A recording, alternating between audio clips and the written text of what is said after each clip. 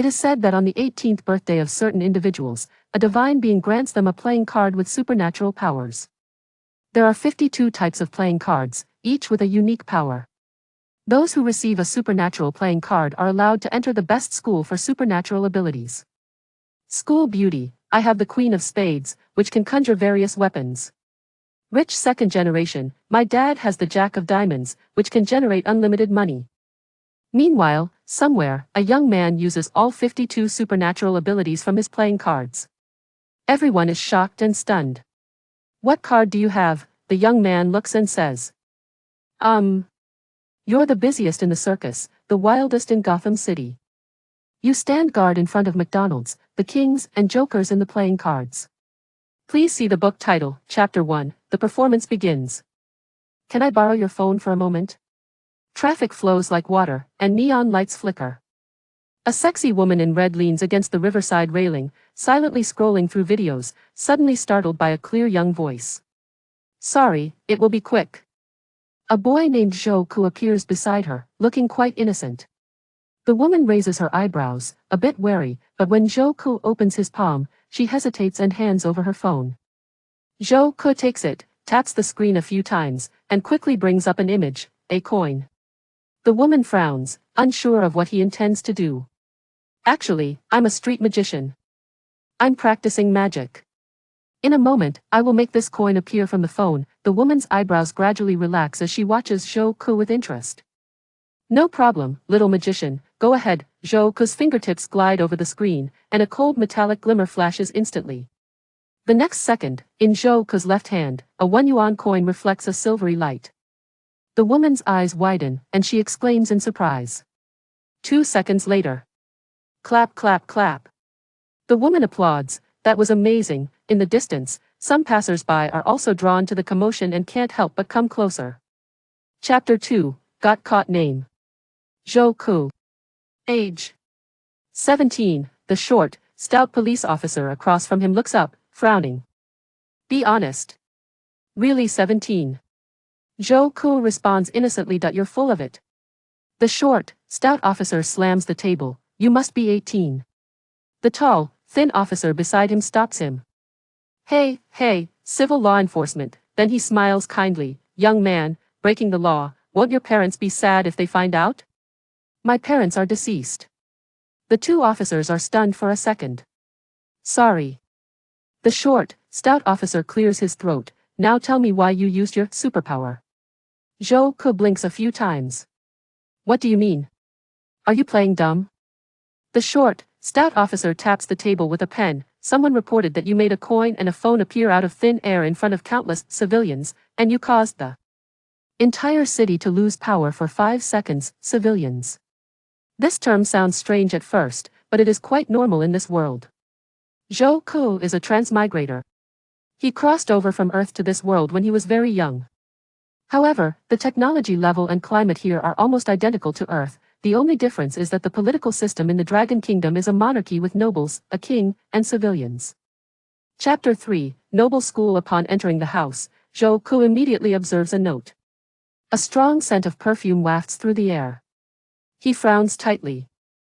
Joku is a magician, who has practiced how to stealthily place things on others since he was young. But someone actually used this trick on Joku. This perfume scent must belong to that woman in red.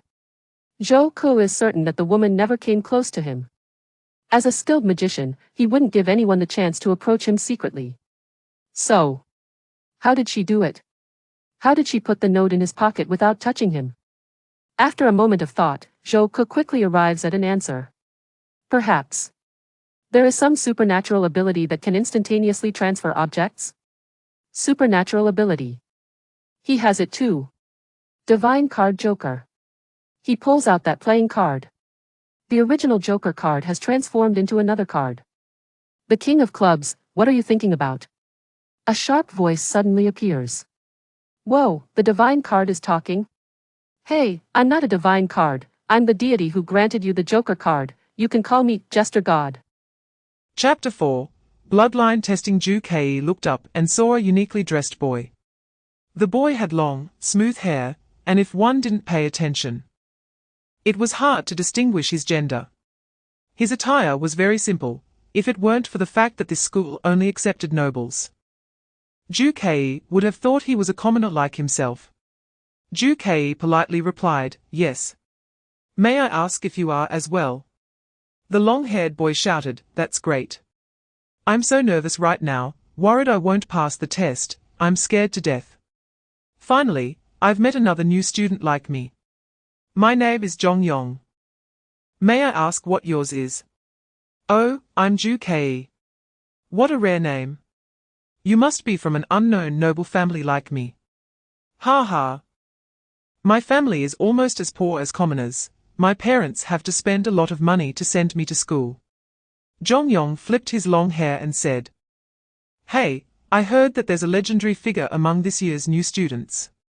Ju Kei was quite interested in gathering more information, so he looked at him with curiosity. "Please tell me more." Jong Yong chuckled. "I heard that person caused a power outage in the entire Donghai city for 5 seconds yesterday. They also caused the lights in the Yi family's financial building to malfunction, making it to the trending news." Chapter 5. Letter Cards. Jong Yong was already used to Ju Kei's ignorance of the divine card ranking system, and he patiently explained, J, Q, K, A. These 4 points of divine cards, commonly known as letter cards, are much more powerful compared to other numerical divine cards. Moreover, it is said that those who obtain these 4-point divine cards have been personally guided by the gods. "I see." Jong Yong suddenly pointed at the girl wearing a mask. "She must be the one who caused the citywide blackout yesterday. Only letter cards could possibly have such strong abilities. Look, she doesn't even dare to show her face. She's afraid of being recognized." Ju Kei chuckled. "Didn't you say that person was A club's card? I heard the testing gate report that the girl's divine card suit is spades." Jong Yong scratched his long hair. "It seems you're right, I forgot." Soon, the two reached the front of the line. "It's our turn." Jong Yong looked a bit nervous as he stepped forward and stood under the testing gate. Magic level 3, divine card hearts 5, qualified. Phew, thank goodness. Jong Yong happily took his school uniform and new student registration manual from the senior. Chapter 6. Qualification testing. As the line gradually shortened, Ju Kei focused on the upcoming test. "Brother, this second round of testing is called qualification testing, and it involves one-on-one competitions with other students."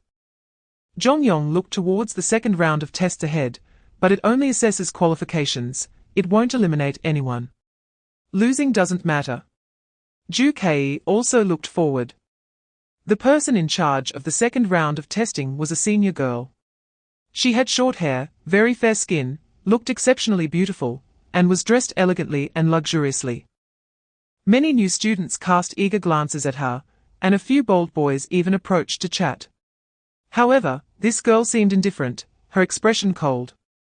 She ignored everyone's enthusiasm and methodically arranged the new students' tests.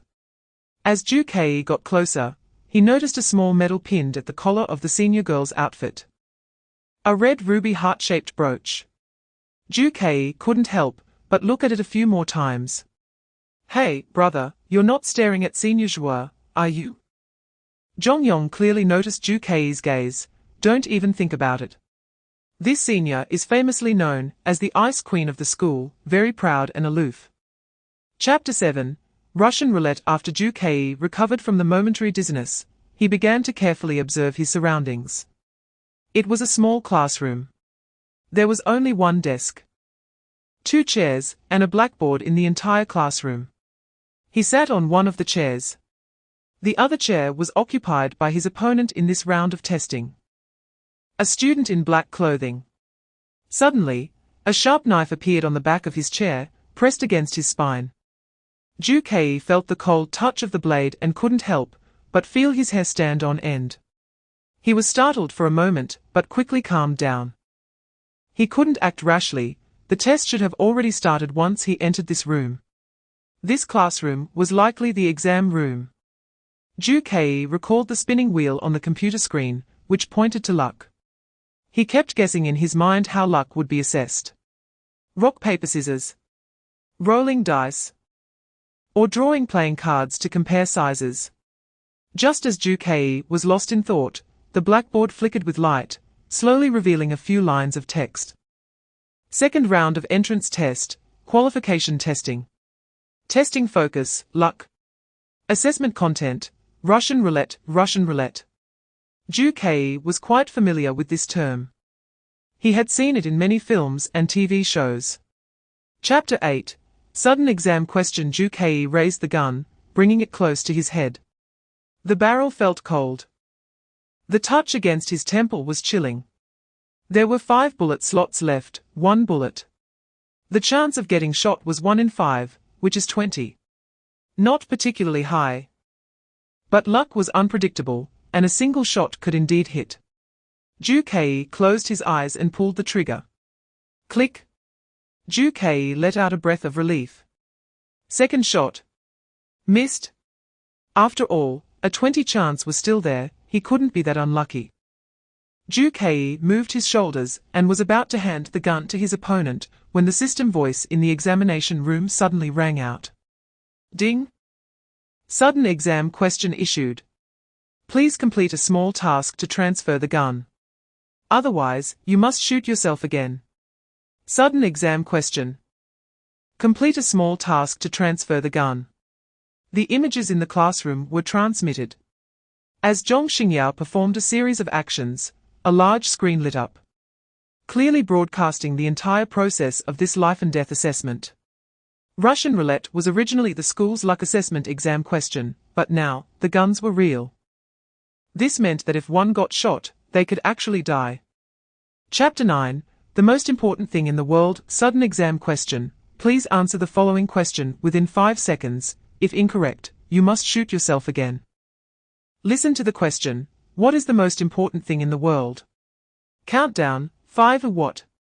Another one. Ju Kei clenched his fists. As expected. Only when it was his turn would there be additional assessments. Ju Kei has already convinced himself that the person on the opposite side is up to no good. The question is, what is the most important thing in the world? Is it a specific object or an abstract concept? Wealth? Love? Career? Social status? Or is it life itself? Logically speaking, life is the most important. Once a person dies, nothing else matters. But is this really the correct answer? How many have sacrificed their lives for freedom and dreams? Yet many believe that if one cannot live, everything else is meaningless. Ultimately, this question has 1,000 different answers depending on who you ask. Because it is an open-ended question, there is fundamentally no correct answer. A miser would think wealth is most important. A love-struck person would consider love supreme, and a workaholic would be entirely focused on their career. Throughout history, many have pursued longevity. In the grand scheme of things, living is the greatest. Chapter 10, Club K. Your Own Parents. Ju Kei was taken aback, and his hand holding the gun trembled slightly. His parents had never talked to him about divine cards or abilities. When he was young, his family was quite poor. Therefore, until now, he believed his parents were ordinary civilians, with no connection to nobility or abilities. However, since he was a child, he had been having a recurring dream. In that dream, strangers broke into his home, chaos ensued, and his parents died tragically. He was still young, hiding under the bed, trembling and powerless. In the last second before his mother's death, she anxiously said something to his younger self. But no matter how hard he tried, Ju Kei could not remember what that phrase was. His mother's voice was not soft, and logically, he should have been able to hear it clearly. That was his mother's last words, and he could not possibly disregard them. He had tried very hard to recall it, using various methods. But that sentence seemed to have been erased from his memory. Whenever Ju Kei attempted to remember, he would experience intense headaches. Stop procrastinating, let's get going. The man in black urged as Ju Kei hesitated to pull the trigger. Ju Kei closed his eyes. Chapter 11, Catching the Subway. Perhaps it was precisely because the nobles had the support of divine cards, aided by their abilities, that they became elites in various fields, amassing great wealth. And the commoners, lacking divine cards and unaware of the existence of abilities, were thus reduced to being exploited like cattle by the nobles. This thought sent a chill down his spine. Zhu Kei still remembered that just the day before yesterday, he was mistakenly arrested by the police on the charge of using abilities in front of civilians. Thus, the commoners were like livestock, kept in the dark, completely unaware of the existence of abilities, allowing the nobles to slaughter them at will. Zhu Kei sighed. In just 2 days, his worldview had undergone a dramatic change. He had initially thought that this world he had crossed into was not much different from Earth, aside from its political system.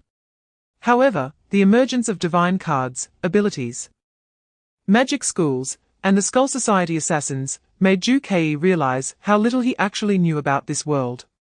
Zhu Kei clenched his fist. Fortunately, he received a divine card on his 18th birthday, which allowed him to access the real world. As long as he could attend the divine card school, he would eventually become a member of the nobility. He focused on making his way. The last time he went to school, he was instantly transported there through Professor Chen Yun's ability. Chapter 12. The tentacle monster. Zhu Kei cleared his throat. Do you remember the only winner of the Russian roulette with a magic level of 43? At that time, there was an assassin from the Skull Society who wanted to kill an ordinary freshman. The girl politely waited for him to finish. That's right. I'm the one from yesterday. The monster roared. Before Zhu Kei could finish his sentence, the creature suddenly accelerated and charged towards them. Sorry. Let's talk later. The girl quickly pushed his arm aside and stepped forward. Upon seeing the silver-haired girl, the tentacle monster's gaze clearly locked onto her.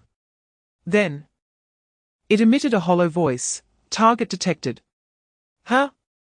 Zhu Kei was momentarily stunned upon hearing the monster's words.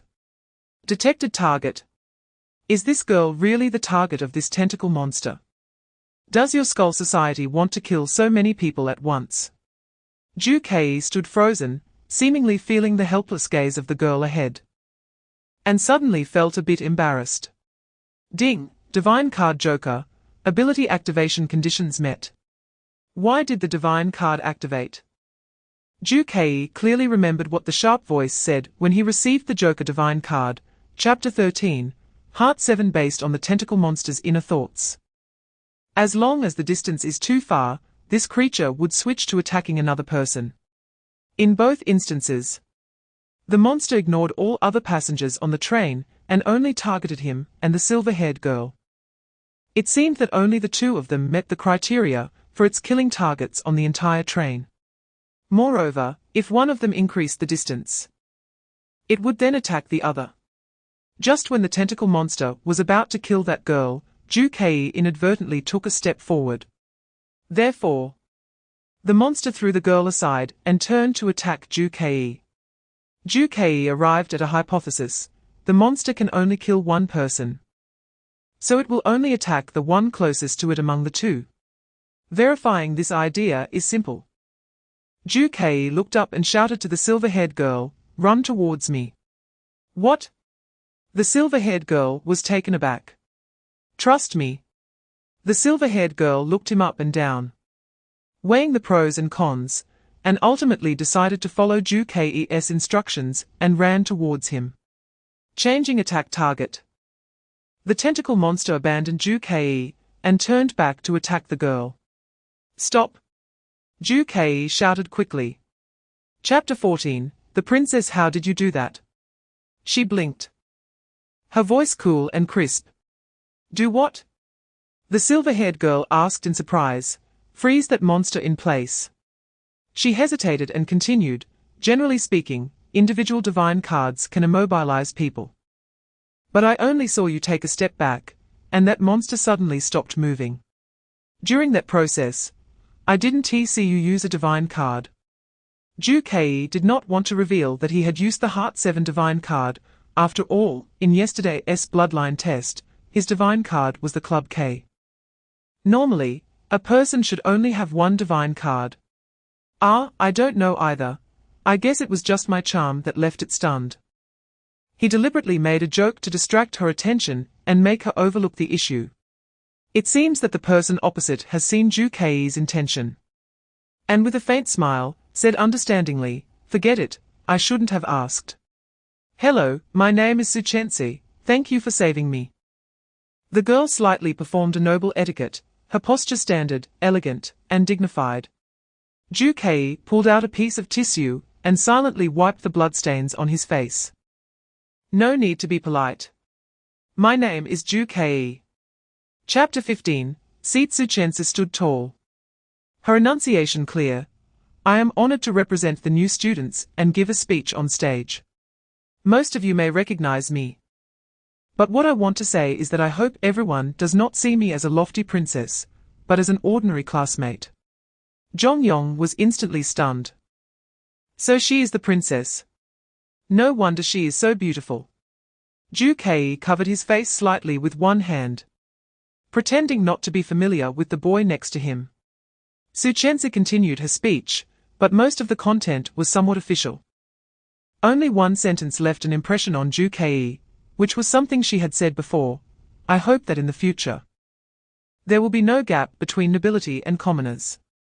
As a princess, I choose to take the subway to school like commoners. It seems this is her true thought. That's the end of my speech, thank you all.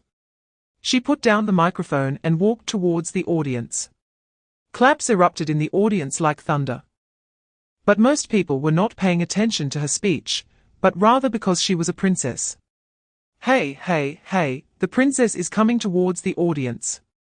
Jongyong whispered, shaking Ju Kei's arm. Chapter 16, Relics of the Gods. Professor Chen Yun was speaking on stage. First of all, the school holds the Lit Cup every midterm. This is a large-scale competition held by student clubs as a unit, with the whole school participating. If new students wish to participate, they can consult the presidents of our 3 major clubs.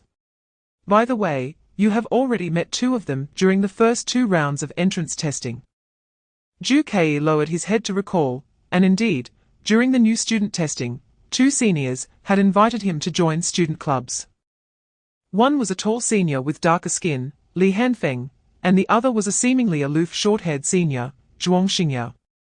Professor Chen Yun continued, secondly, it is customary for new students to undergo 3 rounds of entrance testing before enrollment.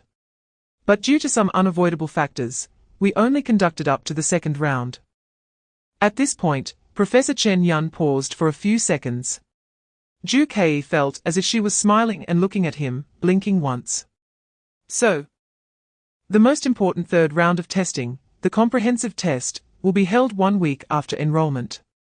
This test is only for ranking the strength of new students, and will not eliminate any student.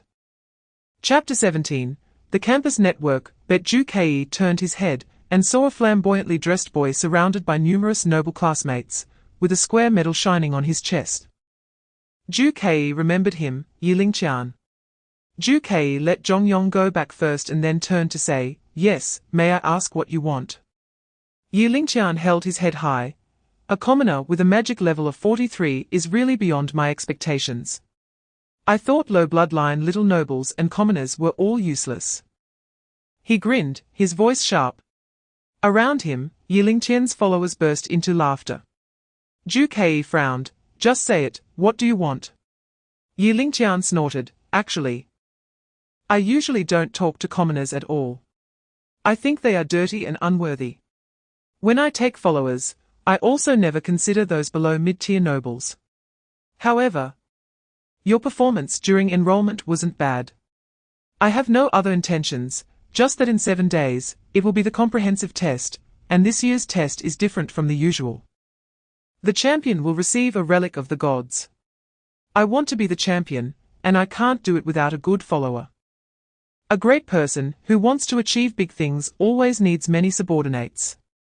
You understand what I mean, right?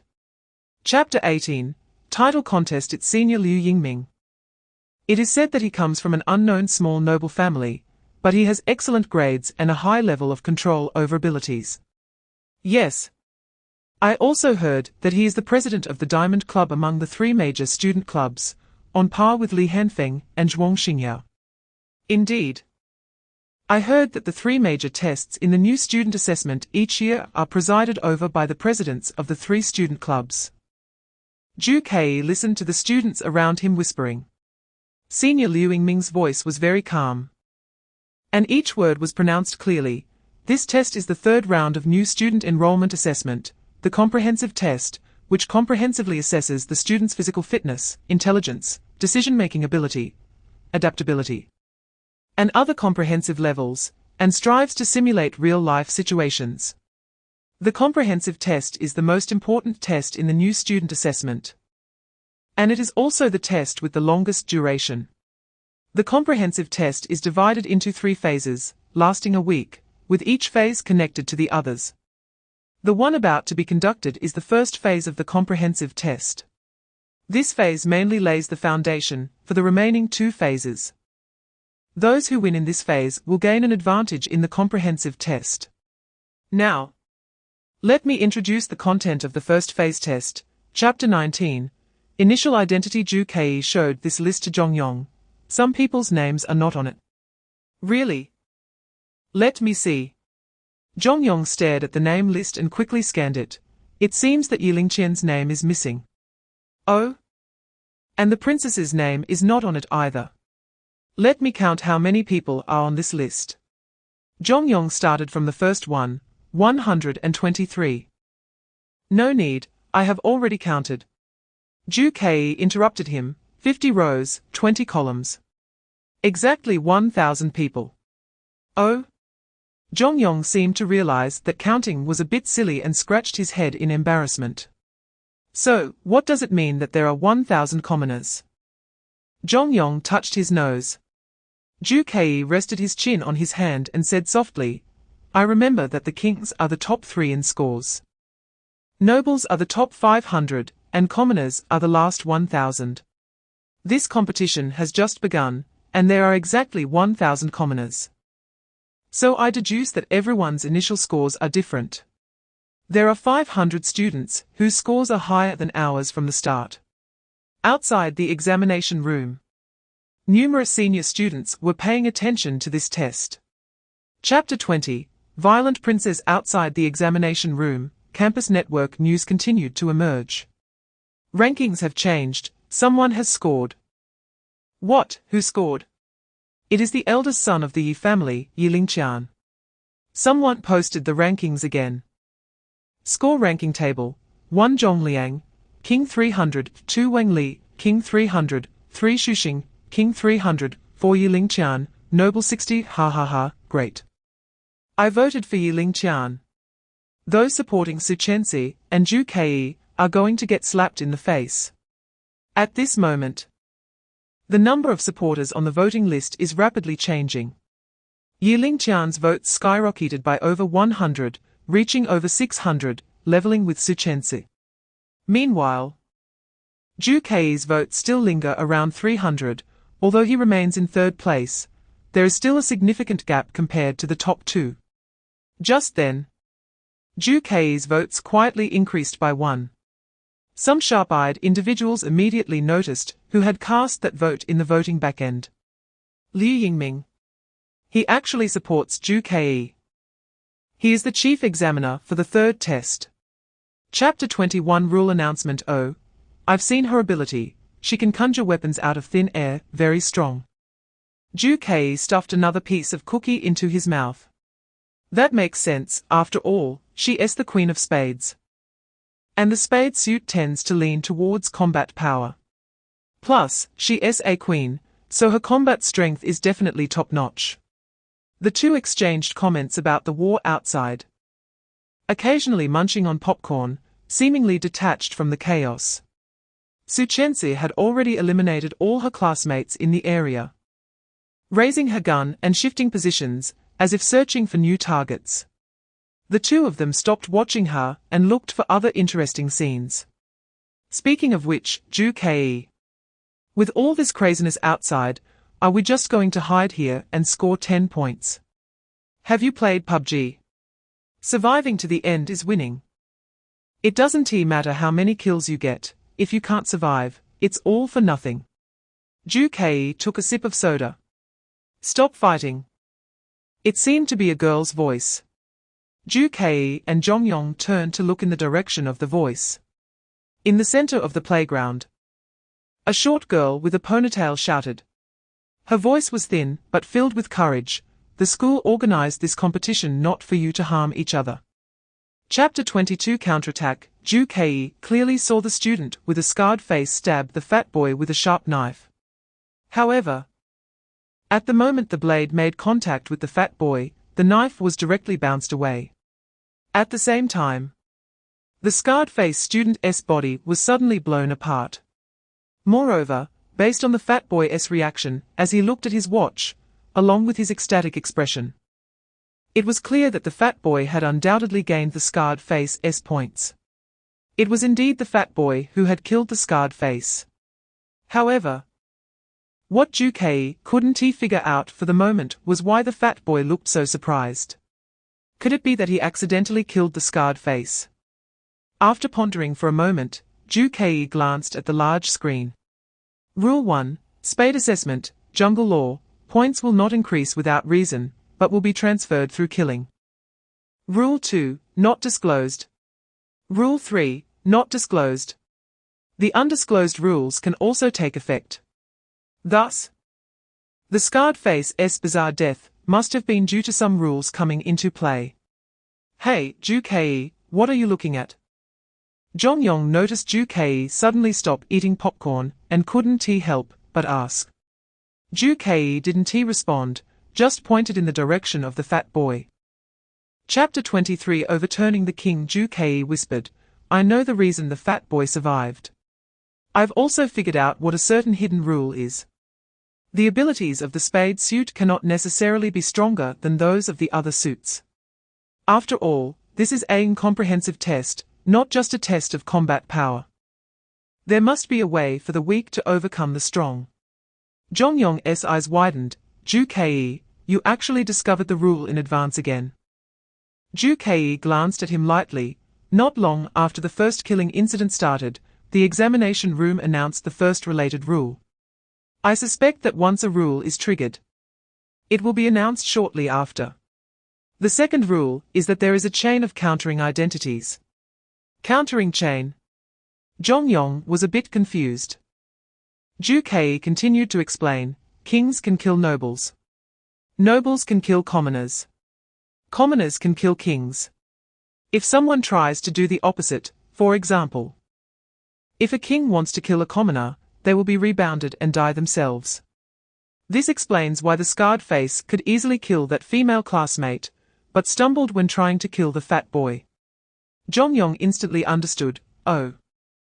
Because after killing the female classmate, he was promoted to king. Chapter 24 Powers reactivated outside the examination room. On the campus network, discussions about this competition had exploded. When the first rule was announced, most freshmen began to participate in this killing frenzy, and campus network messages came one after another. Wow, are these freshmen so fierce? They are going crazy, absolutely insane. It seems the Spade suit has a huge advantage. The top 3 are probably all Spade cards. Ha ha. Luckily I placed my bet on the princess. Her Spade ability is really strong, wow. Yi Lingqian is doing well too, although he has a diamond suit ability. He still managed to score a lot by hiding in the shadows. Hey, what is Ju Kei doing? Is he offline? I voted for him. You're really bold. As a commoner, seeing this bloody scene, he is probably scared silly by now. At this moment, the overall ranking was approximately 1 Zhongliang, King 640, 2 Wang Li, King 500, 3 Liu Wei, King 474 Su Chenxi, Noble 475 Yi Lingqian, Noble 460 among them. The top 3 kings all relied on others handing over their lives. Either they originally drew kings or accidentally flipped over from commoners. Chapter 25 The Law of Termination. So what is your plan? Why don't you kill me? Su Chenxi looked somewhat despondent, silently following behind Ju Kei. I'm not as ruthless as you. Ju Kei glanced at her lightly and said softly, I care about the friendship among classmates. The situation had become very clear. When Su Chenzi killed Zhong Yong, she added 10 points to herself. It was this 10-point difference that allowed her to successfully ascend as the new king. Therefore, the countering relationship between Ju Kei and Su Chenzi instantly reversed. The current score table is 1 Zhongliang, King 640, 2 Wang Li, King 500, 3 Su Chenzi, King 480, 4 Yi Lingqian, Noble 470, as long as Ju Kei kills Su Chenzi. He can easily obtain all the points she has earned. However, he did not do so, but instead thought of a more far-reaching plan. He asked Su Chenzi to follow him closely, forbidding her to escape. The two walked forward like this. Rustle, rustle, their footsteps suddenly stopped. Ju Kei whispered, Your Highness. There is movement ahead. In an instant, a blooded man holding a knife jumped out from the shadows and charged at Ju Kei. Chapter 26, Disguise Technique Rule 3, Kings do not meet. If 3 kings gather, the match will immediately end. This rule will be announced to the whole school in 10 minutes. Sure enough. After seeing this rule, Ju Kei felt a surge of excitement in his heart. The so-called law of termination not only refers to the last rule, but also to the method of ending the match. Ju Kei read this rule again. If 3 kings gather, the match will immediately end. Suddenly, a brilliant idea surged in Ju Kei's mind. His divine card has now become square 8. And the ability of square 8 is change appearance. A performance technique often used in magic shows is called a double. Ju Kei smiled slightly and said softly, The magic show is about to begin. Ju Kei slowly walked out of the classroom. At the door, Su Chenzi was still faithfully guarding there. You didn't take this opportunity to escape. Ju Kei was a bit surprised. I promised to protect you and will not go back on my word. Su Chenzi nodded slightly at him. Not escaping is the right choice, Ju Kei chuckled. I have a way to end this competition, and both of us can become kings. I will be first, and you will be second. I will make all the kings my pawns and arrange a grand coronation ceremony. Chapter 27, Square 8 The Tower. Meeting other kings. Why? Yi Lingqian couldn't understand. The princess's character is well known throughout the noble world. Keeping promises and not lying are Su Chenzi's life principles. Therefore, the information she provided must be true. The princess's identity must be that of a king, this is beyond doubt. However, there is no restraining relationship between kings, and they cannot attack each other. What does she want to meet other kings for? Yi Lingqian couldn't figure it out until the third rule was revealed. The familiar system notification sound came. At this moment, all the examinees in the school raised their heads in unison to look at the big screen. On the big screen, a line of text gradually emerged. Rule 3, Square Assessment, Kings do not meet. If 3 kings gather, this match will immediately end. Seeing this rule, Yi Lingqian was shocked. If 3 kings gather, the match will immediately end. And the princess just said she wanted to meet other kings at the top of the tower. Oh no.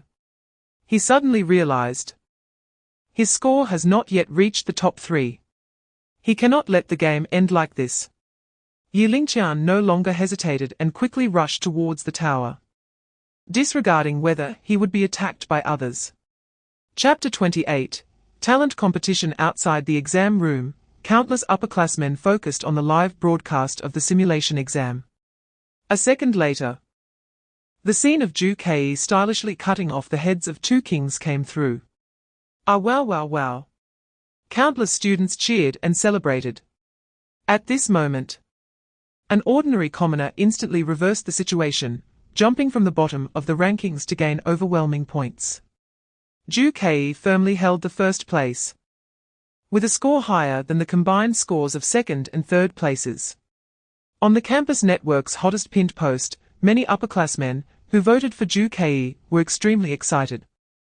There were also many students who voted for Su Chensi, and Yi Lingqian looking dejected. Don't get too proud, Ju Party, the third test is just the beginning. The remaining 2 stages are when the final results will be revealed. Ha ha, who says commoners can't win? Great nobles are just that. They are all pawns. Due to Ju Kei's brilliant performance in the freshman test, more and more upperclassmen joined the winner betting activity. Ding! That anonymous poster added new post information. As the number of participating students increased, the prize pool was increased to 100,000 yuan. A few seconds later, awesome. The boss is generous. Chapter 29, Distributing Flyers. Ju Kei stood in confusion. Senior Liu Yingming immediately added, "You may have learned this during the opening ceremony. At the end of the semester, outstanding performers will be awarded the Divine Card Ascension qualification. I know you come from a common background, so you may not know what the Divine Card Ascension is. Do you want me to introduce it?" Ju Kei smiled, "No need. I've heard a bit about it from friends. Divine Card Ascension can greatly enhance the strength of abilities. And it is said that if one can ascend the Divine Card to the highest level," Liu Yingming's eyes moved slightly, "you can become a deity." Ju Kei blinked, "Senior, you kept me here. It can't just be to educate me about Divine Card knowledge, right?" Liu Yingming quickly replied, "No, of course not. Generally speaking, only those who perform outstandingly within a semester can receive such an honor. And I can help you become that person." Ju Kei became interested. "Please advise me, Senior." Liu Yingming paused. "Perhaps you have already met Zhuang Xingyao." Ju Kei thought of that short-haired senior sister. A bit aloof, a bit proud. And also the president of a certain club. The president of the Red Heart Society, and also the only Divine Card Ascender from the last session. Chapter 30, Campus Bullying. The bulletin board was densely covered with the same notices. Notice: any new student must not join the Red Heart Kingdom in the upcoming competition. Yi Lingqian, there was also a QR code on it. This is a blatant targeting. Yi Lingqian actually wants to use such tactics. Zhongyong angrily tore down several notices. "Hey, what is this code? Let me scan it." Ju Kei and Zhongyong picked up their phones, scanned the QR code, and entered a page. Now, the reason why all the students dared not take Ju Kei's flyers was found. The QR code led to a post on the campus network. And the poster was Yi Lingqian. Notice: any new student must not join the Red Heart Kingdom. You all know who my father is. Your parents' industries are all under my father's command. My father can make you go bankrupt with just a flick of his finger. If you don't want to end up on the streets as broke commoners, it's simple, just don't join Ju Kei's team. Yi Lingqian declared. In the second post, he listed the names of all non-monarch freshmen and added a line, "I am watching you closely." This is a threat using his own power. Ju Kei's expression was slightly displeased. Chapter 31. The Red Heart Country Trio apologized to her. Ju Kei said softly, tilting his head slightly towards the girl. The short girl was still half lying on the ground, covering half of her face, looking dazed. Yi Lingqian's head moved slightly, eventually facing the girl. "I'm sorry. I shouldn't have hit you, and I shouldn't have said those things." Yi Lingqian's voice was weak and getting quieter. The girl looked very flustered. All right, that's enough." Ju Kei raised his hand. "You all, take him to the hospital." Ju Kei's voice was not to be questioned. Since Yi Lingqian had already softened, he should also stop. Moreover, he saw from a distance that a professor was slowly approaching from around the corner. Yi Lingqian's friends quickly helped him up from the ground. Yi Lingqian tilted his head, glared at him resentfully, and mumbled, "Ju Kei, I will make you look good in the final round of the comprehensive test 3 days later." Ju Kei's expression remained calm. "I am indeed better looking than you, thank you." Yi Lingqian only shot him a resentful glance. They also noticed the professor rushing over and quickly fled the scene. "What are you doing?" An old professor with grey hair walked up to Zhu Ke. Looking at the female student on the ground, and then at Yilingqian being helped away, I heard a lot of noise from you. Chapter 32 The Red Heart King card. There are still 2 days left until the end of the second phase of the comprehensive test, the talent competition. At this moment, all the students have already formed their teams. Zhu Ke looked at the comprehensive test interface on the school website and sighed. The statistics showed that there were as many as 103 students joining Su Chen's Spade country. Yilingqian's Square faction had 394 members. Zhu Ke's Heart country had only 3 members, Zhu Ke, Zhongyong, and Tang Xin. This was actually not surprising. Zhu Ke had already told everyone online that if they wanted to support him, they should join the Spade country. Therefore, those who originally wanted to join Zhu Ke, constrained by Yilingqian's threat, chose to join Su Chenzi instead. Due to his commoner background, Zhu Ke was actually not familiar with the freshmen.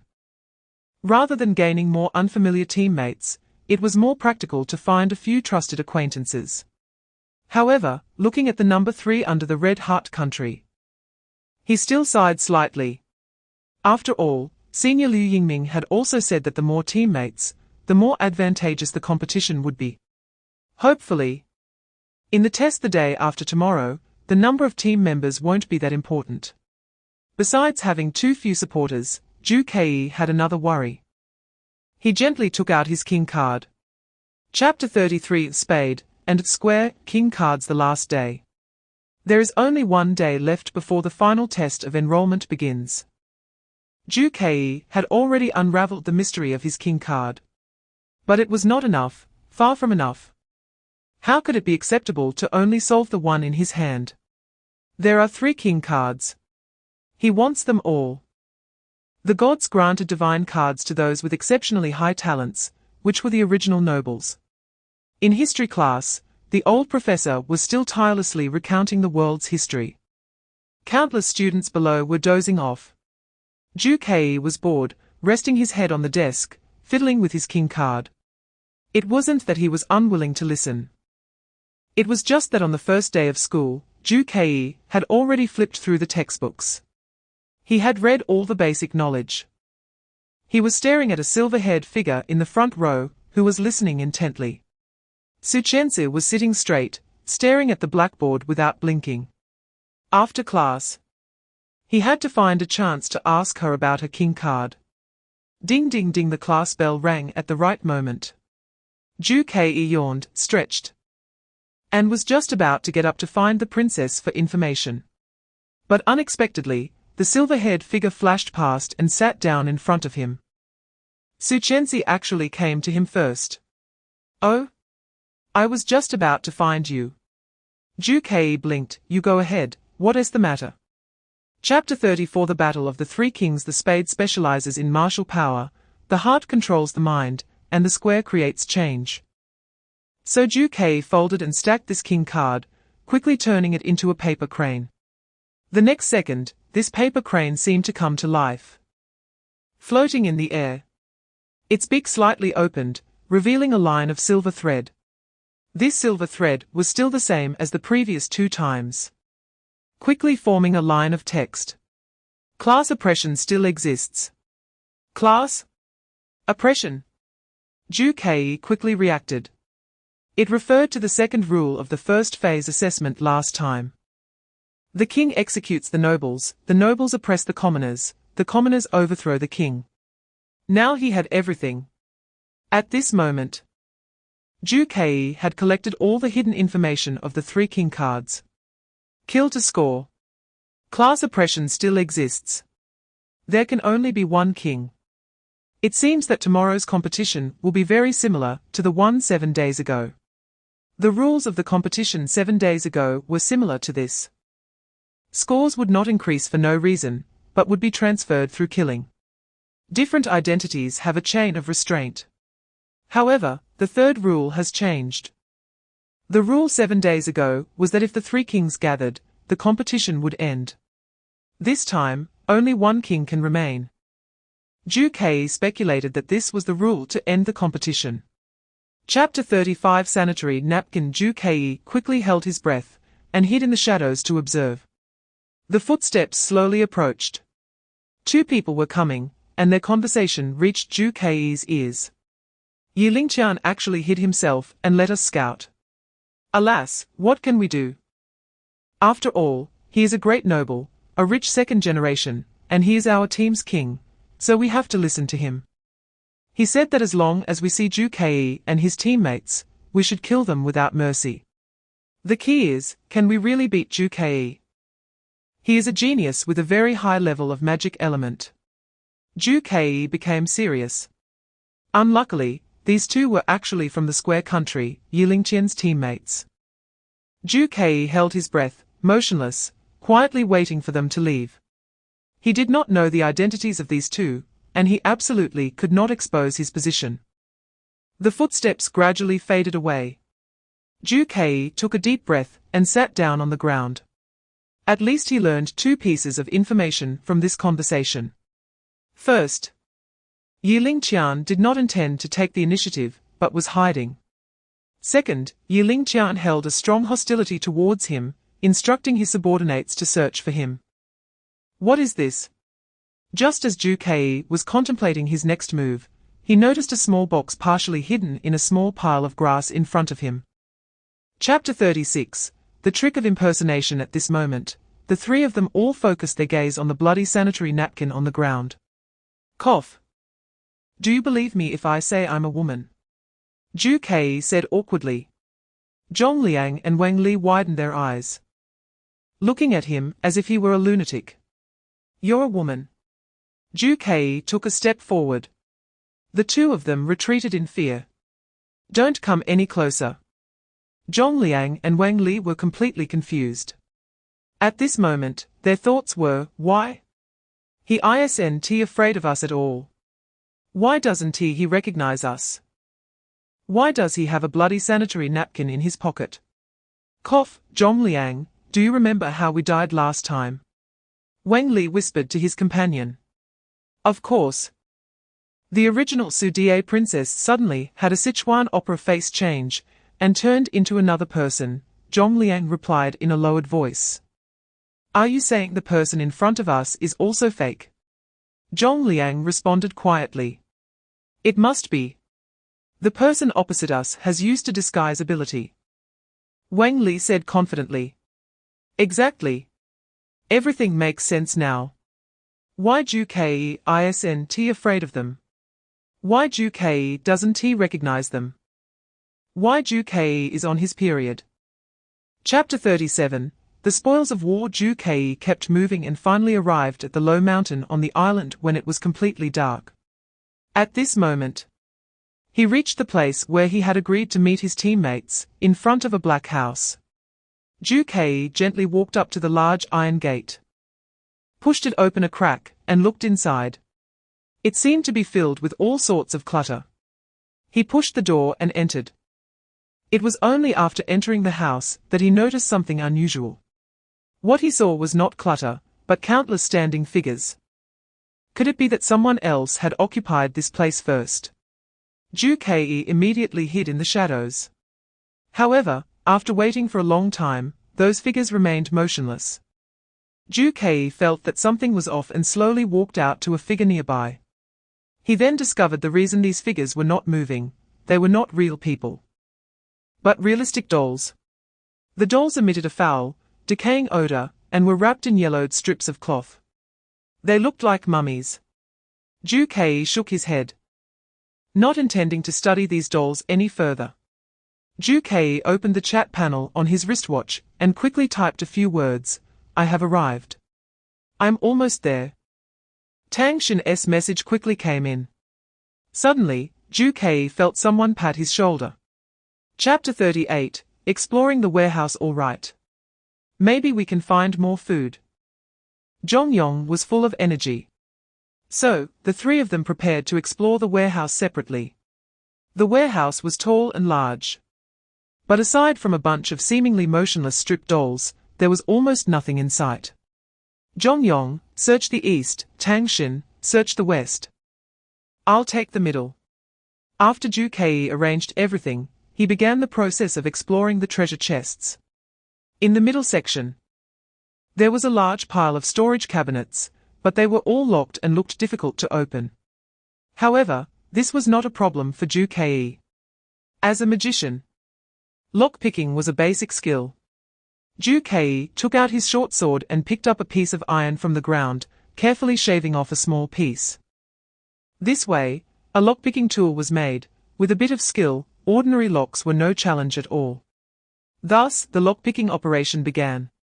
The first storage cabinet, empty. The second, empty. The third. When Ju-Kei opened the door of the third storage cabinet, he couldn't help but gasp. A person. There was actually a person locked inside the cabinet. After Ju-Kei took a closer look, he helplessly shook his head. It was just another stripped doll. The light was too dim, and at first glance, Ju-Kei thought the doll might come to life. Chapter 39, King's Trial Run. Ju-Kei shouted sternly. In an instant, the three of them ran in 3 different directions. Ju-Kei tightly gripped the short sword. When one of the bandaged dolls charged at him, he aimed for its neck and stabbed directly. Phut! The short sword cleanly pierced into the doll's rotten flesh. But it had no effect. The bandaged doll did not bleed at all and seemed to feel no pain. The doll screamed wildly and lunged at Ju-Kei. Fortunately, Ju-Kei reacted quickly. He swiftly withdrew the short sword and jumped back. Several dolls surrounded him as they charged forward. However, Ju-Kei was faster. He spotted a gap and nimbly slipped out. Out of the corner of his eye, he glanced at his 2 teammates. Jongyong picked up something that looked like a chair and swung it at the dolls. Meanwhile, Tangshin was running slowly, and gradually, she was about to be surrounded by the bandaged dolls. Just as it looked like she was going to be bitten by the doll's sharp teeth, in a moment of desperation, she pulled out her divine card. She shouted loudly. Square, transform all forms. 5, define the return path. In an instant, her figure disappeared, and the next second, she reappeared in a corner not far away. The ability of Square 5. Ju-Kei clearly remembered that Professor Chen Yun's ability was also this one. Chapter 40, King-level item, the King's trial has ended. The treasure chest fell, and the living dead returned to their previous calm state. They succeeded. All 3 of them survived. Are you okay? Let me bandage you. Ju-Kei pulled up Tangshin, who had fallen among the living dead. Then he cleanly tore a strip of cloth from his clothes and wrapped it around Tangshin's injured wrist. So cool. Jongyong popped up from the side. One decisively cuts their wrist, while the other steps on the corpse tied to open the treasure chest. But what is this thing in the treasure chest? Jongyong picked up the black staff, curiously examining it. Sigh, it would have been better if it were food. Ju-Kei took the staff back. This is an item from the King's treasure chest. It's definitely much stronger than food. Ding! A prompt panel popped up at the right time. Plum Blossom Staff, King-level item. The king has the right to establish laws for the world. Using this staff allows one to know all the game rules for this game. At the same time, the king can abolish one of the rules. Do you know all the game rules? In an instant, the golden scepter shone brightly, and silver smoke poured out, listing 3 rules. Chapter 41 Obvious bag. What are you talking about? Tangshin's voice trembled, clearly not believing Su Chen's betrayal. The Spade Kingdom and the Heart Kingdom had long formed an alliance. You must be from the Diamond Kingdom, sent here to sow discord. The leader slowly approached. Why would I need to sow discord when you're about to die? Once you are killed, there will be only one king left. The game will be over. He slowly leaned in. Ju-Kei peeked through the gap and saw the man's face. A scar from a knife. He immediately recalled where he had seen him before. In the title competition, that scar-faced man had once become a king by killing. Only to be killed in return by a chubby guy using a mechanism. A single sentence from the scar-faced man left Ju-Kei puzzled. Once you are killed, there will be only one king left. The game will be over.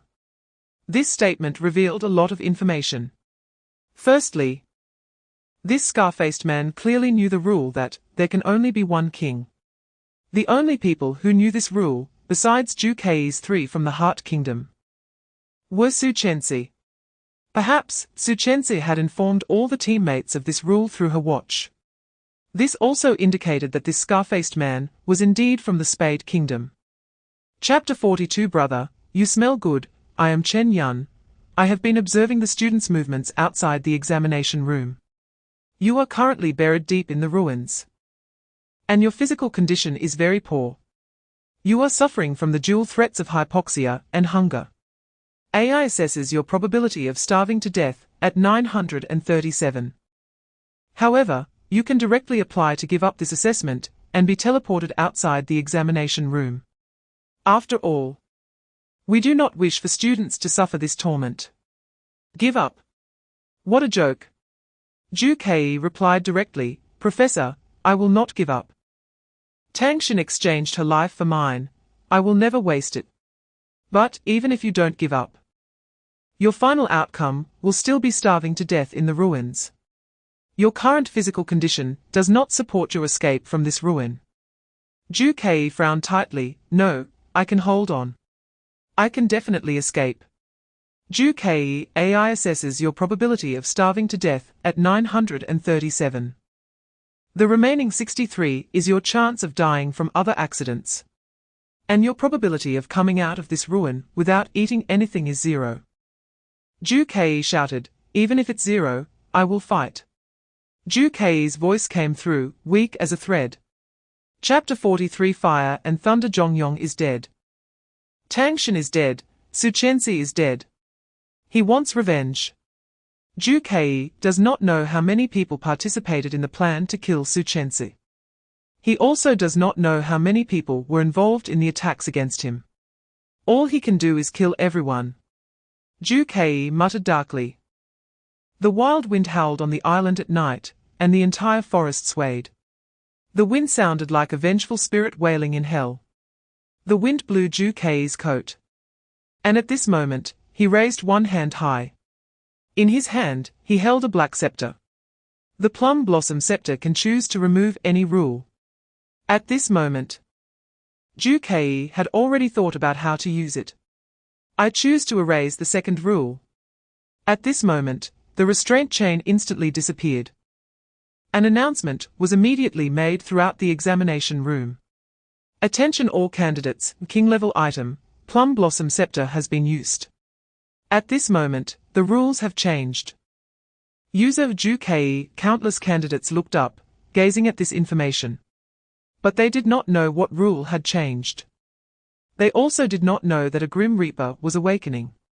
Once this rule disappears, whether commoners, nobles, or kings, all will become Zhu Kei's prey. Chapter 44. The Soul Victor. A wave of dizziness hit. Fire, thunder, boiling lake water, all disappear at this moment. The familiar playground reappeared in front of him. Here, the sun is shining, the breeze is blowing, and the birds are singing and flowers are fragrant. Everything is so calm and harmonious. As if everything experienced in the examination room was just a dream. Countless classmates slowly woke up, looking around, seemingly not yet accustomed to their surroundings. Zhu Kei sat still in his place. After a long while, he sighed deeply, adjusting his immersed emotions to reality. On the large data screen ahead, it clearly displayed remaining number of survivors, 1 ranking results, 1 Zhu Kei, 15,000 points, 2 XXX, 0 points, 3 XXX, 0 points, XXX, except for Zhu Kei. All other students scored 0 points. And Zhu Kei alone earned over 10,000 points.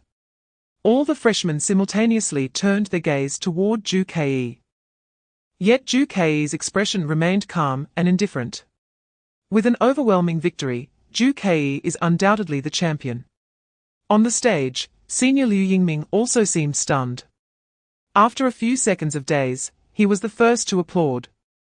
Initially, only his applause could be heard. Chapter 45. The Skull of the Prophet. The Skull of the Prophet, one of the 14 divine relics. It is said that this crystal-like skull houses the soul of an omniscient deity. It can provide knowledge, avert disasters, and even predict the future.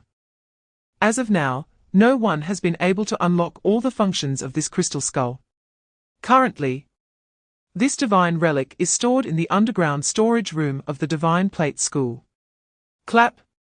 Ju Kei closed a thick book. The moment he obtained this divine relic, he immediately went to the school library to look up relevant information.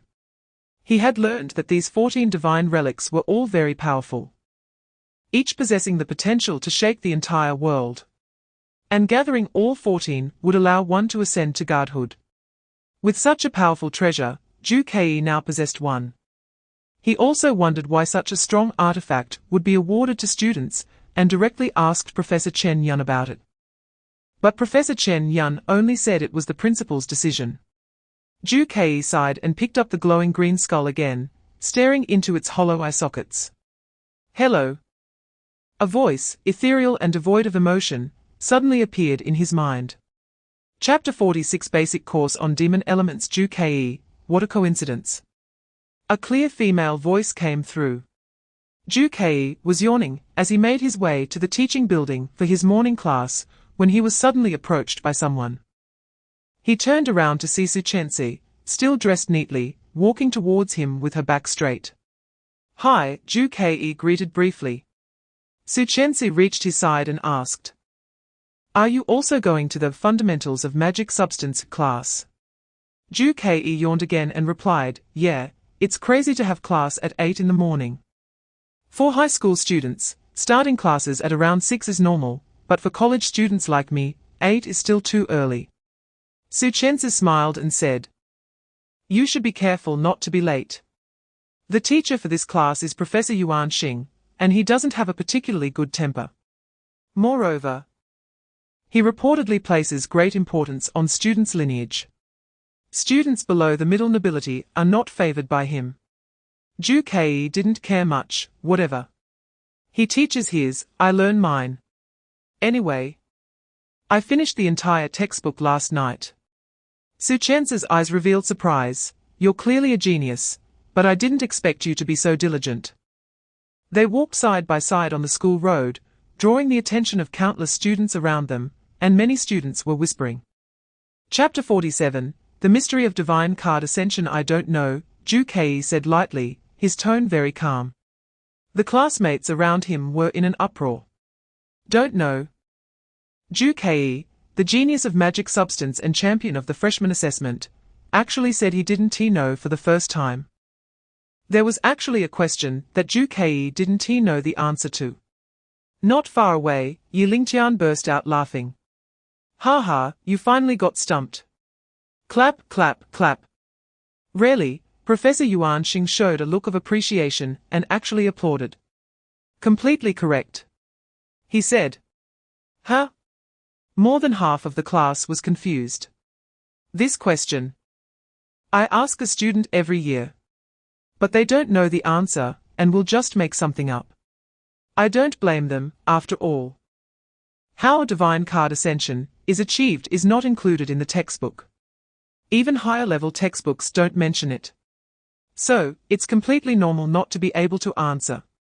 But I didn't expect you, Ju Kei, to actually provide the standard answer. Yi Lingtian opened his mouth wide and hesitantly raised his hand to ask, Professor. I didn't misunderstand your meaning, right? You said the standard answer is, I don't know. Chapter 48, The Skeleton Society. The Skeleton Society. Upon hearing this name, all the students in the class gasped. Even Yi Lingtian, who had always been arrogant, had lost some color from his face. It was no wonder. Ju Kei had long skimmed through the history of this world. The Skeleton Society was a top-tier assassin organization lurking in the Dragon Kingdom. Anyone targeted by them would end up dead. The key was that their selection of targets was completely illogical. People from all walks of life and various identities had been killed. Who knows when the Skeleton Society might set their sights on one's family or oneself. The government could do nothing about them. In short, the Skeleton Society was a terrorist organization, full of antisocial elements. Therefore, all nobles would change their expressions upon hearing the term skeleton society. Professor Yuanxing frowned. Are you saying this for real? There are platinum-level assassins in the skeleton society.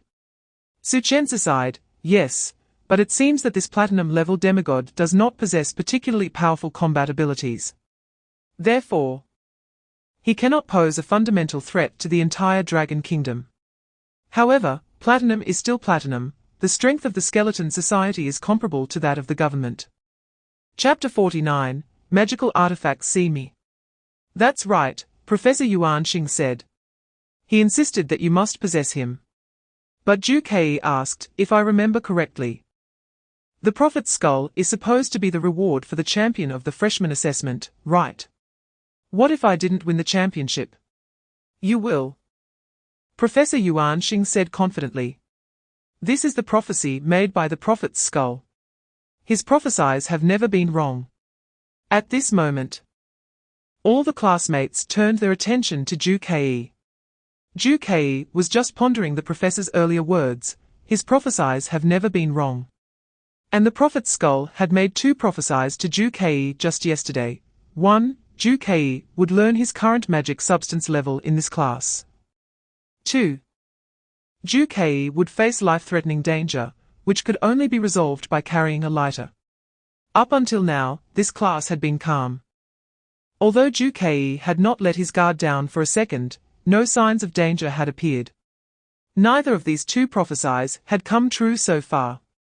All right. Professor Yuanxing tapped the desk. Since we are the elite class, we just talked about a lot of extracurricular topics. Chapter 50, Half Silver Level. Then the students stood up one after another, lining up to go forward. Zhu Kei stood at the back of the line. It wasn't that he didn't want to undergo the testing training early, he just wanted to take this time to observe the classroom again, guarding against potential threats. The Prophet's Skull had said he would encounter a life crisis, and a lighter could save him. What kind of danger could there be in an ordinary classroom, during a regular class? Zhu Kei was unsure, but he kept a tight grip on the lighter, not relaxing his vigilance for a second. In front, the student at the front of the line had already picked up the magical artifact, his face turning red as he attempted to attack the dummy. But nothing happened. Professor Yuanxing's voice came. You must feel the flow of magic substance within you to activate the energy of the magical artifact. The professor was speaking in front, while Zhu Kei took this opportunity to carefully observe the classroom for dangers. The classroom was very ordinary, with standard desks and chairs.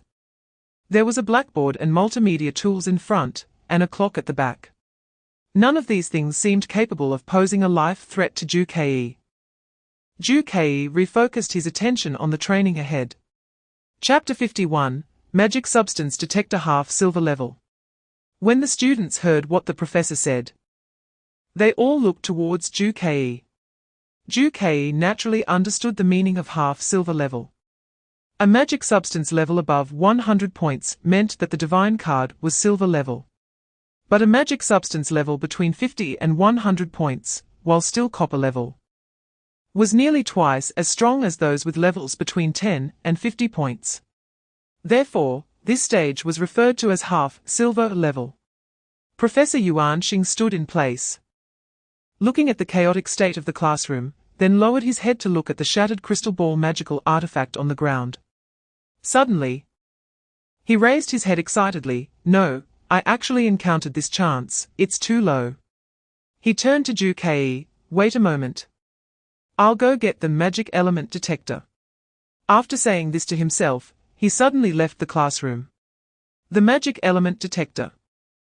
Zhu Kei couldn't help but recall the first prophecy made by the Prophet's Skull. You will learn about your current magic element level in tomorrow's class. A few minutes later, Professor Yuanxing quickly returned, holding a precise instrument. From a distance, Yi Lingqian raised his eyebrows upon seeing it. Isn't this the highest grade magic element detector? Does it really need such a precious magical device to test someone from a common background?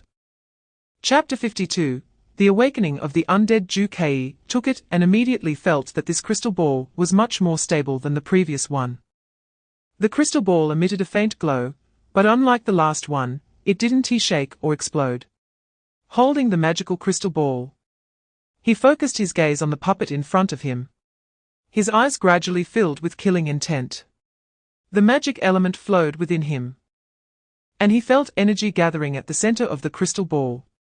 Whoosh! Power erupted. A gust of wind gathered into a massive wind blade, slashing toward the puppet's chest. This power was far more intense than what Yulingqian and Su Chenzi had unleashed. The blade struck the puppet, propelling it forcefully against the classroom wall. In an instant, a huge crack resembling a blade appeared on one wall of the classroom. Ju Kei had even split the classroom wall apart. Good. Yuan Xing immediately applauded, seemingly unconcerned about the damage to the classroom. I've never seen such strong power. 100 points. Just as Ju Kei was about to withdraw his strength, the puppet suddenly moved. The puppet, which had been slumped on the ground, suddenly sat up with a flap. At that moment, the entire class was stunned in place. The puppet came to life. One student said in a daze. Chapter 53, For a Greater Goal. Hiss hiss hiss. The undead made strange noises as it quickly lunged at Ju Kei to bite him. He dodged. At that moment, everyone in the classroom had fled outside, and the space instantly became spacious, allowing Ju Kei to unleash his full potential. He took out a bottle of fireproof potion, removed the cap, and drank it down in one go. Crack! He neatly discarded the glass bottle, which shattered on the floor with a crisp sound. He felt a warm sensation throughout his body. He knew the fireproof potion had taken effect, and at this moment, no flame could harm him. He slightly raised a lighter. Tang Xin had said that only flames could destroy the undead. Back then, due to the overwhelming number of undead, Ju Kei had chosen not to ignite a fire. But now it was time to test it. Tang Xin, I hope you are right, Ju Kei whispered. He instantly threw the lighter into the air. The lighter spun, its silver surface gleaming faintly. Time seemed to slow down infinitely. Even the undead appeared to be stunned for 2 seconds. Ju Kei suddenly lunged, grabbing the magical crystal ball from the podium. The power released by just a small lighter was not enough. The lighter contained a spark plug for ignition, which theoretically would explode upon external impact. Chapter 54, The Magic Element Essence. Is this for me? Zhongyang's eyes lit up with excitement. Yes. Ju Kei generously handed over all the snacks, to thank you for your self-sacrifice during the comprehensive test. Here is your food back. Zhongyang did not refuse and directly took it. Who are we to each other? Just lend me your homework in the future. Even though he said this, he still tore open a bag of chips and poured them into his mouth. Ju Kei sighed. We're in different classes. How can you copy my homework? After the 3 major freshman tests, Ju Kei, as the top of the grade, naturally got placed in the best class, the elite class. Meanwhile, Zhongyang and Tang Xin were in the regular class. There was nothing to be done since, in the final round, everyone except Ju Kei scored 0.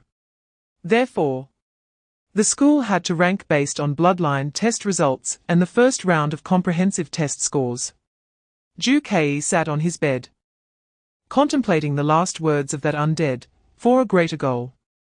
What does this mean? Does the greater goal refer to the undead's goal, or the skeleton society's goal?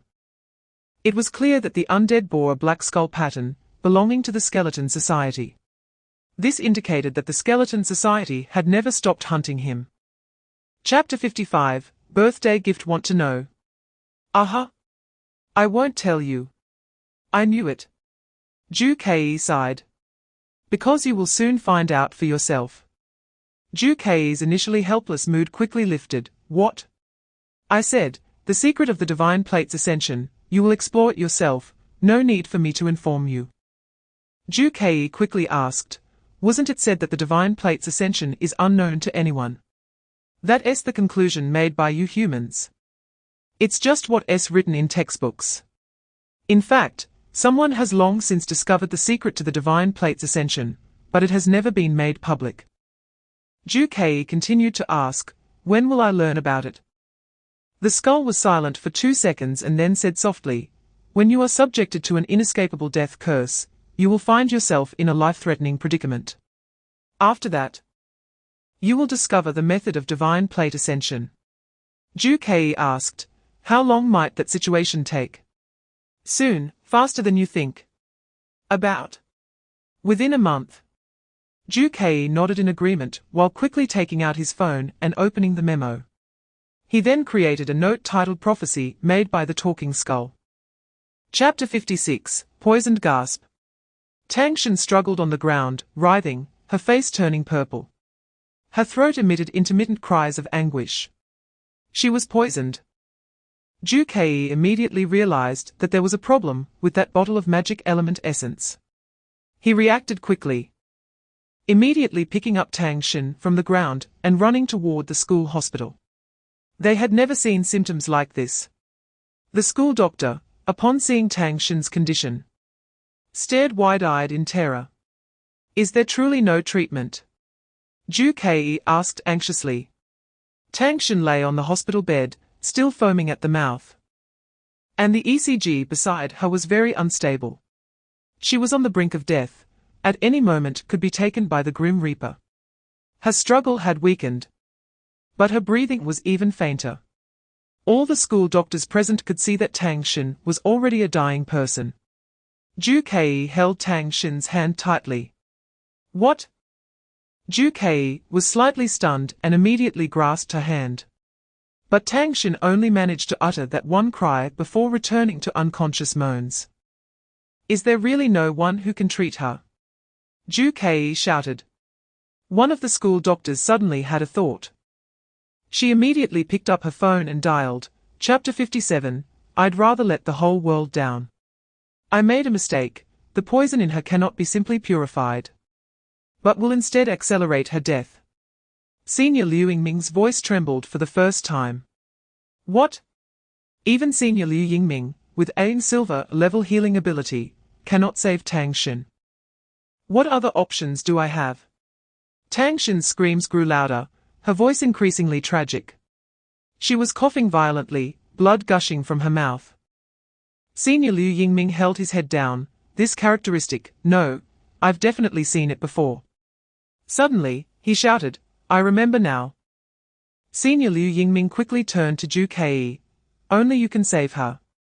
Ju-Kei immediately responded, what should I do? Liu Yingming thought for 2 seconds. His expression very anxious, as if recalling, this poison is targeted. The name of this poison is targeted poison. Just like an arrow, it must be shot at the target. This poison must sense its target to dissolve. And the target of the poison is you. Ju-Kei. A part of you. You must feed her a part of yourself to detoxify. Chapter 58, Welcome Party. So, your objective is my short-term goal is of course to survive. I want to live more than anyone else. In this school, someone wants my life. I am in the light, and he is in the dark. But this person, who wants to kill me, must have had contact with me. Therefore, it must be someone I know. Tang Shen's suspicion can be temporarily ruled out. Countless familiar faces flashed through Ju-Kei's mind. Zhong Yong, Su Chensi, Yi Lingqian, these are classmates. Li Hanfeng, Zhuang Xingyao, Liu Yingming, these are seniors. Chen Yun, Yuan Xing. And the mysterious principal cannot be excluded, perhaps among the professors. Someone wants my life. I will find a way to figure out who it is.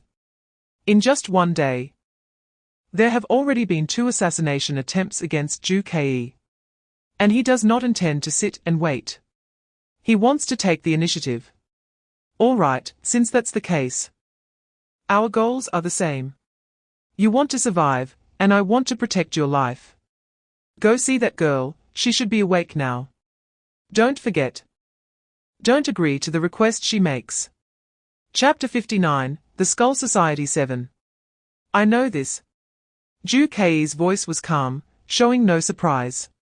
So far, he has triggered the divine card ability 4 times. Although each time it was a passively triggered, Ju Kei has vaguely sensed the commonality among them. Long before my 18th birthday. When I first obtained the divine card, you told me that the condition for activating the Joker card is hidden. But I have already made a judgment about what this hidden condition is. But it still needs verification. Ju Kei picked up his Joker card. The card flipped at his fingertips, and the dark red blocks on it were faintly visible. Snap! He pressed his fingertips hard. Suddenly gripping one corner of the card, at the welcome party, I will actively activate the divine card. I will explore the triggering conditions of the ability. I will present a perfect magic show for all the students. I will connect now and the future, breaking the 1 in 52 probability limit. I will break the death prophecy made by the seer's skull. In a certain company building. Chapter 60, The Unbreakable Death Curse. In the dormitory. Ju Kei. Are you really going to attend the welcome party? Zhong Yang's voice was excited. Great. I heard you're a master magician. I've never seen the popular magic among commoners before. Hee, you kid, after your performance at the school, you'll probably gain a whole bunch of fangirls. Ju Kei lay on the bed, scrolling through his phone. Responding absent-mindedly, it's just a magic show, quite ordinary in the commoner world. It's just that you nobles haven't seen it, which is why you're so excited. Ju Kei had already signed up for the welcome party on the campus website. Of course, his purpose was not as vulgar as what Zhongyong said, to gain fangirls. What he wanted to do was, first, to take this opportunity to test the triggering conditions of his divine card. Second, to break the death prophecy made by the seer's skull. At the same time, he wanted to find members of the Skull Society lurking in the school. Of course, the magic show must also be spectacular. Pursuing perfection is Ju Kei's life creed. He opened the notes on his phone. Found the section titled, The Prophecy Made by the Talking Skull, and clicked it open. There were 2 lines of content. The first line, do not agree to Tang Xin's request, the purpose is to save your life. Chapter 61, Waiting in the Preparation Room. Ju Kei was currently in the preparation room behind the stage, looking over the program list for the welcome party. Most of the performers he did not know. But a few familiar names caught his eye. Li Hanfeng, solo stand-up comedy performance. Ju Kei immediately pictured that seemingly silly senior. Stand-up comedy suits his character well. The second one. Zhuang Xingyao, original song solo. Ju Kei thought of that cool senior sister's appearance. Short hair, fair skin, during the new student assessment. She had a somewhat rigid and aloof attitude towards others, but was quite nice to him. I wonder if she sings well. The third. Liu Yingming, martial arts performance. This surprised Ju Kei a bit. Senior Liu Yingming has a square-type divine card, yet he is interested in martial arts. Flipping back, there was another familiar name, Su Chensi. Su Chensi did not sign up to perform, but became the host of the evening. Ju Kei's magic performance was the last one on the entire program list. Due to the special nature of his magic performance, Ju Kei did not participate in the pre-show rehearsal. However, he had already practiced countless times alone in private. The music blasted, and the warm-up music echoed throughout the auditorium. Chapter 62, The Comedian and the Singing God. Not only that. Ju Kei noticed that even Su Chensi beside him turned her head, seemingly waiting for his answer.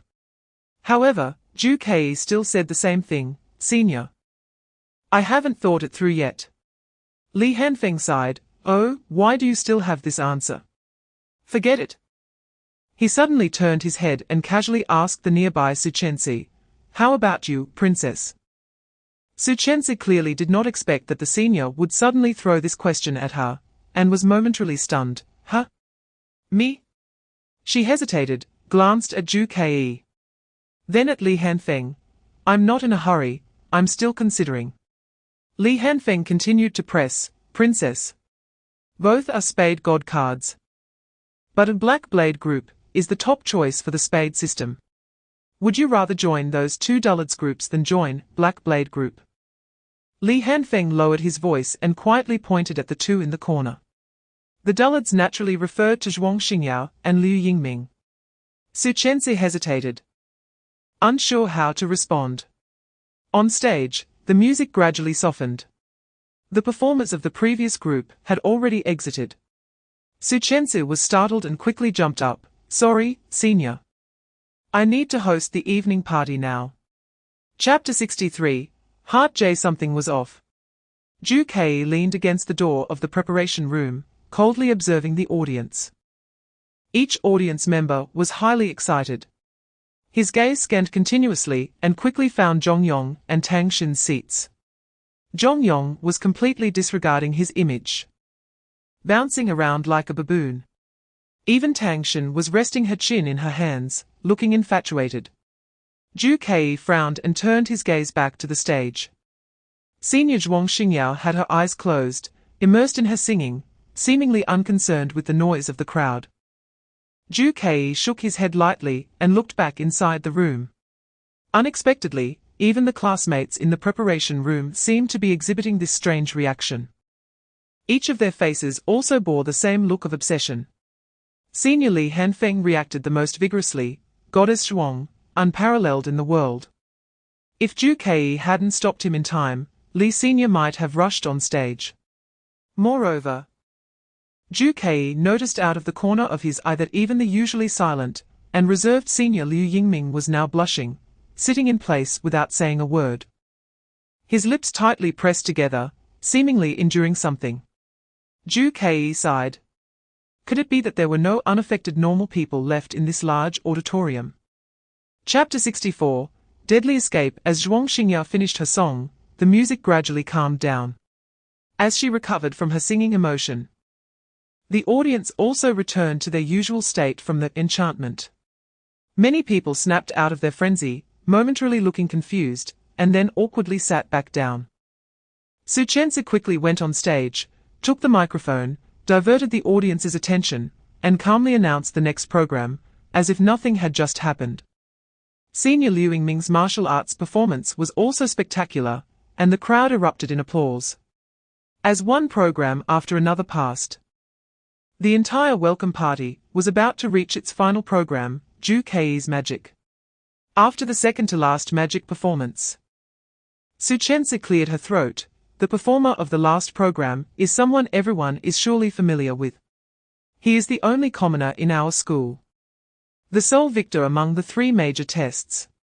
Undoubtedly the Rookie King, the top of the campus popularity list, a prominent figure in the school. Please welcome, Zhu Kei. Oh oh oh oh oh. The crowd erupted in enthusiastic cheers. As the number one on the popularity list, Zhu Kei's fame had surpassed even Zhuang Xingyao's. At this moment, the audience's emotional response was several times stronger than when Zhuang Xingyao took the stage. Chapter 65, The Magic of Escaping the Water Tank. Deadly Escape. As the name suggests, it naturally refers to the magician escaping from the water tank in the eyes of the audience. But Zhu Kei's goal was not just that. The true escape was not from the water tank, but from the assassination trap set by the Skull Club. Zhu Kei slowly paced up the stairs built on the stage. With each step, his height increased a bit. He was getting closer to his escape plan. He saw the audience still cheering and waiting in anticipation. Soon, he reached the highest point of the stairs. In front of him was the opening at the top of the water tank. Clear water rippled. Of course, Zhu Kei had long harbored numerous guesses about the assassination method of the Skull Club. Drowning himself, sending assassins during the magic act, or setting up some small killing mechanisms on his props. But he didn't care. He believed he would definitely survive. He believed that no matter what assassination method it was, he could handle it. He chuckled in his heart, the head of the prophet, you can only see through the future, but cannot see through the manipulated future. You can check the probability of fate, but cannot discern the altered probability. Chapter 66. The falling school of fish. Ju-Kei pushed hard against the lid of the water tank. According to the original magic routine, at this moment, he should have released all the chains and should jump out quickly before the countdown ends. However, in the original routine, the lid of the water tank was supposed to be open. He reacted quickly and immediately realized that someone had tampered with the magic props. Ju-Kei swiftly moved his gaze and soon found the problem. On the outside of the water tank's lid, there was a small black lock holding it down. This lock was very small and inconspicuous, so Ju-Kei had not noticed it before the magic began. However, it was precisely because this lock was too small that the method to unlock it was also very simple. That was miracles through brute force. With 20 seconds left, I don't see him having any way to escape. The man looked at the stage, frowning tightly, and quickly typed. Don't worry, keep observing. Until the last second. The outcome is still undecided. Yes.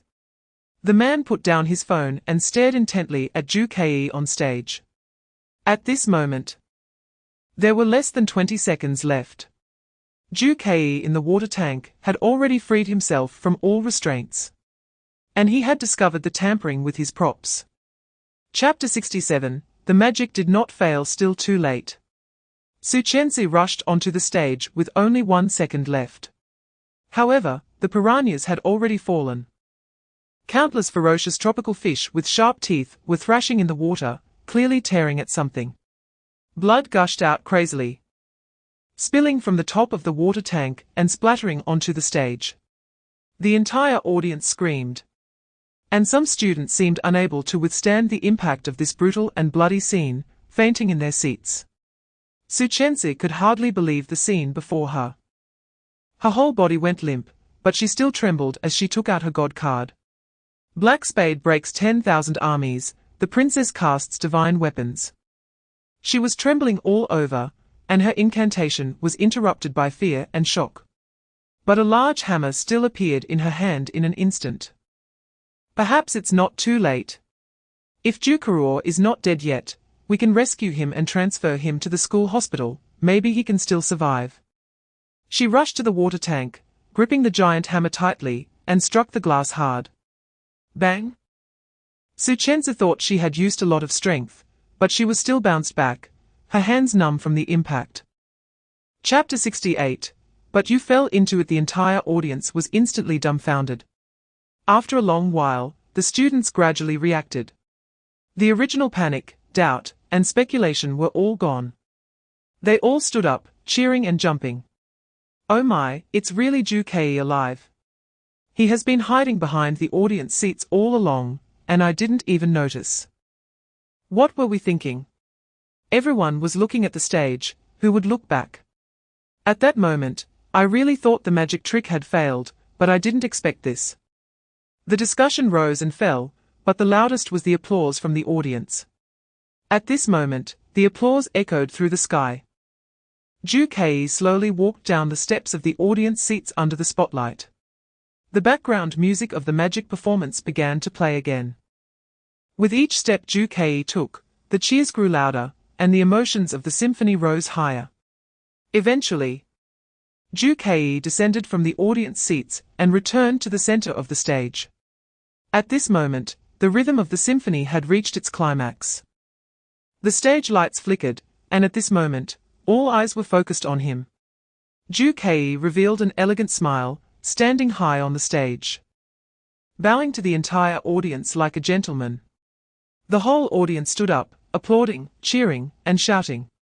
Chapter 69. A carefully arranged trick. The cold water soaked Ju-Kei's skin. But he didn't feel cold at all, because he was sure of victory. The moment Ju-Kei jumped into the water tank, click. As expected, the black lid on top quickly dropped, locking with an iron latch. Ju-Kei held his breath, not wasting a second. Immediately using his expertly mastered lockpicking skills to free himself from all restraints on his hands and feet. This process took only about 10 seconds. It was time.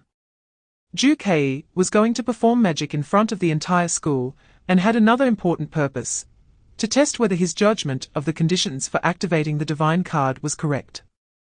If he wasn't mistaken, the activation conditions for the divine card have been met, automatically drawing a superpower. The voice of the clown god immediately appeared. Sure enough, in his pocket, the divine card was slightly warm, and he quickly took it out. The original clown card was glowing white, spinning rapidly in the water. And the patterns on it gradually blurred. 1 in 52, this probability refers to the chance of drawing that divine card. The superpower is drawn randomly. The probability of not drawing the desired divine card is very high, but Ju had a sense of confidence in his heart. Chapter 70. The trigger conditions of the divine card. Ju-Kei's magic performance at the welcome party had ignited the entire school's trending topics. The headline news on the campus network, "Stunning Reversal. The Civilian Magician's Desperate Escape," had been shared countless times. The comment section was also lively, "So amazing. I really thought the magic had an accident. That skeleton was really scary. It looked so real. Completely a fan of Ju-Kei. 398 dragon coins for the complete magic teaching, a must-have for floating, guaranteed to teach you. Details v. XXX. Is Big Brother 111 really teaching?" Ju-Kei turned off his phone. His intention in performing magic was not to become famous, but to escape the next chase by the Skeleton Society, and to test the conditions for triggering the divine card. "So, how exactly did you do it?" The voice of the crystal skull on the opposite side came slowly. "Do what?" Ju-Kei pretended to be confused. "Survive. I clearly saw the probability of the future. Your probability of survival is only 1 in 52. But you actually succeeded." "Why?" Ju-Kei smiled faintly. "Oh? It turns out there are still questions that your omniscient deity can't figure out." Chapter 71. Embarrassment, or to put it another way. Being questioned about one's abilities, being underestimated, being doubted, in short, being treated as a clown by others. Ju-Kei explained, "The first activation of the divine card was the King of Spades, which was also on the day of my 18th birthday. I had just received my divine card, and the superpower was immediately activated. At that time, the situation was that 2 police officers were suspicious of my identity.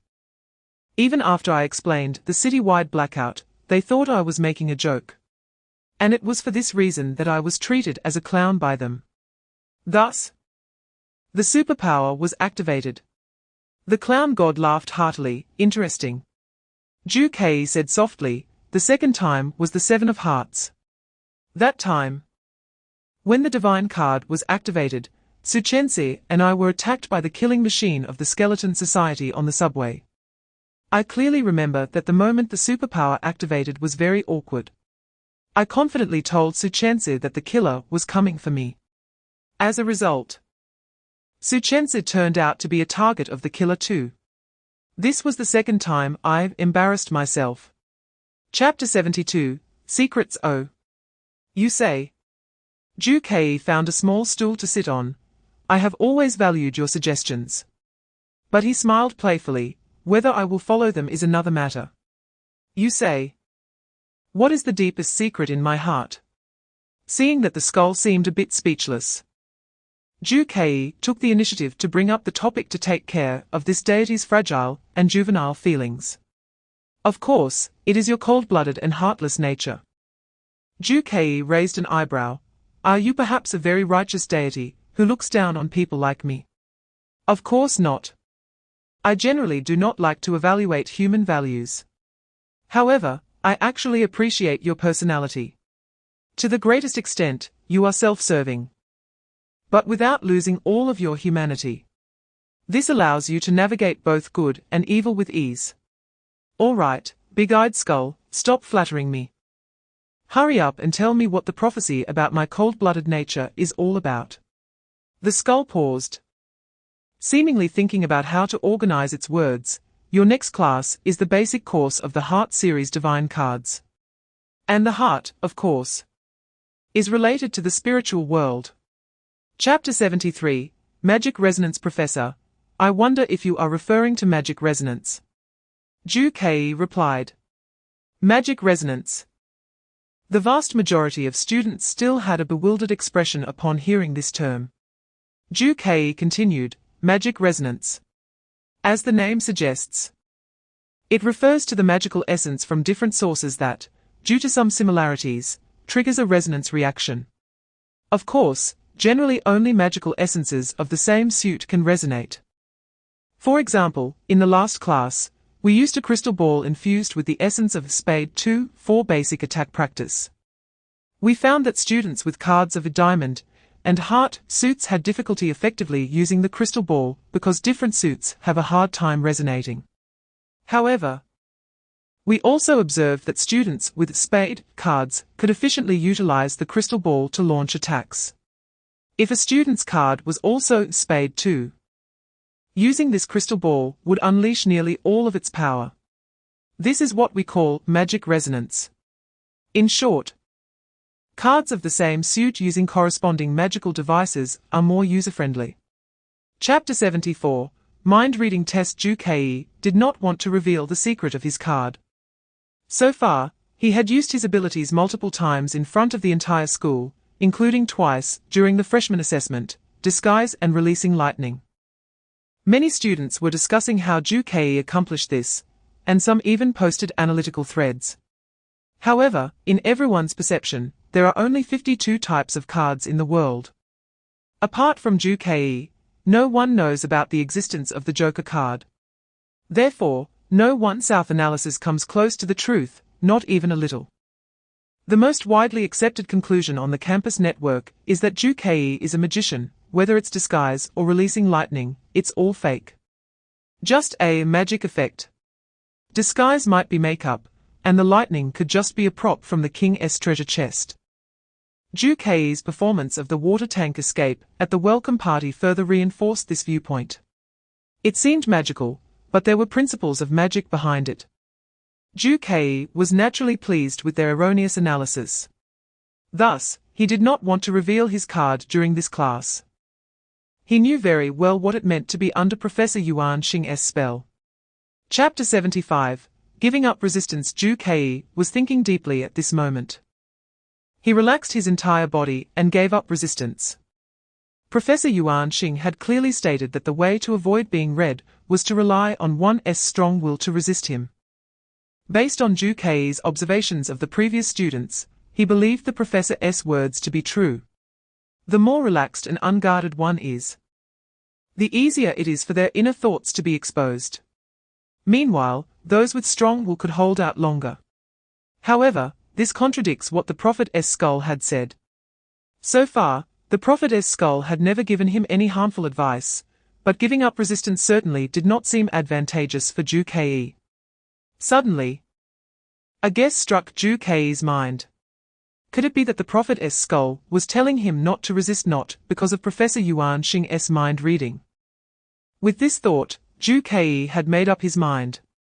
He decided to fully follow the Prophet's skull's advice. When it came time for him to undergo the mind-reading test, he would completely give up resistance. Next, Professor Yuan Xing called out from the stage. Since Ju Kei had determined his strategy, he focused his attention on the testing process of other students. Chapter 76, Blood Curse. Ju Kei felt a strong dizziness in his brain. In an instant, all his senses became dull. The scene before him blurred. Vision, touch, hearing, and smell were gradually fading. He felt everything around him drifting away. The classroom wall seemed to tilt backward. No, it wasn't the classroom tilting back. But Ju Kei was falling backward toward the ground. He saw countless students around him with astonished and panicked expressions. However, their cries were muffled, as if coming from another world. Finally, he felt his back hit the cold ground. Ju Kei fell straight to the floor. Blood gushed from his mouth. The mind-reading test was interrupted. The whole class surrounded Ju Kei, but no one understood what had happened. Professor Yuan Xing first looked puzzled. It shouldn't be. This magical device only has the essence of Heart 7, how could it be dangerous? Surrounding students murmured in sparse discussions. What happened to Ju Ke? Could it be another prank? Doesn't he seem like it? I can smell blood. Chapter 77, actively providing blood however, it shouldn't he be? Ju Ke heard Professor Chen Yun murmuring softly. Although the death rate of a blood curse is 100, it is, after all, a death curse. And the conditions for casting it are quite difficult. How did Ju Ke get hit by a death curse? Yuan Xing's tone was also filled with confusion. I don't understand either. In fact, when Ju Ke fell, I hesitated for 2 seconds. But his symptoms perfectly matched those of a blood curse. Coughing up blood, fainting, feeling icy all over, and losing the power of magical essence. So, no matter how impossible it seems, he must have undoubtedly been hit by a blood curse at this moment. Chen Yun shook her head, but I still don't quite understand. Although the death curse is very lethal, throughout history, very few people have died from this curse. After all, casting a blood curse requires the victim's active cooperation. Hearing this, Ju Ke could no longer hold back his act of pretending to be asleep. Although it was very effortful, he still tried his best to open his eyelids. The two professors seemed startled. Ju Ke, you're awake. They exchanged glances. Chen Yun quickly transformed her sorrowful expression into a nonchalant one. Ju Ke pretended to just wake up and weakly asked, Chapter 78, Method to Extend Life, but why did they collect blood long ago, and only now cast the blood curse? Chen Yun quietly voiced her confusion. Ju Ke was also unsure, merely quietly picking up the water cup on the bedside to drink. Yuan Xing explained, collecting the victim's blood is just one key step in the blood curse ritual. Perhaps there are other steps we don't know about. Yuan Xing lowered his head, seemingly deep in thought. He muttered to himself, the blood curse is a single target poison curse that requires a designated victim to cast. The best method is generally to dissolve it with a targeted poison. Targeted poison. Ju Ke vaguely heard this term. He understood what kind of poison it was. This is a targeted and powerful poison with specific objectives. Just a few days ago, someone introduced targeted poison into the magic essence, attempting to kill Ju Ke. The school has been investigating the poisoner, but there has been no news. Suddenly, Yuan Xing clenched his fist and lightly tapped his palm. Hair. They still need the victim to voluntarily provide hair. Chapter 79 Four-sided stone, that's right. Only that divine relic left by the god of squares can save you. So, great prophet, can you tell me what it is and where I can get it? To be honest, Ju Ke didn't expect to get an answer. He had already anticipated that the prophet's skull would say something like, you have to explore it yourself, or it's not beneficial to tell you in advance. But surprisingly, this is a divine relic left by the god of squares, called a four-sided stone. As the name suggests, it is a quadrilateral diamond. Four-sided stone. You say it's a relic of the god of squares. That makes sense. The diamond suit in playing cards is indeed a gem with four corners. Ju Ke continued to ask, so where is it? The prophet's skull did not hold back and answered directly again, the Yi family of the four great families is the square family. The four-sided stone is their ancestral divine relic. At this moment, it is hidden in Yi family financial building. Ju Ke was very familiar with this building. This was the beginning of everything. On Ju Ke's 18th birthday, he used this building to showcase a magnificent magic show to the entire city. Chapter 80 Yi family financial building. In front of the entrance to the Yi family building, Ju Ke lowered his head, carrying a heavy bag. Walking quietly on the empty road under the moonlight. Approaching the front of the financial building, he used the tempered glass to examine his reflection. The black duckbill cap was pulled down low, and a cotton mask covered half of his face, leaving only a pair of vigilant eyes exposed. Good. Basically no one could recognize who he was. Ju Ke nodded in satisfaction, and entered the first floor of the building. The first floor was the visitor reception hall. Ju slightly hid in a corner, pretending to be a passerby while observing the environment on the first floor. At this moment, a company employee happened to get off work. He took out his employee electronic ID card and swiped it on a card reader. Beep! The electronic door opened, and the employee tucked the access card into his pocket, walking out with tired steps without even glancing at Ju. Ju immediately understood that employees could only unlock the electronic door and access the elevator by swiping their cards. Ju quietly waited, hoping for a second employee to finish work so he could use some pickpocketing skills to obtain his ID card. But after a long wait, no second employee appeared. Chapter 81 Grandpa Wang. When Ju entered the elevator, Yilingqian happened to walk out. As Ju passed by Yilingqian, suddenly, Yilingqian paused. He quickly turned around and scrutinized Ju outfit. Ju had covered himself tightly, so logically, Yilingqian shouldn't be able to recognize him. But Yilingqian still frowned, looking displeased.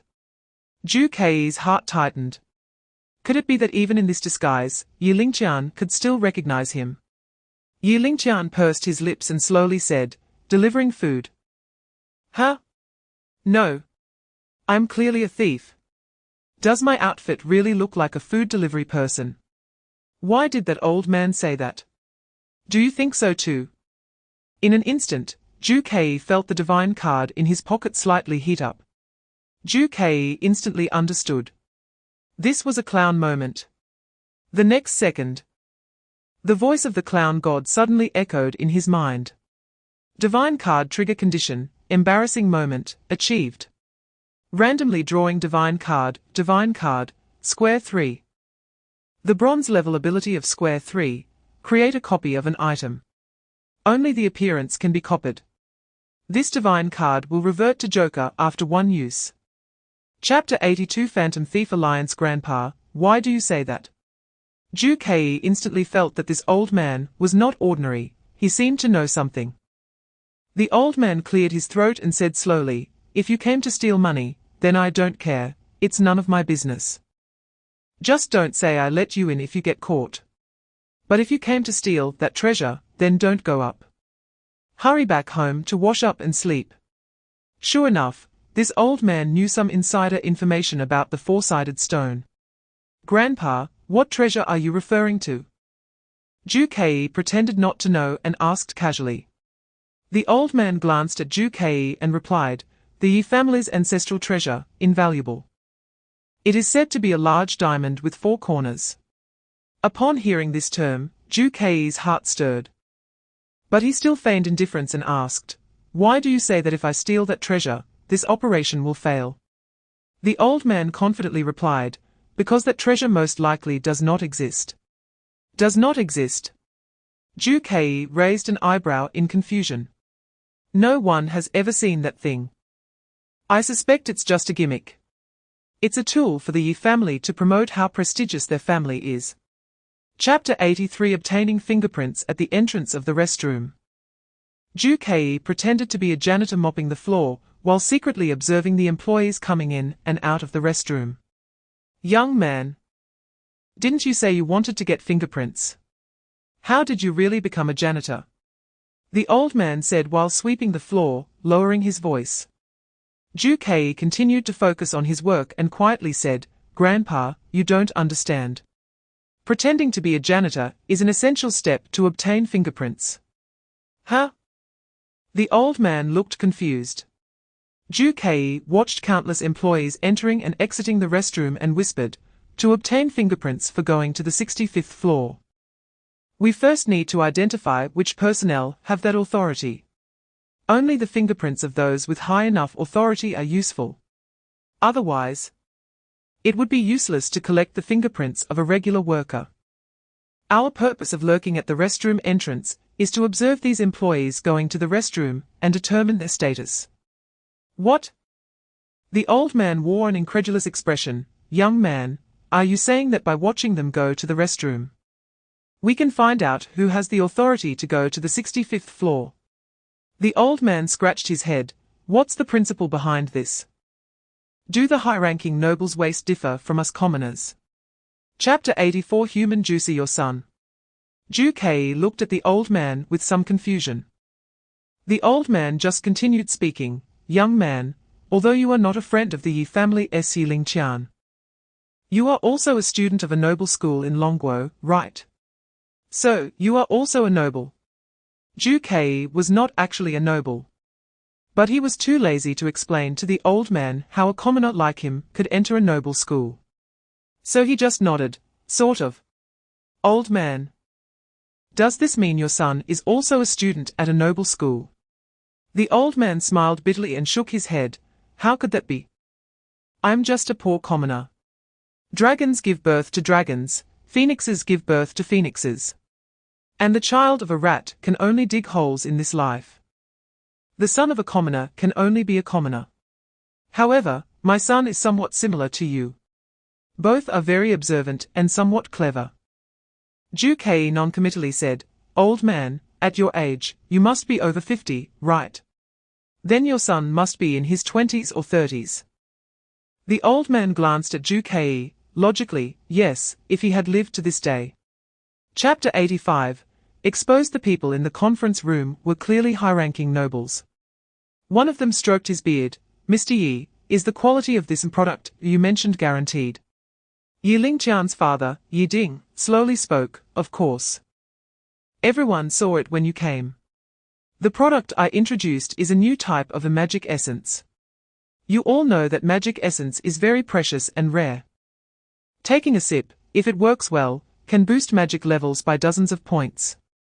But the drawbacks are also obvious. The traditional production process is too costly.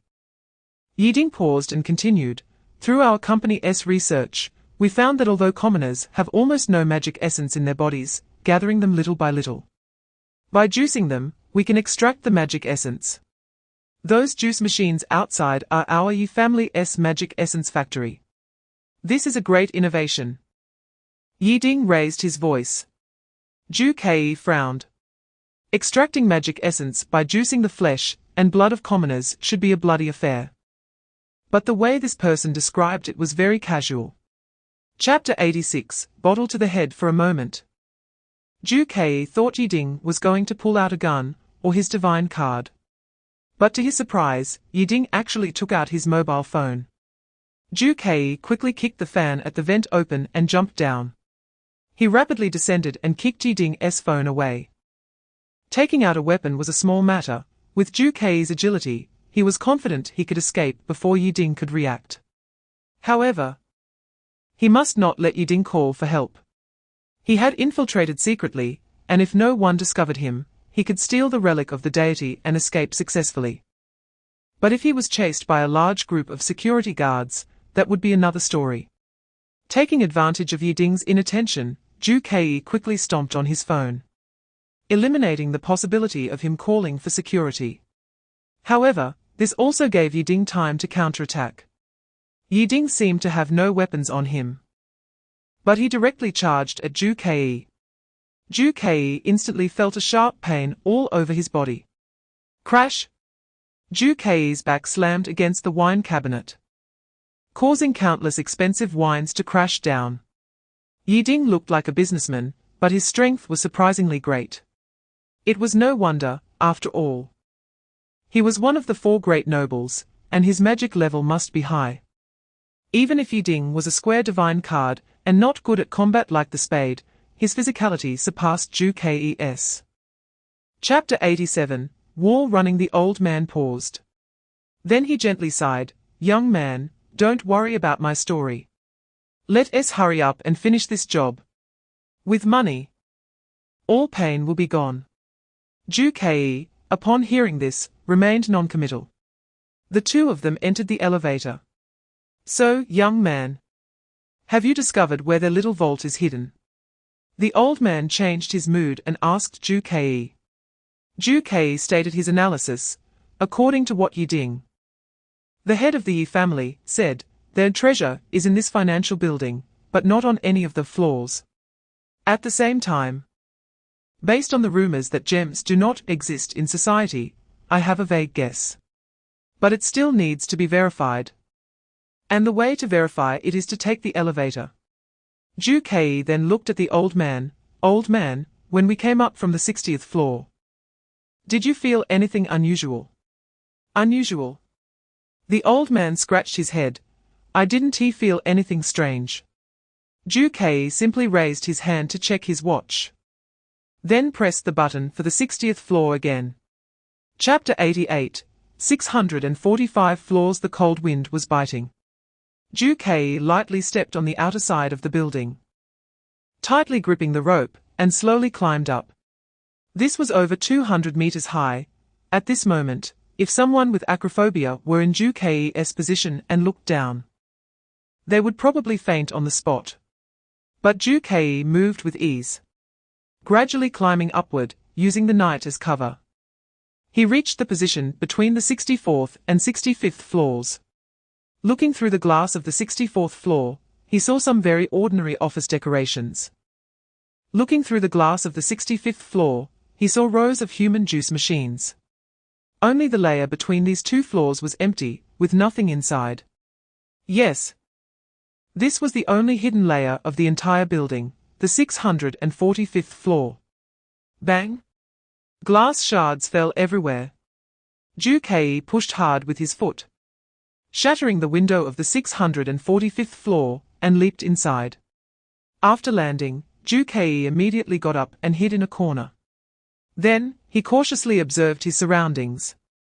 Here, there was no lighting, and since it was already night, it was pitch black.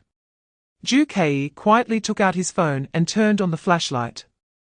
This floor was just as he had expected, a hidden floor, so there were almost no facilities inside. Chapter 89, The Truth of the Four-Sided Stone, Too Crazy. Interesting. Hurry, tell me, what's going on? The clown god became interested when he heard Ju Kei's words. Ju Kei looked at the prompt from the small box, one chance left. He closed his eyes tightly and once again reviewed his thoughts in his mind. After confirming his reasoning was correct, he slowly spoke. The so-called four-sided stone is this floor. Right on this floor. I know. Where exactly on this floor? Ju Kei corrected the clown god. It's not on this floor. It's this floor. The 645 hidden floors of the Yi family financial building are the quadrangular stone. Hearing Ju Kei's words, the clown god seemed stunned. My child, are you okay? Are you sick? Oh right, you really are sick. A blood curse, terminal illness. But you can't fry your brain. It was obvious that the babbling clown god completely misunderstood Ju Kei's explanation. Ju Kei didn't say much, just glanced lightly at the hint panel of the small box.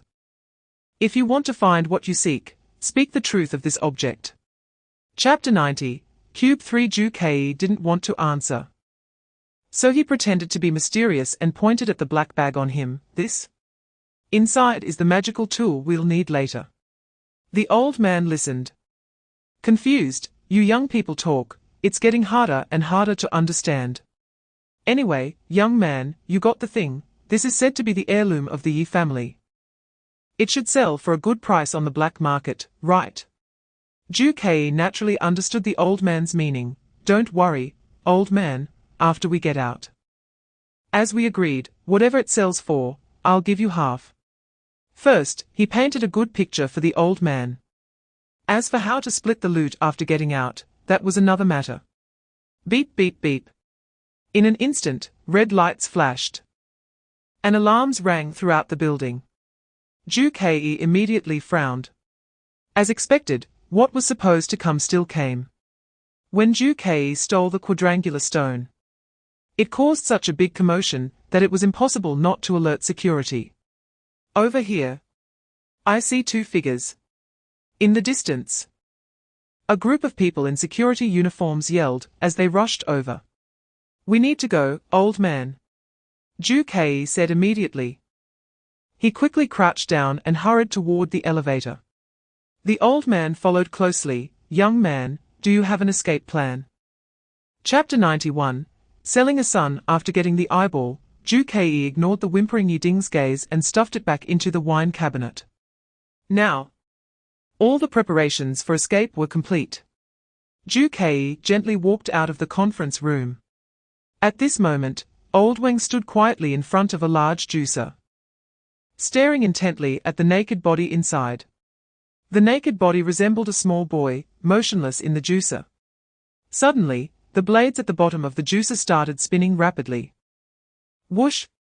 The little boy suddenly opened his eyes and lunged at the old man. The old man was startled and hurriedly took 2 steps back. Bang! The boy, soaked in disinfectant, inexplicably woke up and pounded against the glass of the water tank, not stopping. But the next second, zzz, the sharp blades whirled. The still-living little boy was immediately minced into red meat paste. The disinfectant water instantly turned into red blood. The old man's hand, which had been hanging down, unknowingly clenched tightly. His expression was extremely serious. But when he saw Ju Kei come out, his demeanor instantly returned to that of a cheerful old man. Young man, is everything settled? Did you find a way to unlock the iris? Then let's hurry up and leave. Chapter 92. Blood surge. Ju Kei was quick and immediately hid behind a juicer tank. Old man, hide. Someone's coming.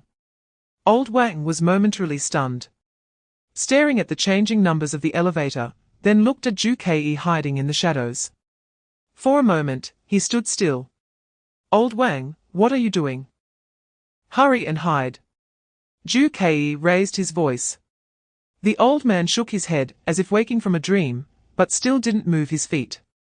He said softly, young man, they are coming from the elevator. The direction we need to escape is also the elevator. Just hiding, we will eventually be discovered. Ju Kei didn't know what the old man wanted to do, so you just planned to stand there foolishly. The old man smiled self-deprecatingly, young man. I look down on myself a bit. You think too highly of me. Just now, you said I wasn't here for money, but to investigate the truth behind my son's death, and that's why I infiltrated the building. But the truth is very simple, I'm not as noble as you say. I really just came for the money. And even my son being turned into meat sauce is because I wanted that little bit of money. Chapter 93. Stalemate. Sorry. Old man, I have to go, he murmured. Ju Kei stood in the elevator, his eyes calmly watching the elevator floor numbers. 65, 66, 67, 68, 69, 88, 89, 90. Ding, the elevator arrived. The doors slowly opened. Before him was pitch black. Ju Kei remained extremely alert, turned on his phone flashlight, and slowly groped forward.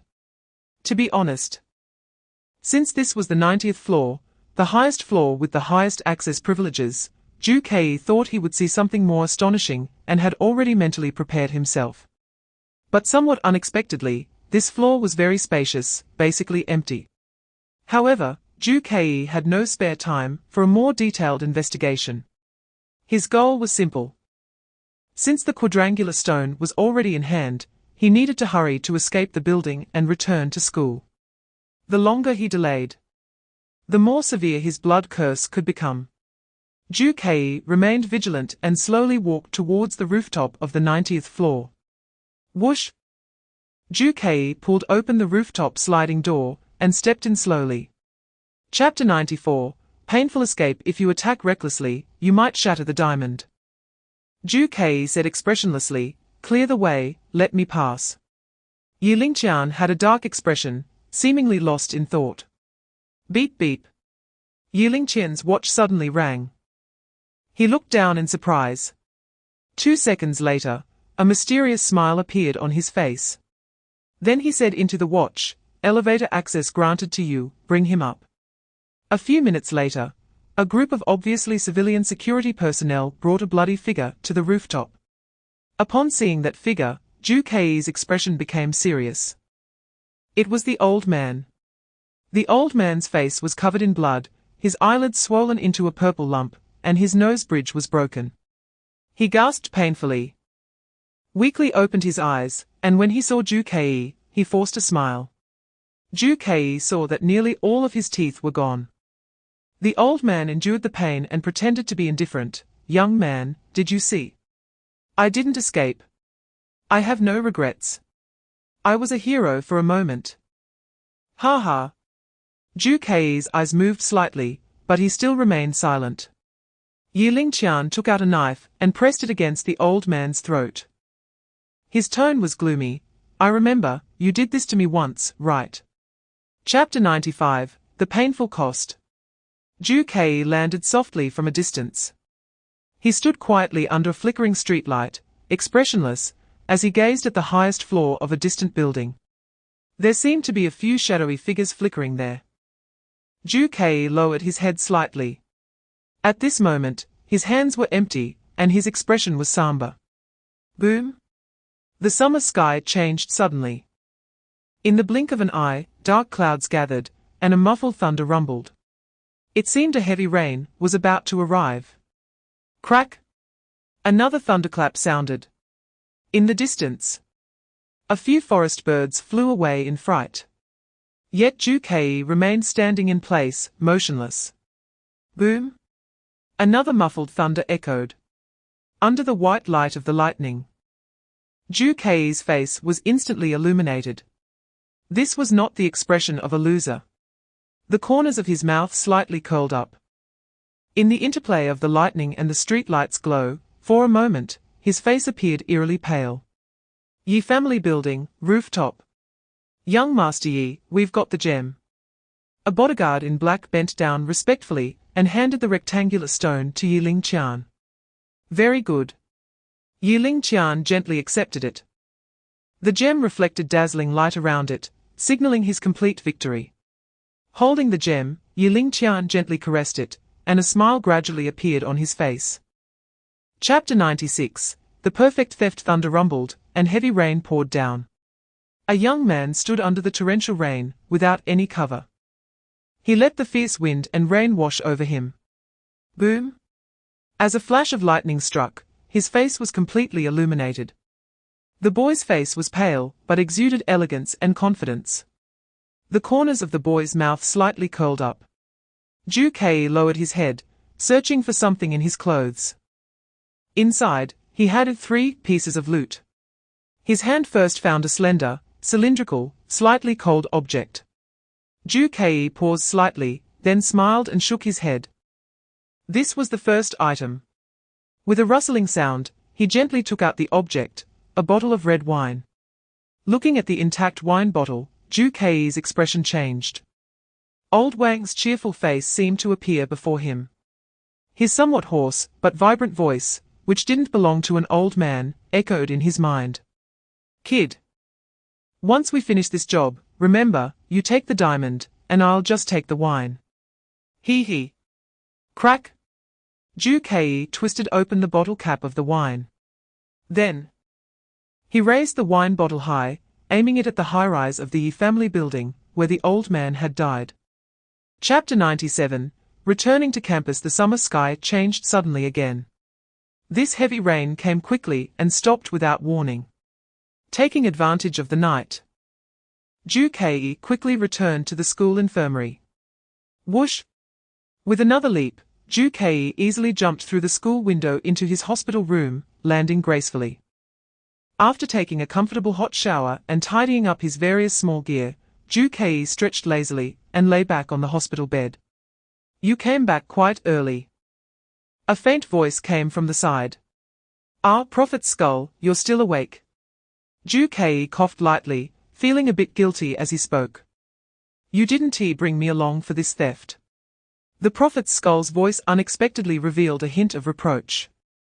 Oh, mainly because my clothes can't hold too many things. Next time, I'll definitely remember to bring you along. So, what was the result of the operation?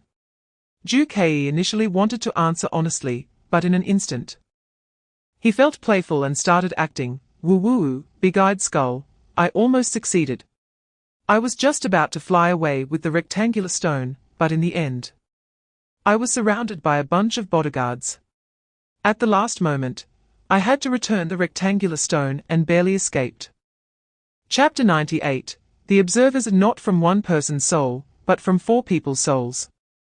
The skull's tone was gentle. These 4 people were all powerful divine card holders in history. After their deaths, their souls were stored by the deity in this divine relic.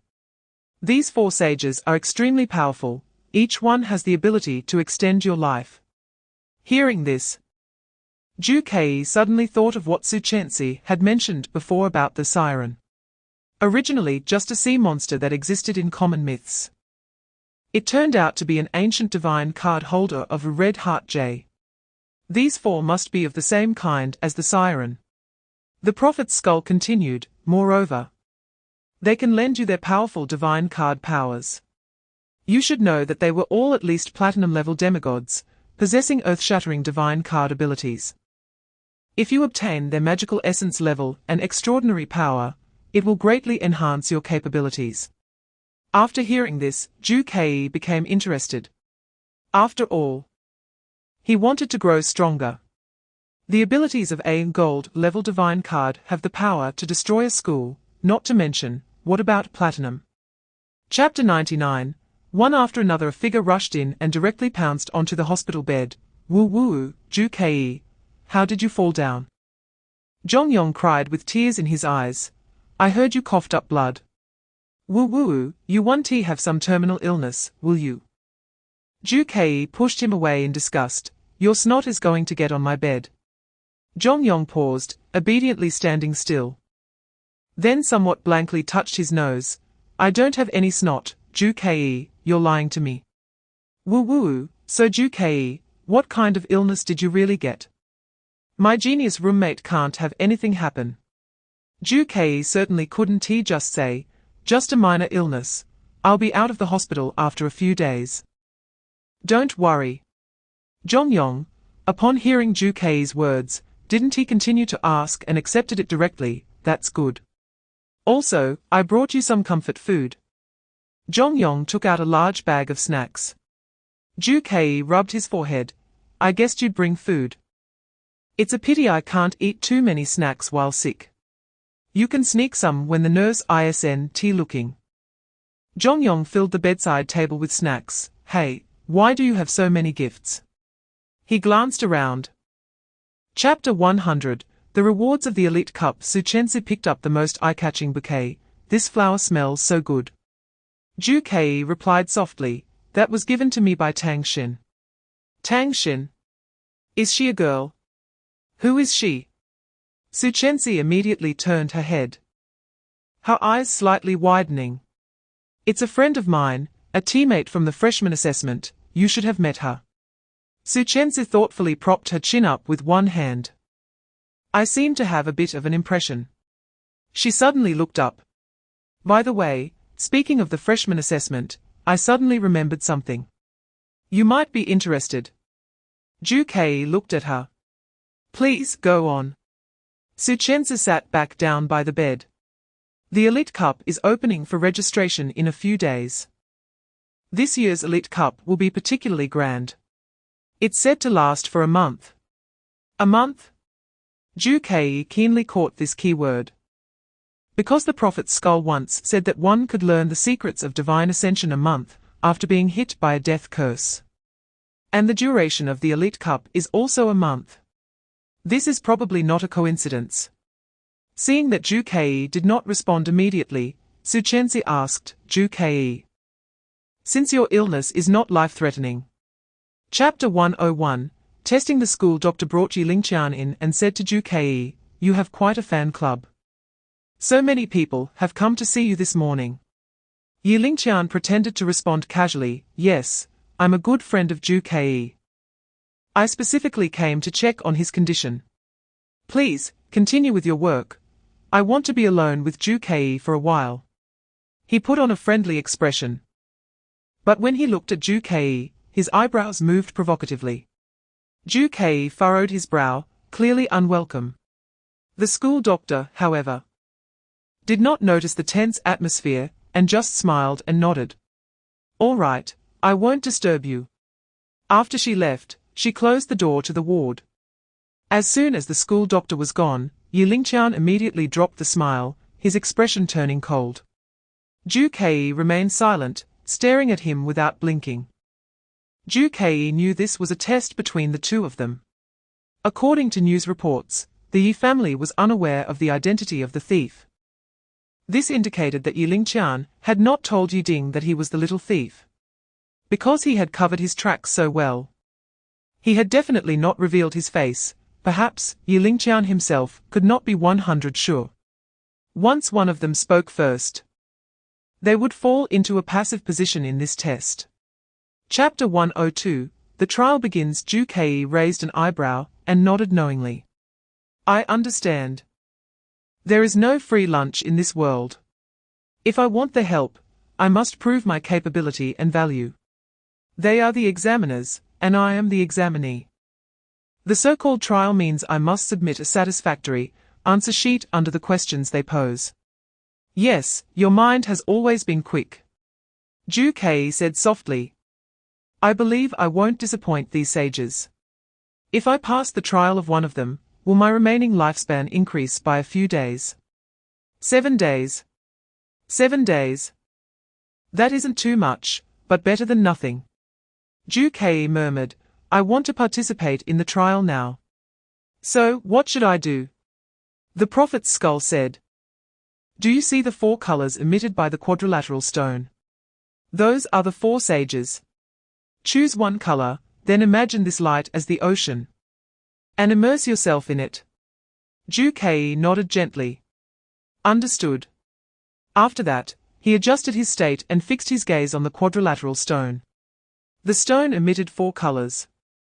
Chapter 103, 7 days 7 days. Ju Kei's expression changed. Isn't that the remaining lifespan he would have after passing the trial? Crack!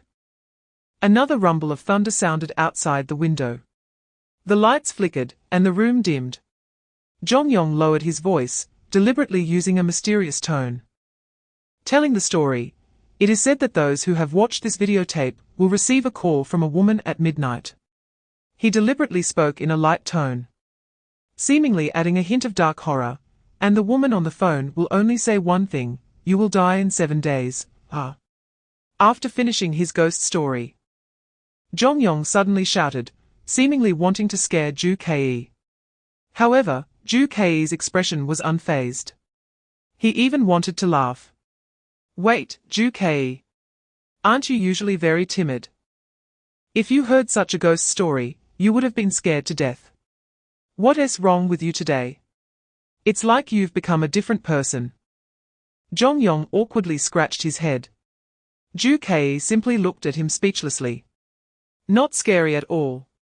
Because these are all fake, fictional stories. Chapter 104, Sadako at first. There was just a withered hand, then a figure covered in tattered white cloth, filthy and soaked in murky water, slowly crawled out of the well.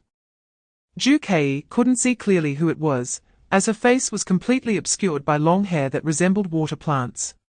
She crawled out of the well, barefoot, and slowly walked toward the screen. Ju Kei's expression grew serious, as he lowered his head in thought. Familiar, this scene was too familiar. The videotape, the television, midnight. The phone, and the woman in the well. What is my name? A dark, hoarse woman's voice echoed. Ju Kei suddenly looked up. He saw the long-haired woman from the videotape crawling out of the screen and standing right in front of him. The woman raised her withered hand and reached for her face, clutching a handful of hair. Then, there was another voice, what is my name? Ju Kei opened his mouth. But before he could make a sound, the woman suddenly tossed her hair aside, revealing her murky, hollow, bloodshot eyes. In an instant, Ju Kei felt a buzzing in his ears, as if countless flies were buzzing around him. Chapter 105, The Task of Greed. Ju Kei, dressed in a splendid black and white tuxedo, slowly approached Suchensi in front of the ballroom entrance. As he walked, countless passers-by cast envious or admiring glances at him. But he paid no mind, moving forward at a steady pace. Finally, he reached behind Suchensi. At that moment, Suchensi was slightly lowering her head, looking somewhat desolate. Lost in thought. Seeing this, Ju Kei softly called out, Princess, I'm late. Suchensa suddenly looked up at Ju Kei. For a moment, her expression was a bit dazed. Her gaze fixed on him. Ju Kei moved to her side and waved his hand in front of her eyes. Shall we go in? Suchensa once again regained her composed and dignified demeanor. The two walked side by side into the ballroom of the Yi Family Financial Building. Today was not the scheduled reporting day for the Skeleton Club, but Ingrid received an urgent notification. For the sake of discretion, meetings within the organization always had fixed times.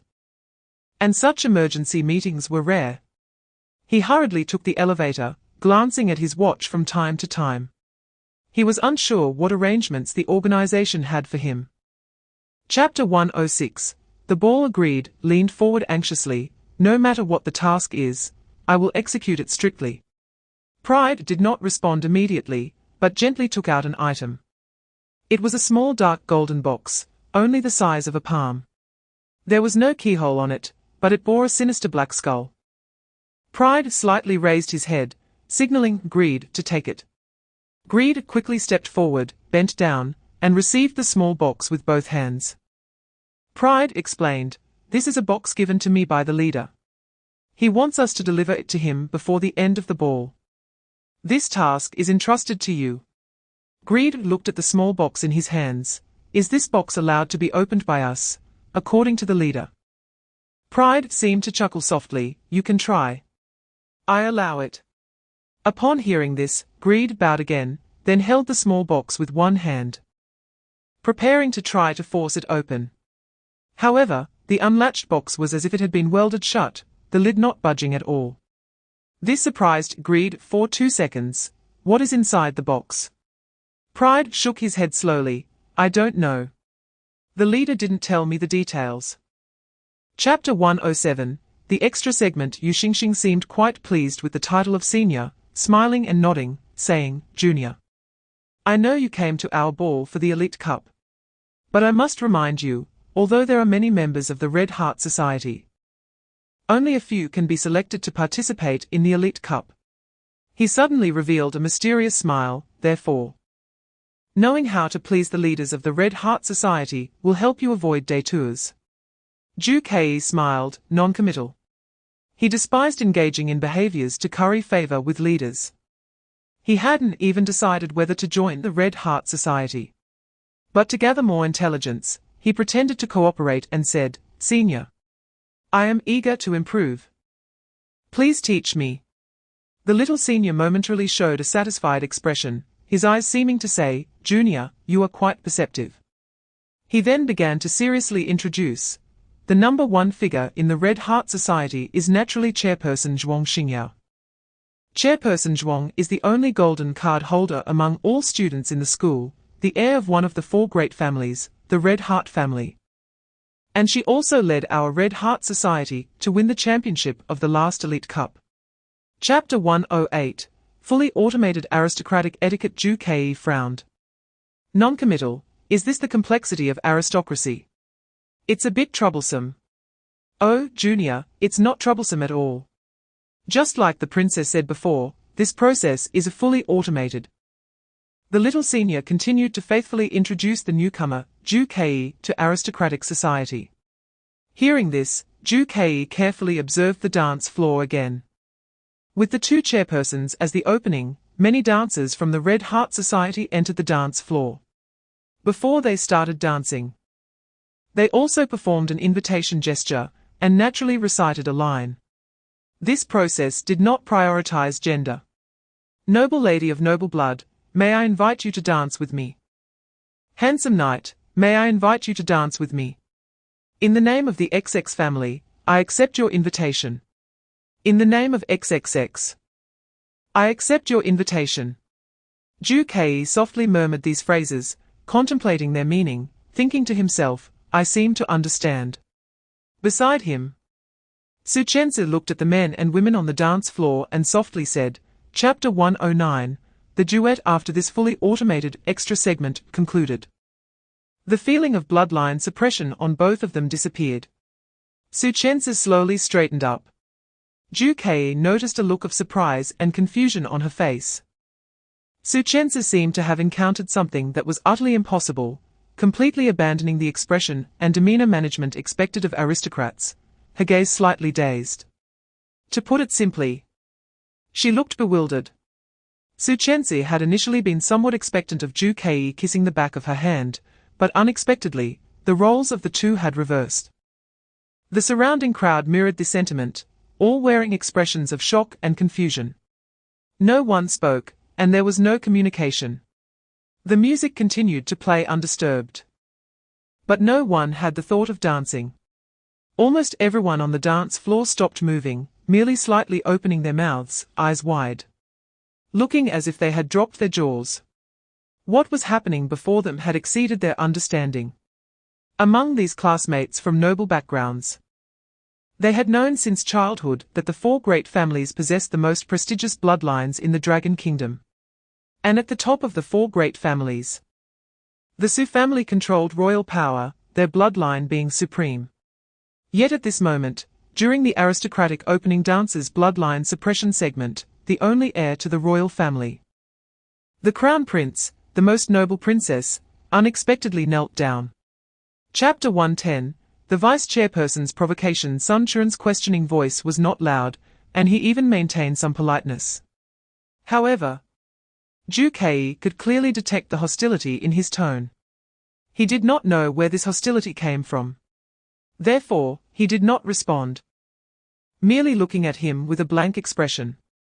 He did not say a word or make any movements, yet there was an unspoken regal aura and intimidation about him. Sun Chuan was taken aback and took half a step back. He scanned the crowd around him, noticing that everyone was staring at them, and continued, "We are all elites among the nobility, and everyone knows that the invitation segment of the aristocratic opening dance is a tradition of the noble world. A time-honored principle based on bloodline that will never waver. Those of lowly bloodlines must bow to those of higher bloodlines and kneel." He paused, his malicious gaze sweeping over Ju Kei. "But we all know that royal blood is the highest in the entire Dragon Kingdom. While this classmate Ju Kei is merely a commoner." His expression darkened as he finally voiced his question, "May I ask, what right do you, a commoner, have to make our princess kneel?" Many people also cast curious glances. After all, this was indeed a bit strange, and they wanted to know the reason. Chapter 111. Calling a deer a horse. Ju Kei was invited by Zhuang Xingyao, and Zhuang Xingyao would certainly choose to support him. This, in turn, drew out the opposing side. Sun Chuan was older than Zhuang Xingyao and had been in the Kaishan group longer, yet he failed to be elected as the chairman. He appeared to accept the election results, but his long-standing dissatisfaction was building up inside him. Moreover, Zhuang Xingyao disliked interpersonal connections, which provided Sun Chuan with opportunities to garner support within the group and exploit loopholes. There is a saying, calling a deer a horse. At this moment, Ju Kei's character was the deer, while Sun Chuan insisted on calling him a horse. Those who recognized Ju Kei as a horse chose to side with Sun Chuan, while those who insisted he was a deer supported senior sister Zhuang. The members of the Kaishan group were not foolish. They vaguely sensed something amiss and began to choose sides.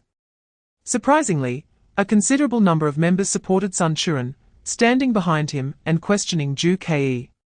However, the members of the Kaishan group, at the same level, as Zhuang Xingyao naturally chose to stand by her side. Yu Xingxing looked around uneasily, as if she had never seen such a situation occur within the group. Chapter 112. Black Mist Skull. All the students present were stunned. They were all too familiar with this pattern. Coming from noble families, they had grown up hearing ghost stories not about vampires or werewolves, but terrifying rumors of the Skull Society. Whenever children refused to go to sleep, their parents would threaten them with the Skull Society. If you don't behave, the Skull Society will take you away. In the noble world, the Skull Society embodied terror, death, and disaster.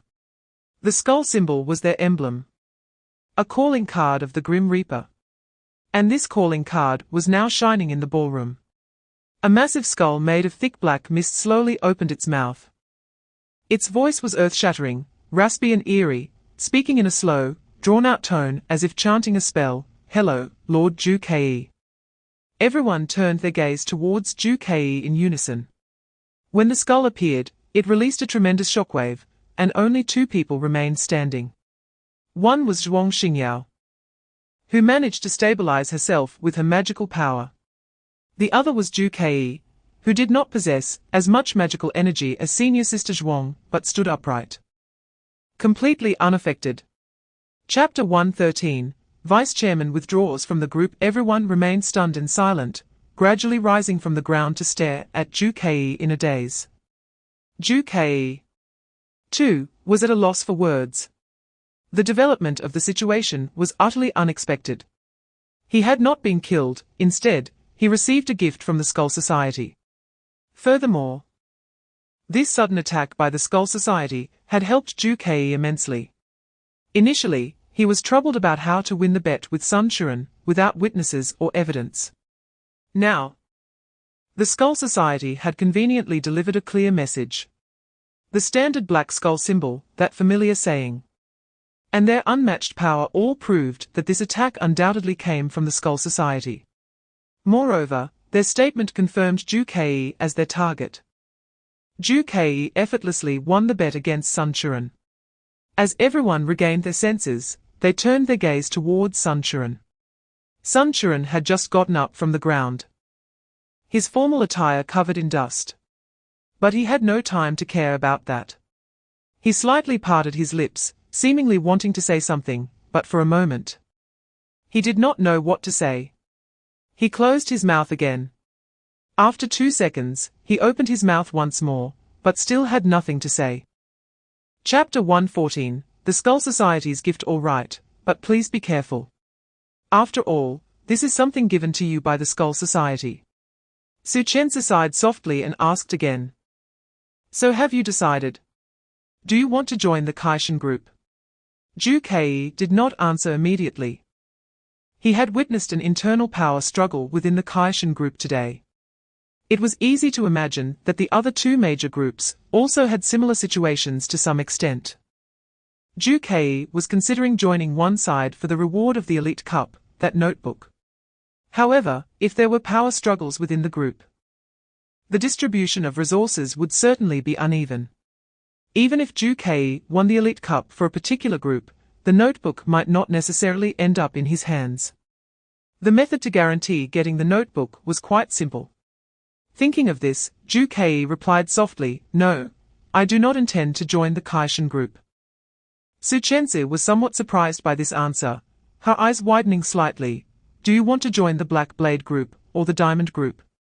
Although these 2 groups are also quite good, those 2 seniors definitely do not value you as much as senior sister Zhuang.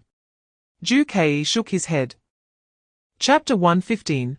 Second participation in the trial. Ju Ke picked up the small box and examined it closely. He recalled the words spoken by the Black Mist Skull when he received the box and pondered whether there was any useful information within. Ju Ke at least knew that the enemy, who called himself Greed, was undoubtedly a very powerful card holder. He could control people's physical actions, forcing Ju Ke to accept the small box. Of course, it could not be ruled out that it was the Skull Society that granted him this power. Ju Ke shook his head and returned his focus to the small box. There was no keyhole on the box, it seemed easy to open. Ju Ke took a deep breath. He instinctively felt that there would not be any immediately dangerous items inside the box that could kill him. Otherwise, Greed would have acted during the ball. The Skull Society did not want to kill him immediately, at least not now. Ju Ke applied slight pressure with his 4 fingers. Snap! The lid of the box did not lift, as if it were tightly welded shut. However, silver threads immediately emerged from above the lid. The threads danced and formed a line of silver text, "Unlock when the magical energy level reaches 101. Although Ju Ke had not successfully opened the small box. Upon seeing this information, he immediately reacted. Chapter 116. What is my name? Bang! A muffled thunder suddenly echoed outside the window. Zhong Yong shivered in an instant.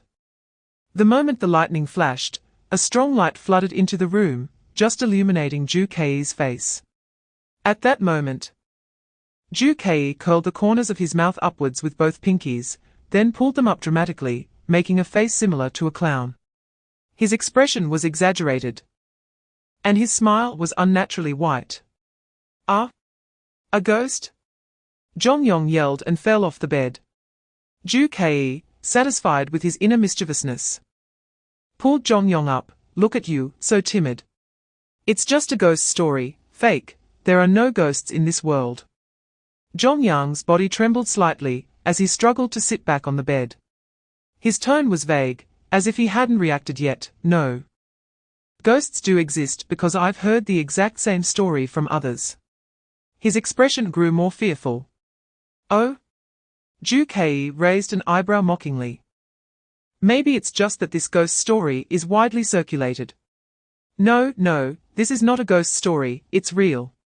Jongyong swallowed hard, his voice trembling as he said, Chapter 117, Where am I? After saying this name, Ju Kei saw the female ghost across from him suddenly lift her long hair that covered her face. Her face emerged from beneath the waterweed-like black hair, with the corners of her mouth slightly curling up. Everything in front of Ju Kei suddenly became incredibly blurry. It was like a camera that wasn't held steady. His vision rapidly blurred and shook. The female ghost slightly opened her mouth and slowly said, "Your lifespan only has 7 days left." Ju Kei instantly lost consciousness. The content of the primary trial: what is my name? Answer: Shan Village Sadako. Correct answer. The advanced trial: where am I? Has begun. This trial can be repeated. Return to reality after death. After receiving this information in his mind, Ju Kei felt a sharp pain in his forehead and slowly opened his eyes. Woo woo woo. Young man, how could my son just be gone like this? Woo woo woo. A familiar voice. Ju Kei instantly perked up, waking abruptly. Old Wang. You're still alive? Everything in front of Ju Kei became clear. He saw himself back in a small room where an elderly man was crying. Isn't this the security guard, Old Wang? Pe. Unlucky. Old Wang spat a few times on the ground. Chapter 118, falling into a deep well. The waves surged. Young man, you're quite the go-getter. You just left. The old man stood on the bumpy deck, chuckling. On a fishing boat in the sea. I also want to catch the female ghost that killed your son soon. Ju Kei said absent-mindedly. They rented a small fishing boat and wasted no time heading straight for their destination. He repeatedly watched the videotape, confirming that he had not misjudged the direction. The familiar island scenery behind the well, along with the black warehouse halfway up the mountain. It couldn't be wrong. This was the competition venue from the last stage of Ju Kei's new student test. Through his investigation, Ju Kei learned that this island was called Blackwater Island. And after checking its location on the map, he rushed over.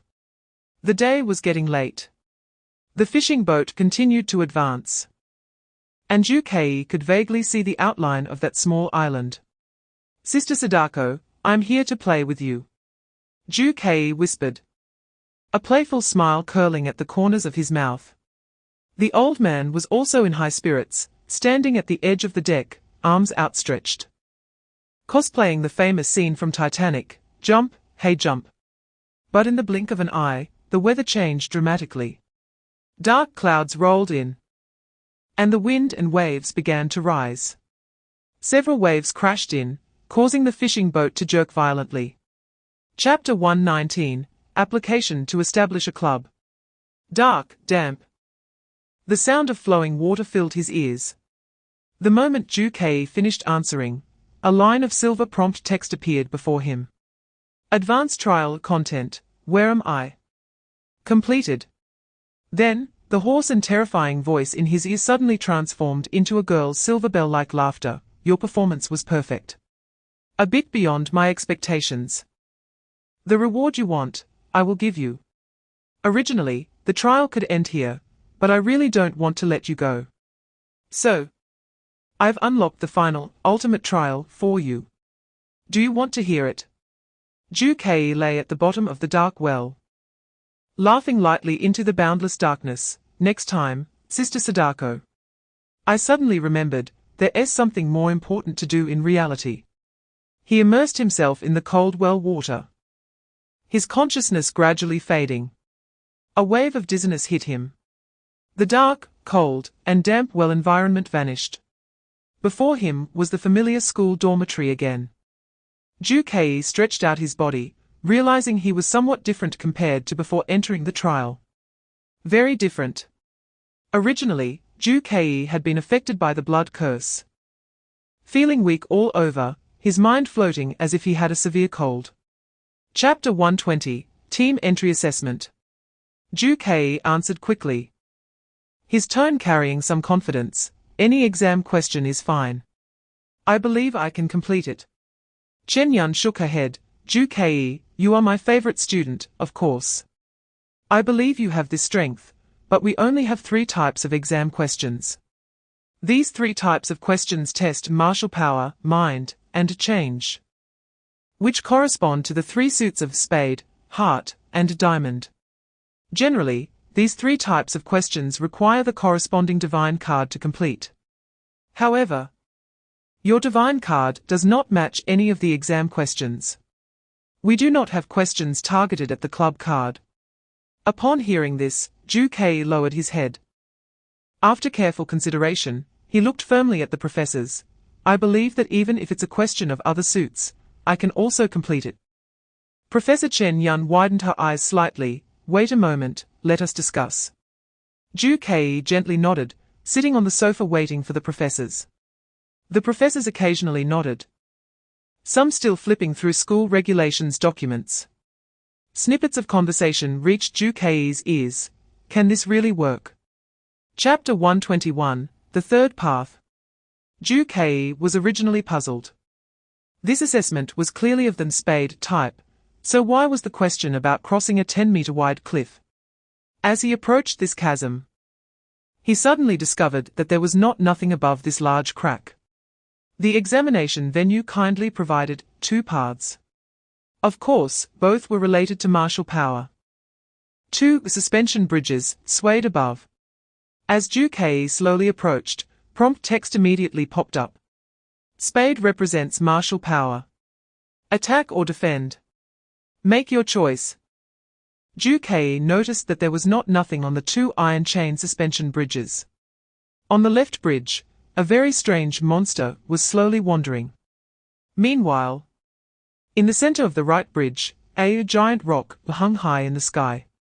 Kill the guard or withstand the giant rock. The prompt text flickered. Ju-Kei slowly approached the 2 suspension bridges, standing in the middle and pondering silently. Which path would he choose? Senior Li Hanfeng appeared very excited, as if he were the one taking the exam. He spoke to himself. Back then, I directly chose attack.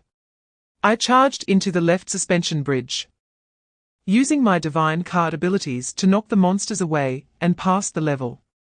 He boasted about his bravery back then. Chapter 122, A Real Man Doesn't Look Back. Ju-Kei stood before the right suspension bridge and took a deep breath.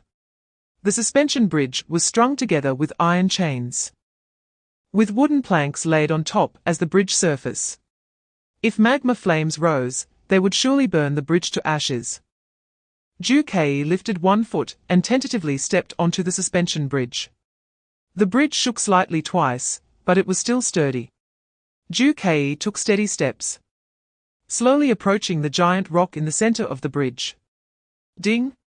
The moment Ju-Kei stepped onto the right suspension bridge, an electronic barrier appeared behind him, blocking his way back.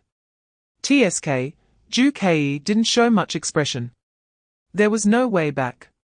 Once he stepped onto the suspension bridge, he could only move forward. He walked ahead. Eventually, he reached the giant rock. The giant rock loomed high above, entangled in a mass of ropes and nets. The instant Ju-Kei got closer, a prompt appeared immediately. You have chosen defense.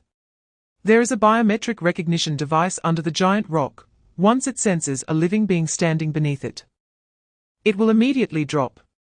You must activate your defensive abilities immediately to withstand the impact. If the device detects that you survived after the impact, the passage to victory will open for you. Note: the examination venue is a simulated environment and will not result in real death. If candidates fear pain, they can apply to give up midway. Chapter 123, Life and Death. Awesome. Ju Ke. Professor Chen Yun breathed a sigh of relief and said joyfully into the microphone, "Congratulations. You have successfully completed the assessment. Welcome the birth of the president of our school's fourth major club." Unlike Professor Chen Yun's excitement, the other three club presidents looked somewhat disappointed after seeing Ju Ke pass the level smoothly. Oh no, the junior is going to have his own club. And this year's hopes for winning the Elite Cup have diminished again.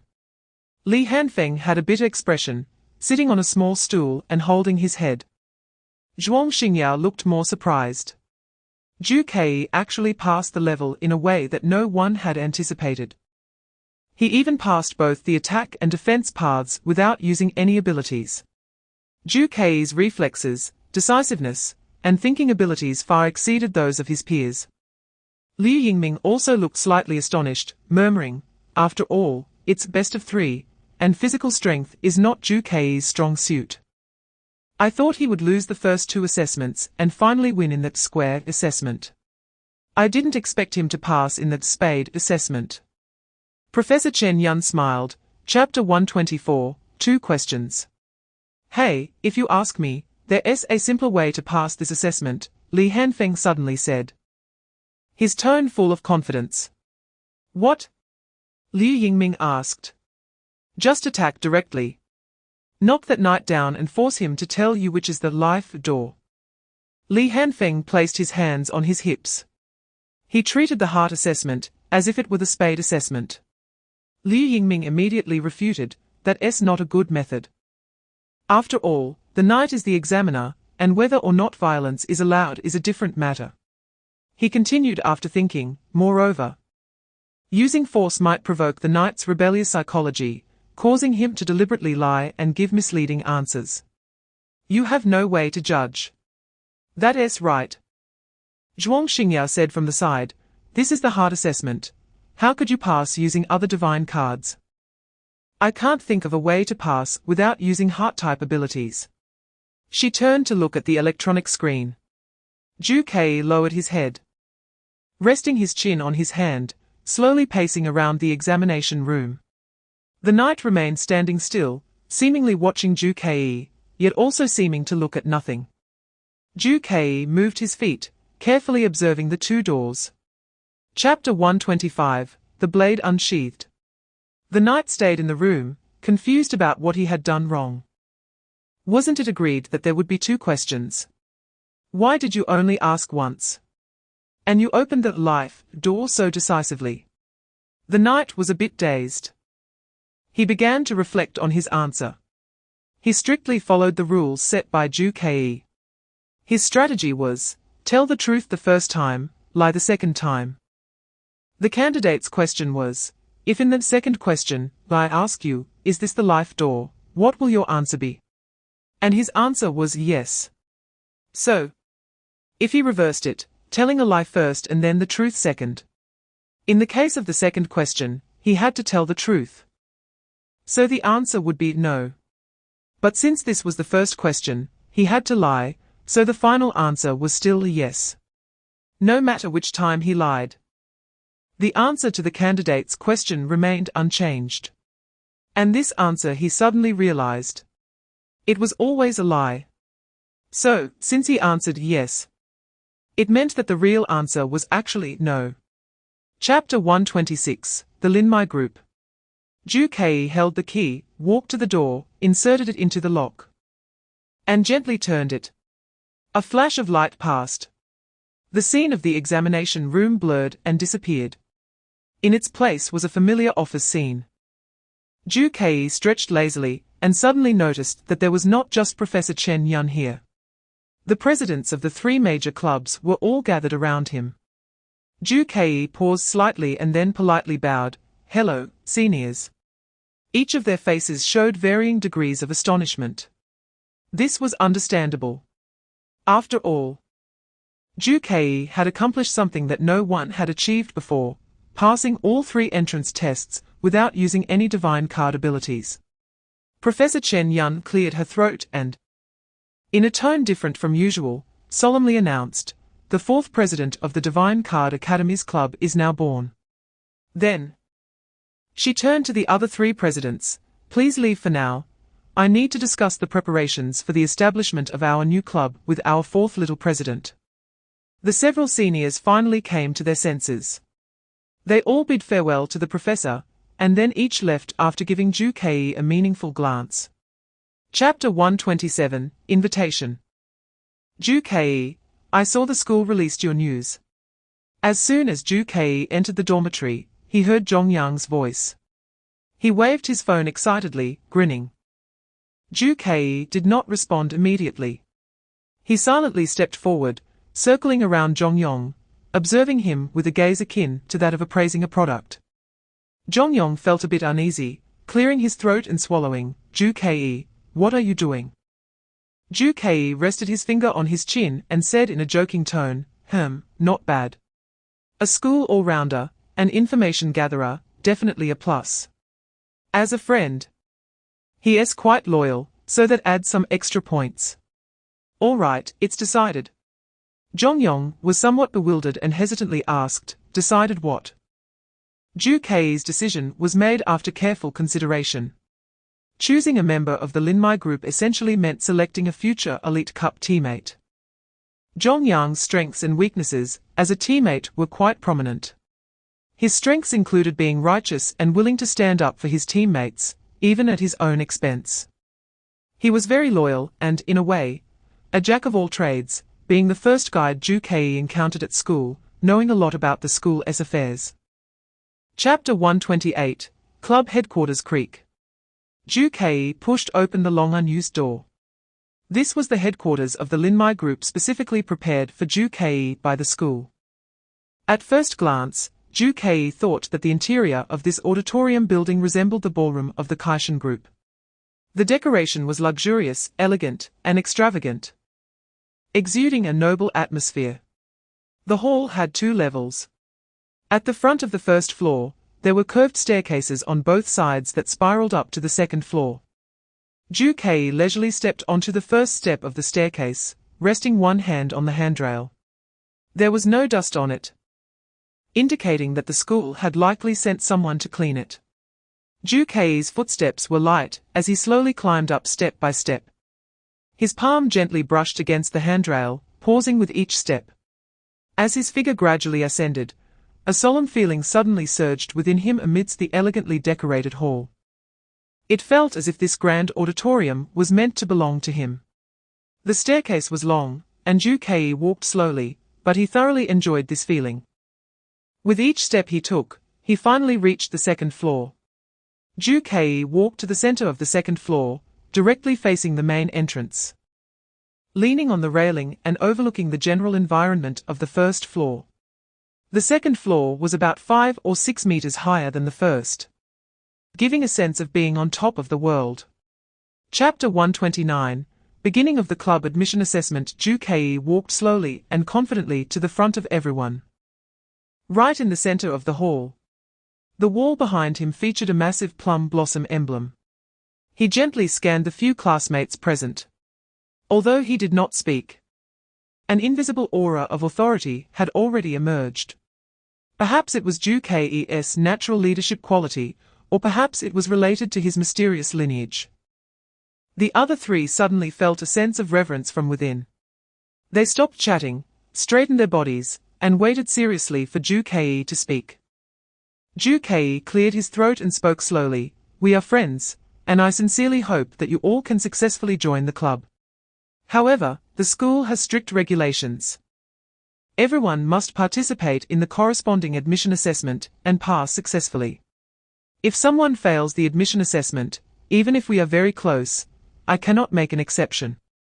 When Zhu Kei said this, he deliberately glanced at the faces of the three, particularly lingering on Zhongyong. Su Chenzi wore a serious expression. That familiar seriousness reminding Zhu Kei of the violent princess during the new student assessment. Chapter 130, The Princess's Spade Assessment. I'll guess. Zhongyong seems to recall some unpleasant memories. Based on the previous experience when the princess dealt with me harshly, she will definitely choose attack. Tang Xin also watched the big screen with great interest, although I don't know much about Su's personality. I've heard early on that the princess's divine card is the Spade Queen. The Spade Queen can transform into various weapons based on the user's thoughts. Maybe she will conjure a large shield to withstand the boulder's attack and cross the defensive bridge.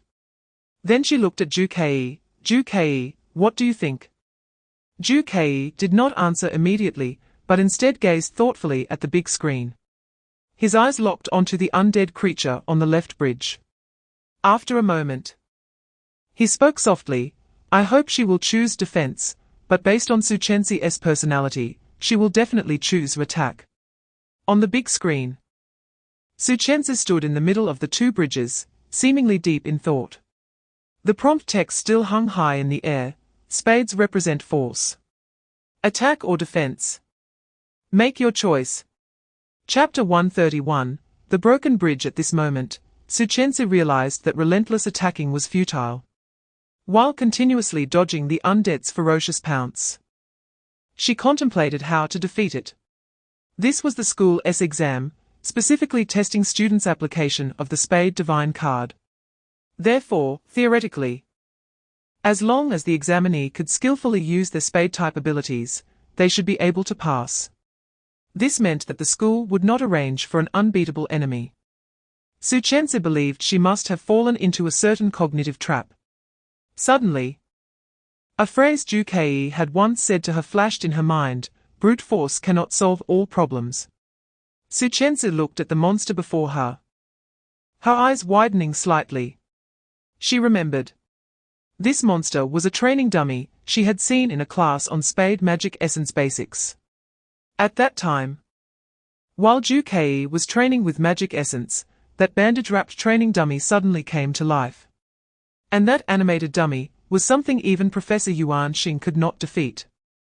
But Zhu Kei had done it. Su Chenzi remembered clearly.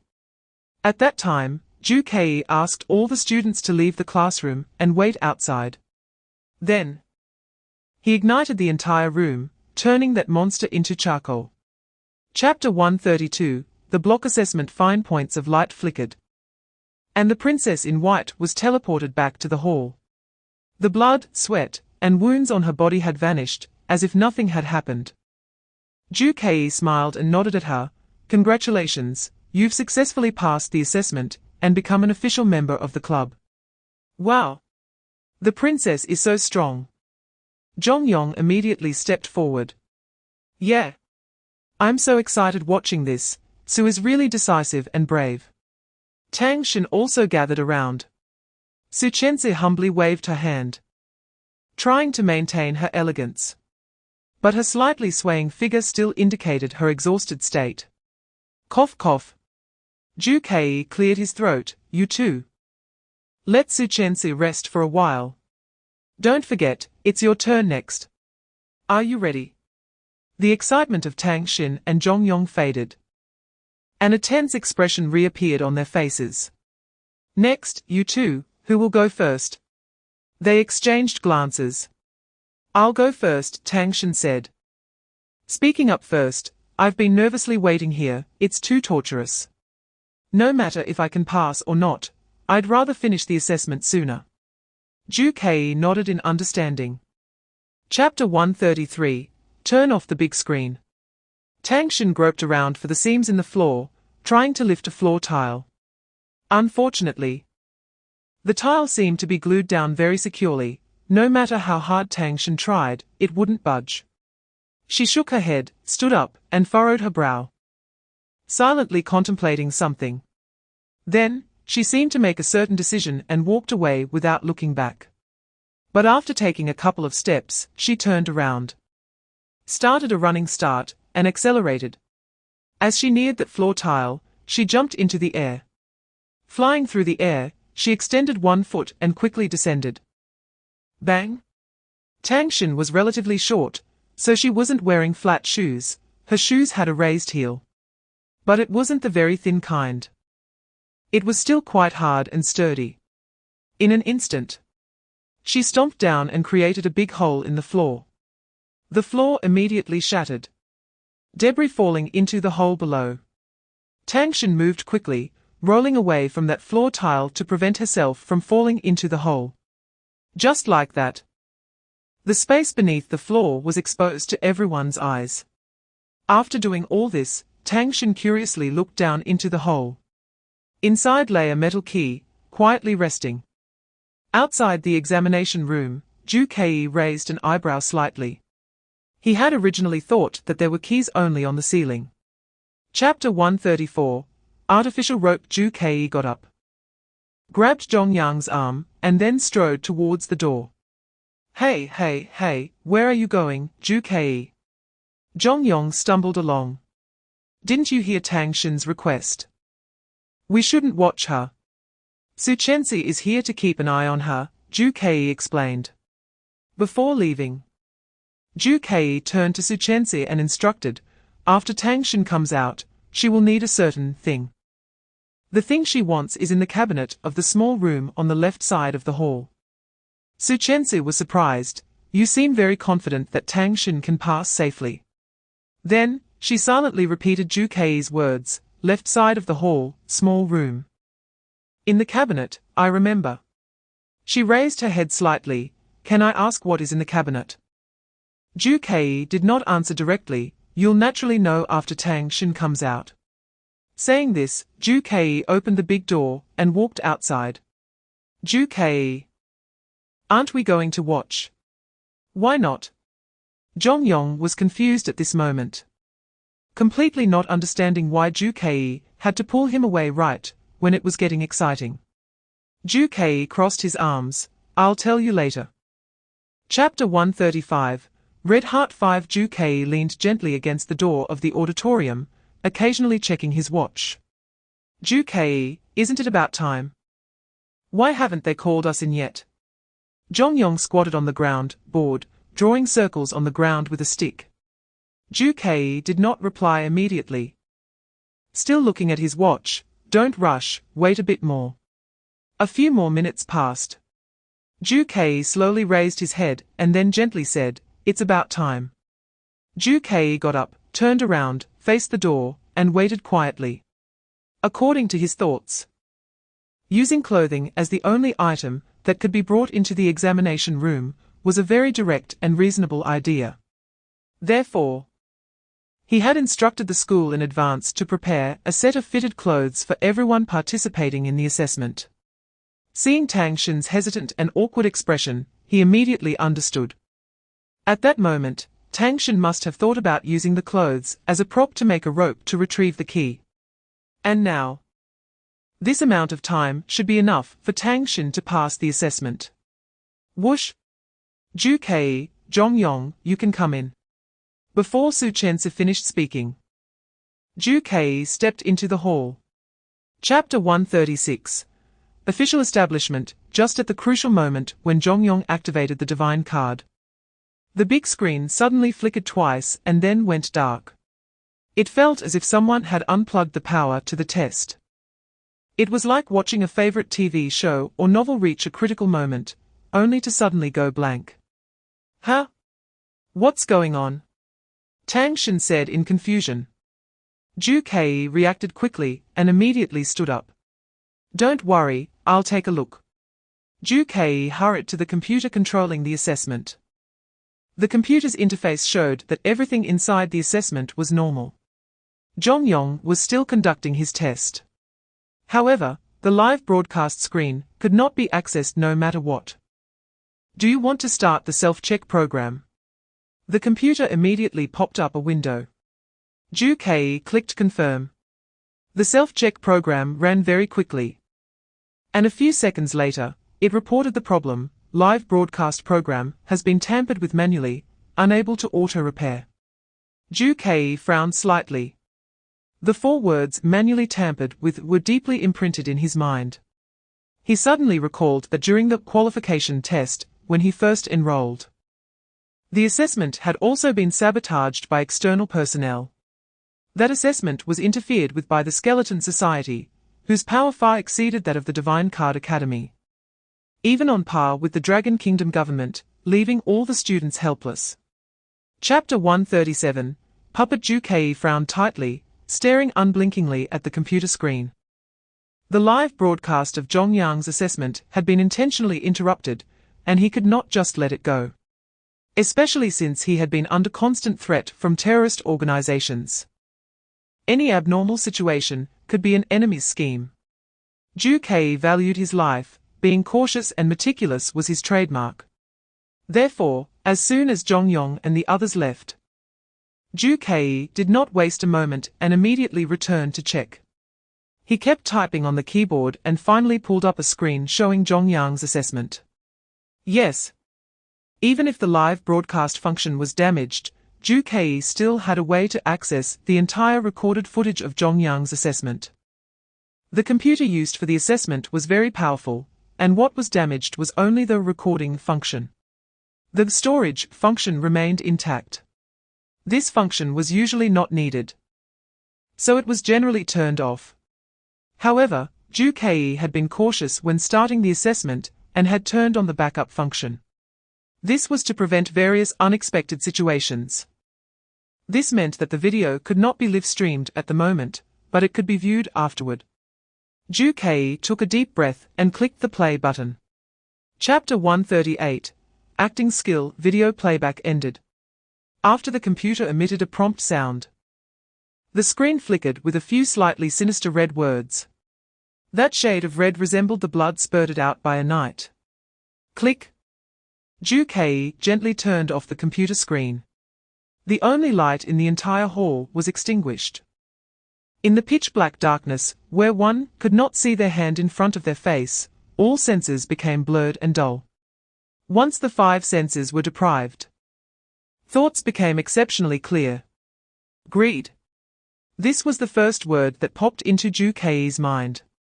Was Zhongyang greed? This was the first thought that sprang up in Ju Kei's mind. He knew very little about the Skeleton Society, the only enemy he was currently aware of. He began to mentally replay all the information he knew about the Skeleton Society. The Skeleton Society is a terrorist organization in Longguo, mainly engaged in assassination activities. The Skeleton Society has a platinum-level demigod, whose strength is immensely powerful, so much so that even the Longguo government cannot deal with them. The motto of the Skeleton Society is for a greater goal, but its meaning is currently unclear. The Skeleton Society has the capability to create humanoid killing machines. These killing machines are obviously human, but have lost their intelligence to varying degrees, only acting mechanically according to commands. Chapter 139, Preparation before the Elite Cup. Ju Kei hid in a small corner, peeking through a small window, his gaze following Zhongyang's retreating figure. After confirming he had walked far away, Ju Kei returned to his previous seat. He took out the Prophet's skull and immediately asked, "Is Zhongyang greed?" The Prophet's skull paused for a moment and then replied softly, "Why are you still tangled up? I remember I mentioned it before." My answer remains unchanged. Knowing his identity in advance is not beneficial to you. Ju Kei nodded lightly. Of course, I remember what you said. But a killer, who constantly wants to kill me could actually be my roommate, who sleeps in the same room every day. I can't not care. After all, I want to survive more than anyone else. The Prophet's skull did not respond immediately. It pondered for 2 seconds and then asked, "In your opinion, what is the likelihood that Zhongyang is greed?" Ju Kei replied softly, "Basically 99. Before I saw this video, I had indeed vaguely suspected him. After all, I had questioned everyone around me. However, there are many aspects where he doesn't fit." Chapter 140, What should I do? What should I do? This is the ultimate trials question. Ju Kei furrowed his brow and immediately began to think. Then, he chuckled softly. Sadako, your question is really interesting. 3 brief questions. Who am I? Where am I? What should I do? They progress layer by layer. Very cleverly designed. However, the third question of the ultimate trial only has one chance. If I fail, I cannot recover. But this is not a problem for Ju-Kei. He only has one night, as tomorrow is the Elite Cup, which means he basically only has one opportunity to attempt it. However, unlike the straightforward nature of the first 2 questions, Ju-Kei did not quickly think of a solution for this third question. What should I do? It seems to be a question with an open-ended answer. There are many directions to think about, but perhaps only one direction is correct. Therefore, Ju-Kei prepared to review the first 2 questions to find the answer to the third question. Who am I is a primary trial. The question is straightforward and very simple. One just needs to analyze the scene, deduce the identity of this sage, and tell her the name Mountain Village Sadako. Chapter 141, Going to the Island. Sadako smiled, gently placing her 2 cold hands on Ju-Kei's face. Cold and damp, this was Ju-Kei's first impression. He did not dodge, he could not dodge. He needed Sadako's help. Sadako lifted her long hair, revealing her dark, deep-set eyes. She stared intently at Ju-Kei. Her profound gaze as if trying to absorb him entirely. Ju-Kei also quietly looked into Sadako's eyes. Everything around him became blurred. His senses dulled, and the world spun. He fainted again. Once again, he felt a dizzying swirl, and his consciousness returned to his body. Ju-Kei blinked, and the surrounding environment became refreshed. Woo-woo. Young man. Why has my son disappeared like this? Woo-woo. A familiar voice resounded again. Ju-Kei blinked. In the room, an old man was crying, holding his head. Yes. Just as Ju-Kei expected. He had returned to the scene where the advanced trial began. This was the path he had walked. And now he needed to walk it again. This was something he had to experience to complete the ring. Ju-Kei already knew the subsequent plot, so at this moment, he just needed to follow the story. Chapter 142, Retracing the Path. The sea was vast. The old man stood on the rocking deck, smiling as he said, "Young man. Quite the executioner, huh? Just said to go and went." Ju-Kei did not respond. It was still the familiar plot direction. This was Ju-Kei's second time experiencing it. However, unlike last time, Ju-Kei already knew how the story would develop. And the ending of the story would be slightly different from last time. Seeing that Ju-Kei ignored him, the bored old man stood at the bow of the boat, once again reenacting the famous scene from Titanic. Noticing this, Ju-Kei casually added, "Old man, stay away from the edge of the boat. If you fall into the water, I don't want to save you." The old man just chuckled. "How could that be? Your old man is sturdy. I won't fall, unless there's a storm." Just as he finished speaking, the winds rose. With a few waves crashing, the fishing boat suddenly began to rock violently. The old man's face changed drastically. "Not good, young man, we encountered bad weather." He lamented, "How could this happen? I clearly checked the weather forecast before leaving." Chapter 143, Fingernails, Moths, and the Moon. The well water was icy cold. And the chill spread from Ju-Kei's arm to his entire body. But Ju-Kei did not retreat, he continued to search in the water. The massive stone covering the well's mouth did not completely block the gap, and faint moonlight shone through the crevice. It was with this little bit of light that Ju-Kei observed and searched. There was nothing. Ju-Kei changed direction again. Still nothing. Apart from some buzzing little insects. Ju-Kei found no signs of life. Splash! Ju-Kei dove headfirst into the well water, then opened his eyes wide, carefully observing, not missing any small corner. Under the water, apart from some aquatic plants and stones, there was nothing he was looking for. Or rather, that person. He was looking for Sadako. Ju-kei returned to the water surface, shaking off the droplets on his face. Then, he stood in the center of the well, letting the chill invade his body. But he kept his eyes tightly closed and remained still. He kept thinking. Ju-kei believed that his previous judgment must be correct. What should I do?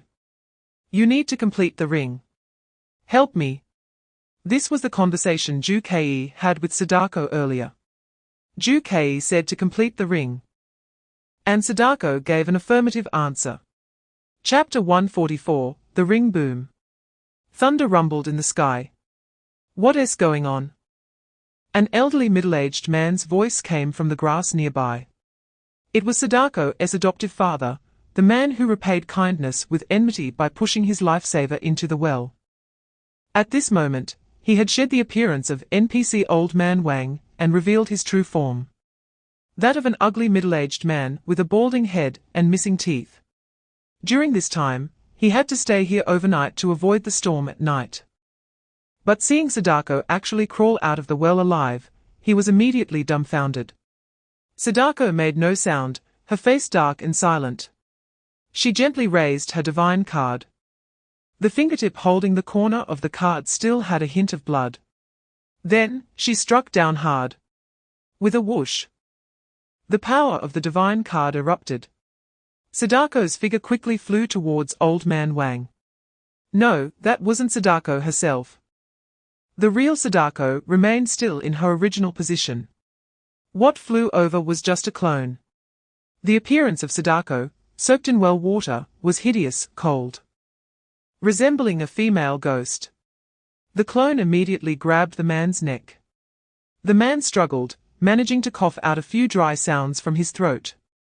Chapter 145, The Ascension Lock. As Ju-kei returned the card to his palm, the strange phenomenon in the sky, the bright light, gradually weakened and eventually slowly disappeared. At this moment, demigod-level power gathered in his palm, concentrated on the Joker card. This was the reward for passing the trial. The blessing from the sages within the quadrangular stone. He used his intelligence to solve Sadako's riddle, and he received a reward far beyond his imagination. Ju-kei rotated his finger, flipping the card to its back. The platinum card back shimmered with a faint light. He naturally remembered that there are 7 major levels of divine cards in this world. Each major level's strength is comparable to 10 times the previous major level. Iron, copper, silver, gold, platinum, diamond, divine. Ascending the divine card to divine level allows one to become a god. The platinum and diamond levels, though not divine, already possess power comparable to that of gods.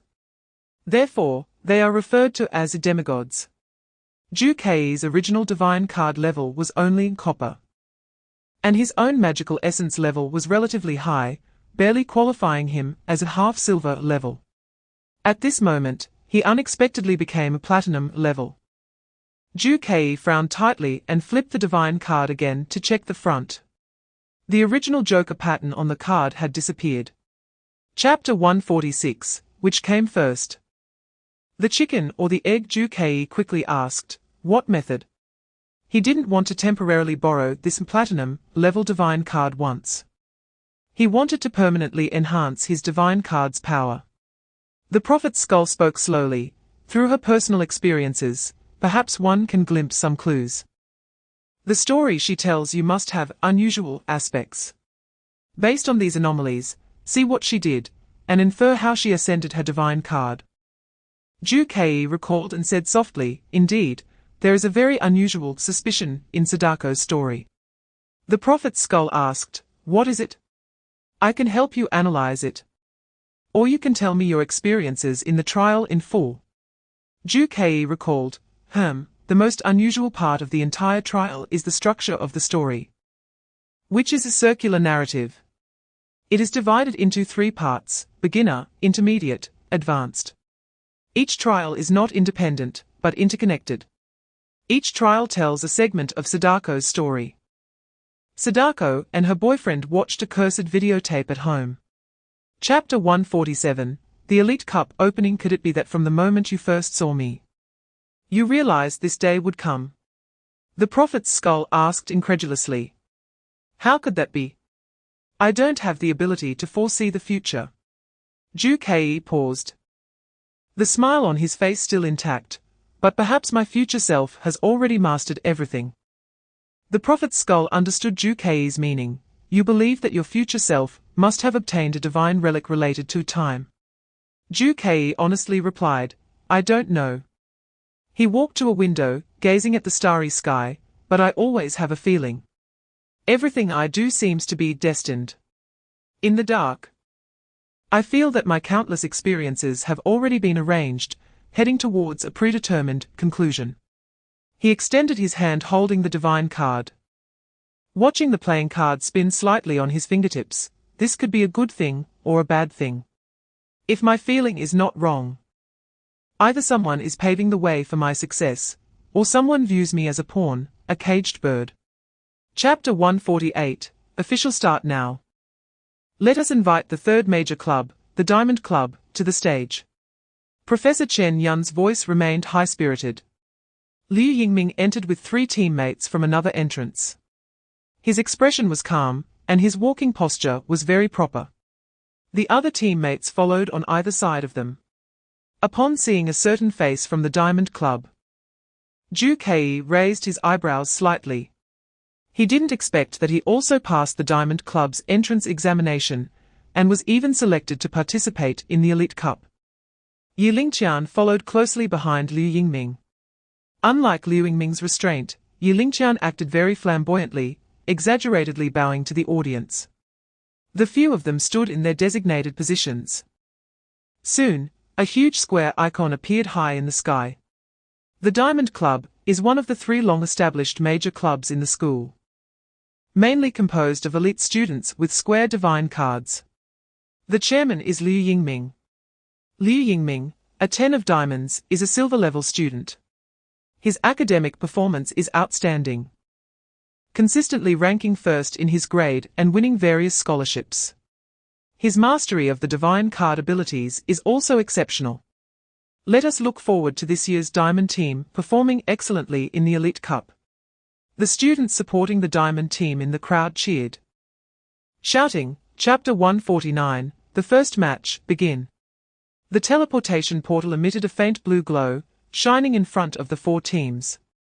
Everyone, once you enter the teleportation portal, the first match of the Elite Cup will immediately begin. Professor Chen Yun, holding a microphone, smiled and said to everyone, each year's competition is different. But the common point is that all competition rules will not be disclosed to the contestants at the start. The 4 teams need to explore the competition venue themselves, discover the rules, and win the match. However, there is one hint that can be revealed to all participants. The theme of this match is spades. Only through combat can one walk the path to victory. Do not fear slaughter, bloodshed, or pain. Of course, the school officially states that the competition venue is a simulated testing ground, and no one will be truly injured or die. Now, the competition officially begins. With a thunderous cheer, the 4 teams immediately rushed into the teleportation portal. The portal disappeared instantly. At the same time, a huge 3-dimensional screen suddenly appeared in mid-air, at the center of the competition venue. The screen seemed to have some divine card abilities cast on it, allowing all the spectators in the stands to clearly see the actions of all the students in the venue through this large screen. Chapter 150, The Masked People. These masked individuals should just be NPCs, right? Since the school specifically arranged these NPCs for the competition, they must serve a purpose. Ju Ke did not intend to waste time.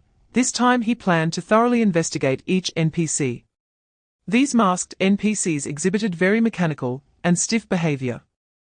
Ju Ke observed them nearby, but the masked individuals showed no reaction. They would only dodge if Ju Ke got very close.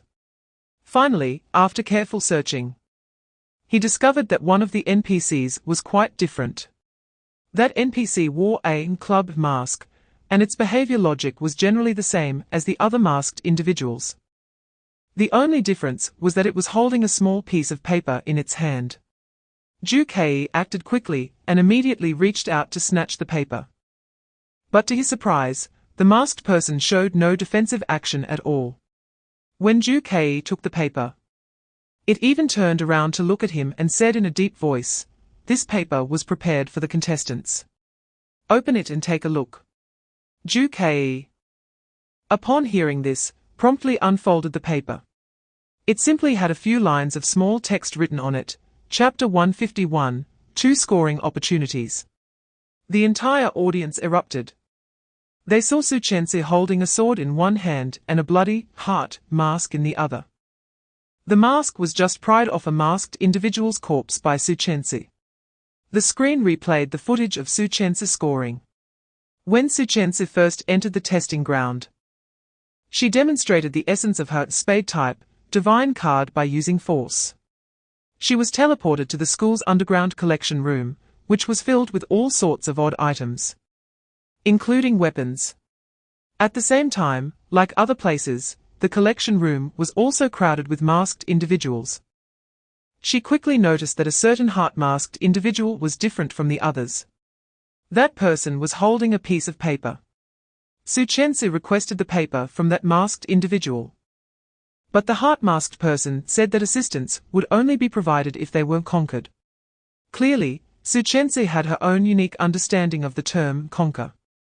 Without a second thought, she drew the sword from the display rack beside her and swiftly cut off the masked individual's neck. After Suchense removed the person's mask, she immediately scored. Truly, she is a princess. Her actions are decisive. This Spade-themed competition is indeed suitable for holders of Spade-type divine cards. Chapter 152, Never Kill Randomly. In the chat group, messages from Suchense kept popping up. I killed a special heart-masked individual and unlocked the chat function. And discovered an important secret. Message has been blocked. Message has been blocked. Hey, why can't I send this out? In any case, never kill randomly. Otherwise, we will die ourselves. The messages stopped here. Ju-Kei repeatedly read Suchense's messages and extracted a lot of information. First, Ju-Kei's previous judgment was not wrong. Different types of masked individuals would provide contestants with different types of help. Heart-masked individuals would unlock communication functions. Furthermore, since Suchense scored 10 points, then one of the scoring methods must be related to killing, linking this to his own 10 points. Ju-Kei realized he did not kill that club-masked individual, but only made them conquered. So, one scoring method is conquest, and the other is killing. Or perhaps Ju-Kei picked up the mask in his hand. Is the method unlimited? As long as he obtains their mask by any means, he will score. Chapter 153, Guess 3 cards. Reading the thoughts of the divine. Not to mention that masked individual, even Tang Xin next to him was confused. Although the masked individual was puzzled, they still politely asked, "Can you be a bit more specific? The thoughts of the divine cannot be seen or touched. How can one read the thoughts of the divine?" Ju-Kei smiled slightly. It's simple, the will of the divine is everywhere. They govern the operation of all things in the world. Speaking too much may not help you understand, let us start directly. Ju-Kei sat down on the ground and gestured for the masked individual to sit opposite him. The masked individual curiously complied. Ju-Kei displayed the deck of playing cards to the masked individual, confirmed that they were ordinary playing cards, and casually shuffled them. After shuffling, he pushed the deck towards the masked individual, face down. Ju-Kei made a gesture inviting them, "Please divide this deck of cards into 3 piles." The masked individual looked a bit puzzled. Divide into 3 piles. Should they be evenly separated? Ju-Kei shook his head gently, "Of course not. Feel free to separate them however you want." Hearing this, the masked individual lowered their head and looked again at the deck of cards. He then reached out his hand and gently picked up about a dozen cards from the deck at once. After thinking for a moment, he placed them on the left. Chapter 154, To Bet or Not to Bet. Is the good red card a heart or a diamond? A diamond, perhaps. Ju Kei closed his eyes, seemingly in a mental communication with some invisible deity. After a long while, he slightly opened his eyes. This card is the two of diamonds, he said confidently. At the same time, he picked up the card. Behind him, Tang Shen gasped again. The red diamond is really the two of diamonds. How is that possible? Ju Kei. You got it right again. The masked man opposite him widened his eyes slightly beneath the mask, his mouth agape. Ju Kei wore an elegant smile as he placed the card face down to the side, next to the earlier seven of clubs. The masked man's mind was already a bit chaotic. He guessed the cards correctly twice in a row. Impossible, absolutely impossible. Confusion spread in the masked man's heart. And a guess gradually surfaced in his mind. Why does this person hold the guessed card face up? If he really guessed right, why not show it to me? At that moment, the masked man had a strong urge to directly flip over those two cards. Chapter 155. What are the consequences of killing the masked man? All three cards, completely correct. The masked man was stunned, utterly stunned. In his mind, Ju Kei was just playing tricks, putting on a show. Ju Kei didn't dare to reveal the cards, because he simply had no ability to guess correctly. Ju Kei was just trying to make him give up voluntarily. But he was wrong. The three completely correct cards were right in front of him. Who the real winner was, there was no doubt. Ju Kei shook his head and slowly put away his cards. His movements were slow, and during this process, he didn't even glance at the masked man. Only softly saying, "Willing to gamble means willing to lose, don't forget our previous wager. You have to commit suicide." The masked man finally came back to his senses. His voice trembled as he begged, "Can you spare my life? After all, if I die, you won't get any points either. I can give you something else.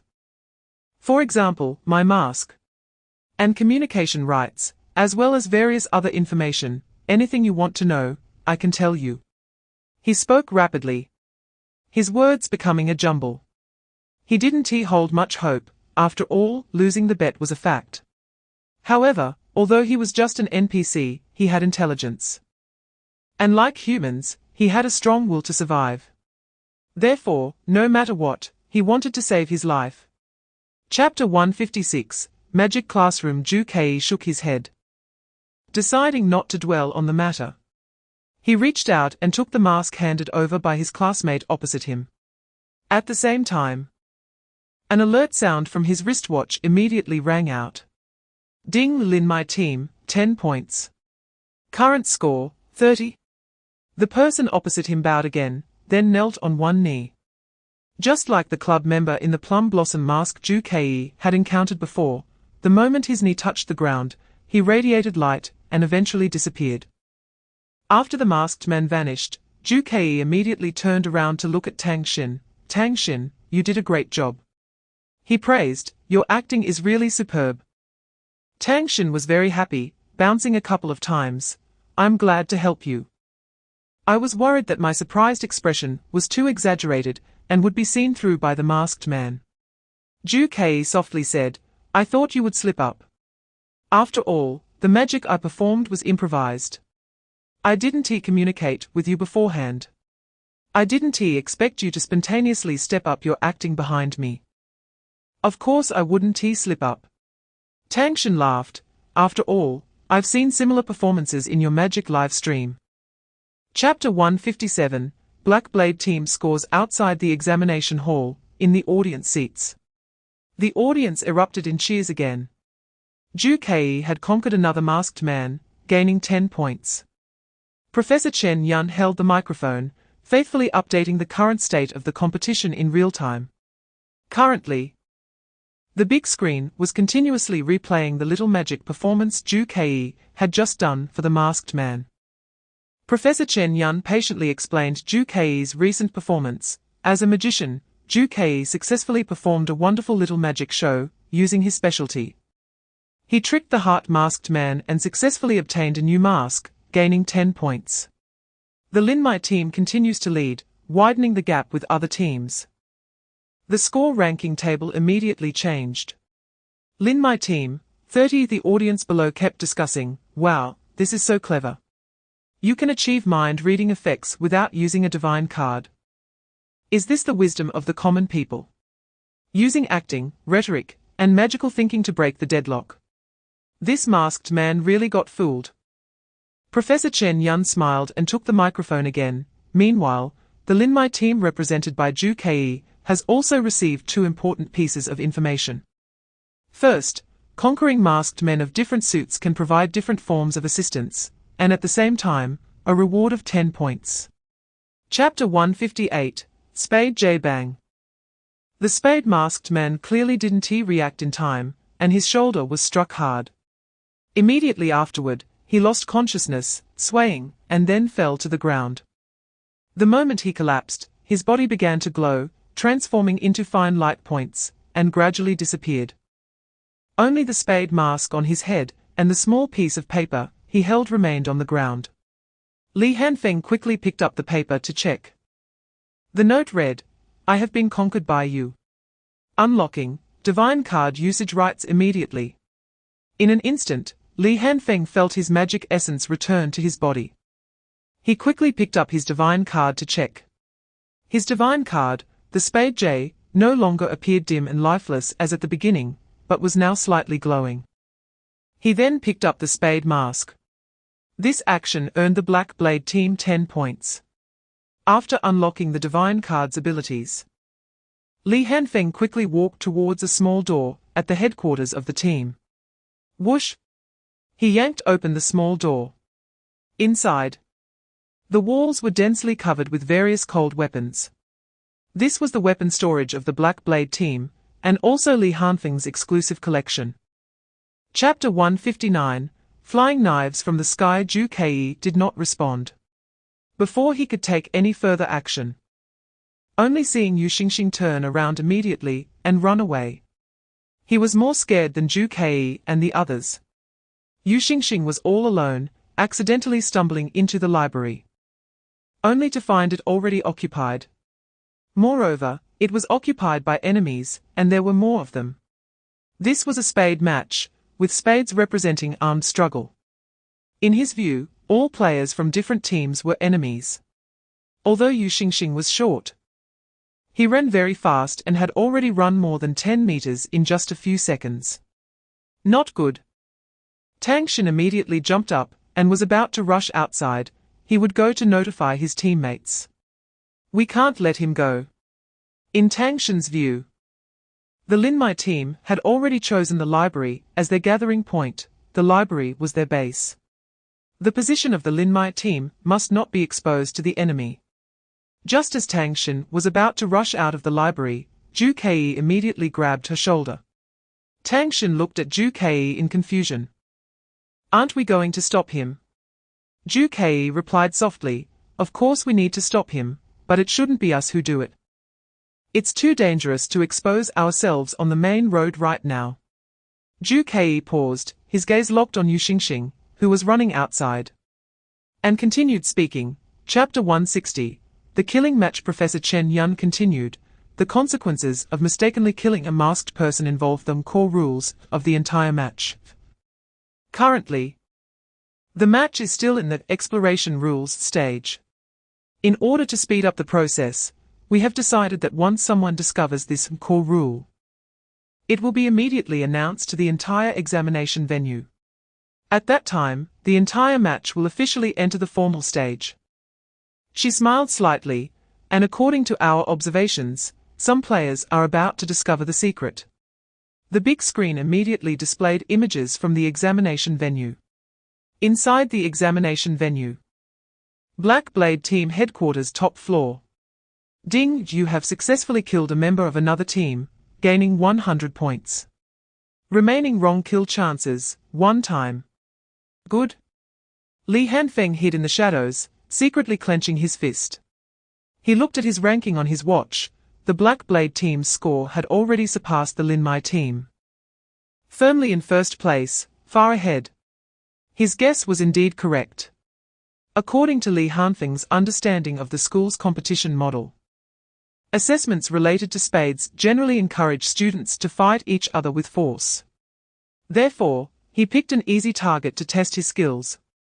Chapter 161, The 50,000 Point Plan. After saying this, Zhu Kei showed no intention of speaking again. He already vaguely knew what he needed to do, but to ensure everything went smoothly, he needed to clarify his thoughts. He slowly walked to a window.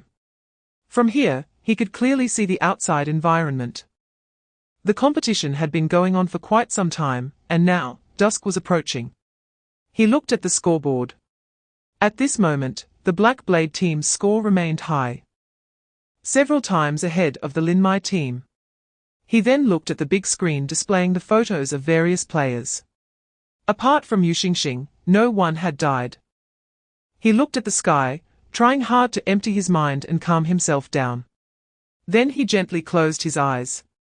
Seeing Zhu Kei like this, Su Chenzi and Tang Shen quietly closed their mouths, waiting for Zhu Kei to think. Zhu Kei relaxed his entire body, blocking out all external disturbances. At this moment, his mind was like a calm lake, clear and serene.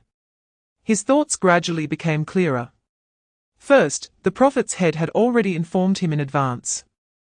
If he successfully obtained Zhenzi's help, he would use her divine card's supernatural ability to achieve great victory. The scene, as described by him, was Chapter 162, the Red Heart Team Headquarters 50,000 points. Tang Shen was clearly shocked. Zhu Kei, is that true? Zhu Kei's expression remained calm. 50,000 points is just a conservative estimate, it might actually be higher. If someone else said such a thing, everyone would think he was crazy. But this was Zhu Kei's statement. The two felt that Zhu Kei could really achieve it. Su Chenzi swallowed. You tell us, what should we do? Zhu Kei stood up. We are going to the Red Heart Team headquarters. The Red Heart Team headquarters. Is that the ballroom we went to before? What are we going there for? Su Chenzi was a bit surprised. That must be Zhuang Xingyao's starting point. Perhaps all members of the Red Heart Team are meeting there right now. Zhu Kei smiled slightly. I know. It is indeed very dangerous there. But if I want to realize my plan, I must go there. Su Chenzi nodded in understanding. Okay, but can you tell us the reason? Zhu Kei smiled again. It's not that I don't want to tell you. It's just that I see my 50,000 points plan as a magic show. And before a magic show, the content of the magic is never revealed in advance. Chapter 163, Group Enchantment. Just as Zhu Kei was thinking, Zhuang Xingyao suddenly stood up. Since this place is safe, we should better operate from the headquarters, and avoid going out if possible. Meng Wan asked, if we don't go out, how do we score? Zhuang Xingyao looked around. Aren't there many masked people here? We just need to take their masks. But another girl from the Red Heart Team hesitated. We can't do that. If we mistakenly kill a masked person, we will be directly eliminated. Only special masked people can be conquered by us. And the ones remaining here are all ordinary masked people. I have tried, they have no intelligence, but they will strongly resist our violent attempts to take their masks. It's hard to get the masks without killing them. Zhuang Xingyao pondered for a moment and then looked up and said, I thought about the actions of those masked people when conquering them. So, I had an idea. Then she took out her divine card. The golden card glimmered and spun slightly in her palm. Sister Zhuang, are you going to use the divine card? Meng Wan asked. Slightly surprised. Chapter 164, Unlocking the divine card. Someone is saving the day. This was Zhu Kei's first thought. The timing was too coincidental. Just as the eavesdropping was about to be exposed, the chandelier suddenly broke. Moreover, it just happened to hit Zhuang Xingyao. Zhu Kei immediately turned to look at his two teammates. Looking left, Su Chenzi also had a confused expression, seemingly shocked by this sudden change. Still not coming to her senses. Looking right, Tang Xin had scraped her knee, bleeding, and was grimacing while wiping it with a tissue. You can't even take care of yourself. How could you have the chance to destroy the chandelier? It's Zhongyong. Zhu Kei's mind suddenly flashed with his image. Who else would help him? Who else would come to the rescue of the Linmai team? While Zhu Kei was deep in thought, whoosh. The window was suddenly pulled open. Zhu Kei didn't have time to react before a figure appeared before him. It was the black-haired girl. A member of the Red Heart team, named Meng Wan. She looked down at Zhu Kei with a blank expression, arms crossed. Was he discovered? Zhu Kei's brain raced. He was still wearing a mask. Should he disguise himself as the masked person? Or should he run? No, he couldn't run. Because the thing he wanted was still not in his hands. Chapter 165. Above the dome, after eliminating distractions, Zhu Kei finally focused on the task at hand. He opened the computer and accessed the only file on the USB drive. He clicked play. A melodious piece of music began to play from the computer speakers. Yes. This was exactly what Zhu Kei wanted. After a series of operations, he closed the computer. Then, he quietly walked out of the room. There was a sign hanging on the door that read Broadcast Room. Half an hour later, this piece of music would be broadcasted throughout the entire school. Su Chenzi quickly arrived. I did it. I just activated my divine card. Zhu Kei nodded. Good. What's the next step? Su Chenzi couldn't stay idle for a moment. Zhu Kei observed the environment of the tower. I remember you can conjure firearms. Can you use the divine card to create a sniper rifle? Su Chenzi was taken aback. A sniper rifle? That should be possible. She hesitated and asked, but in the current situation, the sniper rifle would be useless. Everyone outside is already wearing masks. And the enemies hiding indoors can't be observed through the sniper scope. Zhu Kei chuckled lightly. Just do as I say. I have my ways. Chapter 166. Dancing Alone Under the Moon. Ding. 30 minutes had passed. The school broadcast was activated. Suddenly, a melodious and graceful piece of music played throughout the school. At this moment, all the contestants were surprised and stopped in their tracks. This music must have been played by Zhu Kei. After all, only the school's tower had the broadcast room. However, beneath the shadow of a building, Li Hanfeng frowned. Although he did not stop his pace towards the tower, he couldn't understand. He couldn't figure out why Zhu Kei would expose his location to invite death and play background music. Was this some strange sense of ritual? In another part of the school, Liu Yingming hesitated instead. He also couldn't understand Zhu Kei's intentions, so he cautiously stopped. To the south of the school, where the Red Heart team was located, the usually calm, reserved, and dignified Zhuang Xingyao's pupils suddenly contracted. She immediately recognized the content of the music. This was the aristocratic opening dance tune. For a moment, her face turned pale. Above the tower, Zhu Kei gently pinched one leg of the divine card between his fingers. The back of the platinum level card glowed with a faint green light. The semi-divine level divine card contained a magical power far beyond that of anyone here. Chapter 167. The first victory outside the exam hall. The competition was over, and the final results of the Elite Cup, Spade competition, were about to be announced. Professor Chen Yun's voice rose. 4th place, Diamond Team, 490 points. The 4 members of the Diamond Team walked out from the portal. Many students applauded. They ranked last in points, but everyone looked calm. After all, it was a Spade Series competition, and the Diamond Team had never won. Losing didn't bring them much disappointment. 3rd place, Red Heart Team, 530 points. The 4 members of the Red Heart Team walked out. Their expressions were almost the same as the Diamond Team, with little fluctuation. Except for Yu Xingxing, who was eliminated too early, stared blankly at the score table, clearly shocked by the more than 60,000 points difference. 2nd place, Black Blade Team. 540 points. The Black Blade team didn't fare so well. Every member that walked out looked dejected. The Spade Series competition was their home ground. A great opportunity for them to win. At this moment, it was taken away by other teams. The upcoming competitions would be even tougher for them.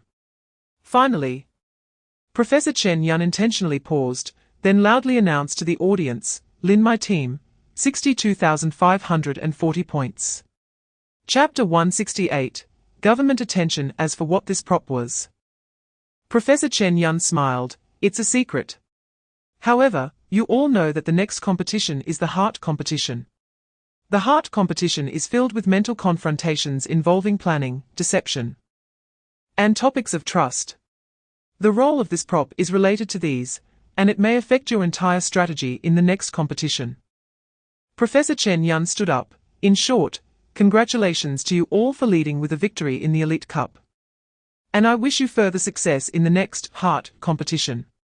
Everyone bid farewell to the professor and left the office.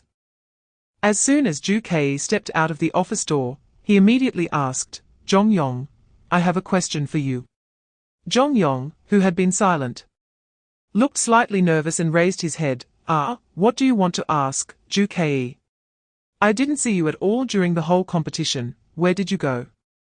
Tang Shen also curiously looked up. "Yeah. I've been wanting to ask that too. How come we never saw you?" Zhong Yong awkwardly scratched his head. "If I tell you, don't blame me." Chapter 169, Collective Targeting Senior, It seems you know something. Zhu Kei continued to smile politely. Zhuang Xingya still had that cold expression. "That's right." She paused, seemingly thinking about how to phrase her words, then spoke. "In the next competition, the Black Blade team, Red Heart team, and Diamond team will form a collective alliance. Sparing no effort to prioritize targeting the Lin Mai team, to have you eliminated first." Zhu Kei's eyes widened slightly. "Really? They value us this much? Did you join them, senior?" Zhuang Xingyao's eyes flickered. "No, I proposed it." Zhu Kei couldn't help but chuckle, unsure of what to say, just quietly watching the senior in front of him, waiting for her next words. Zhuang Xingyao explained seriously, "In the first match just now, it was clear to all of us that you possess some extraordinary power. Not only that, but your grasp of your own advantages, your ability to see the big picture, and your plans for execution are all at a very high level. I believe your talent, whether in terms of divine card abilities or personal overall quality, far exceeds ours." Chapter 170, The New Trial. Of course, there is. The prophet's head paused. "I saw the future of your next match. This match is filled with deception and betrayal. If you want to win, you must also rely on a specific divine card ability for assistance. And the way to acquire this divine card ability is the same as last time. If you successfully obtain this divine card ability, you will achieve a spectacular reversal at the end of the match." Zhu Kei understood upon hearing this. "Got it." He looked at the tetrahedral stone. "The next match is a week from now. And I need to obtain help from another sage within the tetrahedral stone. This sage will not only help me extend my life by 7 days, but will also grant me a demigod-level divine card ability. It can also help me improve my magic element level."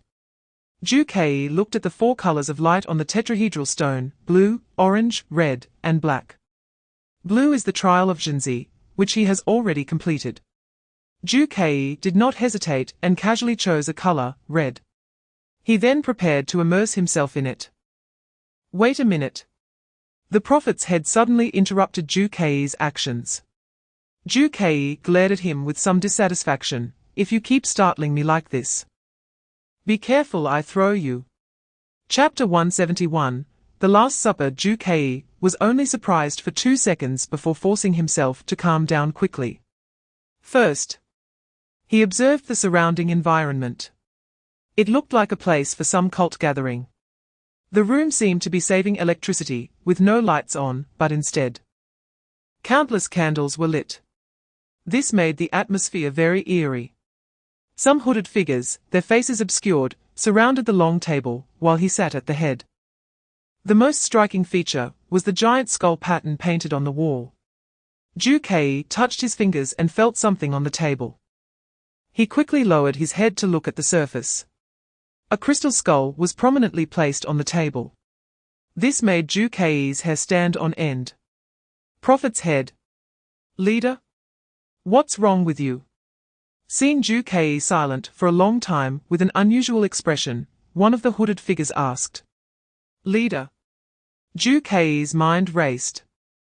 What is the situation now? Am I still in the tetrahedral stone trial, or have I returned to reality? Have I been transported to a strange room with the prophet's head? Why am I being called the leader? Ju looked at the skull on the wall and then at the crystal skull on the table. Chapter 172, Jesus, that person was once your most trusted disciple. But now, for his own benefit, he has sold you to the government. He wants to kill you. Moreover, he has already informed the authorities of our meeting place. Soon, those who will capture you will arrive. After hearing the prophet's head's account, Ju's expression remained calm as he gently placed down his wine cup. Clang! The sound of the cup hitting the table echoed throughout the room, causing everyone to tremble. Someone has betrayed me, Ju said softly. His tone carried no emotion, as if he were saying, the weather is nice today. Yet, this calm tone detonated like a bomb in the entire room. All the disciples immediately bowed their heads and knelt. My Lord, we know you are all-knowing. You must have seen the future. Actually, it's not me, but the credit belongs to the prophet's head. Ju chuckled inwardly. So, who is going to betray you? A bold disciple raised his head and asked softly. Ju did not answer immediately, but picked up a piece of bread from the long table. Then, he walked gently around the long table. Whoever I give the bread to is the betrayer. Chapter 173, The Cross. Sir, the cult leader has been captured. How should we deal with him? The authorities brought the vehicle holding Ju to the governor's mansion. The governor was an elderly man with graying hair, very respected in the government. He was usually calm and collected, but upon seeing Ju who was shackled, he was taken aback. He quickly pulled the captain of the authorities aside. How dare you? He lowered his voice. Don't you know who he is? Don't you know what kind of monsters his followers are? The cards they hold all have sorcery. They are not normal people. This is bad, they will definitely retaliate. The governor was nearly in tears. The authorities felt they had made a grave mistake upon hearing their governor say this. What should we do now? Release him. But capturing heretics is the king's order. The governor rubbed his head in distress, feeling overwhelmed. Then, a thought occurred to him. What about the king? The king cannot go against the will of the people. I have a way. Let the people outside make a choice. Saying this, he went outside the governor's mansion. Countless citizens outside had long heard about the capture of the cult leader, and had surrounded the governor's mansion in layers. Chapter 174, Massacre Slap. Jesus broke free from the nails in his hands and leaped down from the cross. The onlookers and the authorities seemed to have seen a ghost. At this moment, they finally realized that Jesus was not some charlatan. The powers he possessed were not ordinary sorcery. Jesus gently picked up a divine card. Plum Blossom controls cause and effect. And my cause and effect is to reverse life and death. To bring the dead back to life. To make the living perish. Boom! A strange phenomenon occurred. A terrified soldier suddenly had bulging eyes, clutching his throat, shaking in agony. The next second, he collapsed to the ground, never to move again. In the last second of his life, no one touched him, his face contorted in terror, as if he had been scared to death. At this point, the crowd was even more panicked. Ghost? Demon? They screamed and shouted as they fled. With a drill-level divine card, Jesus was only half a step away from true divinity. At this moment, his eyes turned pitch black, and he leaped into the air. He flew to a height of 100 meters, at this moment, overlooking the entire journey. The sky was filled with thunder and lightning, and dark clouds loomed. Then, a huge skull pattern flashed into view. Chapter 175. History is written by the victors. The blood words flickered, for this question. You might as well think about the reason yourself. His voice remained ethereal. Ju Kei answered quickly, of course, I figured out the reason long ago. I just wanted to hear your answer as a verification. Since that's the case, let me share my thoughts. Your divine card ability belongs to the plum-blossomed category, which controls causality and laws. And from the experience you just showed me, you have already used it once. The effect of this divine card brings the dead back to life, and causes the living to perish. So, my guess is that your divine card ability reverses two opposing concepts. Oh? Interesting idea, do you have an example? Ju Kei chuckled, this ability has a wide range. Such as black turning white, male turning female, life turning to death. Therefore, I speculate that you transformed your evil in front of the world into good. Am I right? The blood words flickered. You are indeed very smart, too smart. I have to say, your thought process is extensive, but that may not be a virtue. On the contrary, it has drawbacks. You tend to overthink. Chapter 176. Impromptu magic shows so, Prophet's skull. Since you saw the crushing victory outcome in the first round of the spade match, can you also reveal some information to me about the heart match 7 days later? After Ju Kei obtained Jesus' divine card ability, he immediately asked Prophet's skull. At that time, during the spade match, Prophet's skull made a prediction about Ju Kei's match outcome. It was precisely the phrases like, the highest point of the school, and a crushing victory outcome, that made Ju Kei think of the method to break the bloodline suppression. Therefore, Ju Kei wanted to use the same trick again. Prophet's skull is an omniscient deity, and its main role is to provide prophetic information. If this ability is not well utilized, Ju Kei felt the loss would be significant.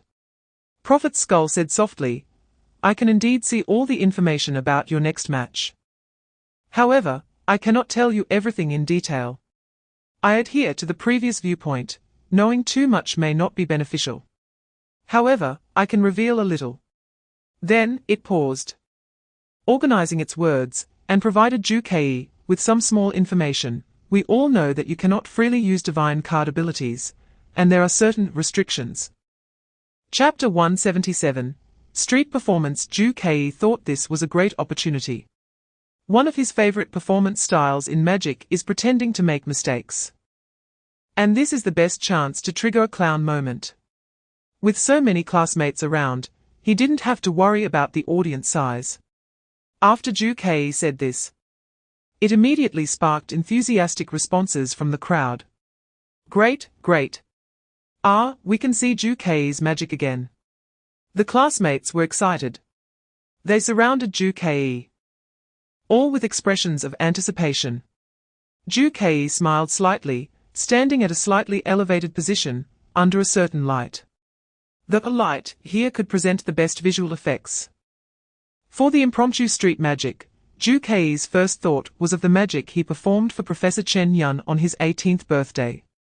Such as turning a phone into a coin and card tricks. This time, Ju Kei planned to use the same trick again. However, the environment and available props had changed somewhat. Therefore, the magic also needed some adjustments. Ju Kei stood in the middle, with a confident smile, and said softly, perhaps everyone has seen my performance at the welcome party, and has some understanding of magic. Chapter 178. Intermittent amnesia. When Meng Wan heard Ju Kei's words, it seemed she received some kind of hint. Her gaze unconsciously followed Ju Kei's, and looked at her own hands. Ah! She exclaimed, as if waking from a dream, flipping her phone over to examine it. This is my phone. Her voice was extremely excited as she raised her phone high, showing it to all her classmates. Ah! Meng Wan's friends around her immediately took her phone to check. It's really yours. And there are our photos, it's really your phone. Strange. When did it end up in your hands? He never touched your hand from start to finish. How did he do it? At this moment, they were shocked. Just now, Zhu Kei achieved something impossible. He made Meng Wan's phone instantly disappear from his hands and then immediately returned it to Meng Wan. Throughout the process, Zhu Kei had never made contact with her, and he was even several meters away from Meng Wan. The surrounding classmates also reacted, cheering loudly and applauding. However, Zhu Kei smiled and said, logically speaking, the magic should end here. Chapter 179, Stealing Cards. Zhu Kei smiled gently, arms crossed, quietly watching Scarface operate his playing cards. Scarface had been displeased with Zhu Kei for a long time. He wanted to embarrass Zhu Kei in front of his classmates. He had long wanted Zhu Kei to lose face, but he could never find a good opportunity. Today, the opportunity arose. After watching Zhu Kei's magic performance at the welcome party, Scarface immediately spent 398 online to buy a complete set of magic tutorials. He also learned some magic techniques. At this moment, Zhu Kei asked him to randomly draw a card and put it back, which was just an old trick of finding the card. Scarface knew that as a competent magician, there are countless ways to find the audience's card. But Scarface had a countermeasure. That was to secretly destroy the Seven of Clubs. While shuffling the cards, he pretended to insert the Seven of Clubs into the deck, but in reality, he used an old trick to pull out the Seven of Clubs and quietly hid it in his palm. However, his technique was not proficient. During the shuffling, his hand trembled, and the deck of cards scattered on the ground. Scarface felt a bit embarrassed and hurriedly bent down to pick them up. Chapter 180, Jack of Clubs. Some audience members were already worried for Zhu Kei, because in their eyes, Zhu Kei no longer had the correct card, and the magic had already failed. But to maintain the continuation of the magic, most of them just lowered their voices and discussed quietly. And pay close attention to the volume to avoid affecting Zhu Kei's performance. Zhu Kei, unfazed by the unusual reactions of the surrounding crowd, continued to smile confidently, pushing the magic performance forward. At this moment, there were probably only a dozen cards left in Zhu Kei's hand, all red. The scar-faced man felt even prouder. However, he was also careful to manage his emotions to avoid exposing his little tricks. He struggled to suppress his laughter. Zhu Kei seemed to ignore this and softly said, "Every time I ask a question, the number of cards in my hand will roughly halve. Now, may I ask, do I still have your card among the remaining playing cards?" The scar-faced man held back his laughter and continued to lie, "Yes." "Thank you," Zhu Kei nodded slightly. "Next question, is the suit of your card diamonds?" At this point, the scar-faced man had no need to lie about this question. He answered plainly with the correct response. Chapter 181, The Heavy Rain Washes the Cards. Zhu Kei maintained the gesture of holding up the playing cards, showcasing them to the audience. However, there were no applause, no cheers, because they already knew that Zhu Kei's magic could not possibly succeed. At this moment, they had merely reached the expected outcome in their hearts. However, they did not show disappointment or helplessness. Instead, they were curious, because the pattern on the playing card Zhu Kei revealed was unfamiliar to them. "Hey, that doesn't seem to be the Seven of Clubs, right? It's red. But the suit is neither hearts nor diamonds. What does that playing card look like? The rain is too heavy, I can't see clearly. It seems to be a red clown. Joker. What kind of card is that?" In the noble world, where they had never encountered ordinary playing cards, they believed there were only 52 types of divine cards: spades, hearts, clubs, and diamonds, each with 13 kinds, totaling exactly 52. However, in the commoner's world, playing cards had 54 cards. Perhaps the commoners accidentally glimpsed what divine cards looked like and imitated them. Chapter 182, The Raindrops Stand Still. The students reacted even more enthusiastically. A look of disbelief appeared on the scar-faced man's face. He originally just wanted to make things difficult for Ju Ke, to create a rhythm. Proposing an impossible task to Ju Ke. He then planned to wait for him to admit he couldn't do it and awkwardly exit. However, he did not expect that Ju Ke would readily agree to this somewhat unreasonable and impossible request. The raindrops continued to fall like threads.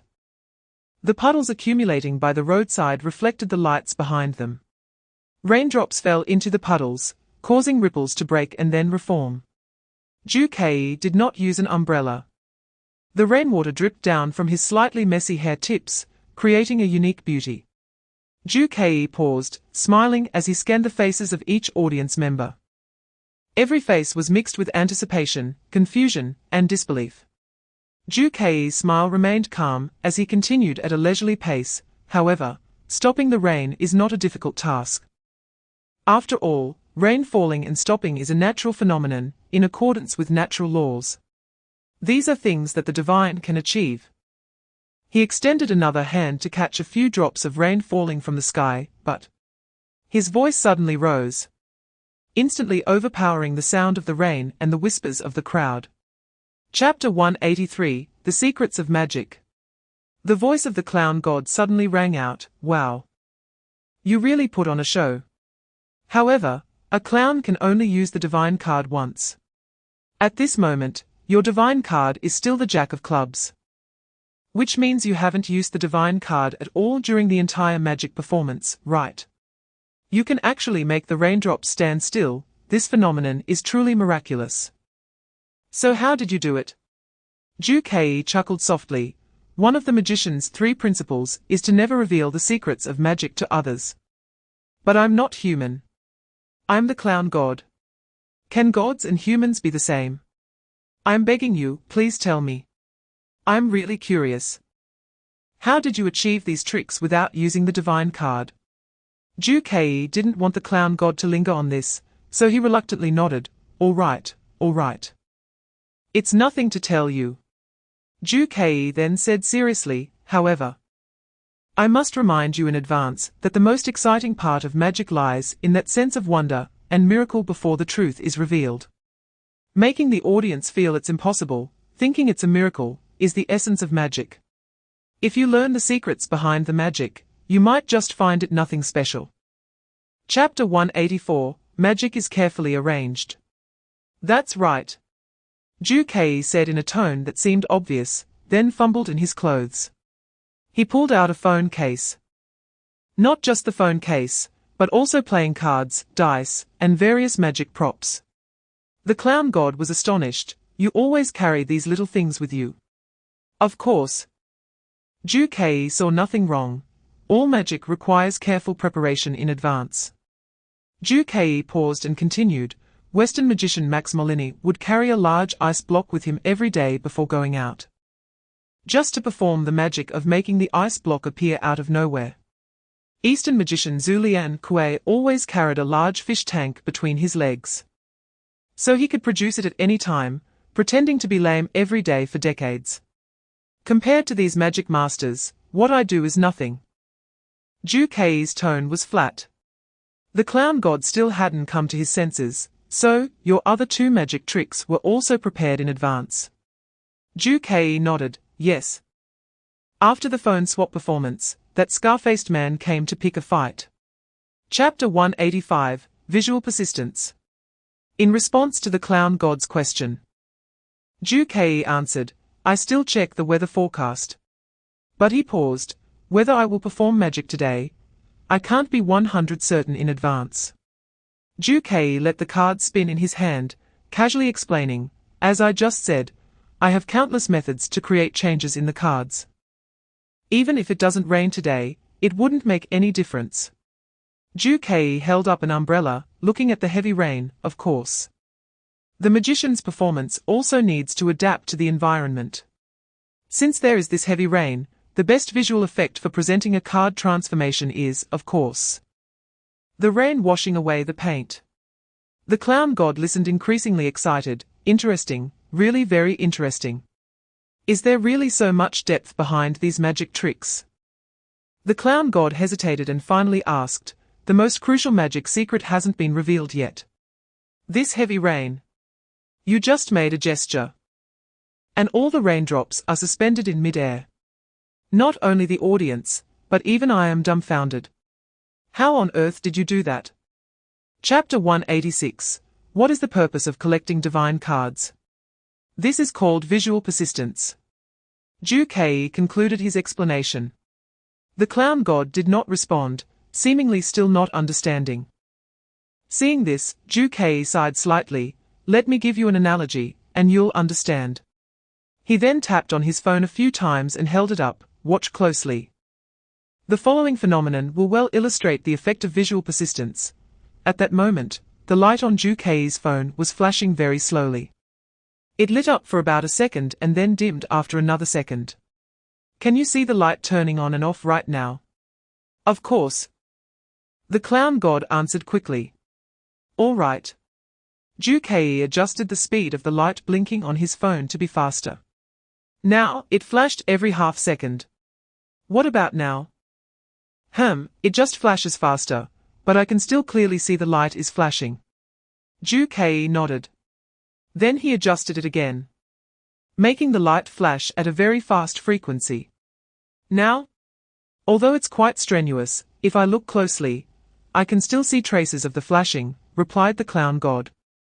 Ju Kei clicked a few more times on his phone. Chapter 187, The night before the competition my Huajie. This reminded Ju Kei. This magic performance was improvised based on the suggestion of the prophet's skull. At this moment, the divine card was activated but not yet used. He whispered. In the upcoming heart competition, I will use this ability. One step at a time. Collecting all 52 divine cards is still far away for me. It would be better to focus on preparing for the upcoming competition and use this my Huajie first. The clown god agreed, you're right. Then. Congratulations in advance on winning the heart competition. Huh? Ju Kei reacted quickly, congratulations in advance. You're so sure I can win? Unfortunately. After the clown god said that profound sentence, he fell silent. The night before the competition. Ju Kei had mostly been spending the nights at the Linmai Group headquarters these past few days, and today he returned to his dormitory after a long absence. Everyone should rest early today, get a good night's sleep, and be well prepared for tomorrow's competition. Ju Kei sent this message in a group chat titled We Are All Little Cuties 4.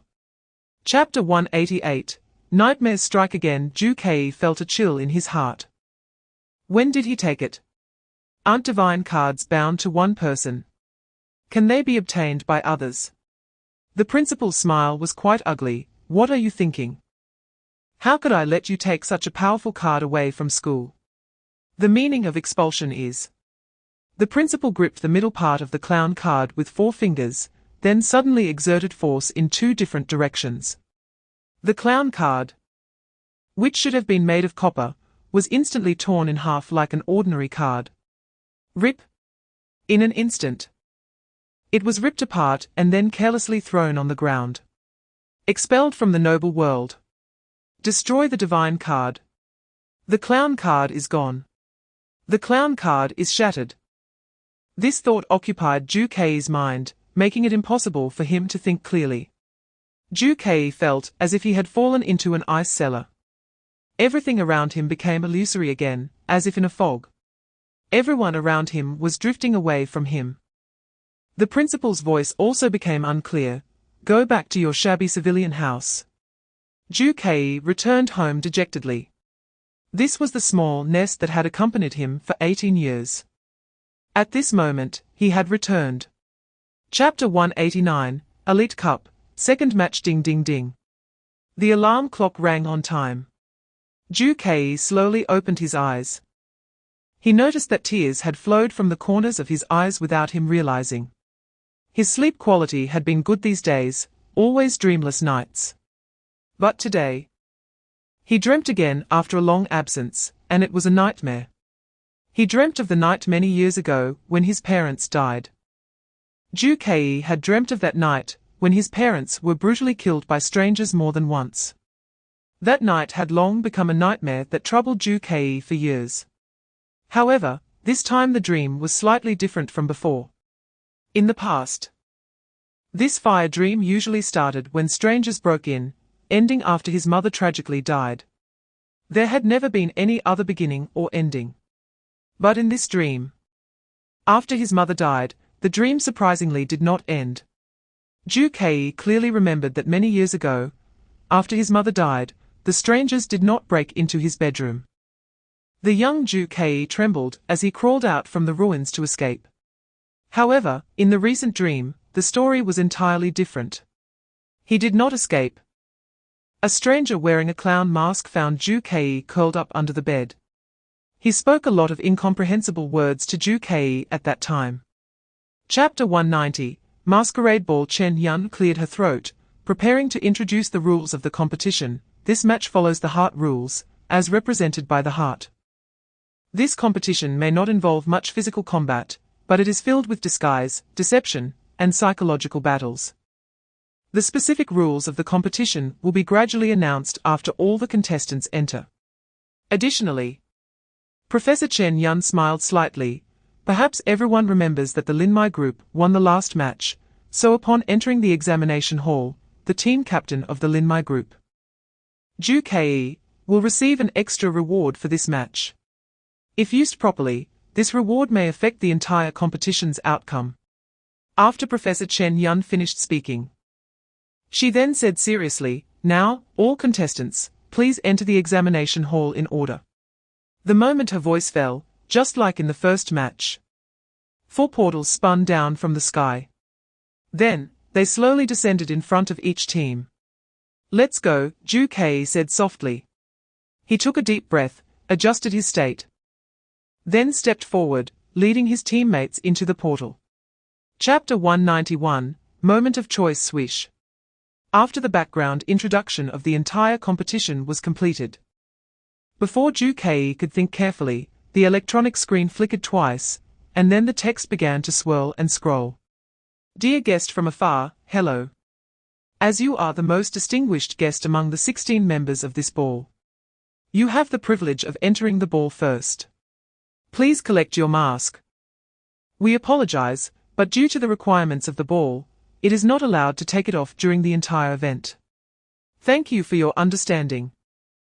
After the text finished scrolling, Ju Kei suddenly saw flickering lights in front of him. Then, a delicate and luxurious mask with silver edges slowly appeared. Ju Kei slightly reached out and took it. The mask gradually took shape and settled in the palm of Ju Kei's hand. He gently stroked it with both hands, feeling the luxurious texture on it. Then, he slowly put it on his face.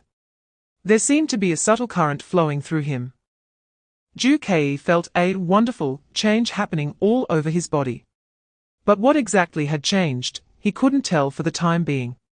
Fortunately, the screen in front of him immediately provided an answer.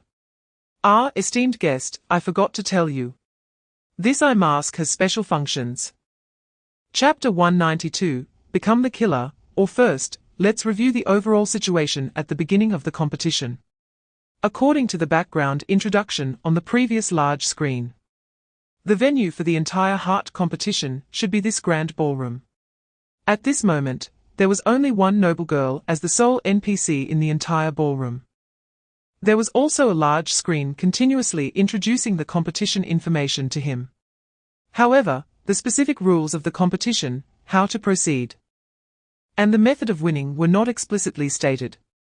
The large screen only introduced the design background of the competition and awarded him 2 rewards. First, the privilege of entering the examination room first. Second, the ability to learn the truth of a truth skull. The method of using the truth skull was still unclear. But at this moment, Ju Kei already understood why he was the first to enter the examination room, as it was a privilege for the victor. Ju Kei focused on the girl in front of him and contemplated the 3 options given to him. He recalled the competition background introduced by the examination system and speculated on the possible competition process.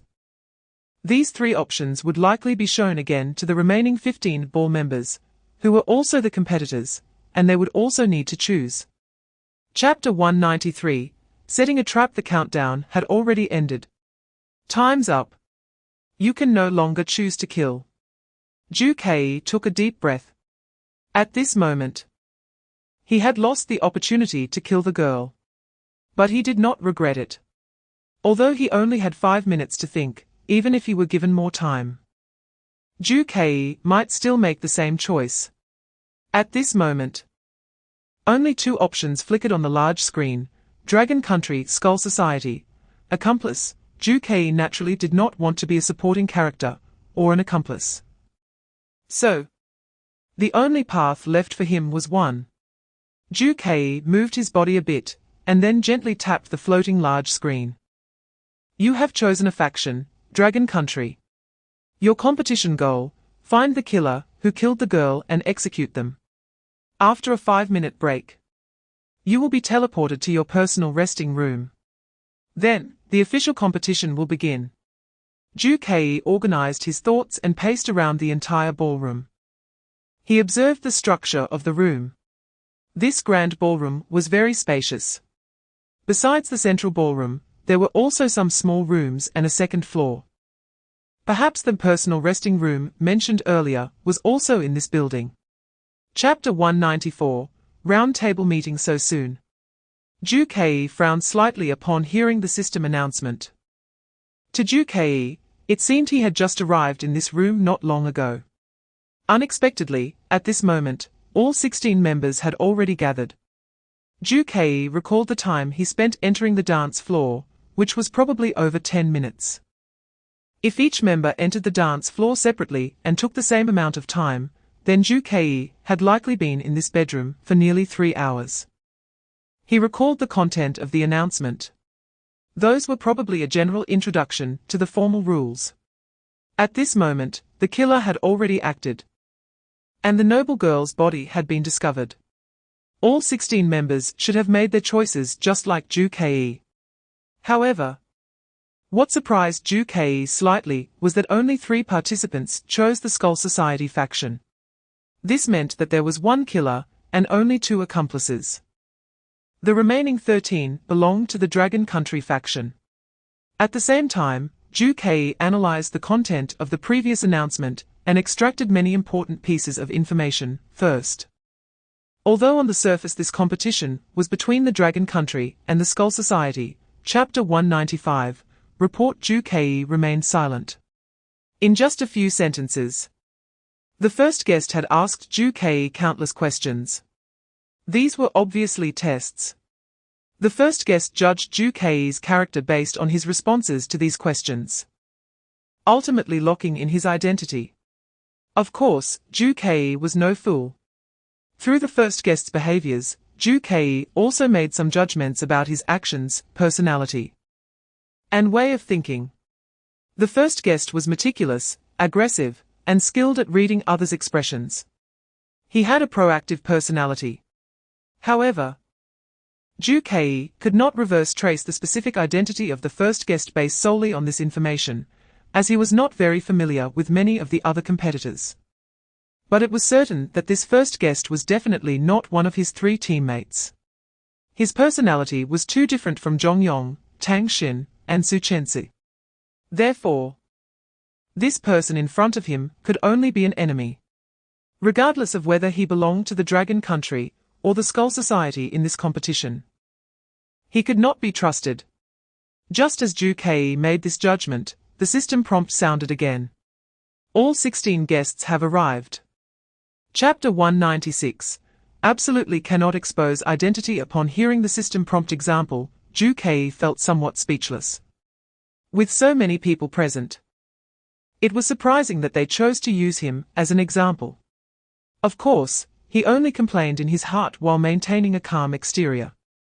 He noticed that when the system prompt mentioned Ju-Kei, many people immediately began to peek and observe each other's reactions. Intuition told Ju-Kei that his true identity number must not be exposed. After the system prompt finished introducing itself, guest number 1 immediately raised his hand to ask if As you said, I am number 1 Juke. Then if someone places the number 1 above my avatar, what will happen to me? Or, if I am actually not Juke, and that person placed the number incorrectly, what will happen to them? Naturally, everyone was very interested in the answers to these questions. All eyes turned to the system's large screen, hoping it would provide an answer. However, the screen remained silent for 2 seconds before finally saying, if the number is placed incorrectly, it is considered a report failure. Of course, whether the report is successful or failed, this round of the roundtable meeting will end. Chapter 197, Identity Exposure. In summary, all the winning rules revolve around the murderer. If the murderer wins, their affiliated group wins. If the murderer loses, the group that kills the murderer wins. The Skull Club accomplices are not teammates of the murderer. The members of the group to which the murderer belongs are their true teammates. Number 16 silently lowered his head, muttering, so my previous understanding of the rules was not quite right. This game is not a faction battle between the Skull Club and the Dragon Nation, but a faction battle among the 4 major groups. The group to which the murderer belongs strives to protect the murderer. The other 3 groups are in a competitive relationship, vying for the opportunity to execute the murderer first.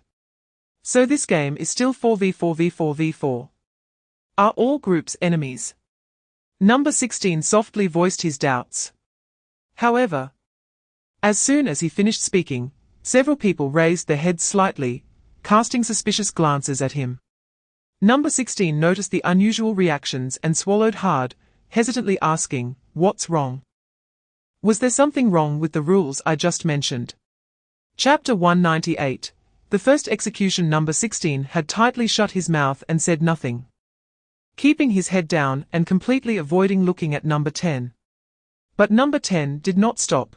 While I was reviewing the information of the Linmai group members, I found that the girl named Tang Shin seems to always have a strange sense of justice. She likes to stand up for others and often calls on others to do something. Number 10 then scrutinized No. 16 again, and you were the first to speak after the roundtable meeting began. You were also the first to say that personal sacrifice doesn't matter. The team's victory is what is more important. And you called on everyone to end the roundtable meeting early to start investigating the murderer. We have a nickname for this kind of behavior, showy package. Snap. As soon as these 3 words were uttered, it was like the last straw that broke the camel's back for number 16. She lost her balance and slid off her chair, falling to the ground. But she seemed oblivious to the physical pain, only feeling frustrated as she held her head. Chapter 199. Rules officially announced. The system voice did not pause. This execution. The executed person's specific identity is about to be announced. Guest number 10 is a Sunchuran of the Black Blade Group. Faction, Dragon Nation. Subsequently, Sunchuran's avatar flickered twice on the black wall before finally dimming, in stark contrast to the bright, colorful avatar photos of the other ball members. Ju Kei was not overly surprised. He had already anticipated number 10's identity. Number 10's speech during the roundtable meeting displayed significant hostility towards the Linmai group, or rather, towards Ju Kei himself. It was not hard to guess that this person had a past grievance with Ju Kei. As expected, this person was Sunchuran, the former vice-chairman of the Red Heart Group, who voluntarily withdrew from the group after losing a bet to Ju Kei, but later, unwilling to give up, rejoined the Black Blade Group. After seeing number 10's true identity, the guests at the roundtable had different reactions. Members of the Black Blade Group might feel sorrow for losing a member, while members of other groups might secretly rejoice. But more than that, there was a sense of awe towards number 16. Sunchuran was no novice. He was a former vice-chairman, a senior student, and a seasoned veteran who had participated in the Elite Cup. Chapter 200, Proposing Cooperation. Therefore, Ju Kei's urgent task was to actively engage with other ball members to find his teammates while ensuring that his identity would not be exposed. At this moment, There was someone he could approach. Most of the people around the round table had already left. Some had begun to explore various parts of the hall, while others went to the center of the dance floor to investigate the noble girl's body. And some, like Ju Kei, remained at the round table without moving. That no. 16 was resting one hand on half of their face, elbow propped on the table, seemingly deep in thought, motionless. Ju Kei quietly moved his feet and gently walked up to number 16. Hello. Ju Kei offered a standard greeting. Number 16 immediately looked up, their expression very alert. They did not immediately respond, but instead looked Ju Kei up and down, finally focusing on his chest. Then number 16 gently spoke, "You are number 7, right? What do you want?"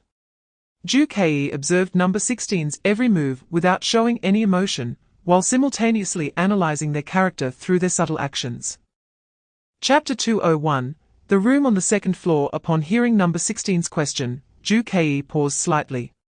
Did he often propose cooperation like this? Why did number 16 ask this?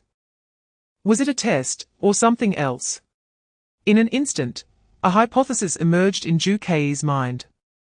Could number 16's identity be? Before Ju Kei could respond, no. 16 shook their head to themselves. You don't need to answer, just pretend I didn't ask. Through our earlier conversation, I actually already have a rough guess about your identity. But it still needs verification. Ju Kei furrowed his brows. While he was judging number 16's identity, no. 16 was also using Ju Kei's every word and action to conduct reverse investigation. Number 16 seemed to notice that Ju Kei's expression was off. So they added, you don't need to worry. Since I chose to cooperate with you, I currently have no plans to report you. Then, no. 16 reiterated, don't forget to come back here, to this round table, in an hour. By then, I will directly tell you my judgment about your identity. With that, no. 16 left without looking back. Chapter 202, Rock Paper Scissors. After Ju Kei's judgment, he concluded that contestant number 2 would not be a qualified opponent in this sudden mini-competition. However, even so, Ju Kei remained vigilant and was prepared to give his all in the match against number 2. The system voice continued to explain, the rules of this item battle are very simple, rock paper scissors, best of 3. Paper beats rock, rock beats scissors, scissors beats paper. The winner of the item battle will receive a prize item. Upon hearing the rules, number 2 seemed to breathe a sigh of relief. Rock paper scissors is a very simple and easy to understand game. After a 3-second countdown, both parties please reveal their gestures simultaneously. 3, 2, wait. No. 2 suddenly interrupted the system's countdown. I want to ask, in this item battle, can divine cards and abilities be used? The system replied accommodatingly, of course. Please feel free to use them. A fleeting expression of joy crossed number 2's face. However, the system's next sentence left him stunned again. But please carefully consider the consequences of using divine cards. Number 2 stood there in a daze. The consequences of using divine cards. Chapter 203, 3 wins. Ju Kei's voice echoed in the room. I will show scissors. Number 2 kept chewing on these words in his mind. In his view, contestant no. 7 before him was a very formidable enemy. Therefore, any of his words could be a form of verbal manipulation. No. 2 did not believe that Ju Kei was telling the truth. He didn't believe that Ju Kei would be so kind as to let him win a round for free. After all, Ju Kei had previously stated that he wanted to win 3 rounds consecutively. How could he backtrack midway?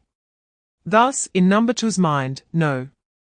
7 saying he would show scissors must have some ulterior motive. It was certainly a deceptive tactic. No. 7 saying he would show scissors was merely to trick himself into showing rock. Therefore, he absolutely could not play along with number 7's wishes. He definitely could not show rock. Number 2 hid his gesture behind his back, looking at the calm number 7, and a new thought emerged again. What if Just what if number 7 was telling the truth? What if number 7 really just had a moment of conscience and wanted to let him win a round? Even if number 7 did not intend to let him win, perhaps he would still intentionally tell the truth once. Chapter 204. The probability of winning. Ju-Kei played with the magnifying glass item in his hand, pondering the system voice's introduction. At present, he already had 2 special items. One of them was the winner's reward, Truth Skull, which could unconditionally grant 1 truth. However, the method of use was still unclear, and it could only be used once. Therefore, Ju-Kei did not want to try it lightly to avoid wasting it. The second item was an inquiry magnifying glass. From the system voice's introduction, many additional pieces of information could be inferred. First, the system detected that Ju-Kei belonged to the Dragon Kingdom faction, thus granting him this item. Ju-Kei boldly speculated that for the Skeleton Society faction members, the system would provide items of a completely different nature based on their identities.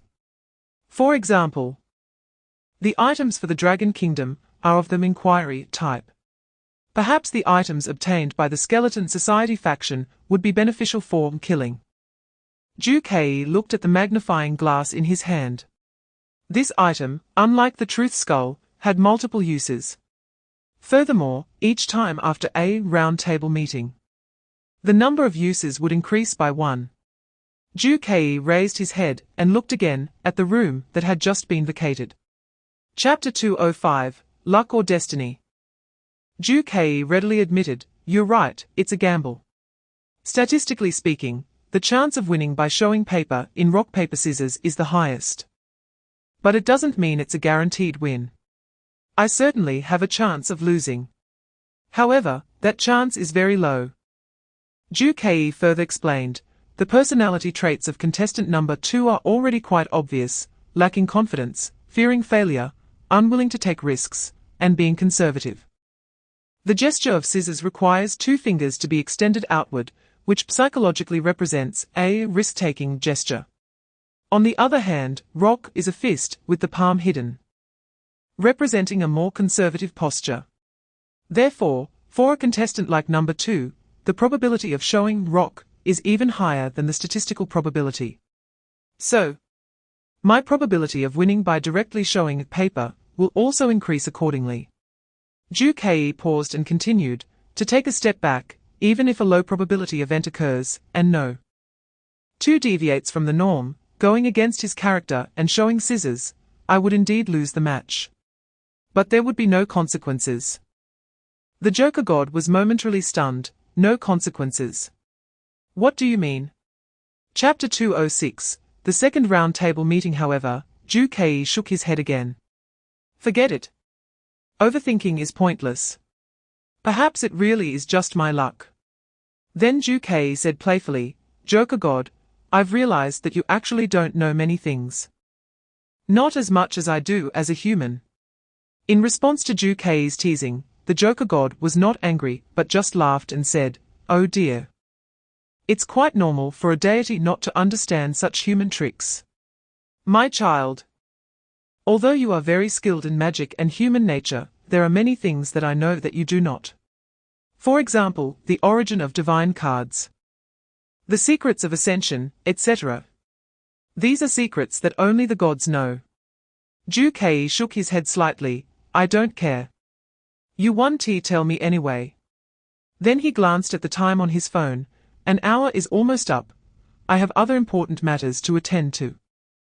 The Joker God understood and said, "Got it? I'll take my leave." After that, there was no further movement.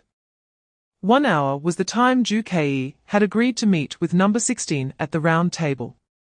So Ju-Kei immediately went downstairs to the round table. Chapter 207. Number 2's counterattack. It must be admitted that number 9's current thoughts coincided with Ju-Kei's. Although the 4 major factions were fighting independently, due to the existence of a protection rule, the killer cannot die before the accomplice is killed. It meant that all members of the Dragon Kingdom faction must first find all the accomplices, and then eliminate them to win. Currently, there are 3 members in the Skeleton Society faction. So, theoretically, there are 2 accomplices and 1 murderer.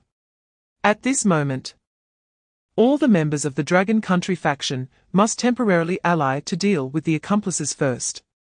Of course, these thoughts of Ju Kei only went through his mind. After number 1 listened to number 9's analysis, he also fell silent for a while. Then he nodded slightly. Your thoughts are not without reason. I'll be straightforward. I belong to the Dragon Country faction. Moreover, through certain means, I can also basically confirm that my teammates, who belong to the same organization as I do not contain the murderer. Our organization is entirely part of the Dragon Country faction. Number 1 paused and made a conclusion. Therefore, I support the initiative to find the members of the Skull Society and execute them. Chapter 208. The Crisis of Identity Exposure. Number 2's speech could not withstand scrutiny at all. In fact, anyone who thinks carefully could discover countless loopholes. Therefore, Ju Kei didn't bother to make any defense and simply maintained a relaxed posture, sitting in place.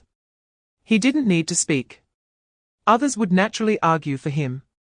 Sure enough, within less than a second after number 2 finished speaking, number 1 immediately raised doubts. Your statements have significant issues. Number 2's voice was slightly tense. What issues? These are all things I witnessed firsthand. Don't you want concrete evidence? Isn't my testimony considered evidence? Number 1 tapped his fingers on the table. These are not the main points. The key is that your statements do not stand up to scrutiny. Let me ask you one question. After you witnessed the murder process, why didn't you immediately propose to hold a roundtable meeting? Why was I the first to discover the body? This single question was a killer blow. Others, prompted by number 1, also raised their suspicions about number 2 to varying degrees. Ju Kei chuckled to himself. In fact, he did not blame number 2's actions. He completely understood number 2's thoughts. Chapter 209. Early reporting. Ju Kei was well aware that during the rock-paper-scissors match, he had basically seen through number 2's identity. However, similarly, his true identity might also be suspected by number 2. But Ju Kei did not expect that number 2 would openly reveal his identity now, risking everything. Number 2 recalled and narrated, at that time, number 7 was very confident when he and I were in the props match. It seemed effortless for him. In the end, he completely defeated me. I was a bit too nervous then, so I didn't think too much. But now that I calm down and think back carefully, that way of speaking, that kind of movement, I feel like I've seen it somewhere. Number 2 paused for a few seconds and continued, perhaps it's my illusion. But I think number 7 is really dangerous. I can't be 100% sure I'm right. But I believe number 7's true identity is. Suddenly, a harsh ripping sound interrupted number 2's words, attracting everyone's attention. Everyone turned to look at the source of the sound. Chapter 210. Reward for successful reporting. Beep beep beep. The moment the digital block touched the starry wall, the alarm immediately went off. Although this was not everyone's first experience with execution, the flashing red lights throughout the hall made everyone's expression serious. The system prompt immediately sounded. Detected a reporting action. Please everyone stay in place and do not move. We are about to check the reporting result, whether successful or not. Surprisingly, number 2 did not lose his mind. Instead, he displayed a calm demeanor, as if he had anticipated his outcome. At this moment, his state gave the impression that he had come to terms with it, giving up the struggle and facing the outcome of elimination with composure. Second roundtable meeting. Guest number 7 initiated a report.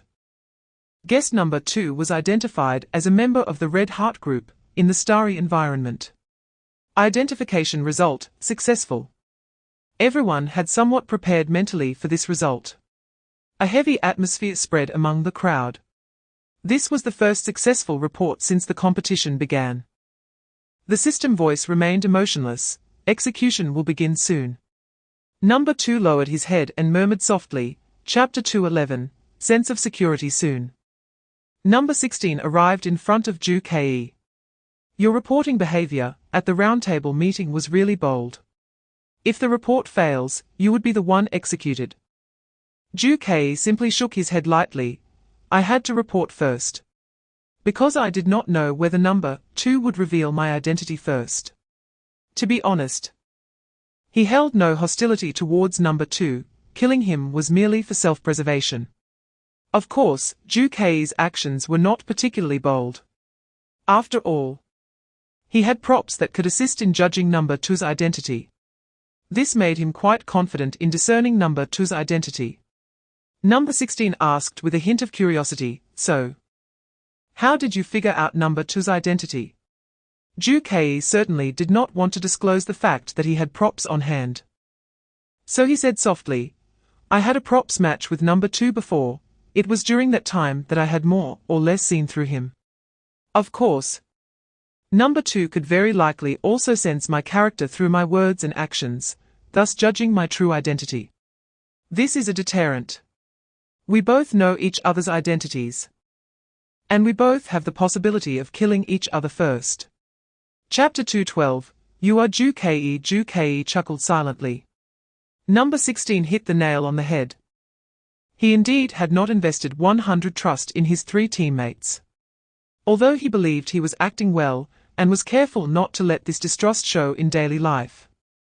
He did not expect that Suchense's thoughts were so delicate, that she noticed Ju Kei's buried thoughts. But this could not be blamed on Ju Kei. After all, his childhood experiences shaped his current personality. He could not fully trust others.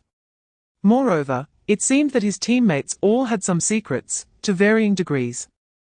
Tang Shen seemed to be withholding information about the living dead and the Skull Society. Zhong Yong was even more obvious. He directly revealed abnormalities during the group assessment. As for Suchense, although she had no secrets, she seemed to be overly favorable towards Ju Kei. He doesn't believe in unwarranted kindness. For the above reasons, Ju Kei always holds back when it comes to his teammates. He believes that this mindset is something that can only be sensed by those who are very familiar with him. So at this moment, Ju Kei has already internally concluded that number 16 is indeed Suchense. Chapter 2:13, The Skeleton Society. Mark. Ju Kei originally thought that Suchense focused on brute force. But he didn't expect her to have such delicate thoughts, noticing countless small details about him. Number 16 hesitated for a moment and then said again, actually, I believe that not just me, many people have some guesses about your identity. During the recent roundtable meeting, when you executed number 2, the aura you displayed and your decisive actions have narrowed the range of identity judgments about you in everyone's minds. In fact, perhaps someone has already guessed that you are Ju Kei. Ju Kei shook his head softly and said firmly, I know very well. But they dare not be my enemies. He then explained, even if they think I am Ju Kei, they do not dare to execute me, because of what happened to number 2. No. 2 tried to report me and ended up being eliminated instead. This scene has deeply engraved itself in everyone's minds. Therefore, when they oppose me, number 7, they will think of number 2's tragic fate and instinctively back down. Chapter 2:14, Discovering the Skeleton Society Camp. After hearing Ju Kei's question, number 16 quickly shook her head. Her tone still revealing a hint of fear. No, you don't understand. She paused and looked at the other 2 members present. They don't understand either. This skeleton mark cannot be forged. Upon hearing this, Ju Kei vaguely realized something and quickly asked, What do you mean? No. 16 swallowed and then said heavily, The Skeleton Society's mark cannot be copied by ordinary people. It can only be created by true members of the Skeleton Society. She paused and revealed the reason that frightened her. So, there are actual Skeleton Society members mixed in the exam room. True Skeleton Society members. Ju Kei carefully considered no. 16's words. It wasn't impossible. After all, Zhong Yong could very well be agreed. But if this situation really occurred, why didn't the school stop the competition? Was no. 16 overthinking it, Or was the exam room already out of control at this moment? Chapter 2:15, found a teammate number 3 gasped and then immediately denied, "You talking nonsense. I'm not. I think you look more like a member of the Skeleton Society." Ju-Kei remained calm. "No need to struggle. I have direct evidence to prove your identity." Number 3 hesitated. "What evidence?" Ju-Kei further said, "If you talk to me alone, you'll know." Number 3 lowered his head, seemingly engaged in a long internal struggle. Then, as if having made a certain decision, he looked up at Ju-Kei. "All right." The two went to a secluded corner, maintaining some distance between them. It wasn't that Ju-Kei was afraid he would take the opportunity to attack him, but rather that number 3 was more afraid. Once No. 3 confirmed that no one was around, he asked first, "What evidence do you have? On what basis do you say that I am a member of the Skeleton Society?" Ju-Kei did not answer immediately, but closely observed number 3's facial expression. Number 3 felt uncomfortable under Ju-Kei's gaze and turned his head away. Suddenly, Ju-Kei spoke softly, "Brother, you smell good." Hearing what he said was like thunder to number 3, who immediately turned his head, looking at Ju-Kei with an expression of disbelief. Chapter 2:16, the third round table meeting. Number 3 hurriedly followed up. "So, who are you taking me to meet? Is it the princess, or Tang Xin?" Ju-Kei teased a little, "You'll know when you see her. Anyway, for now, we have already recognized 3 teammates. However, plans always fall behind changes." Before Ju-Kei could fully descend to the lower level, a drastic change occurred.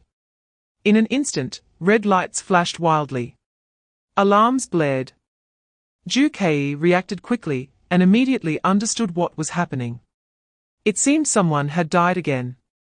"Let's go to the roundtable meeting. The body of a new ballroom guest has been discovered. The third round of the roundtable meeting is about to begin. Please gather all in the first floor hall. By the round table within 5 minutes." Along with the prompt text, Ju-Kei silently took his seat at the round table, in the number 7 position. The other members gradually arrived. Ju-Kei sat in his seat, and instantly fell into silence while cautiously observing everyone present. At this moment, one person was missing compared to the last round table meeting. Number 8's seat was empty. Soon after everyone had arrived, system text popped up immediately, and the voice echoed in the auditorium. Chapter 2:17, you have also exposed yourself upon hearing his name spoken by someone else. Ju-Kei couldn't help but feel a stir in his heart. He still didn't say a word, because he knew that if No. 9 was completely confident and believed he was Ju-Kei, he wouldn't be here stalling with him, but would report him directly to the Black Wall. Seeing that Ju-Kei did not respond, number 9 raised an eyebrow. What's wrong? Don't you want to say something? I don't want you to remain silent. Ju-Kei tightly closed his eyes. Not taking action was not a solution either. Even if number 9 couldn't be 100% certain, he had already mentioned Ju-Kei's name. Even if he didn't report him, it was possible that other contestants would be stimulated and report him first. There had to be a way to break this deadlock. Ju-Kei forced himself to calm down and think deeply. The best solution was, of course, to create deterrence. Discover number 9's specific identity. Just like with No. 2's actions, he could preemptively report number 9. However, Ju-Kei looked up at number 9. Number 9 had no other superfluous actions besides talking. Unlike number 2. This time Ju-Kei did not have the opportunity to contact number 9 in advance. Chapter 2:18, there are teammates present. No. 9 stared directly into Ju-Kei's eyes. Our positions are different. You are sitting at position 7, while I am at position 9. Did you notice? Position 7 is directly opposite the Black Wall. And we are sitting around a large round table. This means, Ju-Kei, your position at 7 is the farthest from the Black Wall. Ju-Kei put away his smile and kept looking at Zhuang Xingyao. so she could continue to talk to him. Zhu Kei asked, "What exactly do you want to say?" Zhuang Xingya replied, "I want to say that if we both run towards the black wall, I will definitely reach it first. So, if you want to get up and report me, the one who dies first will definitely be you." Zhu Kei showed no signs of panic, instead appearing indifferent. "Are you saying that just because of this short distance, you can definitely win against me? Don't forget, the last person who wanted to execute me was your other teammate, Yu Xingxing. He is position 2, which is closer to the black wall. But I was the one who reported him first." Position 9 shook his head dismissively. Chapter 219, The Active Invitation of Position 6. The third round table meeting had ended, but everyone remained seated. Just as Zhu Kei was about to get up, Position 1 suddenly spoke, "Wait a minute." Zhu Kei turned around and calmly looked at him. Position 1 slightly raised his head and said, "Why are you still so calm? Don't you realize that you're about to die? In the next round table meeting, you will definitely be reported. Your identity has been exposed, and you will certainly die." Zhu Kei did not respond. He silently stood up and walked upstairs. Position 1 snorted softly. Zhu Kei heard it and turned to advise the others present, "There must be members of the Skeleton Society here, right?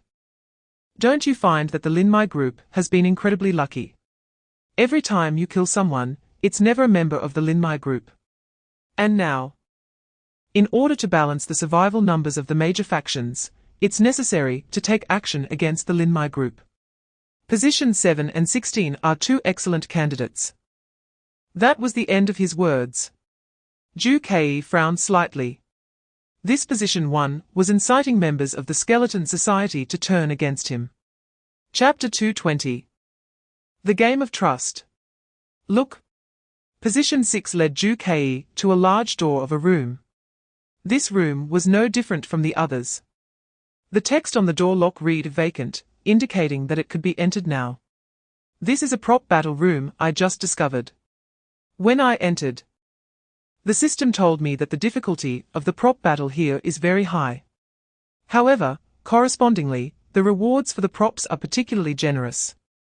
I asked the system if the prop rewards could allow someone to survive the execution at the round table meeting. Guess what the system said?" Zhu Kei didn't want to guess and said directly, "Just tell me." Position 6 looked at Zhu Kei with a hint of melancholy, then imitated the mechanical tone of the examination system and said seriously, "As long as it's used properly, it is possible." Position 6 clapped his hands. "Think about it. This kind of prop battle is usually a two-person competition, right? Although the system said that this match is very difficult, if I deliberately lose the match, you can easily obtain the prop rewards, right?" After listening to Meng Wan's explanation, Zhu Kei first examined the door of the room, then looked up and down at Position 6, trying to find any abnormalities. Chapter 221, Cooperation or Betrayal. Beep. In the room, a large screen suddenly appeared in front of Zhu Kei. In the center of the screen, there were two electronic buttons. A blue Cooperate button and a red Betray button. At the same time, above the buttons, several large words flashed. Game of Trust first round, total 5 rounds, game rules, both sides must choose to cooperate or betray. Based on both sides' choices, the following 4 outcomes will occur. 1. Win-win. If both sides choose to cooperate, both will receive a small reward. 2. Lose-lose. If both sides choose to betray, both will receive a small penalty. 3. Sole win. If you choose to betray and the other side chooses to cooperate, you will receive a large reward. The other side will receive a large penalty. 4. Complete loss. If you choose to cooperate and the other side chooses to betray, you will receive a large penalty. The other side will receive a large reward. Since this round is a game of trust, the first round is a trial round, and the rewards and penalties will be quite ordinary. But they will only be revealed after the first round ends. Chapter 222, Trust Questions. Zhu Kei slightly shook his head. He had anticipated that position 6 would choose cooperate. However, that the penalty would involve physical pain was somewhat unexpected. Ju Kei had already indicated his stance of non-cooperation in the first round. He straightforwardly told position 6 that he did not trust her through his choice. Therefore, position 6 paid the price. Game of Trust, round 2 is about to begin.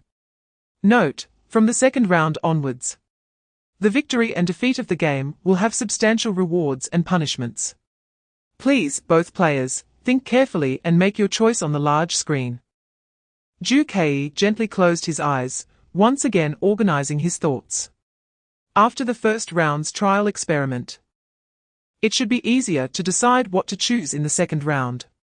Ju Kei chose to betray first, while position 6 chose to cooperate. After suffering a loss, position 6 should almost certainly not choose to cooperate again. Position 6 could not still trust Ju Kei, so she would definitely choose to betray. Therefore, the only choice left for Ju Kei was to betray. Of course, although it seemed like a fantasy, there was one more possibility, which was Chapter 223, My Favorite Rose. Ju Kei began to carefully think about his strategy. His favorite color. To be honest, he had never seriously considered this question. Ju Kei had never developed any feelings of affection towards anything. Naturally, there was no color he liked or disliked. If he had to say, red and black were colors that Ju Kei thought were quite acceptable. Red is the color of the Joker card. Black is the color of the Plum Blossom Divine card. After deep contemplation, Ju Kei finally replied to the voice in his mind, just answer red. However, I can't guarantee it will be correct. The girl's voice in his mind also seemed to hesitate, for a while before responding, I understand. Ju Kei, whether you trust me or not, I will choose cooperation. Ju Kei simply replied with a soft However, the voice in his mind did not disappear. Number 6 immediately asked again, don't you have anything you want to ask me? As expected, Ju Kei immediately made a judgment in his heart. Number 6 must have received the system's trust question task, and thus inferred that Ju Kei also had such a question. Chapter 224, Aristocratic Salute, detected that both parties have completed their selections. The game results are about to be announced. Trust Game, Round 2, Result, Solo Win. You chose Betrayal. The opponent chose Cooperation. The result was exactly the same as the first round. Ju Kei calmly looked at the big screen. The rewards and penalties for this round are about to be announced. The rewards and penalties are change the value of item rewards after the game ends. As the sole winner of this round, you will greatly increase the rewards for winning after the game ends. If you become the final winner of this trust game, you can receive item rewards. Changing item rewards. Ju Kei immediately recalled number 6 earlier words. This game is of the highest difficulty, and only the items from this item match could potentially help Ju Kei escape in the next roundtable meeting. Therefore, winning this time might be very necessary. Ju Kei did not regret his choice of betrayal at all. After all, for number 6, this punishment might only significantly reduce the value of the winning item rewards. Number 6 did not plan to win, it didn't matter to her at all. Chapter 225, Aristocratic Bow. Ju Kei thought for a moment and explained, didn't I perform a magic trick for you before? At that time, I borrowed a mobile phone from you. It was then that I remembered the pattern of your palm. Number 6 hesitated for a moment and then softly said, really? I find it hard to believe. There's nothing special about my palm, how can it be distinguished from others? Moreover, after wearing the mask, my appearance will be blurred. Even so, can you still see clearly? Ju Kei frowned slightly. It seemed that the other party was smarter than he had imagined. Just as he was thinking of further explanations, number 6 retreated. Never mind, I know you must have some things you can't tell me. I'll do as you say. Number 6's voice quickly disappeared. The next second, the big screen in front of Ju Kei suddenly lit up. The scene from the opposite booth immediately came through. He saw number 6 gently raise a hand and present her palm to Ju Ke. Beep. The system sound immediately rang on Ju Ke's side, detected that your opponent has saluted you. Your extra task has been completed. Chapter 226. Final round. Choose one piece of information to help determine number 6's true identity. Faction, camp, gender, and divine card points. Number 6 claimed her name was Meng Wan. If he wanted to clearly determine whether number 6 was lying, it was obvious which option to choose. The Red Heart group had already eliminated 3 contestants, so just choosing to know number 6 faction would immediately allow him to determine if she was Meng Wan. The other 3 options, whether the camp was Dragon Country or Skull Society, were irrelevant. Knowing whether the gender was male or female could not accurately determine number 6's identity at all. As for the divine card points, it was even less useful. Ju Ke was unclear about what divine card Meng Wan was, so this option was useless as well. After carefully weighing these options, Ju Ke softly said to the big screen, "I choose to know number 6 faction." The system immediately responded, "Okay. Number 6 faction is a Red Heart group." Once this answer appeared, number 6's identity was already locked in as Meng Wan. Ju Ke was not surprised by this result. After all, he had previously hinted at and talked with number 6 about their magic trick experience. Chapter 227. Measures to avoid death. Ju Ke knew this round of the game was about to end, so he nodded directly and said, "Yes, go ahead, I'm listening." Number 6 chuckled softly, "Actually, you should have already guessed what I want to say. You might think I'm strange, and even wonder why I would tell you this since we're not familiar." However, she hesitated for a moment, seemingly having made a certain decision, and finally spoke seriously, "If I don't say it now, I'll be eliminated. After returning to reality, you will definitely ignore me. And I want to have the chance to say it." Ju Ke remained silent, politely waiting for Meng Wan to finish her sentence. Number 6 suddenly asked, "Do you know there's a student organization at our school called the Ju Ke Fan Support Group?" Ju Ke nodded slightly. "I know there's such a small organization, but I haven't really paid much attention to it." Number 6 laughed softly again, "Very much your style. Actually, I started that fan group. I am the leader." She quietly narrated, "I had been quietly watching you since the moment you entered the school." Chapter 228. Revelation from the divine. Ju Ke maintained the posture hanging on the wall of the small booth and silently spoke to himself in his heart. "Meng Wan. I hope you won't let me down." Then, he looked again at the 2 buttons on the big screen below. Cooperation and betrayal. From the perspective of the Elite Cup competition, choosing betrayal is the optimal solution, eliminating the opponent from the Red Heart group and firmly holding the powerful item rewards in his hands. However, at this moment, the competition had long since deviated from the normal competition category. If the game were to proceed normally, at this moment, his and Meng Wan's match should be surrounded by countless spectators.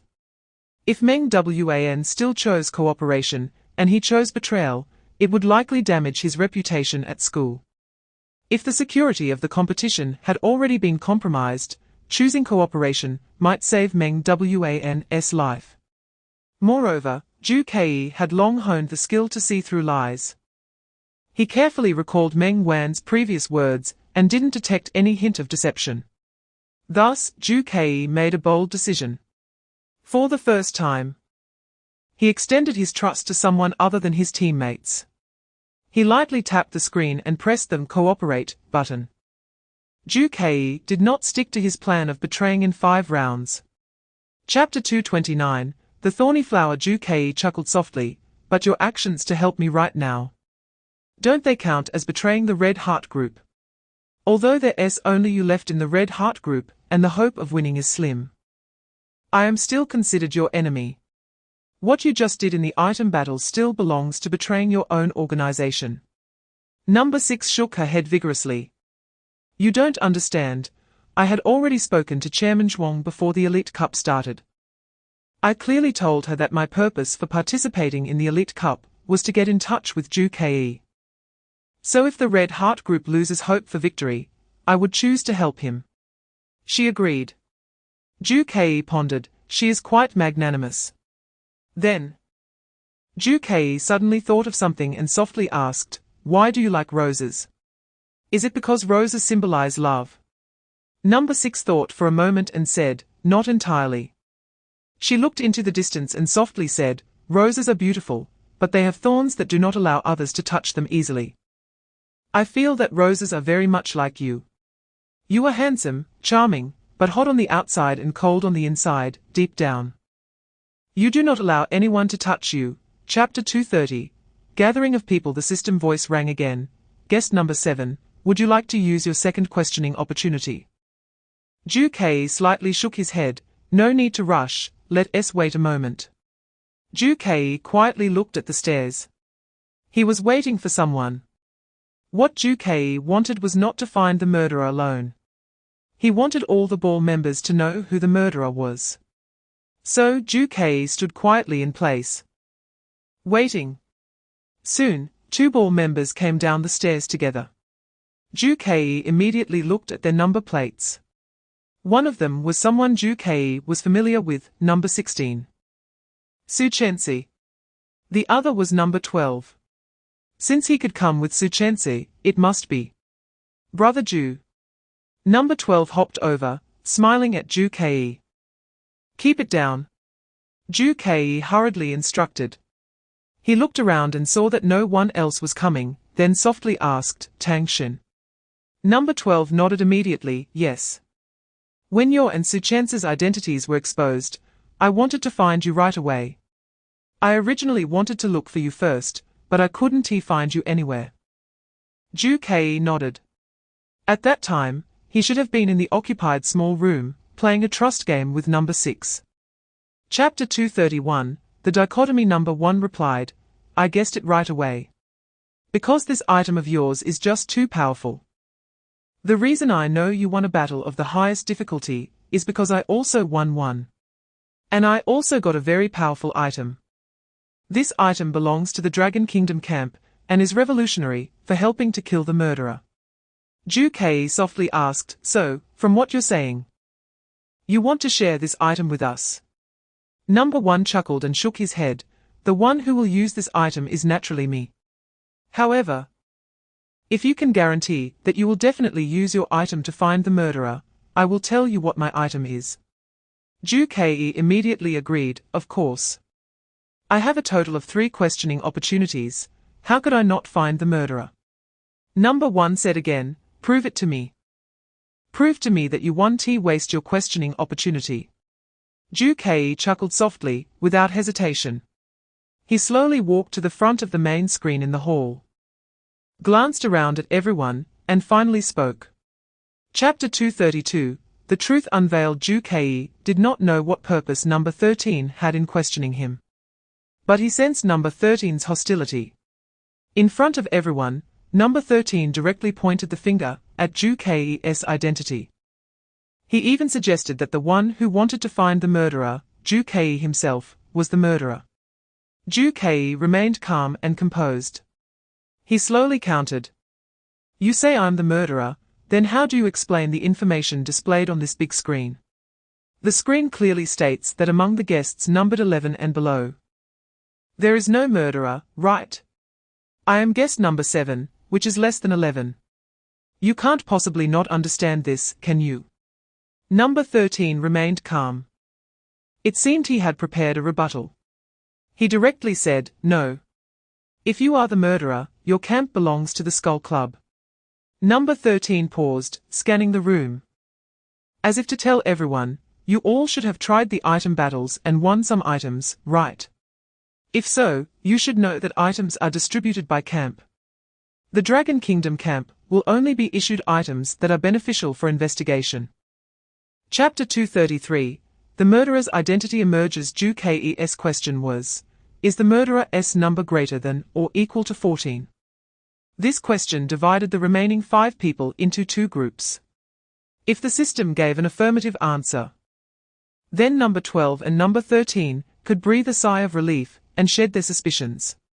The true identities and camps of numbers 14, 15, and 16 would be pushed into the spotlight. If the system gave a negative answer, the result would be entirely opposite. Ju-Kei stared intently at the big screen. Everyone silently watched the screen. Beep. The text on the screen immediately appeared. Number 7 asks the deity, is the murderer's number greater than or equal to 14? The deity's answer is no. The clear text reflected in everyone's eyes. The deity gave a negative answer, which meant that there was still no murderer among numbers 14, 15, and 16. They shed their suspicions. The three of them immediately relaxed and moved to the left side of the hall. The other two, however, did not have such good luck. At this moment, everyone's attention is focused on the only remaining two suspects. One of them is innocent, while the other is the true murderer. Chapter 234, The Gun of Judgment. Ju-Kei raised an eyebrow. You found the murderer for me. What do you mean? The tone of number 1 was very confident. Do you remember I mentioned that I have a powerful tool aimed at the murderer? Then, number 1 immediately took out a black handgun from his pocket and spun it on his fingertips. Everyone looked at him with puzzled expressions. Number 1 explained slowly, this tool is called the Gun of Judgment. Its effect is very simple and brutal. It can ignore other rules and directly execute the murderer. Upon hearing this, Ju-Kei frowned slightly. According to the rules of this competition, the player who executes the murderer will become the final winner. However, unless all accomplices are killed, the murderer cannot be executed. But number 1's tool can actually ignore any other rules. After listening to number 1's introduction, everyone present showed varying degrees of surprise. They all realized that if what number 1 said was true, the entire competition was about to end. If number 1 immediately shot and killed the murderer, then number 1 would become the final winner. All of Ju-Kei's arrangements would be in vain. Chapter 235, Task Arrangement. Number 16 was the first to ask, Ju-Kei, what exactly is your plan? Why would you use your tool in front of everyone? Number 3 followed up, yeah. This tool that can find the murderer, couldn't we just use it quietly within our own club? Why expose it to others? He said angrily, I feel like I can guess who that number 1 is. Unfortunately, he has such a powerful tool. The identity of the murderer was exposed. As soon as the round table meeting began, he could win the competition. However, number 12 gently shook her head. Deep in thought, I believe Ju-Kei has his own arrangements. Then, she raised her head slightly, looking at Ju-Kei with anticipation. Is it that a revelation of the divine tool, Ju-Kei? Did you manipulate it a bit? Ju-Kei bluntly denied, no. The Truth Skull tool has clearly informed everyone that I did not lie about the usage of a revelation of the divine. I can assure you that the 3 questions I asked, the answers given by the system, are all true. Chapter 236, The Mysterious Room. At this moment, all of Ju-Kei's teammates firmly remembered the tasks assigned by Ju-Kei and left one by one. Here, only Ju-Kei remained. Ju-Kei stood still and gently closed his eyes. He entered that state again, isolating all external noise and immersing his brain in thought. Before the plan was carried out, it must be foolproof. To win this Elite Cup competition, one must move towards the goal of victory. The Dragon Country Camp wants to win, naturally by killing the murderer. And the murderer wants to win by making the number of members of the Skull Club equal to or surpass that of the Dragon Country Camp. Currently, there are 3 members of the Skull Club and 8 members of the Dragon Country Camp. The disparity is still significant. However, if the Skull Club kills one and the Round Table meeting executes another, the numbers will be nearly equal. And the method of victory lies within that. After clarifying his thoughts, Ju-Kei slightly opened his eyes. Then, he stepped forward towards the small room at the end of the second-floor corridor. Number 12 was guarding the door of this room as Ju Kei instructed. Ju Kei approached. Tang Xin, has anyone come by during this time? Chapter 237. Hiding a beauty. The noble girl still had her eyes closed, appearing to be in a deep sleep, as Ju Kei gently lifted her wrist. After all, she was just an NPC within the examination room, without autonomous action capability. Therefore, Ju Kei only needed to exert a little force to slowly pull her over. The noble girl seemed completely unaware, her steps involuntarily moving towards Ju Kei. Ju Kei's thought at this moment was simple: he temporarily did not want to kill this noble girl, but he also did not want others to easily become the murderer. Therefore, he needed to modify the scene and hide the real noble girl before others arrived at the dance floor. Ju Kei looked around. The hall on the first floor was magnificent and luxurious, but very spacious. At first glance, there were no suitable places to hide items. At least, if Ju Kei tried to hide an entire person somewhere, the risk would be too great. There was no guarantee that there wouldn't be any accidents, or that other contestants wouldn't discover it in advance. Ju Kei pondered for a while and then looked up at the area on the second floor. Being the first contestant to arrive at the hall, he had the freedom to explore it before the second contestant entered the dance floor. Chapter 238, After Death. There is rebirth. Ju Kei stood in silence for a while before gently taking out his divine card. The prophet's skull had once advised that the divine card must be activated before the competition starts. Now Ju Kei understood the reason.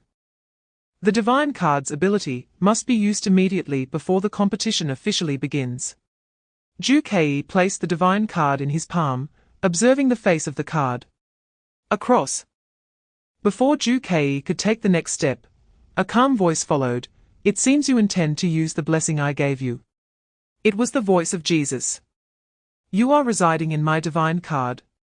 Ju Kei asked softly. Yes. I want to see for myself how you use the Jack of Diamonds card. Ju Kei replied directly. The ability of the Jack of Diamonds divine card has a very broad range of use. However, I want to play it safe. Then, Ju Kei softly said, the ability of the Jack of Diamonds divine card is to reverse two opposing concepts. But you said you only used the Jack of Diamonds to reverse life and death. I have only seen you use the Jack of Diamonds to resurrect. So I also plan to use it in the same way as you. Jesus understood very well. Chapter 239, Rebirth. Darkness. Nothingness. Then, a distant light. Ju Kei did not remember anyone or anything. He felt like a ghost that had lost the ability to think, relying solely on instinct to act. He has no hands, no feet, and no physical form. He seems to be floating, slowly moving towards the distant light. Here is the edge of hell, the boundary between life and death. A step back is death, a step forward is rebirth. In the end, Ju Kei's formless body touched the faint light that symbolizes resurrection. Ju Kei gasped and slowly opened his eyes. The bright light of the hall forced him to squint again. He raised one hand to partially shield himself from the strong light, and his eyes gradually adapted to the surrounding environment. At first, Ju Kei remembered nothing. He didn't know who he was, where he was, or what he should do. But a few seconds later, as if awakening from a dream, memories flooded back like a tide. The elite cup, the Jack of Plum Blossom, reversing life and death, the hidden girl, countless past scenes appeared in Ju Kei's mind.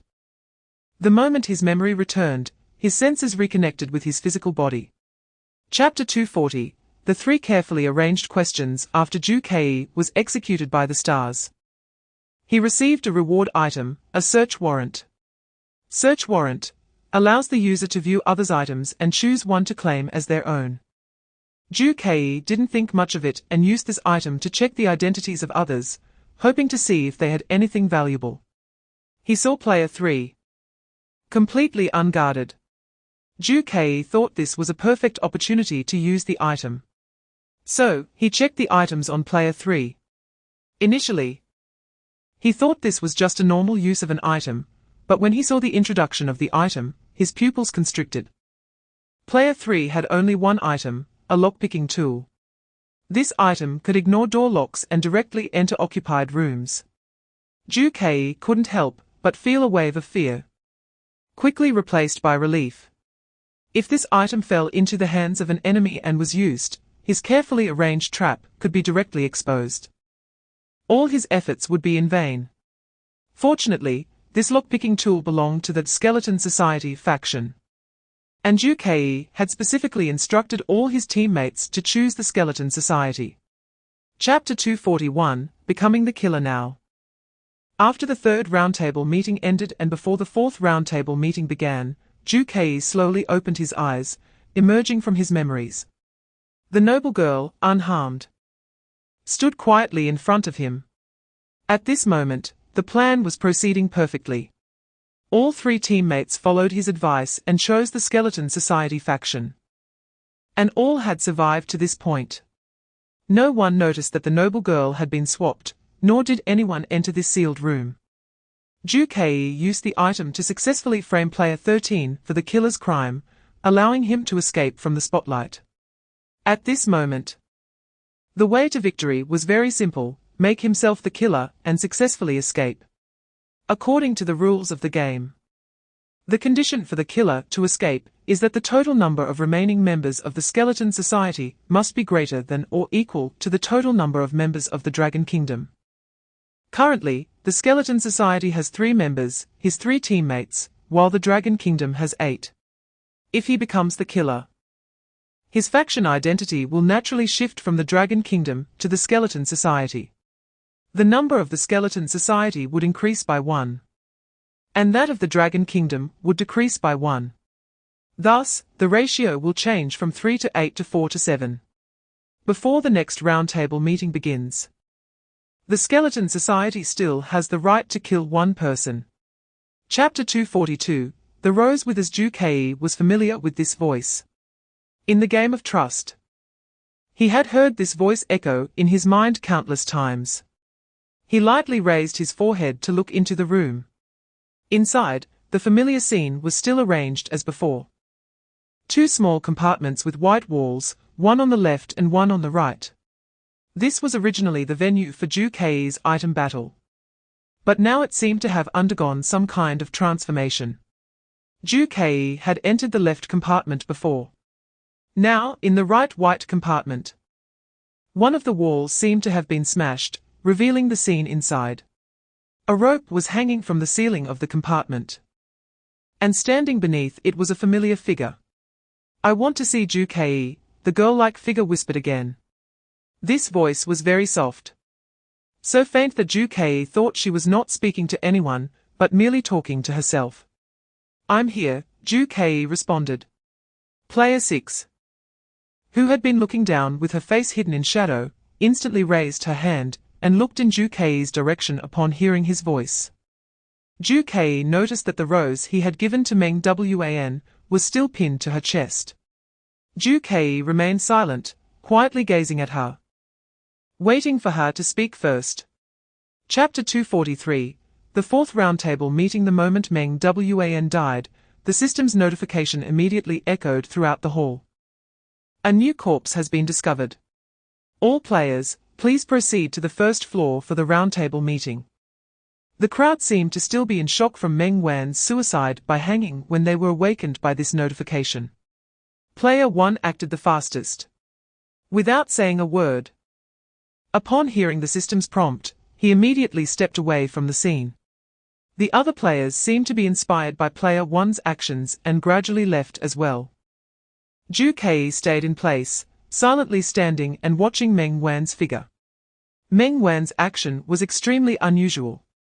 Ju-Kei was currently unclear why she wanted to see him before hanging herself, nor did he understand why she chose to commit suicide in front of everyone. However, the calm expression on Meng Wan's face before her death made Ju-Kei harbor faint suspicions. Player 16 quietly approached and stood beside Ju-Kei, slowly saying, "Let's go. It's time to end this." Ju-Kei silently nodded, softly replying, and finally took one last look at Meng Wan's lifeless state, before turning to walk towards the stairs leading to the first floor. The fourth roundtable meeting. The system continued to deliver its emotionless mechanical opening line. Chapter 244. Bullet fired if a member of the Dragon Kingdom faction from the same society kills a killer from the same faction. They will be judged as losing. The other three major societies will all win. Zhu Kei still clearly remembered the additional rules provided by the system. Killing the killer does not necessarily guarantee victory. If the killer and the executor belong to the same society, then the other three major societies will win together. Player 1 was worried that Player 13 was a teammate from the same society as him. So, that's why I'm worried about asking. At this moment, everyone at the round table turned their gaze to number 13, waiting for his answer. Number 13 did not answer immediately, but fell into a brief silence. Then, he gently raised his head and looked directly into number 1's eyes. Diamond Group. I belong to the Diamond Group. Lie? Zhu Kei raised an eyebrow. His intuition told him that number 13's words were most likely a lie. Zhu Kei then shifted his gaze to number 1. If number 1 shot immediately, he could declare victory. However, the corner of number 1's mouth twitched noticeably. You're lying. You're not a member of the Diamond Group, number 1 said with certainty. But despite saying this, number 1 had no intention of shooting. Chapter 245, All Evil People. Click. The originally soft chest suddenly felt as if the bullet had hit some kind of iron wall, coming to a halt right in front of number 13's chest. Then, it was deflected away. The bullet was like a kite with a broken string. It fluttered in the air for a moment before falling to the ground with a thud. Number 1 looked at number 13 in shock. Number 13 still wore that indifferent and confident expression. With his arms crossed, he seemed to say, I told you so. Number 1 looked down at the smoking muzzle of his gun. In that moment, he understood everything. He realized who the true culprit was. He turned to Zhu Kei in disbelief and shouted, You played me. Boom! Before number 1 could finish speaking, his body exploded instantly. Number 1's position was now empty, leaving only air. The others were momentarily stunned by this sudden turn of events. Then, the system's voice came again. The round table meeting has ended. Guest number 1 used the item judgment gun, replacing the normal reporting process. Number 1 shot at number 13, identifying him as the murderer. Chapter 246, Sleeping Beauty. The world spun around. Zhu Kei gradually felt his feet touching solid ground. Soon, his other senses began to return. He first heard deafening cheers. Then, he saw himself in the center of the Elite Cup venue, surrounded by countless spectators cheering, the crowd forming waves of excitement. Zhu Kei breathed a sigh of relief. He had thought that perhaps a killer from the Skeleton Association would intervene in the match, or that something unexpected would happen in the outside world. But now it seemed he had overthought it. Everything was normal. Zhu Kei took a deep breath and stepped forward. Amid the cheers of the crowd, he gently waved his arms to greet the audience. The crowd responded even more enthusiastically. Soon, accompanied by the sound of air splitting, his three teammates appeared one after another beside him. Su Chensu remained relatively calm, maintaining a proud yet graceful victorious smile, slightly nodding to the audience supporting the Linmai group. Zhongyong and Tang Xin were different. They were both going wild. Zhongyong shouted, The Linmai group is awesome. We won again. Tang Xin dashed forward, bouncing and jumping. Directly in front of the audience, raising her arms to wave, giving an even more enthusiastic response to her supporters. Chapter 247, The Girl's Death. Whoosh! A sound like air being torn apart. Then, the space around Meng Wan twisted. Following that was a loud bang. A red figure suddenly flashed next to Meng Wan. It was Professor Chen Yun. Upon sensing that something was wrong, she immediately activated her divine card ability from the commentary platform and teleported down. Get back. Chen Yun changed her previously gentle tone, dispersing the crowd that had gathered. She then knelt in front of Meng Wan's body. The audience could naturally understand the seriousness of the situation and gradually quieted down. At this moment, tens of thousands of spectators fell silent, not a word spoken. Chen Yun conducted a series of checks on Meng Wan, including her pulse and breathing. The other Elite Cup contestants quietly surrounded the outer circle, patiently waiting. After a few minutes, Chen Yun stood up silently. Zhuang Xingyao immediately stepped forward. How is it, Professor? What happened to Meng Wan? Professor Chen Yun hesitated and finally shook her head with a heavy expression. At this moment, everyone understood what had happened. A heavy atmosphere permeated the entire venue. Outside Professor Chen's office, Zhu Kei leaned against the wall, waiting silently. Voices of discussion came from within the office. Chapter 248, Preparing for the Funeral.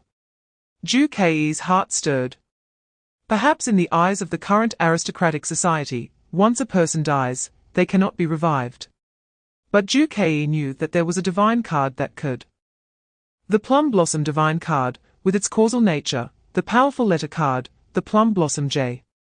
It has the divine power to reverse life and death. However, in the Dragon Kingdom society, where the Plum Blossom Divine Card is missing, they probably don't even know what the Plum Blossom J can do. Zhu Kei's own divine card had already been used, and he did not know when he would be able to draw the Plum Blossom J again. Jesus's divine card level is Diamond, already semi-divine. To achieve resurrection, it seems that with Zhu Kei's current divine card level, it would also be impossible.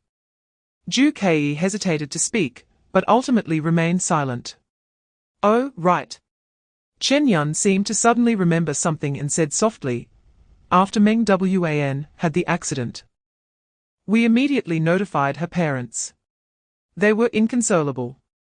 Then, they mentioned you on the phone. Chen Yun said softly, Meng Wan's father seems to have heard of you. They said they hope you can attend Meng Wan's funeral. At the Linmai Group headquarters hall. At this moment, the empty hall had only Zhu Kei. Chapter 249, Returning to the Public School. At the entrance of Donghai City No. 1 Middle School, Zhu Kei looked at the familiar school gate and sighed softly. This is the largest public school in the city and the place where Zhu Kei attended school before awakening his divine card at the age of 18. Zhu Kei had to return here. After all, he only learned yesterday that Meng Wan's father was actually the principal of this public school. Although this is a public school, in the current Dragon Kingdom society, those in power are always the high aristocrats. The position of principal at this school is no exception.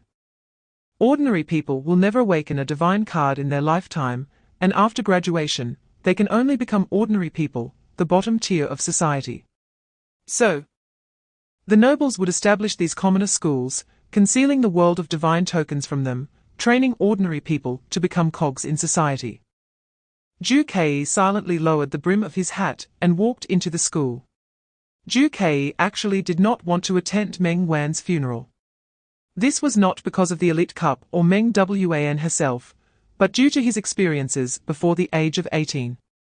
After becoming an orphan, Zhu Kei had officially stepped into society. However, a child without income had to accept the state's assistance. Chapter 250, The Sheep Blocking the Road. Zhu Kei glanced at his watch, then looked up and softly said, Step aside, I don't have time to argue with you. I need to go to the principal's office. He then stepped forward. Although Wang Qiong momentarily showed signs of fear, he ultimately did not clear the way. He stubbornly stood his ground and said, Why should I step aside? You think you can see our principal? I don't believe it. Zhu Kei did not answer his question, but instead looked him up and down, retorting, At your age, shouldn't you have graduated? What, couldn't he graduate? Retained. This question seemed to hit a nerve with the person across from him. His expression turned ugly, and he ultimately said nothing. Then, his face flushed, and he shouted, actually reaching out to push Ju Ke. However, how could a commoner like him harm Ju Ke in the slightest? Ju Ke stood firm, unyielding. On the contrary, Wang Qiong was pushed back by the force and stumbled, falling to the ground again. This commotion attracted many high school students to watch. Ju Ke's expression was serious. Originally, he had come to this school intending to keep a low profile. But unexpectedly, he encountered such a situation. The onlookers, unaware of the truth, formed a circle. Whispering and discussing quietly, Chapter 251, The Princess Appears Slap. Wang Qiong didn't even look, directly striking Ju Ke's student ID, knocking it to the ground. Ju Ke's student ID spun and fell. What are you pretending for? Your clothes are stolen, and isn't it normal for your ID to be fake? Wang Qiong raised his head, full of bravado. He let out a short, mocking laugh, saying, you think you can attend a noble academy? That's the highest noble institution in the entire Long Kingdom. Do you know what kind of people can get in? They are all high officials, rich people. And the children of nobles. The 4 great noble families. Even the current princess of Long Kingdom is studying there. What are you? A broken commoner without parents. Thinking you can enroll there? Ju Ke lowered his head, looking at his student ID. The metal edge reflected white light. Ju Ke's eyes suddenly turned cold. The person in front of him was no longer just evil. More than that, he was foolish. Without even looking, he firmly asserted that Ju Ke's student ID was fake. Such ignorant people were still too well protected by the school environment. If he were to step into society and experience what Ju Ke did as a youth, he wouldn't survive a single episode. Ju Ke decided not to be lenient any longer. Chapter 252, The Princess Shows Her Acting Skills. Ju Ke did not recognize this car. But the surrounding commoner students clearly did. Isn't this the principal's car? What's going on today? Why is it over here? Usually, students could only see the principal driving in and out of campus at certain times. But now, for some reason, the principal had driven into the teaching area. Right under the teaching building. Then the car window slowly rolled down. Ju Ke saw a bald man wearing sunglasses and dressed in black sitting in the driver's seat, while Meng Wan's father was in the passenger seat. Meng Wan's father scanned the crowd and frowned when he saw Su Chenzi. The car door immediately popped open, and he quickly got out of the car. Meng Wan's father was a tall, thin middle-aged man, wearing thick round-frame glasses and a tall top hat, exuding a noble style. As the principal approached, an invisible aura seemed to surround him, causing the students to part ways for him. The students whispered among themselves, "What's going on? Why is the principal over here?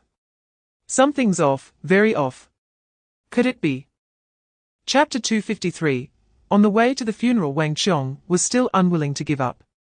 He could tell that the principal would not be soft-hearted, and Ju Ke would naturally not spare him either. But that silver-haired princess was a kind person. He rushed to block Su Chenzi and knelt down, banging his head on the ground twice, pleading, "Kind princess, please plead with the principal for me. Being expelled will really leave me to die on the streets." Ju Ke saw that Su Chenzi's face had shown a hint of hesitation. So, Ju Ke directly moved his feet, blocking Su Chenzi. Ju Ke showed no mercy, glancing at Wang Qiong on the ground, and said straightforwardly, "I believe this punishment is very reasonable. You have been retained and cannot graduate, which means you are no longer suitable to continue studying here. If you starve to death, don't blame being expelled. After all, those who are expelled can still live well through their own efforts. I am a living example." Ju Ke's tone was flat, but his gaze was extremely cold.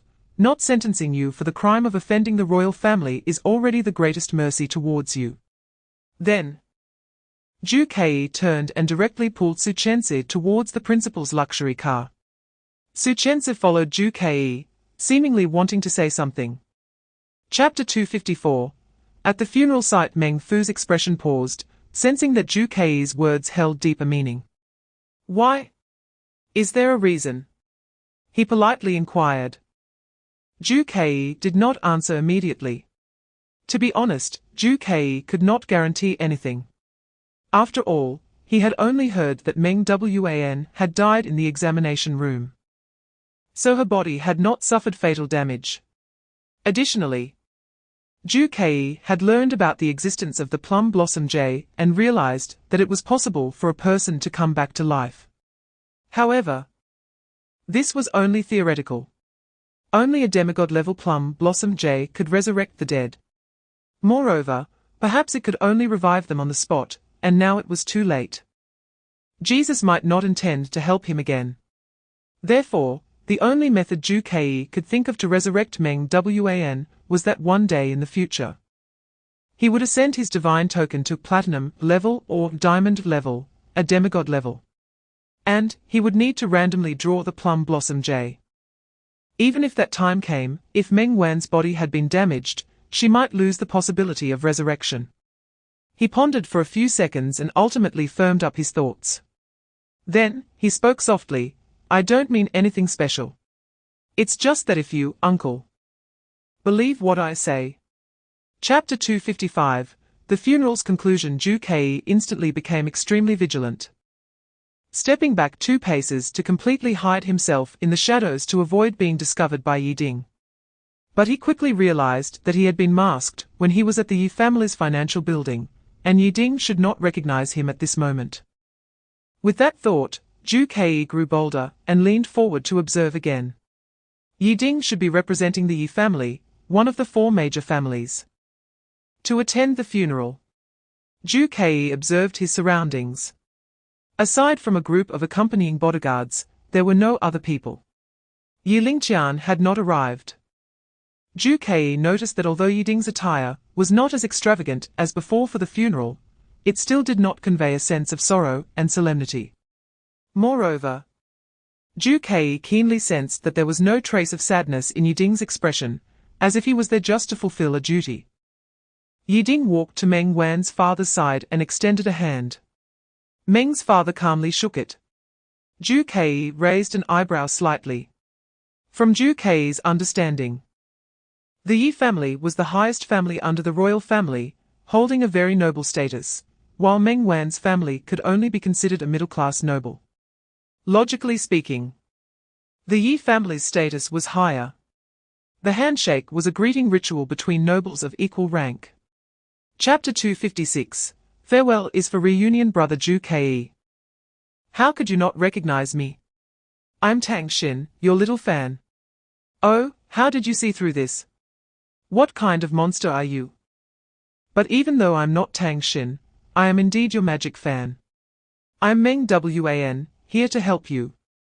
Look. This room has props that can save your life.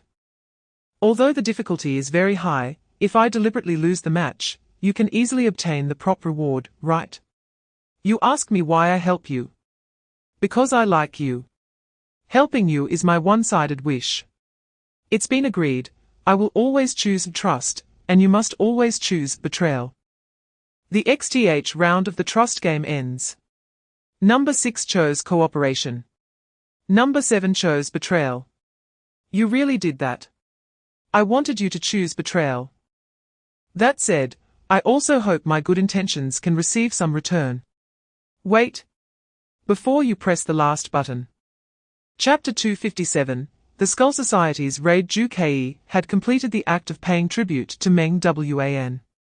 Next, he just had to wait quietly for the unexpected event mentioned by the prophet's skull to occur. This process did not last long. Whoosh! A sound of explosion echoed in the air. Then, there was a distortion of space.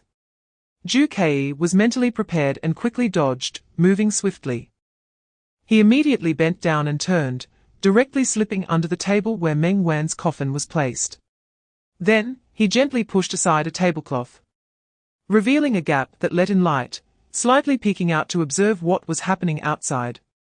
He saw that at the point where the explosion sound came from, Countless black mists instantly gathered. The entire funeral scene became dark. A huge black skull, glowing green, flickered in the high sky. Soon, these black mists gradually took shape, slowly transforming into human figures. Countless individuals draped in black cloaks and wearing black skull masks instantly appeared at the funeral site. There were about a dozen of them. Surrounding the funeral, the leading member of the Skull Society wore a more luxurious cloak than the others, and his mask was dark gold. He stepped lightly, gradually approaching the center of the funeral. Chapter 258, Hand over Zhu Ke, or Wu Ming Qianhai frowned slightly, seemingly weighing the pros and cons. He then asked, "What is your request? What is the purpose of your disruption of this funeral?" Greed chuckled lightly. "It's very simple, to find someone." "Who?" Ming Qianhai immediately pressed for an answer. "Zhu Ke," Greed responded succinctly. Hearing his name, Zhu Ke's heart tightened. He curled up, ensuring his hiding was foolproof. At least, he had not been exposed yet. Zhu Ke noticed that among the crowd, Su Chenzi and Zhuang Xingyao's expressions changed slightly. But most guests looked confused, as if it were the first time they had heard that name. Zhu Ke shifted his gaze back to Meng Qianhai's face. How would he respond? "I don't know him." Meng Qianhai replied calmly, showing no signs of a flaw. "There is no such person at this funeral." However, Greed would not be so easily deceived. He showed no major emotional fluctuations, only chuckled, "You're lying." Then he scanned the entire funeral again. "We have clear intelligence sources. Zhu Ke is right here at this funeral." He paused and continued speaking.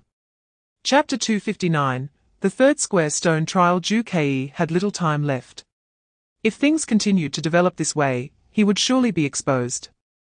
At this moment, Zhu Ke had only two choices left. One was to actively reveal himself and participate in the battle. The situation was currently stalemated. And Meng Qianhai was very powerful. The Skull Society might not necessarily win. The second choice was to continue waiting.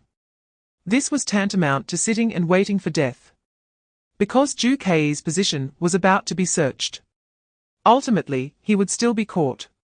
Under normal circumstances, one certainly could not remain idle.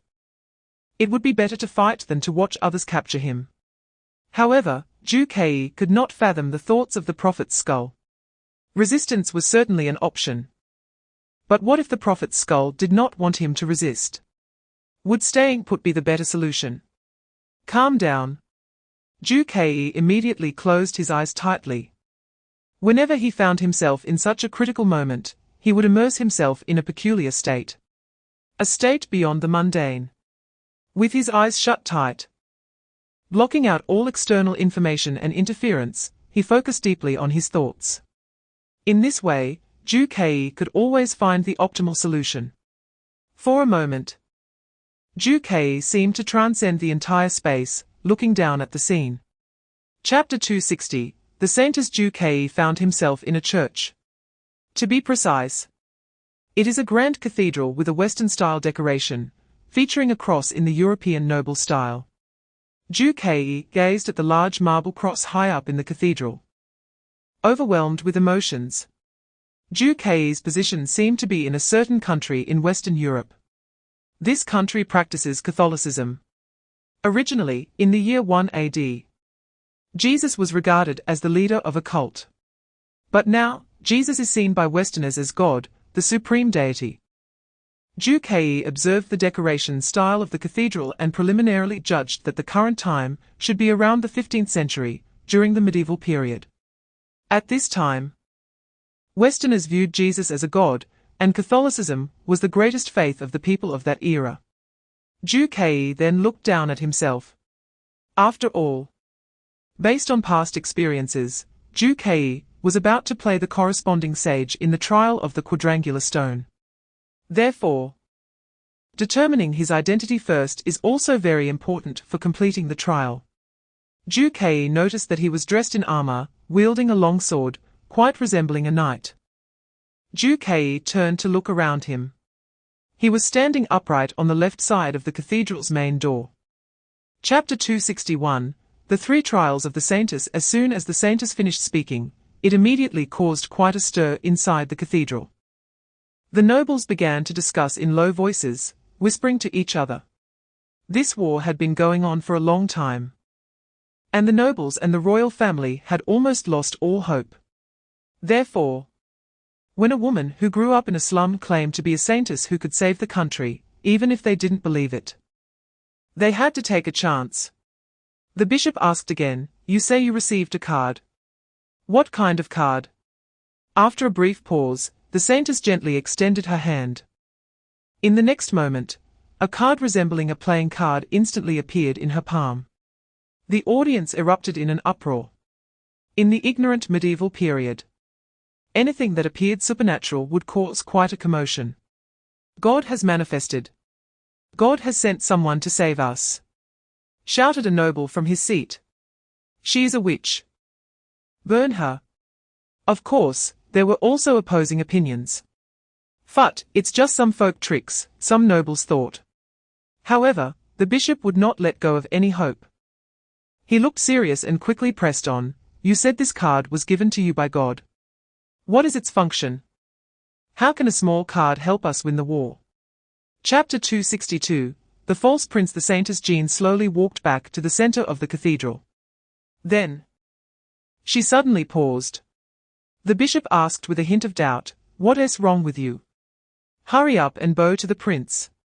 After kneeling, you will completely become the saintess." Saintess Jean pondered for a moment and replied, "But didn't you say there are 3 trials? And I have only passed 2. After hearing this, the bishop waved his hand dismissively. "Oh, that. It's not necessary. In the first 2 trials, you have already proven your ability and identity. We will skip the 3rd. The prince, seated in a magnificent position, also grew impatient. "Hurry up. Do I have to wait for you?"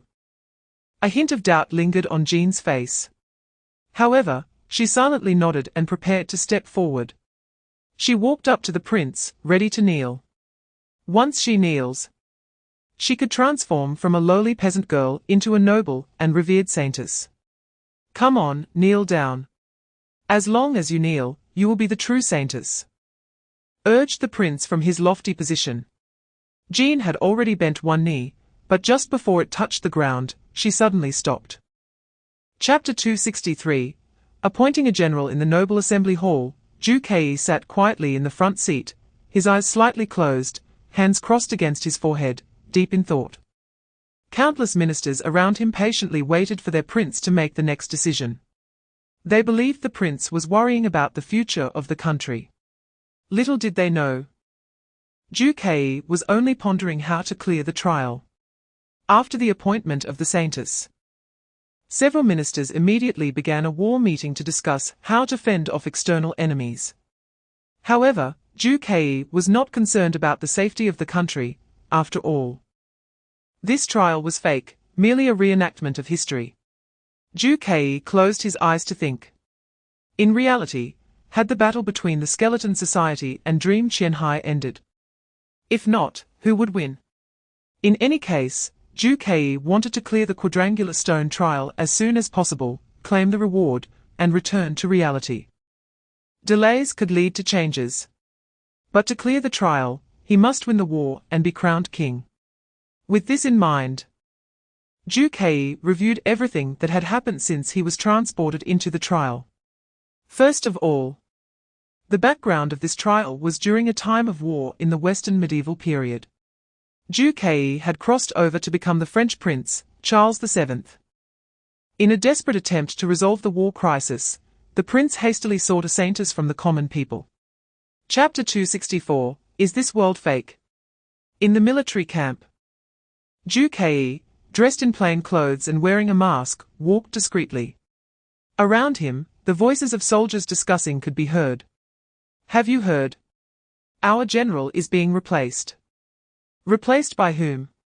"I've long been dissatisfied with that old general. I heard they are bringing in a woman to be the general and lead us into battle." "A woman? What does a woman know about war? Hey, you don't know. She is not an ordinary woman, she is the newly selected saintess. I heard that the saintess can make others willingly kneel. Is that true? Nonsense. It must be fake. Just another trick. I bet she is some noble relative. Brought in to make a name for herself. Who on earth chose a woman to be the general? I heard the saintess was personally chosen by the prince. Sigh. This future king is so unreliable. Before this young prince becomes king, the country is bound to be finished. Sure. Keep your voice down. Zhu Kei frowned but said nothing. Walking past quietly, Zhu Kei deliberately visited the military camp in disguise to hear the voices of these grassroots soldiers. Chapter 265, The Coronation Ceremony. For a moment, Zhu Kei felt a bit eerie. In the previous quadrangular stone trial, once immersed in the story, Zhu Kei completely played the character in the trial. Yet at this moment, the NPCs in the trial seemed to see through the facade and recognize the truth. Is this world fake? The saint looked straight at Zhu Kei. Zhu Kei gazed at this girl, who looked exactly like Meng Wan, feeling a moment of disorientation. The person before him was as intelligent as Meng Wan. The saint remained calm, standing in place, waiting for Zhu Kei's response. After hesitating for a while, Zhu Kei ultimately decided to tell the truth. Yes. After a few seconds of pause, Zhu Kei asked again, "How did you find out?" The girl seemed to be taken aback by Zhu Kei's question. The saintess' eyes revealed confusion and bewilderment, as if she had just awakened from a dream. I don't know. Then she glanced around again. I always feel like I've been here before. I feel like I've experienced all of this. This place seems to be just my past. Zhu Kei slightly lowered his head. The St. John's perception was indeed sharp. This place did indeed count as a past experience for her.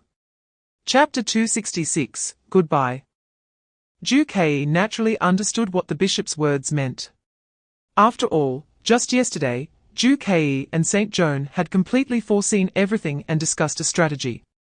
Zhu Kei nodded indifferently, agreeing to the bishop's request. Then, the bishop waved his hand. In the next second, a group of church members slowly pushed out a large cart, revealing it to everyone. The once lively crowd instantly fell silent. They stared at the things on the cart like statues. Or rather, at the person on the cart. On the cart lay a delicate and frail girl, bound tightly with heavy hemp ropes to a wooden post. Beneath her feet were countless dry branches. The bishop shouted sternly, "God has issued a decree. Joan possesses evil powers, not the blessings of the divine. She is not a saint but a witch. In the eyes of the believers, the best way to execute a witch is by burning." After the bishop's words fell, the crowd instinctively extended their hands. They shouted as if under a spell. Chapter 267, 3 Questions. A piece of darkness. Zhu Kei knew he was about to exit the quadrilateral stone trial and return to reality. At this moment, in this void, Zhu Kei's mind was in chaos. Why? Why would an NPC in a trial say such things? Say things that he once spoke to Meng Wan in reality. Zhu Kei couldn't figure it out for a moment. But he believed that he simply hadn't thought deeply enough. Soon, Zhu Kei recovered from his momentary shock. Firstly, he understood one point, based on past experiences. The sages of these quadrilateral stone trials like to create NPCs using familiar faces to Zhu Kei. For example, Zhongyong, Old Wang, etc. had all appeared in previous trials. Therefore, Zhu Kei was certain that the person he had just seen was indeed St. Joan, and not Meng Wan. It was just that she had the exact same face as Meng Wan. Then why, at the last moment, did she speak like that? Parting is for a better reunion.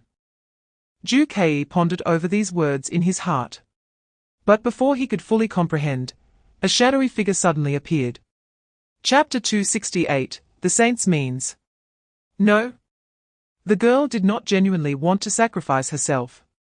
Very few people are truly willing to sacrifice themselves for the benefit of others. Saint Joan from 500 years ago, just like you, was either forced, had no choice, or harbored some ulterior motive when she was burned alive. That is my answer. Ju Kei looked directly into Saint Joan's eyes, hoping to find the answer there. Unfortunately, her expression remained unchanged. Ju Kei could not discern any reaction. Saint Joan also did not confirm or deny it. She neither said Ju Kei's answer was correct nor refuted his words. She simply spoke again, "This is the last question. After you answer this last question, I will answer all 3 questions. All your doubts about this trial will also be resolved." Then she spoke in a deep voice. Why did the girl who was burned say goodbye? Why did she think that death was for a better reunion? Ju Kei fell silent. The question posed by the saint was indeed the most critical question. Chapter 269, The outcome is decided. As soon as Saint Joan's words fell, Ju Kei felt a strong dizziness. The entire trial had already ended. Now, it was time to return to reality. But what did Saint Joan mean when she said that perhaps the current state of reality did not require her help? Before Ju Kei had time to ponder, the world spun, and the surrounding darkness gradually disappeared. The sound of howling wind filled Ju Kei's ears. The scene before him shifted from blurry to clear. Ju Kei had imagined countless scenarios of what he would see when transported back to reality, the Skeleton Club winning, and his backpack being taken to the Skeleton Club headquarters. Or Meng Qianhai winning, and the backpack being sent back to school. However, the reality proved that Ju Kei had overthought it. The scene before him was quite ordinary. Ju Kei was now calmly sitting on the muddy lawn. In front of him lay a tablecloth, and above him was a wooden table. His backpack was slightly ajar, with the quadrilateral stone flickering with dim light. He was still under the table. His backpack was untouched. The first thing Ju Kei felt was that the discomfort from the blood curse had significantly lessened. This was the first reward. The sages infused magical essence to prolong his life. Chapter 270, The Black Portal. The howling sound in the air disappeared. At this moment, the entire funeral site was deathly silent. Most of the guests who remained at the scene, having survived the ordeal, looked around as if they couldn't believe that the Skeleton Club members had just retreated. Meng Qianhai seemed to have lost all her strength and directly squatted on the ground. Meanwhile, Ju Kei stood straight in place, slowly clenching his fists. Just a little bit. Just 1 second, no, half a second. Ju Kei could have seen the face of greed. But the matter was not over yet. Ju Kei immediately turned around and squatted in front of Meng Qianhai. Meng Qianhai slightly raised her head, the wounds on her cheeks still unhealed. Ju Kei couldn't care about Meng Qianhai's injuries anymore because something more important was at stake. Meng Qianhai was the only one present who had seen the face of greed. Who is greed? Ju Kei's question was very straightforward, his tone resolute. Meng Qianhai slightly parted his lips, a hint of surprise flashing in his eyes. It seemed he didn't expect Ju Kei to ask this question. He softly said his answer, "I don't know." Meng Qianhai had just gone through a fierce battle, and had nearly exhausted all his strength. His current state was very poor, and his gaze had lost its previous authority. Chapter 271, Pride appears. Ju Kei took a step closer. The dark, swirling portal had been stationary from the beginning. Since greed had left through this portal, it must lead to the lair of the Skeleton Society. Ju Kei slowly paced, eventually coming within a step of the portal. With just a gentle step inward, he could approach the core of the Skeleton Society. Be careful. This might be a trap set by the Skeleton Society, Su Chenzi hurriedly said from the side. Ju Kei certainly understood. The Skeleton Society, when escaping, couldn't possibly make such a serious mistake as leaving the door to their headquarters wide open and forgetting to close it. Therefore, there was only one possibility: they did it on purpose. They knew Ju also wanted to know the identities of the Skeleton Society members, so they deliberately left a flaw, intending for Ju to take the bait. Ju stood still. If he left now, he would be safe.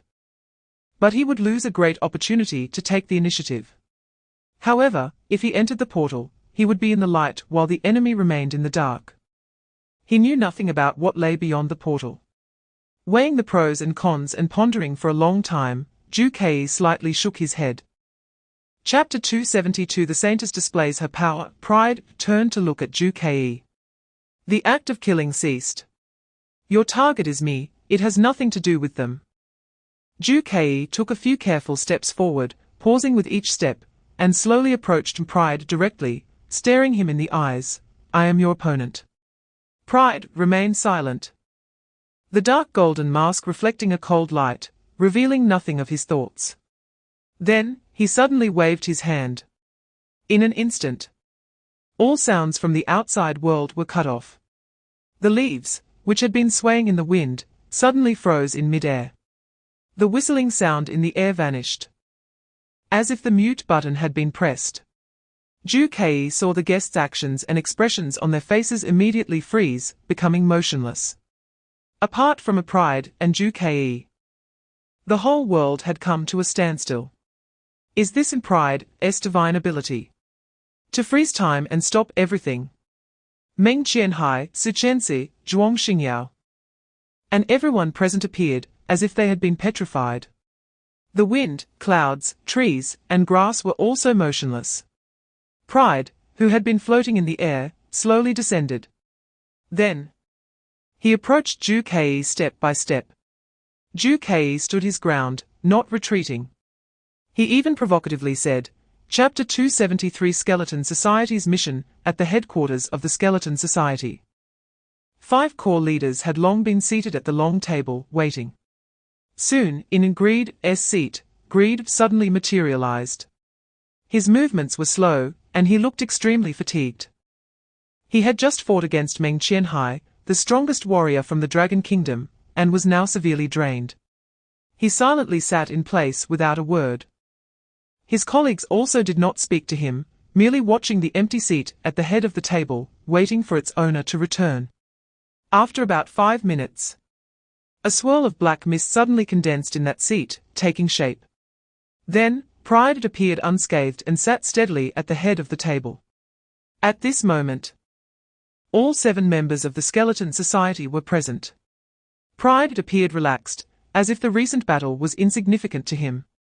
He initially said nothing, merely examining his fingers. Then, without raising his head, he softly said, Greed, tell us about your mission this time. Greed hurriedly bowed his head and immediately responded, yes. This time, I need to attack the funeral scene and use the pretext of capturing Ju to force him to reveal himself. Chapter 274. The Elite Cup Restart. What are we going to do next? A man outside the table leaned on it. His voice lazy. I remember the leader ordered that we ensure Ju wins the Elite Cup championship. But now a student has died in the Elite Cup. After that incident, the Elite Cup was cancelled. How are we supposed to complete the mission? Pride glanced at him lightly. Laziness, it's not your turn yet. He then looked around at everyone. The Elite Cup will soon be announced to restart. Our plan will proceed as usual. We must ensure Ju wins the competition. Then, Pride stood up, signaling the end of the meeting. The other 5 also stood up. The sound of chairs scraping against the floor echoed sharply in the dimly lit room. The noise particularly clear. Pride first raised one hand, clenched his fist against his chest. The others followed suit. A few of them began to chant as if singing, for a greater goal. At the funeral scene, Pride had just fled, and the entire area was in disarray. Ju stood silently in place, looking at the spot where Pride had just departed, the place where the portal had vanished. Chapter 275. Before the block competition. Dong dong. Ju knocked on the office door. The first thing Ju did after returning to school was to heed the advice of the prophet's head and go find Professor Chen Yun. "Come in." Professor Chen Yun's voice came from behind the door. Zhu Kei pushed the door open and entered. Zhu Kei. Professor Chen Yun was still wearing the same red outfit she had on the first time they met. She looked slightly surprised upon seeing Zhu Kei. "Hello, Professor." Zhu Kei pulled up a chair and sat directly opposite Chen Yun. Professor Chen Yun smiled slightly. "I was just about to look for you. But I didn't expect you to come early, as if you could read my mind." Zhu Kei smiled without saying anything. "It was all thanks to the prophet's head. Since you came to find me, you must have heard the relevant news." Professor Chen Yun's eyes curved. "Yes." Zhu Kei answered honestly. "I heard that the school is about to restart the Elite Cup." Chen Yun nodded. "Actually, I do not agree with the school's suggestion. After all, I believe that student safety should be the priority. Any school competition is secondary. But the school leaders seem to think otherwise." Zhu Kei raised his eyebrows slightly. Chapter 276 Elite Cup. Third match. Zhu Kei believes that restarting the Elite Cup is a good thing. After all, he finally has another chance to obtain that Ascension notebook. Zhu Kei's three teammates gathered around the table. Zhongyong joked, "The school really has its ways. The previous Elite Cups have never been held in reality. This is the first time this year." Zhu Kei gently shook his head. "No. Competing in reality may not be safer. Don't forget, if you get injured in reality, it's a real injury. If there's an accident and someone dies, it's a real death." Su Chenzi asked, "So what strategy should we adopt for tomorrow's match?" Zhu Kei closed his eyes and thought for a while. Then looked around at his three teammates, Zhongyong, Su Chenzi, Tang Xin. "I ask you not to pursue victory in tomorrow's match. Priority should be self-preservation." Zhu Kei stared ahead. "I always have a bad feeling about competing in reality. The Elite Cup, third match, the square match. Since the competition is held in the school's reality, the environment has changed significantly."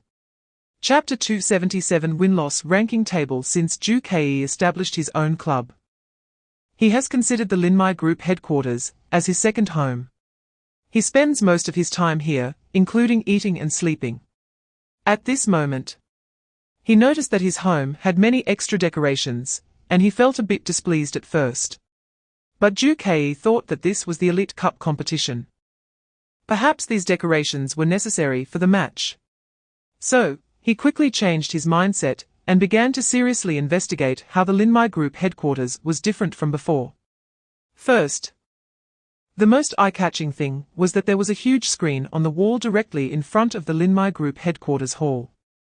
The content on it was, Elite Cup, Square Match, Win-Loss Ranking, First Place, Linmai Group, First Place, Kaishan Group, First Place, Aaron Group, First Place, Diamond Group. Zhu Kei glanced at it briefly and roughly understood the content of this table, the ranking information of the four teams in this match. However, when Zhu Kei began to observe carefully, he discovered some unusual things. First, all four teams were ranked 1. This is understandable. No matter what the competition rules are. This match has just started, and everyone has not taken any action. Chapter 278 Putting in the Divine Card. Meanwhile, Zhu Kei heard cheers coming from the direction of the audience. Professor Chen Yun's commentary could also be vaguely heard. As expected, it's the Diamond Group's home ground. The Diamond Group's players took the initiative first and are currently in first place. Zhu Kei focused again and looked at the big screen. When Zhu Kei saw the ranking table on the big screen, he felt a slight surprise. Square 10. Zhu Kei originally thought that the content after the colon should be the score. Unexpectedly, it was a playing card. At this moment, only the Diamond Group was in first place, and after the colon appeared a Square 10 playing card. The other three groups were tied for second place. And after the colon, there was still nothing. Square 10. After seeing the suit and number of this playing card, Ju Kei already had a guess in his heart. He almost figured out how to improve the ranking. But it still needed verification. If Ju Kei could think of a way to improve the ranking, the players from other groups could do the same. Ju Kei quietly stood next to the big screen, staring at the positions of the Kaishan group and Aaron group. He was waiting. Chapter 279 Gathering teammates soon, the big screen immediately displayed new ranking information. Elite Cup, Square Match, Win-Loss Ranking, First Place. Lin My Group, Plum Blossom K, Second Place, Kaishan Group, Heart J, Second Place, Aaron Group, Spade J, Third Place, Diamond Group, Square 10, Plum Blossom K, Bet Right. Ju Kei looked at his team's rising ranking and slightly moved his fingers. His Joker card's disguise ability was indeed strong, even though it was originally a Joker. At this moment, it transformed into a Heart J. In the eyes of the Elite Cup's competition instruments, it was still a Plum Blossom K.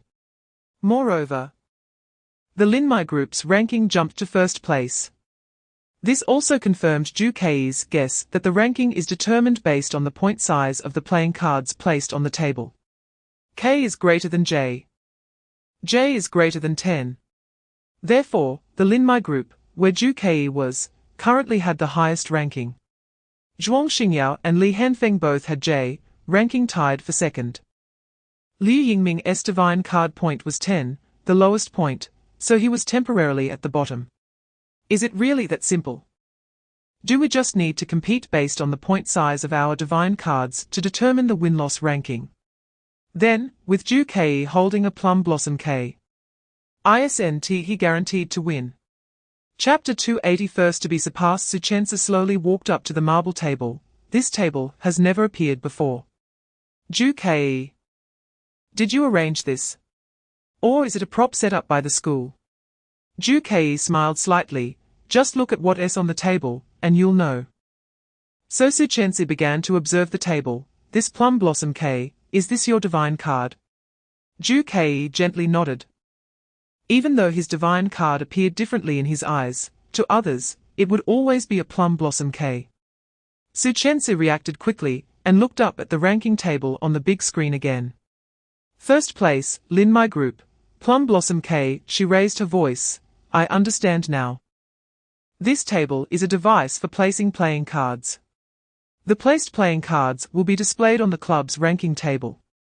Ju Kei smiled and nodded. Exactly. Your judgment is correct. Suchensa thought for a moment and said, so how is the ranking determined? Ju Kei pointed at the ranking table and began to explain. Look. K is in first place, 2 J's are in second, and 10 is in third. Chapter 281 Advanced Card Types. Ju Kei immediately spoke up. Quiet. Listen. There's movement from the commentary booth. Upon hearing this, Zhongyong wisely closed his mouth. In the distance, Professor Chen Yun's commentary could be heard faintly. Liu Yingming surprisingly drew an A card. The ranking has reversed. Although the commentary was unclear, Ju Kei still keenly caught a few key words. This card is neither a divine card nor one that was conjured. It was obtained. As for how it was obtained, Ju Kei immediately turned around and asked Suchensa, I remember you said you completed a task proposed by the masked person. And then that person gave you a playing card as a reward. Suchensa gently nodded, yes. Then, she took out the playing card and handed it to Ju Kei. Ju Kei took it and examined it. This was an ordinary playing card, completely different from the divine card, made of paper. The face of the card was also very ordinary, a club 4. Suchensa explained, I found this masked person in the library, and we played a little game. After I won, she gave me this playing card, saying it was my reward. Chapter 282 The masked person's game. The so-called pair refers to having 2 playing cards of the same rank among these 5 cards placed on the table. Ju Kei pointed to the big screen displaying Heart 5, Diamond 5. Our club has formed a pair of 5s. According to the playback just now, this is a type of advanced card. Suchensa gently nodded, I think I've heard of that. Ju Kei smiled. Now I have tested that we need to use the 5 cards placed on the table to form combinations. If there are no combinations, we just compare the size of the points of the highest card on the table. The higher points rank higher. However, we formed a higher level card type. So, we have the highest ranking. Jongyong was excited after hearing this and shook his head. I got it. Is there an even higher level card type? Higher than pair? For example, if a pair has 2 cards of the same rank, could there be 3 cards of the same rank? 4 cards of the same rank? Ju Kei approved. You're quick on your feet this time. Chapter 283 Comparing Sizes. Ju Kei definitely wanted to obtain playing cards with higher points. After all, the larger the points, the higher the ranking. Playing cards with smaller points cannot improve the ranking unless they form a higher level card type. Even if both are advanced card types, there should still be a distinction in point size. For example, the card type formed by the Linmai group is a pair of 5s. If another club forms pair of 6, it will still surpass the Linmai group. Pair of A's is the highest combination among paired card types. Therefore, no matter what, Ju Kei wanted to strive to obtain the A card. How to obtain letter cards was a bit difficult for the masked person. Never mind, I've already taken the signature. I shouldn't have told you this. The masked person lowered their voice, leaned in close to Ju Kei, and whispered, I'll let you in on a secret, masked people are also ranked. Like me, I'm a normal masked person. And I can only give you ordinary numbered cards as rewards. Besides me, there are also some advanced masked people hidden in the school. They have servants, queens, lords, and the highest trump cards. Chapter 284 High Probability Events. With low probability outcomes, the point value was 8. Ju Kei was silently calculating in his mind. A point size of 8 is considered medium in a deck of cards. If one were to compare sizes with the masked person, there would still be a considerable chance of losing. However, Ju Kei had 4 people. It was unlikely that all 4 would lose.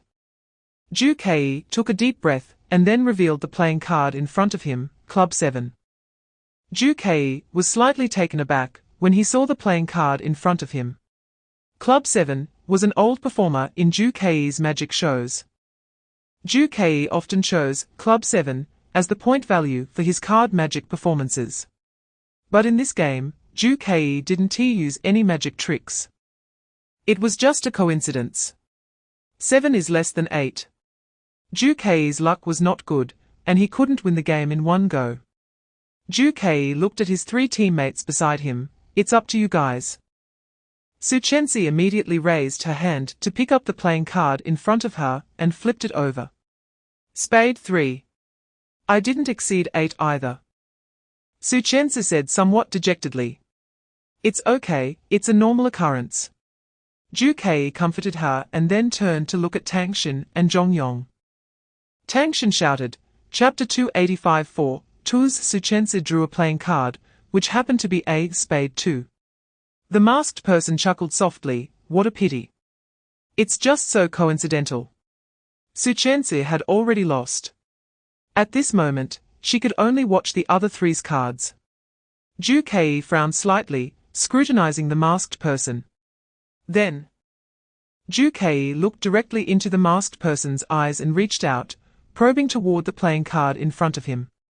He gently flicked his finger, and the playing card flipped open like a feather, Club 2.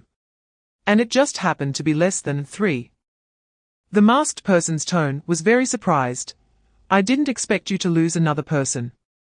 Sigh, I only drew a 3, and you still can't win. It seems luck is not on your side. Ju Kei furrowed his brow again. He scrutinized the masked person once more.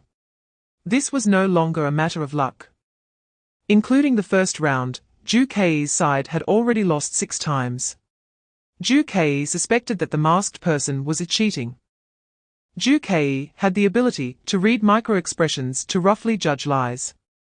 However, the student in front of him, due to the competition's rules, happened to be wearing a mask. This mask covered most of their face, leaving only the eye sockets exposed. Chapter 286 Discovering Clues. Ju Kei was not polite, and directly took the playing card. Ju Kei did not genuinely suspect that the masked person had done anything during the shuffling. He was 100% certain that this masked person was an amateur. In other words, this masked person did not understand magic and could not cheat. However, the absurd results in the first 2 rounds can only mean that he must have cheated. Ju Kei held the deck of cards, pretending to shuffle casually. But in reality, Ju Kei was secretly observing the playing cards in his hand in a discreet manner, while the masked man was not paying attention. There are 2 ways to perform magic. The first is called pure sleight of hand magic, and the second is a prop magic. Pure sleight of hand magic, as the name suggests, relies entirely on the magician's skills to complete the entire magic performance. It does not depend on magic assistance, specially made props, or any such things. This is the highest form of magic, relying solely on the magician's hard skills, making it difficult for the audience to spot any flaws. Additionally, the performance is convenient. A deck of cards, a coin, or a mobile phone can easily start the show. Ju Kei is this type of magician.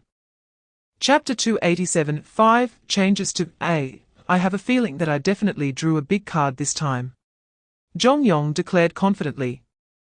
Ju Kei casually shifted his gaze and quietly checked the back of Zhong Yong's card. Soon, Ju Kei struggled to suppress a laugh. In terms of unfortunate draws, Zhong Yong was somewhat lucky. Based on the number of black dots on the back of the card, Zhong Yong had drawn a 3. It's my turn. Su Chenzi did not choose to draw from the middle of the deck. Just like before, she took a card from the top of the deck casually. She gently placed it in front of her. Ju Kei once again observed the back of Su Chenzi's card in secret. Then, a sense of unease arose in his heart. It wasn't because Su Chenzi's card wasn't big enough. On the contrary, Su Chenzi had drawn a Q. In a standard deck of cards, Q is the 3rd highest card. Ju Kei maintained a calm expression, calmly observing the masked man's reaction. Ju Kei noticed that the masked man also slightly furrowed his brows. He must have also realized that Su Chenzi's card was quite high. According to the rules, the masked man could draw last. This meant that if he wanted to win the game, he would definitely choose a K or A for himself. Chapter 288 Rewards to be received or seized. The masked man was very confused by this result. How is that possible? I clearly saw him start to speak incoherently. Are you cheating? The masked man blurted out without thinking, shocked by the result. Ju Kei slightly curled his lips and asked with interest, "Oh? Why do you ask that? Do you know something? Did you see something?" The masked man was instantly taken aback, then shook his head helplessly. "No, I didn't. I take back what I just said.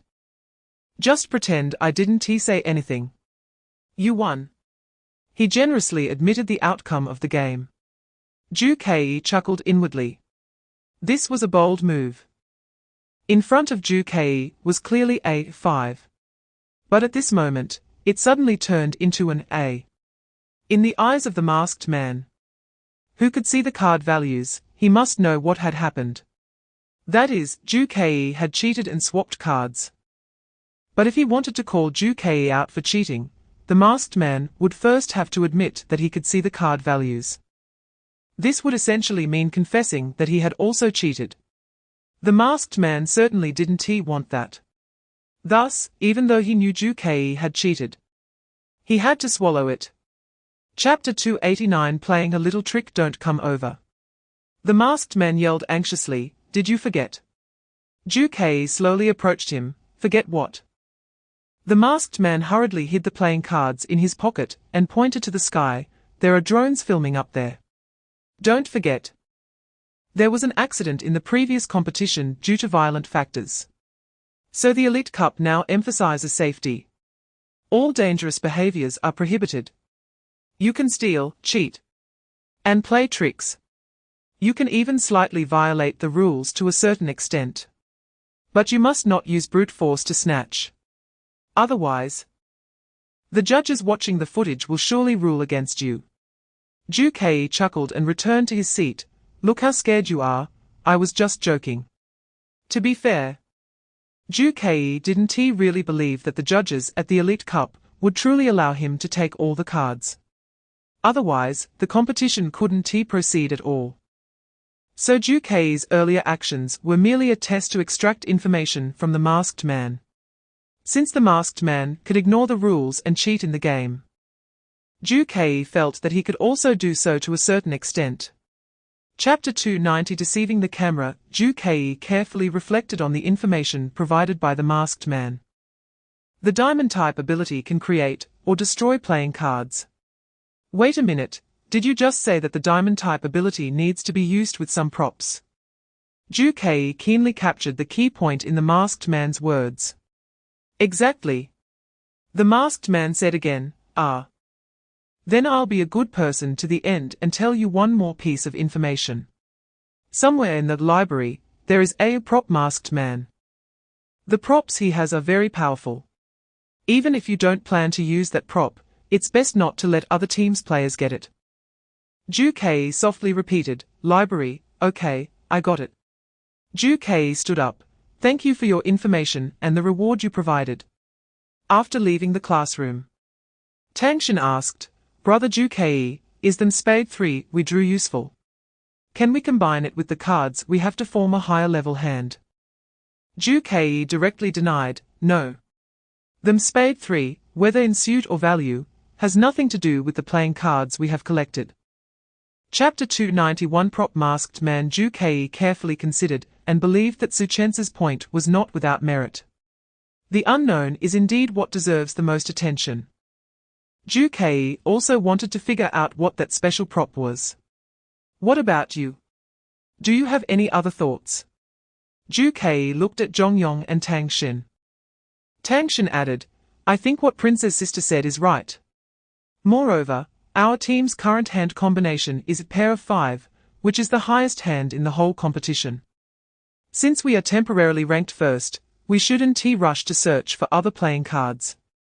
Ju shook his head, directly denying Tangshin's statement. Tangshin, you have misunderstood something.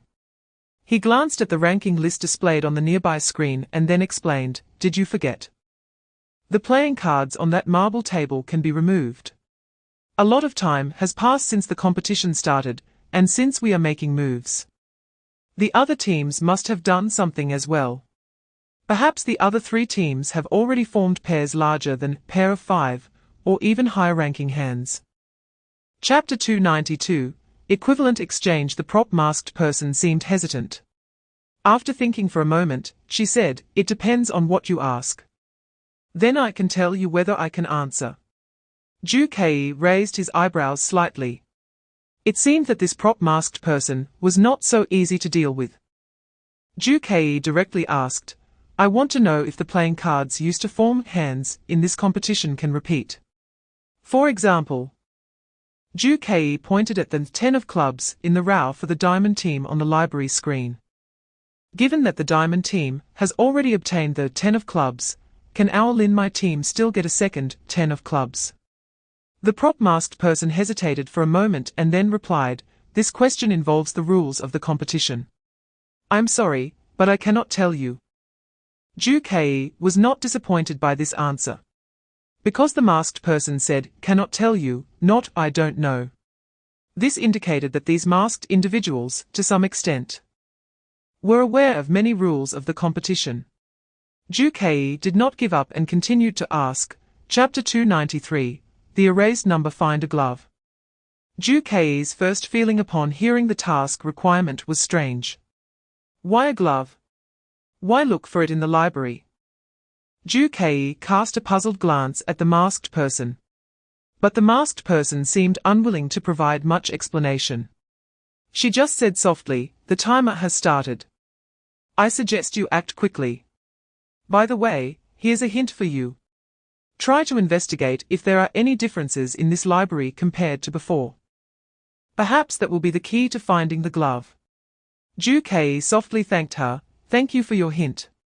Then he turned to his three teammates. Let's go. Time waits for no one. By the way, the masked person added one last thing before Ju left. Here's another hint. The glove is white. On the second floor of the library, in a certain reading room. At this moment, the four of them were frantically searching. How long is this going to take? Jongyong complained tearfully while continuously flipping through the books on the shelves. The library of the Divine Card Academy is enormous, with a vast collection. If they searched one by one, time would definitely not be enough. Chapter 294. Opening the golden door. Tang Xin covered her mouth and giggled. The silly Ju is so cute. Silly. Ju did not understand Tang Xin's meaning at that moment.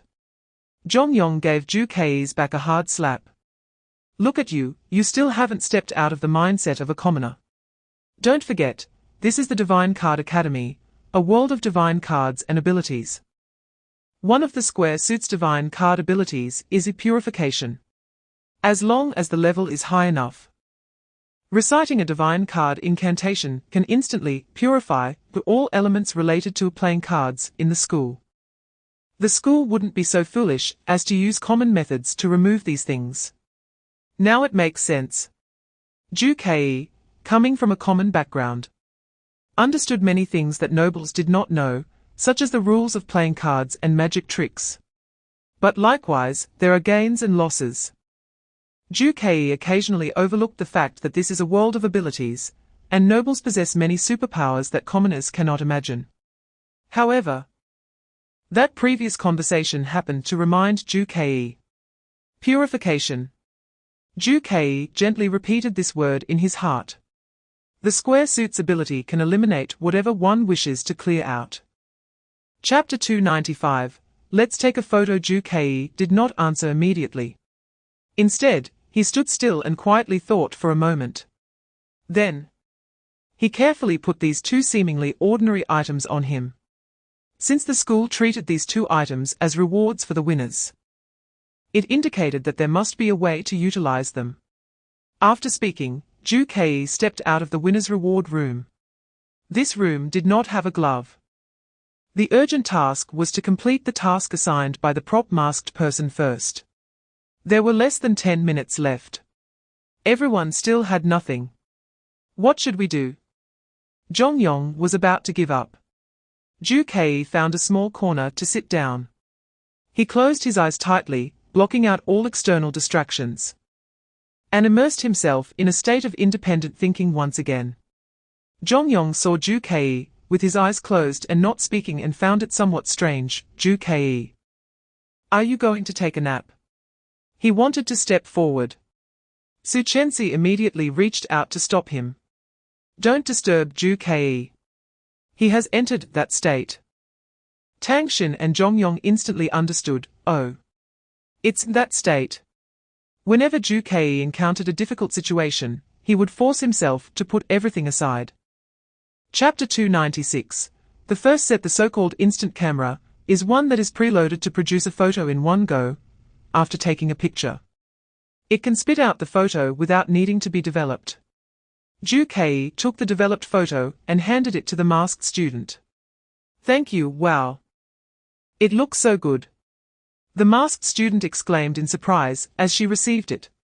And at that moment, Ju directly raised his hand and snatched the mask from beside her. Ju speed was so fast that everyone present did not react in time. After the masked student recovered from her dazed state, she asked in confusion, Ju what are you doing? Why did you take my mask? Ju gently stroked the mask, feeling its material. This mask was made of white fabric, and unlike the masks of other masked individuals, it had no decorative patterns on it. It was like a hood that could be directly worn on the masked person's head. Ju did not answer, but reached into his pocket again, and took out the second item, the scissors. The masked person looked at the scissors and immediately realized what Ju intended to do. Ju softly said, from the very beginning of this little game, I found it strange. Chapter 297. the Philosopher's Stone all right, Ju-Kei said seriously. Since I have won this little game, it's time for my reward to be given, right? So, what is the reward you will give us? The masked person was first taken aback, then shook their head helplessly. The reward is the white gloves you found. But then her expression changed as she said, you actually used my headpiece as material for the gloves. What should we do? She hesitated for a moment, then held her mask headpiece in her hands. Forget it, after all, it's a school requirement. Then, she took out a crystal ball-like magical device. Seeing Ju-Kei's puzzled gaze, the masked person explained, this magical device contains a magical essence of a square system divine card. It can transform items of similar materials into the required items. Immediately, the masked person gently placed the crystal ball magical device on top of her mask. The next second, the crystal ball magical device emitted a faint glow. Ju-Kei saw the mask headpiece quickly shrink and continuously change shape. First, 5 bulges appeared. Then, a slit appeared at the tail end. Chapter 298, Plan 3. The playing card Ju-Kei displayed was the Club A he had just obtained. Everyone could clearly see the suit and the A point, intact and unharmed. Ju-Kei smiled and explained to everyone, Club A is a key item in the Elite Cup. Therefore, since it is an item to be used in the competition, it will definitely not be erased by the school. Ju-Kei's 3 teammates understood this at once. Tang Xin reacted the fastest and said quickly, I thought of it too. She turned to look at Zhongyong and spread her hands. Can I borrow your divine card? Zhongyong was a bit confused, but still placed his divine card in Tang Xin's palm. Tang Xin revealed Zhongyang's divine card, Heart 5. Now, neither Club 5 nor Heart A had been collected by the players. So, if we want to obtain a Heart A, all we need to do is wear the touchstone gloves. First touch the heart pattern on Zhongyang's divine card, and then click on the A point on Club A. The Heart A will be created. Chapter 299, Heading to the Diamond Group headquarters. There were too many doubts. First, as a designated examination personnel from the school, the masked person should remain neutral and could not suddenly help Ju-Kei for no reason. Good things do not just fall from the sky. The sudden appearance of benefits immediately raised suspicions of fraud. In fact, the information from the masked person was also very strange. The masked person said that the Diamond Group members were holding a game competition for Club J near the headquarters. But the key point is, as an ordinary masked person, how could he obtain such information? Ju-Kei stared directly into the masked person's eyes, waiting for an answer. However, the masked person had no intention of arguing. He just chuckled. Sure enough, I heard Ju-Kei is naturally distrustful of others, and today I've witnessed it. I don't intend to find some fake reason to explain myself. So, I will just say, you have no choice. If what I said is true, you will definitely go to the Diamond Group headquarters. Even if what I said is a lie, this is a trap. For your Royal Flush plan, you have to take risks and see what kind of trap this is. Chapter 300, Surrounded Ju-Kei, and the others certainly could not swagger directly into the Diamond Group headquarters. Moreover, every society's headquarters gate has identity recognition machines. Non-members cannot unlock the door at all.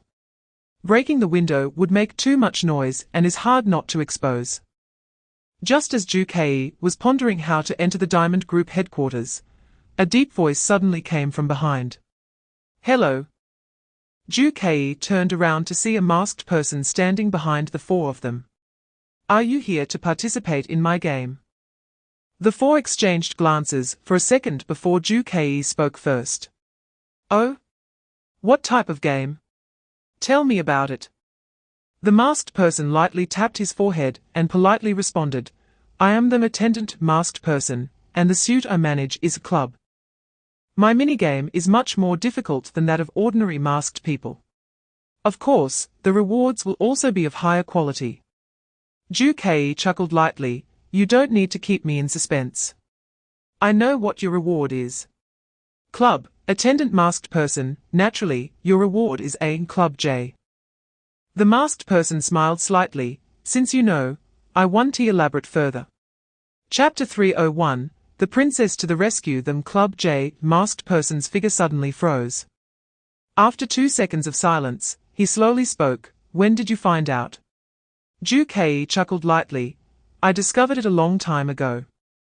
Your way of speaking really has its own characteristics. The masked person did not respond at all. Instead, he reached out, slowly feeling for his mask headpiece.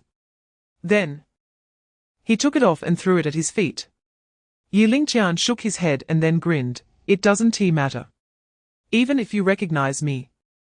What does it matter? Even if you know this is a trap, what does it matter? He waved his arm, giving orders to the surrounding masked people. The surrounding masked people slightly shrank their encirclement. Haven't you still fallen into my trap? Yi Lingqian stood with his hands behind his back, head held high. Wearing a confident expression. Ju Kei glanced sideways at the masked people around. So why can you make these masked people listen to you? Yi Lingqian was first taken aback. Then shook his head, no. You misunderstood. I haven't made the masked people listen to me. They were originally my subordinates. Chapter 302, Finding the Real Masked Person. The giant hammer drew a beautiful arc in the air. With the sound of the air being torn, the end of the giant hammer flew straight towards the masked minions. Bam! The giant hammer solidly smashed into several masked minions. They didn't even try to dodge. They couldn't believe that the princess, who appeared dignified and composed in public, would actually show no mercy and directly attack them. Some masked people were directly knocked down, fainting. Others were only lightly injured, screaming and fleeing. The remaining masked people, who were further away and not hit, also scattered in a panic. The scene was extremely chaotic. Clap! Su Chenzi utilized inertia to smash the giant hammer onto the ground. Her expression was cold and angry. She slowly turned around to face Yi Lingqian. Then she gently raised the divine, enunciating each word. Spade breaks the 10,000 armies, Princess forges divine weapons. Whoosh! The giant hammer on the ground instantly disappeared. In its place was a silver longsword. This sword was exquisite and luxurious, adorned with the Spade noble emblem. Su Chenzi swung the longsword lightly in the air, and then slowly walked towards Yi Lingqian. Yi Lingqian clearly showed fear and took several steps back. Chapter 303, Item Duplication Question. The masked man clearly showed displeasure. If you have a question, just ask. Why knock me out? Ju Kei was slightly taken aback. This masked man had clearly mistaken him for someone else. Think carefully, weren't we the ones who tied you up? Ju Kei shook his head helplessly. The masked man was stunned for a moment and then muttered to himself, at that time, I was just wandering around nearby, wondering if any contestants would come to participate in my little game. But when I wandered into this storage room, I felt a chill behind me. Then my head hurt. When I opened my eyes again, I found myself here, seeing you all. So, if it wasn't you who tied me up, who else could it be? The masked man seemed quite certain that it was Ju Kei who attacked him. Ju Kei had to patiently explain, it was Yi Lingqian from the Diamond Team who attacked you. His goal was to take your mask, impersonate you, and trick us into entering this room. And now, he has been driven away. We found you in this room. Tang Shen added somewhat unhappily, if we hadn't found you, you wouldn't know how long you'd be unconscious. How could you misunderstand your benefactors? Chapter 304, Purification of the Entire School. Ju Kei walked to the small door. I submitted my lockpicking tools before the competition. Now, it's up to you. Ju Kei said to Su Chenzi. Su Chenzi nodded slightly, drew the long sword she had conjured, and inserted the blade into the gap of the small door. Be gentle. Don't attract attention, Ju Kei reminded. Understood, Su Chenzi replied. Then she lowered her wrist and applied slight force. The blade immediately pried open the small door. Ju Kei gently pushed it open a crack and looked inside. Just like before, the Diamond Team's headquarters was empty at the moment. You all stay here and don't make a sound. I'm going to get that in Clubs 10, Ju Kei said before directly sneaking into the Diamond Team's headquarters. Ju Kei moved lightly, constantly rolling along the wall, hiding behind obstacles, gradually approaching the large marble table in the center of the headquarters. This series of stealth actions gave Ju Kei the illusion that he had returned to the day he stole the quadrangular stone, rekindling the feeling of being a phantom thief. Whoosh! Ju Kei dashed forward and instantly reached the marble table. His target, Clubs 10, lay quietly there. Chapter 305, Good. The power of purification abilities rapidly spread throughout the entire school. In various places in the school, countless masked individuals were bored, idly waiting. They fiddled with the playing cards they held as rewards. But in the next moment, the playing cards in their hands suddenly shattered into fragments and vanished into the wind. At this time, in the entire school, all the playing cards that had not been obtained by the contestants disappeared. Inside the Diamond Team's headquarters, Liu Yingming gently put away the divine and approached the marble table. He then carefully placed the playing cards collected by the team into the empty card slots. A prompt sound immediately rang out. Congratulations, the Diamond Team has discovered the high-level card type Good. Current ranking, first. The contents of the ranking table were as follows. First place, Diamond Team, Spade A, Heart A, Diamond 10, Spade 10, Good. Second place, Black Blade Team, Spade J, Spade 3. Third place, Red Heart Team, Heart J. Fourth place, Lin My Team. The so-called Good is also a high-level card type, commonly known as 3 of a kind with a pair. The Diamond Team achieved 3 A cards with a pair of 10 cards. This card type has extremely high power and is difficult to surpass. Chapter 306, Bomb. Several teammates immediately sat down obediently. Ju Kei looked at his 3 teammates and said softly, "Listen, the current situation is very severe. The Diamond Team not only use their abilities to clear all the playing cards in the venue, but they may also have complete knowledge of the playing cards, items, and plans we have on hand. The Diamond Team has truly set up a perfect layout this time.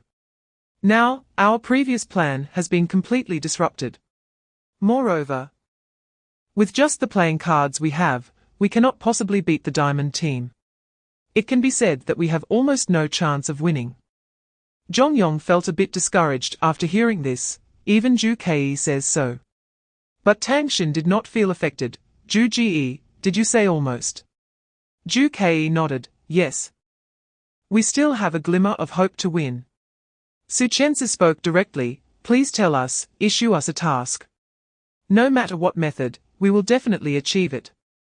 Ju Kei did not answer directly, but glanced at everyone. "Please take out all the playing cards and divine, and put them all together." Chapter 307, Leaving a backup plan. Zhongyang's thinking was naturally understood by Ju Kei. The usage method of the touchstone to gold hand is to wear the gloves. First point to a suit, then point to a number. Ju Kei and Su Chenzi had clubs and a spades of cards in hand, while Zhongyang had a 5-point card. The touchstone to gold hand can be used twice, which is just enough to create clubs 5 and spades 5. Combined with the 2 diamonds 5 and hearts 5, originally held by the Lin My Team, they can form a bomb of 4 5s. Ju Kei chuckled, "You're occasionally quite clever." Su Chenzi and Tang Xin were also contemplating Zhongyang's proposed plan. They then both said, "It seems there's no problem." Zhongyang nodded happily, Right.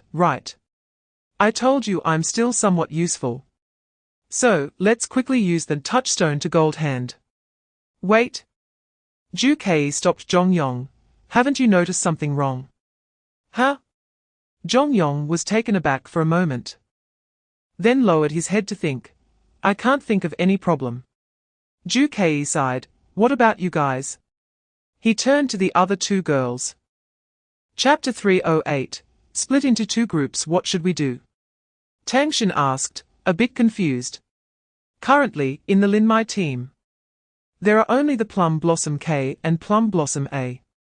Even if they used up the props twice, they could only get two more Plum Blossom J and the Plum Blossom Q. And that destroyed Plum Blossom 10 can't come back no matter what. There's a way, Ju Kei said confidently. But it's difficult. We can't make a single mistake. I believe in you. Su Chenzi looked directly into Ju Kei's eyes. Ju Kei, tell us what to do. Ju Kei glanced at the remaining time. There was less than half an hour left. Time is running out, we'll split into two groups. Zhongyong, you and I will be in one group. Su Chenzi and Tang Xin. You two will be in another group. Ju Kei arranged. Then, he picked up a touchstone glove and handed it to Su Chenzi. Su Chenzi took it with some confusion. Where are we going? Ju Kei answered directly, you take the glove and go to the Kaishan team headquarters to find Zhuang Xingyao. Convince her to lend you the divine card for a touch. Su Chenzi was stunned for a moment, then quickly realized what Ju Kei's plan was. They currently needed a Plum Blossom J. Chapter 309. Heading to the audience seats, Zhongyong asked again, are we waiting for news from the princess? Ju Kei.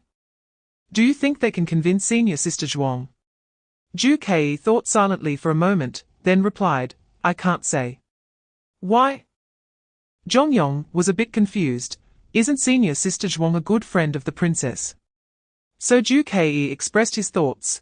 If Zhuang Xingyao values personal relationships, she will choose to help us. But if the Kaishan team wants to win the Elite Cup, not helping us would be the most beneficial choice for them. Ju Kei looked at the time. There were less than 20 minutes left before the match ended. Let us go to the audience seats. We agreed to meet Su Chenzi and the others there. At the entrance to the audience seats, Ju Kei and Zhongyong arrived first, quietly waiting for the other two teammates. Here, Ju Kei could hear the commentary and the enthusiastic discussions among the audience to the greatest extent. Many students were passionately discussing on the large screen in the center of the venue. Chapter 310, Finding J. Behind Ju Kei was the entrance to the audience seats. There, countless spectators were fully focused on any changes in the match. Ju Kei maintained his usual confident smile, exuding the flamboyant qualities of a high-profile magician every second. Do you know why I asked you to gather in the audience seats? He asked. Because this will be the stage for my magic performance. A grand and magnificent magic show cannot happen without an audience, right? The so-called royal straight flush is not impossible to achieve. Magic is about turning the impossible into the possible. Magic is about creating miracles.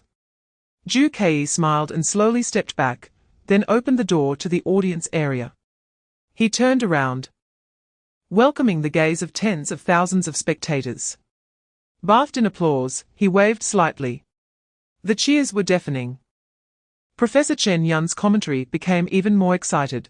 I didn't expect that during the Elite Cup, contestant Ju Kei would actually enter our audience stage. And claims to turn the tables here. This is the venue of the previous Elite Cup portal. Chapter 311, Enchanting Divine Card Activation. Ju Kei had thought of this from the beginning. To limit the use of such props, the school had preemptively eliminated all playing card elements on campus. However, there were some things related to playing cards that the school had not touched. The first type was the in-school prop playing cards and divine cards. The prop playing cards were essential items for the match, so they wouldn't be affected. The second type was the various display screens for the match, to facilitate the audience and contestants in obtaining the current match ranking information. The school wouldn't interfere with these either. Therefore, even if the text that could not be displayed on the wristwatch could fully appear on the ranking board of the match, the pointed J that Ju Kei needed was displayed on this large screen. After Ju Kei touched the display screen, the touchstone glove immediately reacted. The line showing the points instantly flashed a prompt, points, J suit is Plum Blossom, point is J. Just like before. After the touchstone glove came into contact with these two prompt messages, it began the process of creating playing cards. High above, the breeze floated. Ju-Kei stood before the huge screen. Chapter 3:12, Creating Plum Blossom 10. The enchanting ability immediately took effect. Soon, a blush gradually appeared on the faces of the entire audience. A surge of admiration for Ju-Kei rose in their hearts. Of course, among them were those who were already fans of Ju-Kei. Their feelings for him were even stronger. Ju-Kei realized that his Heart J ability was vastly different from Zhuang Xingyao's. Although Zhuang Xingyao was a gold-level divine card, her control over divine card abilities was still quite limited. While she could enchant a large area, she couldn't specify a target or control the intensity of her ability. In contrast, Ju-Kei's ability, or rather, St. Joan's ability, was completely different. Ju-Kei felt a strong sense of control. Not only would he not accidentally harm his teammates, but he could also control the intensity of the ability, preventing those enchanted from going crazy. At this moment, that was the scene. After Ju-Kei activated the divine card, every audience member present felt a sincere liking for Ju-Kei in their hearts. However, they were very restrained, and no one expressed it outwardly. Ju-Kei smiled slightly. This was exactly the effect he wanted to achieve. He gently picked up the microphone and spoke to all the audience present. Chapter 3:13, Let's teleport to the limit at this moment. Plum Blossom 10, Plum Blossom J, Plum Blossom Q, Plum Blossom K, and Plum Blossom A were all gathered. However, the match was not over yet. Ju-Kei's Linmai team had not achieved the final victory. Simply gathering the playing cards did not improve their ranking. All the playing cards must be placed into the card slots on the table at the Linmai Group headquarters to truly achieve the royal flush hand. Ju-Kei put down the divine card, releasing its divine abilities. The red light in his eyes faded away. The red filter in his vision also immediately disappeared, returning to normal. On the field, tens of thousands of spectators awoke from their daze, reacting to what everyone had just done. They had not lost their memories. They all clearly remembered that everyone willingly accepted Ju-Kei's commands. Everyone had become part of a Club 10. They were somewhat puzzled as to why they seemed to be under some kind of spell, completely unable to resist Ju-Kei's commands. Of course, they might never understand. Ju-Kei had already used up this borrowed Heart J ability. The pattern on it had disappeared, reverting back to the familiar appearance of a Joker card. Chapter 3:14, The girl's scream. Tang Xin's gaze became incredibly resolute. She took out her divine card and extended a hand towards Ju-Kei.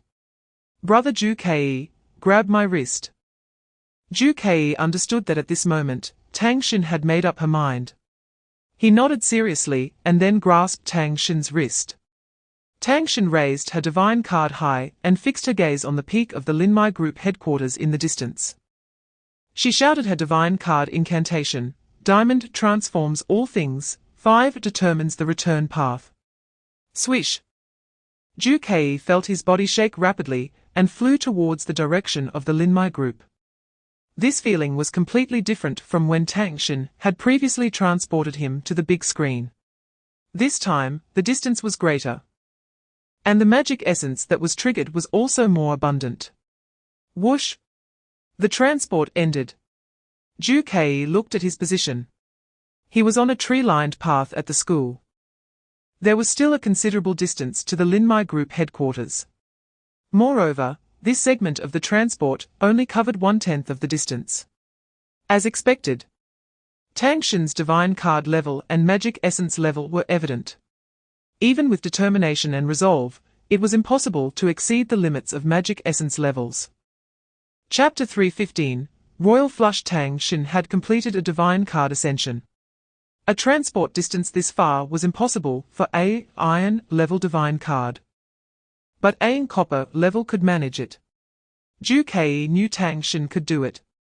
However, achieving a divine card ascension was somewhat unexpected for Ju-Kei. He focused his gaze on the marble table in front of him. 5 empty card slots. The first card, Club 10. Ju Kei took out the handmade Club 10. It was a photo that had been cut. The white background was the white ground of the venue beneath the audience seats. The black and Club 10 pattern was composed of countless students as pixel points. Clap. Ju Kei gently flicked it. The Club 10 was placed in the first empty card slot. The second card, Club J. This was made using the touch of gold prop. The point value of the J was found on the score ranking table on the big screen. It was placed in the second slot. The third card, Club Q. This playing card was also made using that prop glove. The point value of Q came from the Q on Suchense's divine card. It was placed in the third slot. The fourth card, Club K. Ju Kei took out his divine card. Chapter 3:16. The last trial. After celebrating until midnight, several teammates had returned to their dorms. As usual, Ju Kei chose to sleep at headquarters. He kept thinking about Tang Xin's ascension. It seemed that the previous generations were not wrong. The methods of ascension were mysterious and varied. Even though Tang Xin had successfully completed an ascension, she had not found the specific reason. Ju Kei recalled what happened during Tang Xin's ascension, hoping to find some patterns. She was in a state of exhaustion at the time. Moreover, she was fully focused on activating her divine card, hoping to reach headquarters as soon as possible. Could it be that the desire to improve oneself was also a chance for ascension? Ju Kei shook his head self-deprecatingly. Tang Xin's ascension was from iron to copper. Perhaps the ascension method for iron-level divine cards was simpler and not of reference value. Overthinking was pointless. After all, the Prophet's skull had once said that once one obtained the ascension notes, it would be the time for their own ascension. And the way to win the notes was to achieve victory in the Elite Cup. After the square competition ended, he, as usual, received the school's prize. Of course, he also received the winner's reward related to the next competition. Chapter 3:17. Please commit suicide. The voice of the sage did not respond immediately. Then, originally, I should show you a segment of my story, just like those 3 others, and ask you to accomplish some tasks within my story. But that would be too boring. In the story of the 4-sided stone, the past experiences I went through, even if they were magnificent and thrilling, are all fake to you. You would just be watching for fun, and if you failed the trial, you wouldn't die. There would be no punishment. This is too unfair. Ju Kei's heart tightened. He vaguely realized what this unknown sage wanted to do. The sage spoke slowly. Listen carefully. I want to arrange your trial in reality. Ju Kei was momentarily taken aback. This was indeed interesting. He responded. His 4-sided stone trials had always been in virtual space. This was the first time it was arranged in reality. Go ahead and give your task. Ju Kei had no other objections and readily agreed. Refreshing, the sage said. Then, listen carefully. I want you to commit suicide in reality. Chapter 3:18. Suicide magic in the school's auditorium. This was once the venue for the freshman party. Ju Kei had also performed magic there before. However, this time, Ju Kei planned to perform something different. The audience seats were filled with spectators. The door was met with loud cheers and applause. This scene was like fans attending an idol's concert. Clap! With a loud explosion, Ju Kei instantly appeared in the center of the stage, surrounded by flying playing cards. Upon seeing Ju Kei, the cheers from the crowd grew even more fervent. Of course, Ju Kei didn't teleport. This time, he invited Tang Xin to be his magic assistant. He told Tang Xin, for this magic act, you don't need to worry about anything. Just do whatever I ask you to do. At that moment, Tang Xin, standing to the side, felt very nervous. She had only been an audience member for Ju Kei's magic shows before, and this was her first time stepping onto the stage as a performer. Although she was just an assistant, Tang Shen felt tense, fearing that she might not perform well. Zhu Kei, on the other hand, appeared calm and friendly as he greeted everyone. Then, he solemnly stated, "For this magic act, I solemnly promise everyone that from now on, I will not use any supernatural abilities." Chapter 319, Continue. Click. The first audience member pressed the button. The green number changed to 1. It was a kind-hearted female classmate who couldn't bear to see Zhu Kei kill himself. Regardless of whether Zhu Kei's previous suicide declaration was real or fake, a part of the show or self-destructive, this classmate did not want to press the red button that could lead to Zhu Kei's suicide. However, this classmate's thoughts seemed to be in the minority. Because click. Countless classmates made their choices. Beep. Beep. The red number rapidly climbed. 3, 5, 8, 11. More and more students pressed the red button. Once someone started, they shed their moral burden. Most people probably thought, Zhu Kei is a magician. What he said must be part of the show. The so-called suicide under the guise of magic was just a performance line. To take a step back. Even if Zhu Kei really wanted to give up, what did it have to do with them? Chapter 320, It is a joke. Soon, on the big screen, the red number kept soaring. Even many who had previously chosen the green button now switched to red. They might have thought, if it's real, Zhu Kei is definitely going to die anyway. Might as well think of it as him putting on a show. There's a magic performance, why not watch it? As Zhu Kei's assistant, Tang Shen felt dazed. Zhu Kei's voice had indeed vanished. At this moment, the entire magic process had to be executed by her. Although she was still very nervous, she kept Zhu Kei's command in mind, to continue the magic. She once again picked from the cart and ultimately selected a small knife that didn't look very sharp. Then she stabbed it into the side of the coffin board. Thud!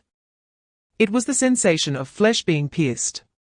This feeling was so vivid that Tang Shen began to doubt whether Zhu Kei's body was really inside. Similarly, blood gradually flowed from the gap in the coffin. The magic continued. The remaining steps were still the same. The big screen required the audience to vote. Of course, each result was red. After each result came out, Tang Shen had to choose a weapon to insert into the coffin. Chapter 321, The Overlord's Self-Sacrifice. Inside the four-sided stone, there was a void. When Zhu Kei's consciousness returned, he began to softly call out to the sage. "I did as you said," Zhu Kei whispered. Soon, the sage's deep voice re-emerged. "Very good, I saw everything. You have indeed completed a suicide process. However, I find it a bit hard to understand. When you entered the coffin, I didn't feel any surge of magic energy from you. In other words, you didn't use any supernatural abilities at all. So, how did you do it? Why are you still alive to see me?" Zhu Kei chuckled inwardly. As expected, the sage was still interested in the principle behind his resurrection. Of course, Zhu Kei's method for this magic was quite simple. Because this trick was one he had used before. At Dream Wan's funeral, a skeleton cruise thug was about to find Zhu Kei's hiding place. But at the moment of discovery, Zhu Kei had already vanished. Chapter 322, The Puppet Moved. Boom! The originally dark sky suddenly swirled with ominous clouds, gathering at a visible speed to form a massive, terrifying vortex covering the entire battlefield. Within the dark clouds, silver snakes danced wildly, and destructive energy brewed within, roaring. That wasn't a natural phenomenon, it was a divine punishment forcibly summoned by supernatural power. Fall. Xiang Yu, who was also Zhu Kei, pointed the tip of his spear, like a king's decree. Crack! A thick, dragon-like purple lightning tore through the sky, crashing into the most concentrated charge of the Han army with overwhelming celestial authority. Instantly, the earth was scorched black, and men and horses were thrown into disarray. Hundreds of Han soldiers were turned to charcoal in that extreme light and heat, unable to even scream. The thunderstorm did not cease, one bolt after another, like the furious whip of a deity, struck the ground, tearing through the Han army's tidal wave of assault and creating several massive, charred voids. This scene reminded Ju Ke of his own experience during the new student test. He had also used Spade Q's thunderstorm attack to annihilate an entire island. Now, the scene replayed, just with a different person. The Han army's charge abruptly halted, their formation disrupted, soldiers gazing up at the sky in terror, as if they were witnessing the apocalypse. Chapter 323, Disqualification. At first, it was just a hand. Then, more of the puppet's outer surface was torn apart. Next came the second hand. Thud! It suddenly reached out again from the gap. Two hands wriggled, tearing at the clown's clothes and skin. The opening grew wider and wider. Then a foot, a torso, a head. Monster! A timid audience member screamed and cried as they fled the school hall. Panic is contagious. Countless audience members began to retreat, and many others also escaped the hall. Ju Ke shook off the blood from his face. In a few swift moves, he climbed out of the clown doll and kicked it away. They saw it.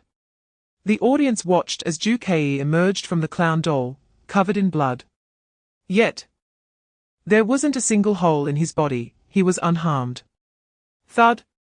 Someone in the crowd sat down in confusion. Ju Ke's magic once again exploded on social media. Comments kept coming. How did Ju Ke survive? Could he have used a substitute? No substitute, I saw it with my own eyes. He crawled out of the doll. And the doll was locked inside a coffin the whole time. How did he fit into such a small doll? Chapter 324, Kidnapping. Ju Ke now realized that Professor Chen Yun had always been a senior professor at the school, wielding immense power and management skills.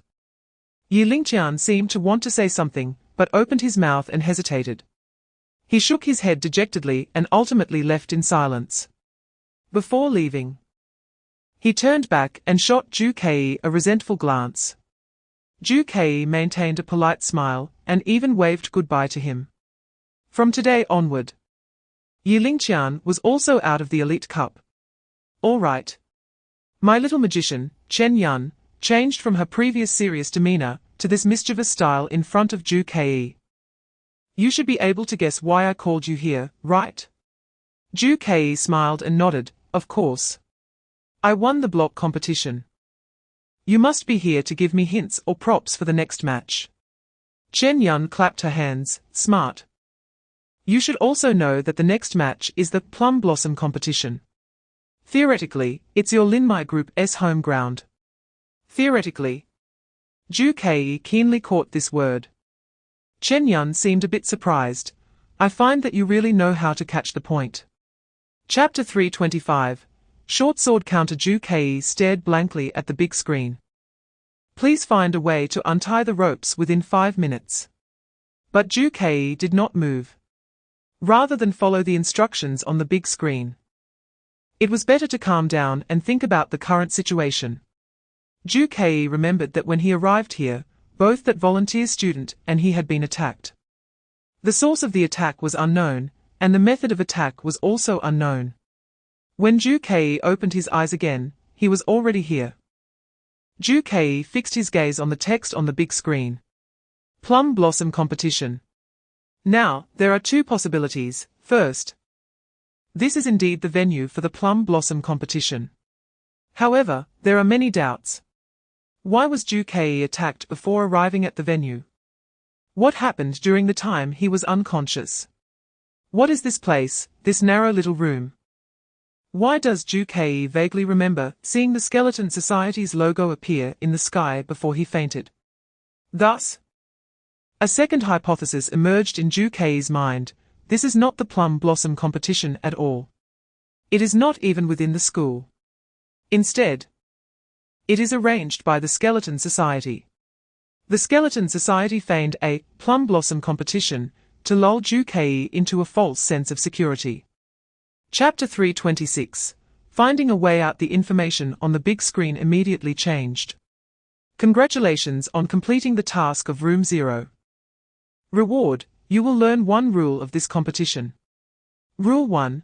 Only one person among all contestants can win the competition. Please proceed to Room 1 for the next task. Room 0. Room 1. Ju-Kei looked at the big screen before him. Rule 1. Only one person can win the competition. This rule is somewhat strange. Ju-Kei thought carefully.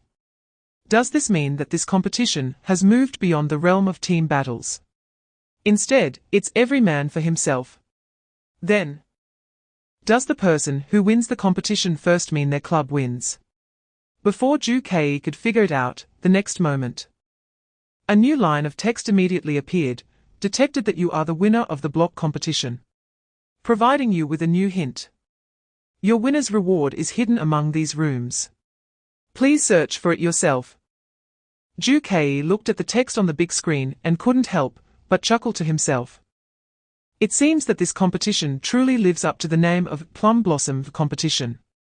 As the competition progressed, the big screen kept providing Ju-Kei with the rules. Chapter 327. Meeting teammates. The moment Ju-Kei opened the blue door, the text on the big screen immediately changed. Task for Room 1 has been completed. Reward: you will learn one rule of this competition. Rule 2. Do not trust anyone. Now, please proceed to Room 2. Ju-Kei looked at the text on the big screen and couldn't help but feel puzzled. Do not trust anyone. Is this also a rule of this competition? So far, Ju-Kei had received 2 rule hints. First, only one contestant can win the competition. Second, do not trust anyone. Ju-Kei thought to himself that it is no wonder it's called the Plum Blossom Competition, related to rules. The competition has taken on a somewhat eerie style of rule-related tales. However, these rules were continuously informing him that this competition is an individual battle. Everything is for oneself. Do not trust anyone, including teammates. But should Ju-Kei really trust the hints on the big screen? After all, if this is truly the venue for the Plum Blossom Competition, that would be one thing. But this place is very unfamiliar to Ju-Kei.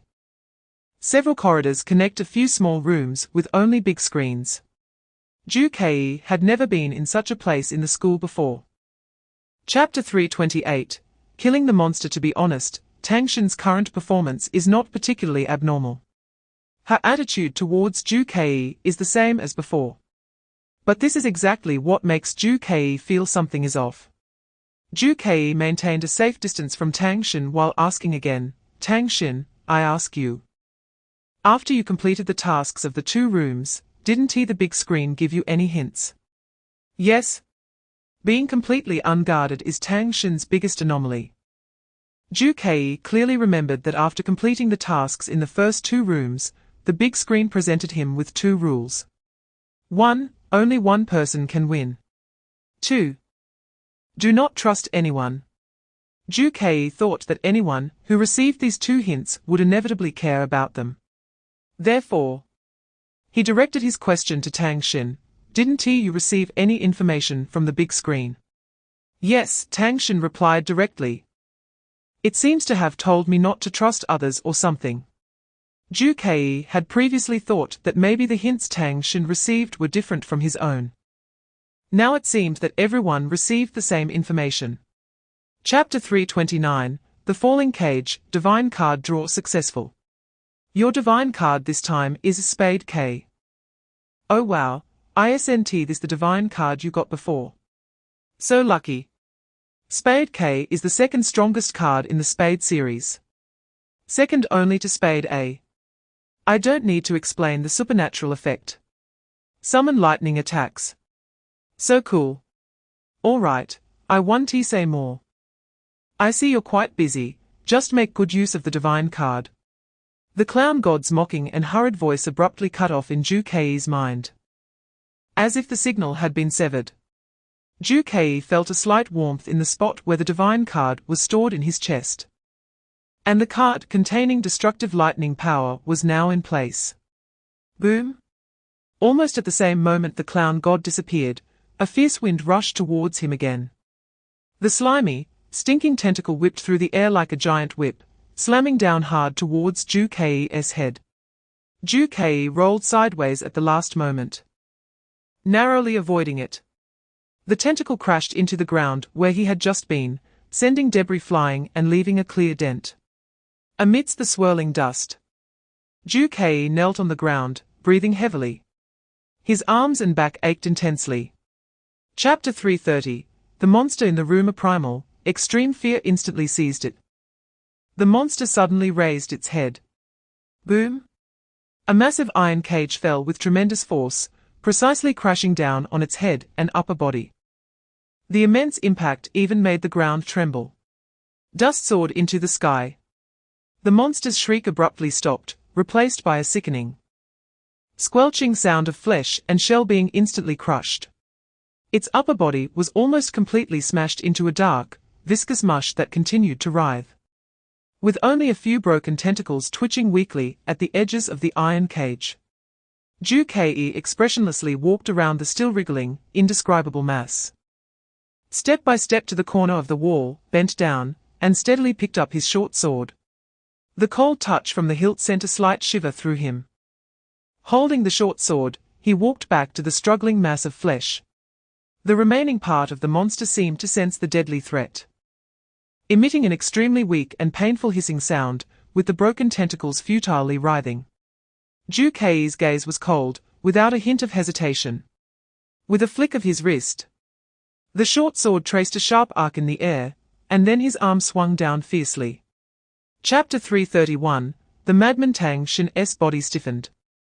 The damage caused by the short sword was lethal. Therefore, she couldn't utter a word. But her eyes flickered with questions, as if asking, "How did you find me?" Zhu Kei continued his actions without stopping. "I don't know who you really are, but you answered my question incorrectly. You might have the ability to read my memories, thus creating a version of Tang Xin that I remember.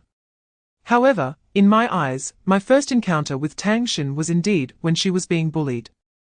But when Tang Xin first saw me, it was not in this scenario." Zhu Kei paused, his tone still indifferent. "Don't forget, Tang Xin is my magic little fan. Long before I entered the Divine Card Academy, she was already doing magic live streams. And the first time Tang Xin saw me was naturally in the live stream. You probably don't have Tang Xin's memories, so you answered incorrectly." Zhu Kei slowly withdrew the short sword. Tang Xin's body immediately collapsed to the ground. Strangely, she did not bleed a single drop. Zhu Kei continued to speak slowly. "Of course, just based on this one doubt, I couldn't rashly strike." Chapter 332. The divine card disappeared. Zhu Kei stood silently in place. However, Yu Xingxing's footsteps did not stop. He clearly had not noticed Zhu Kei. Yu Xingxing walked forward, constantly looking down, and the mumbling from his mouth did not cease. Zhu Kei was calculating Yu Xingxing's state in his mind. If he was a fake illusion, then there was nothing to say, just one sword to finish it. But if he was real, then he couldn't act rashly to avoid harming a classmate. From Yu Xingxing's muttering, it seemed he, like Zhu Kei, had received the corresponding rule hint. Do not trust yourself. However, unlike Zhu Kei, his mental state appeared somewhat abnormal. Yu Xingxing kept his head down and talked to himself, which was different from the Yu Xingxing Zhu Kei knew. Zhu Kei had already stopped moving forward, but Yu Xingxing kept walking straight ahead. The corridor was very narrow, merely a passage connecting two rooms. Zhu Kei went left, and Yu Xingxing went right. Eventually, they would collide. Zhu Kei silently stood still, while Yu Xingxing kept his head down and moved forward. The distance between them grew shorter and shorter. Zhu Kei couldn't help but frown slightly. Finally, when Yu Xingxing was about to collide with Zhu Kei's chest, Chapter 333, the performance begins again. The divine card disappeared. Ju Ke forced himself to stay calm. But for the first time, he felt it was so difficult to think clearly. He took a few deep breaths, trying to calm himself. Once, twice. His chest heaved violently, attempting to bring his out-of-control heartbeat back on track. Stay calm, he needed to stay calm. There was nothing he couldn't resolve after thinking it through. He was currently faced with an unexpected situation that required Ju Ke to take seriously. Ju Ke looked around.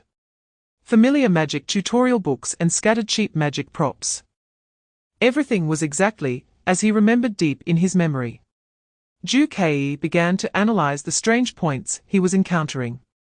First, he had instantly moved from the venue of the club match to his rental apartment, and suddenly started a live stream.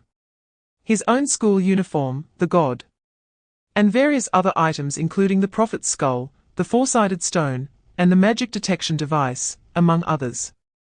All the proof of his extraordinary experiences and supernatural powers had completely disappeared.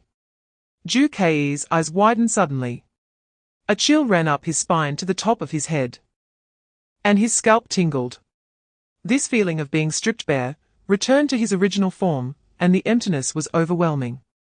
Chapter 334, Waiting for the police. The subsequent magic performance was still very successful. Professor Chen Yun hesitated at first, but still proactively handed over her phone. Ju Ke pretended to make a mistake and acted as if he threw Professor Chen's phone into the river. In reality, Ju Ke had already swapped her phone with a model phone using magic tricks. Moreover, with the darkening sky and the model phone falling quickly, both Chen Yun and the onlookers failed to notice that the phone that fell into the water was not the original one. Then, taking advantage of Chen Yun's panic and her focus on the water, Ju Ke quietly opened her handbag and quickly stuffed the phone into her bag. Through this series of actions, Ju Ke achieved a surprisingly impressive effect in the eyes of outsiders. A phone that had accidentally fallen into the water inexplicably returned to the red-clad woman's bag.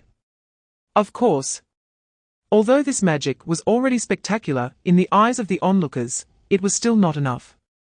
To Ju Ke, it was still not special enough. This was just a warm-up, a little trick to attract more passers-by to watch. The real highlight was still to come. Chapter 335, Midnight has passed. Clop, clop. The footsteps slowly approached, echoing in the empty alley like some kind of countdown pendulum, striking Ju Ke's heartbeat. He felt a vague anticipation in his heart. In the darkness, the corners of his mouth couldn't help but rise slightly, a mixture of tension and excitement swelling in his chest. They came, just as he had expected. Everything was exactly as it had been on that night in his memory, at the midnight that changed his fate. It seemed that everything was proceeding smoothly according to his previous memories. Ju Ke stood still, waiting silently. Then, as if the characters written in the script had arrived on cue, two figures emerged from the shadows. One fat and one thin, familiar uniforms, familiar footsteps. Even the expression on their faces, a mix of fatigue and vigilance unique to late-night patrol officers, were identical. It was them. The two police officers who had interrogated him at the police station on the midnight of his birthday. The two police officers appeared as expected. Ju Ke couldn't contain his excitement and hurriedly approached. Great. Police comrades, you two finally showed up. Chapter 336, Mental Illness. But Ju Ke couldn't stay submerged forever. Without the clown god, he still had other ways to contact the god world. Ju Ke quickly rummaged through his pockets. Originally, after receiving the goddess' supernatural powers and being released from the police station, Ju Ke would find a small note in his pocket. It was a message left for him by Professor Chen Yun, saying, "Tomorrow, I will come to find you." However, Ju Ke's pockets were still empty. His heart sank again. Even Professor Chen Yun hadn't given him a note. This meant he hadn't been admitted to the God Academy. Why? Ju Ke recalled everything from the past.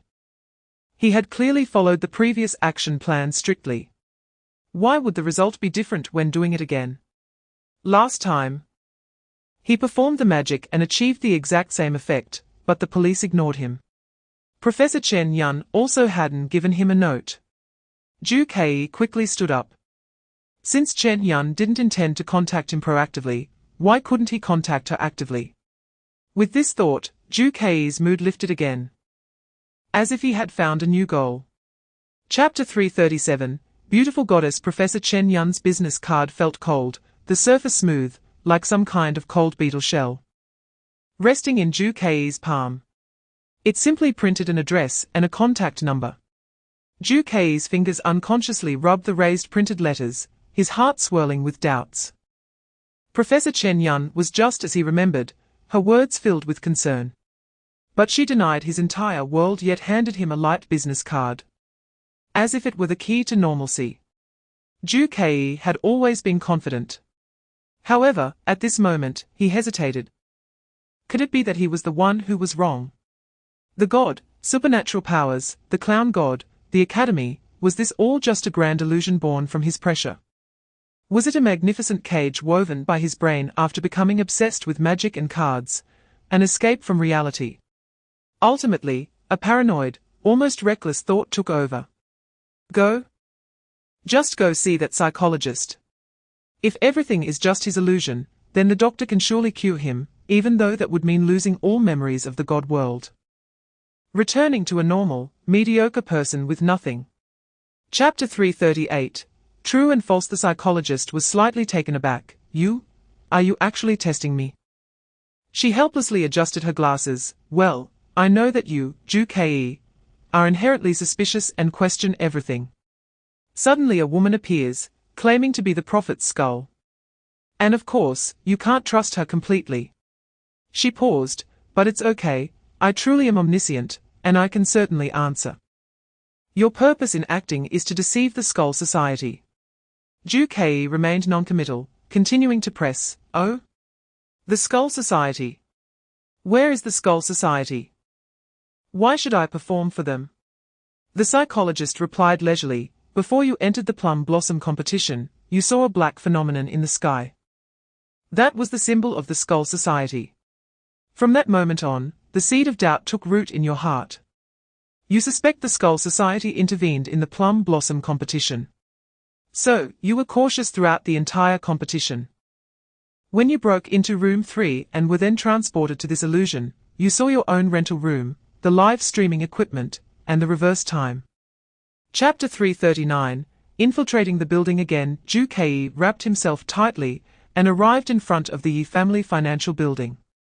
According to the instructions from the prophet's skull, he needs to fall from a high place to escape this illusion. The high place that Zhu Kei knows best is naturally the top of the Yi family financial building. Zhu Kei once stole the four-sided stone from there and then jumped down from the top. So, he just needs to go through this process again. Zhu Kei slowly entered the building and arrived at the front desk. Sir, do you remember me? Zhu Kei lowered his mask. Oh, young man. Aren't you that magician?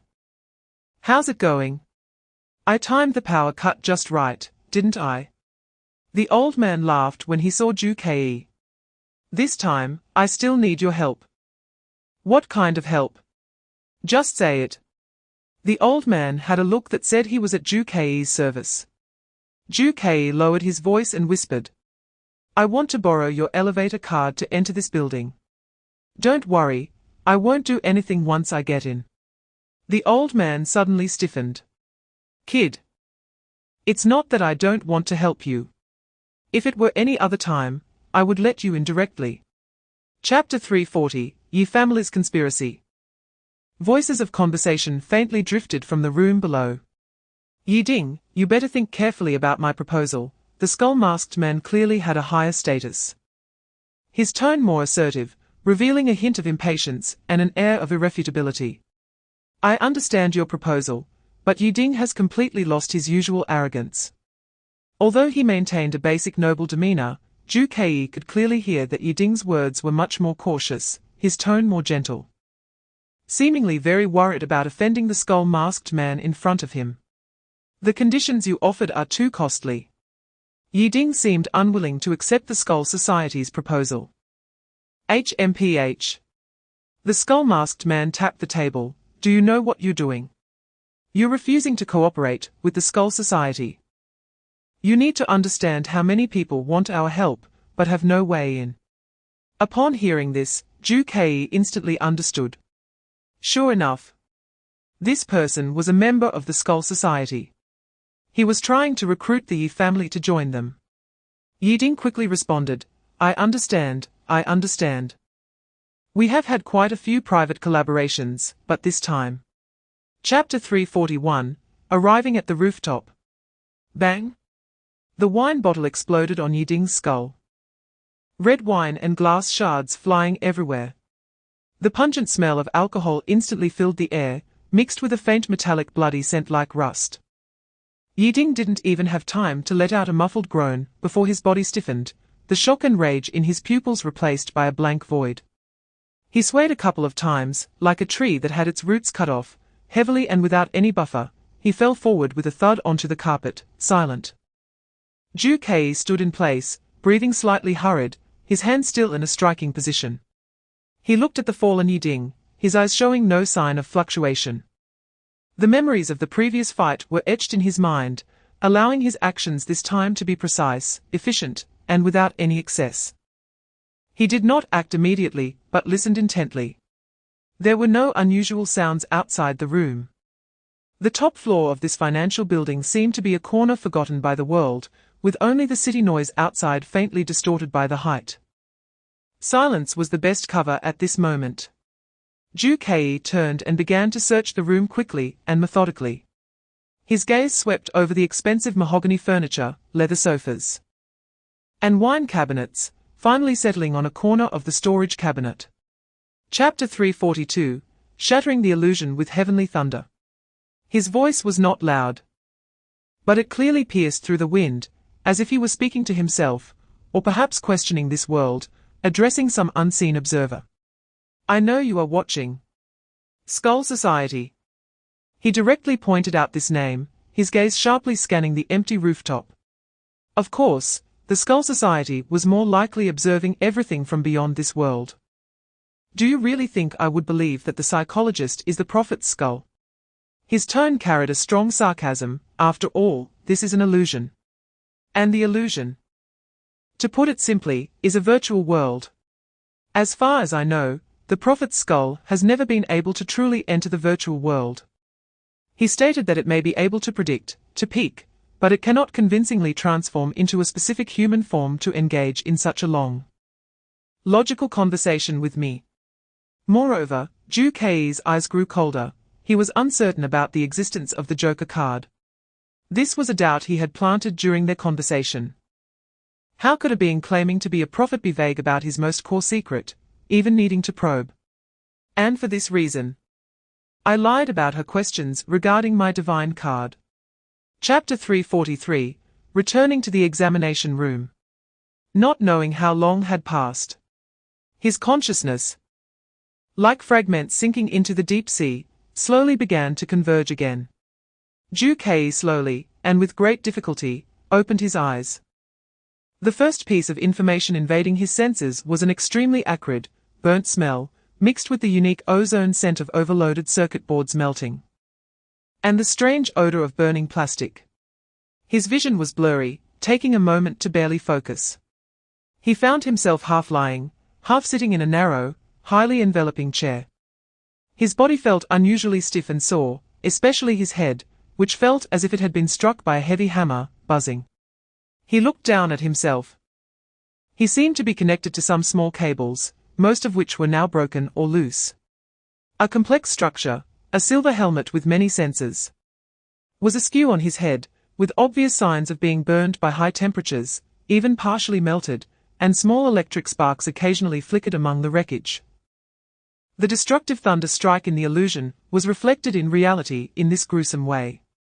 Ju Kei raised his heavy arm and laboriously removed the damaged helmet, still emitting a burnt smell, tossing it to the ground. Chapter 344, Meeting Zhongyong. The door led into a deeper darkness. Just as Ju was about to pick up the torch and step in, he suddenly stopped in his tracks. A chill instantly swept down his spine. Not far behind that door in the darkness, a vague outline stood quietly. It was a figure. Ju's heart suddenly contracted, but his expression was well controlled. Only his gaze sharpened like a hawk's. He quickly raised the torch and reached forward, the jumping flames suddenly leaping towards the still figure, trying to dispel the shadows on its face. When the firelight barely illuminated that face, Ju's pupils involuntarily dilated slightly. And a deep voice with a hint of uncontainable surprise escaped his lips, Zhongyong. However, Zhongyong showed no reaction to his appearance or call. He stood there like a sculpture, or rather like someone deeply asleep, quietly relaxed, with eyes gently closed and breathing so steady it seemed almost eerie. As if completely immersed in his own world, unaware of everything happening outside. Ju's confusion instantly peaked. He cautiously kept his distance, slowly raising his short sword, tentatively extending the tip towards Zhongyang's shoulder. Chapter 345. The strange notebook. The light of the torch first dispelled the darkness by the door, gradually outlining the scene within the room. The layout of this room was completely different from the previous three. It was no longer a laboratory, or a technologically equipped space filled with instruments, but rather resembled an old warehouse, or a document room. The air was thick with a musty smell of dust and moldy paper, somewhat suffocating. Before his eyes were several rows of tall metal shelves, almost reaching the ceiling, crammed with various folders, scattered sheets of paper, and boxes whose contents were unclear. A thick layer of dust coated the shelves, and cobwebs hung in some places. The floor was rough concrete, equally covered in dust, leaving clear footprints when stepped on. The room was large, and the torchlight could not fully illuminate it. The depths remained shrouded in hazy darkness, with only a few nearby shelves lit up. Ju slowly moved his feet, bringing the torch closer to the shelves. He casually picked up a folder and blew off the dust on top. The label on the folder was already illegible. When he opened it, he found incomprehensible charts and symbols, chaotic and disordered, resembling some encrypted information, or purely worthless paper. Chapter 346. Are you really awake? But the torch only extinguished for a moment. That extreme darkness seemed to last only the time of a heartbeat, as brief as an illusion. In the next second, for reasons unknown, the flame that had already extinguished flickered stubbornly once more, like the last breath of a dying person, then struggled, swayed, and reignited. The dim light spread out again, though it seemed slightly weaker than before, it still dispelled the heart-stopping absolute darkness. The dancing flames illuminated Ju's cold, stern eyes, which showed no signs of panic from the sudden change, only an unfathomable calmness, and an even sharper scrutiny. His face, in the interplay of light and shadow, appeared angular and expressionless, as if the momentary extinguishing and rebirth of the light were merely inconsequential background changes. The flame extinguished and reignited, seeming quite strange. But compared to this more bizarre location, it was nothing remarkable. Ju's gaze remained locked on the line of wet ink from the pen on the notebook, as if the moisture of the ink had become more apparent, as if it had just been written. Chapter 347. The false. After discovering the secret of the room's layout, Ju immediately made up his mind to draw all the rooms onto a blueprint. This was not difficult, as Ju had previously cut off power to all rooms. He just needed to pry open the hidden doors one by one and record them all to find out what this final Chinese character was. After prying open a door leading to a dark passage, Ju entered a new room. It was empty and silent, with a massive screen completely black. Ju no longer paid attention to the useless furnishings, but focused on the space itself. He measured the length and width, estimated the angles, and carefully marked the outline of the hall at the start of the paper, resembling a solid base, or the beginning of a character. Next, he returned to the corridor, this time examining the passage connecting all the rooms with the patience of an archaeologist. He noticed that the corridor was not perfectly straight, having a very slight curve, and the angles of the walls were not perfect 90 degrees. He meticulously recorded these details. He approached an area he had not thoroughly explored before. At an inconspicuous corner of the corridor, he discovered a dark door that had been obscured by shadows and was easily overlooked. Chapter 348 New Death. Now that he had unraveled the ultimate mystery of the examination room, the next step was to consider how to translate this understanding into practical action to break the deadlock. The examination room was a virtual exam room, which was the court trick carefully arranged for the plum blossom competition, the source of all anomalies and dilemmas. Ju Kei's mind raced, correlating the three cold hints with the truth before him. 1. There can only be one winner. 2. Do not trust others. 3. Do not trust yourself. Combining all the clues, a clear and almost brutal requirement for passing emerged in Ju Kei's mind: to be the first to leave this simulated examination room, actively cutting off the connection to the virtual world and returning to reality.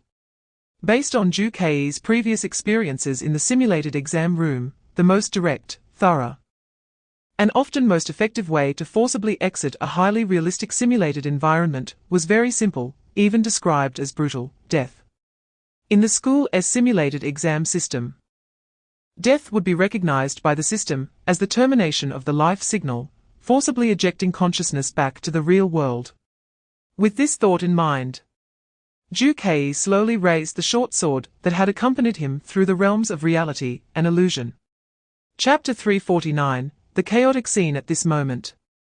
The entire audience area of the Elite Cup had completely descended into chaos. The previously deafening cheers and celebratory atmosphere were replaced by a panicked whisper and commotion, like a pot of boiling oil suddenly splashed with cold water.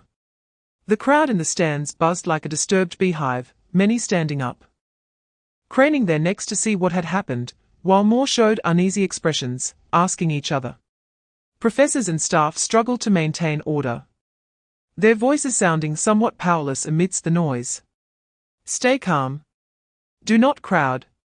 Please follow the instructions, leave in an orderly manner, and return to your respective dormitories immediately. Do not linger outside. A team of security personnel in uniforms quickly entered the venue, attempting to direct the crowd that had begun to surge towards the central area. Another team was composed of several seasoned professors, including the gravely serious Professor Chen Yun. They surrounded the terrified female staff member, forming a tense little circle. Professor Chen Yun's voice was kept very low, but the urgency in her tone revealed the gravity of the situation. Where was it discovered? What exactly happened? Have you confirmed the identity? Chapter 350 The storage room. Another younger male professor's voice was filled with confusion and anger, questioning the security level there. Professor Chen Yun interjected, her voice cold and heavy. The real target of the Skeleton Society is not merely to create panic, but that thing. A brief, suffocating silence ensued. If they have already gotten what they wanted, the old professor spoke with difficulty, his voice dry. Then why would they go to such lengths to kill a seemingly unrelated student? This doesn't align with their logic. Logic? A stern-voiced female professor almost bitingly said. Talking about logic with those thoroughly antisocial lunatics from the Skull Society. Their actions are synonymous with chaos and antisocial behavior. Don't try to understand them with common sense. Just then, the old professor with graying hair seemed to inadvertently catch a glimpse of Ju Kei and the others hiding in the corner with the corner of his eye. His body suddenly stiffened, and he immediately turned his head, shouting fiercely, "Who is there? Come out!" He widened his eyes, clearly seeing Ju Kei and the three others stepping out from the shadows, and his expression shifted from alertness to shock and anger. "It's you." "Nonsense. This isn't a place for you to be." Chapter 351 The Stolen Notes. Ju Kei's heart was pounding heavily in his chest. A cold premonition had quietly taken root the moment he stepped into the building, and now it tightened around him. He remained silent, his face calm, quietly following the several professors who looked grave. Their footsteps echoed slightly but clearly on the cold, smooth marble floor, making it seem particularly jarring in the quiet corridor leading down into the depths. The deeper they went, the air's faint metallic smell gradually became stronger and stickier, ultimately transforming into a nauseating, pungent odor of sweetness mixed with decay that surged forth, forcefully invading everyone's sense of smell.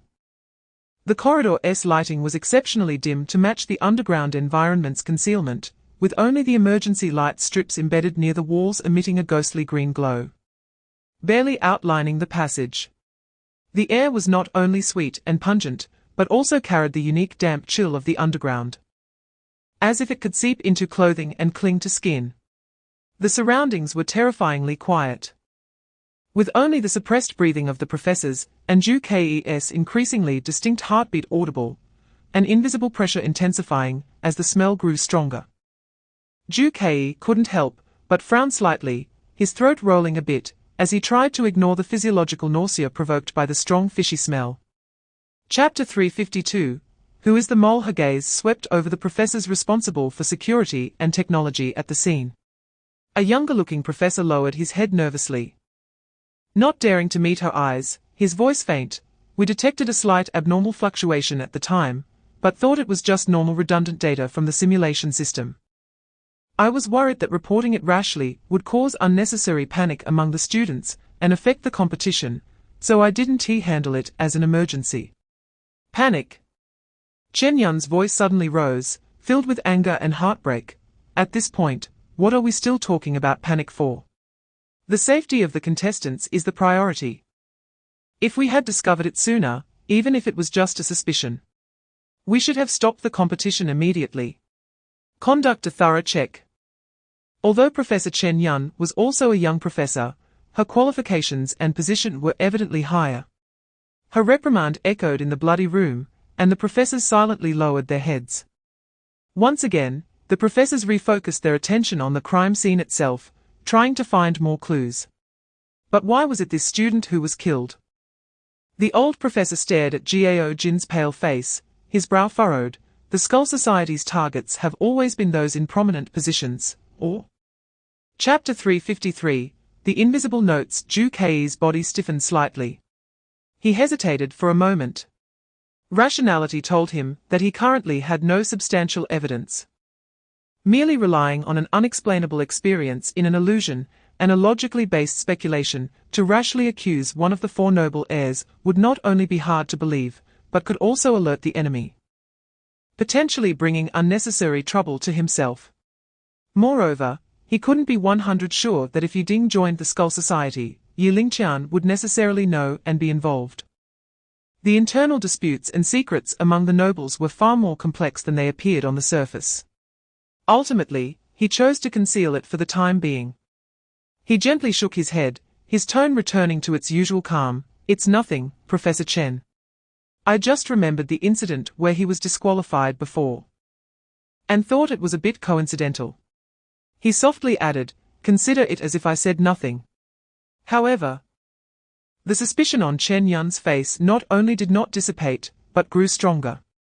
She stepped forward slowly, coming to stand in front of Juke. Her keen eyes staring directly into his, seemingly trying to see deep into his heart.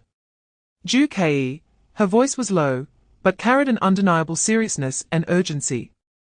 I know you may have concerns, but this is a special time. A student has been brutally murdered, and it relates to the theft of the school's highest confidential items. Chapter 354. 7 days later. I will become a god long before the professors gathered in the room, when the female staff member first opened the drawer, and everyone gasped at the emptiness. Juke was astonished to clearly see that the yellowed notebook was lying there intact, untouched. However, he was shocked to find that everyone, including Professor Chen Yun, expressed genuine surprise and disappointment as their gazes swept over the drawer. They seemed to not see it at all. Their eyes appeared to penetrate through the notebook, landing directly on the empty bottom of the drawer. Their discussions, their anger, their confusion were all based on the understanding that the notebook had been stolen. A storm surged in Juke's heart, but he maintained an expression of seriousness and confusion in line with everyone else, remaining silent. He silently kept this earth-shattering secret buried deep in his heart, perfectly disguising himself as someone who also could not see it. But now, Ju-Kei reached out.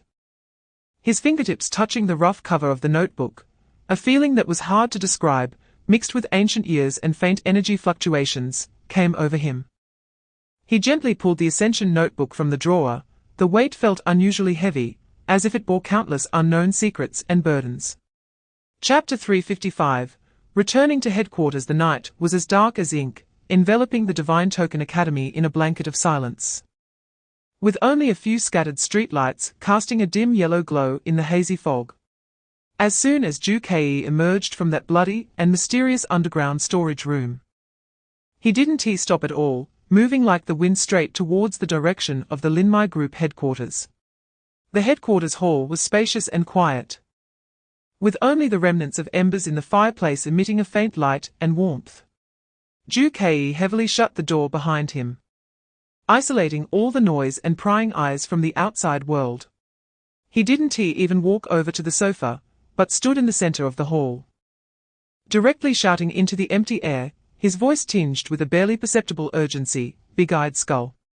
Shortly after his words fell, that familiar and distant voice seemed to converge from all directions, gently echoing in the hall, "I'm here." Ju-Kei walked gravely to the armchair next to the fireplace, but did not sit down. Instead, he rested one hand on the back of the chair, his sharp gaze scanning the void as if trying to grasp the source of an invisible voice. "So why didn't you tell me?" His tone grew heavier, carrying a clear question. "Why didn't you inform me in advance? To let me know that I would obtain the Ascension notes in this way." Chapter 356. Is someone helping me? He analyzed. They are neither core members of the four noble families, possessing valuable legacies or resources to plunder. Nor are they particularly prominent figures who could cause a huge stir. They don't even have a deep connection with what currently seems to be one of the main targets of the Skeleton Society. They do not fit the Skeleton Society's usual patterns of killing or plundering. So why? What is the purpose of killing them? Just to create panic? Or is there a deeper, more sinister purpose? After hearing this question, the Prophet's head reacted unusually quickly, almost immediately responding, its tone firm and resolute, carrying an unprecedented determination. "I absolutely cannot tell you the answer to this question." Its voice even carried a slight, almost imperceptible tremor, as if it had touched upon a taboo that must not be breached. "I'm sorry, Ju-Kei. If I tell you the truth about this question now, I am not helping you, I am indirectly harming you. The reasons behind this far exceed what you can currently handle." A look of realization crossed Ju-Kei's face, and he nodded knowingly, his tone laced with a hint of sarcasm. Chapter 357. Touching the Ascension barrier. The Prophet's head fell into a long silence. That silence seemed to take on a physical form, weighing heavily in the hall of the Linmai Group headquarters, creating a suffocating tranquility along with the dying embers of the fireplace. Time passed second by second, so long that Ju-Kei almost thought it would not respond again. However, just as Ju-Kei was about to speak up once more, it said, "Yes and no." The voice of the Prophet's head finally resonated again, light as a sigh, yet clearly reaching Ju-Kei's ears. "Yes and no." Ju-Kei involuntarily repeated this ambiguous answer, his brows furrowing tightly. His tone carried a hint of undeniable dissatisfaction and skepticism. "Doesn't that mean you've said nothing at all? Are you just using this ambiguous language to evade me?" He believed the Prophet's head was being opportunistic, deliberately avoiding the core of the question, unwilling to give a clear yes or no. However, the Prophet's head seemed to have anticipated his reaction and immediately added, with unusual sincerity, "No, Ju-Kei. I am genuinely answering your question. This is the most direct and closest answer to the truth that I can provide within the limits of fate's rules." Chapter 358. Entering the notes. Yes, absolutely correct. The voice of the Prophet's head immediately affirmed his guess. "You are already standing at the threshold. What to do next, I don't need to tell you any further, right? The guide to the path to a higher level is now in your hands." A complex smile crept onto Ju-Kei's lips. A smile that held both a desire for power and a gravity toward the unknown ahead. He gently picked up the seemingly ordinary yet weighty yellowed notebook from the table. Yes, I did not expect that, by chance, or rather, through the arrangement of certain existences. I have obtained this notebook that records the ultimate secret of ascension in advance. He was no longer inclined to wait any longer. The longer the night, the more dreams. Especially after realizing he might have been under some kind of scrutiny, he wanted to gain the initiative more quickly. He immediately placed the ascension notes solemnly in the center of the desk, turned on the desk lamp, and the soft light poured down, illuminating the rough cover of the notebook. He adjusted his breathing, trying to calm his mind, and with an almost reverent curiosity, cautiously and slowly opened this book that could change his fate. Chapter 359. The cell in the notes. Ju-Kei's consciousness struggled to stabilize amid a violent tearing sensation, as if he had fallen from a great height, and ultimately crashed into a heavy and painful shell. His senses felt as if they had been torn apart, and then roughly stitched back together, bringing a wave of intense dizziness and nausea. The first to recover was his sense of touch. The cold, rough sensation beneath him was painful. It was damp and moldy straw. A metallic, icy feeling of confinement gripped his wrists and ankles, extraordinarily heavy, making a clattering noise with the slightest movement, piercing the silence of the environment. A bone-chilling cold seeped from the stone floor into his limbs, causing him to shiver involuntarily. Next came his sense of smell. An indescribable, complex, and nauseating odor invaded his nostrils, a heavy, almost suffocating moldy scent, mingled with a faint, rusty smell of blood, and the bitter taste of some inferior herbs. With a base layer of an icy breath formed from despair and fear that could almost freeze the soul. He suddenly opened his eyes, the dimness taking a moment to adjust to the extreme darkness. The light was pitifully weak, barely allowing him to see. What came into view was a low, constantly dripping rock ceiling, as if it could collapse at any moment.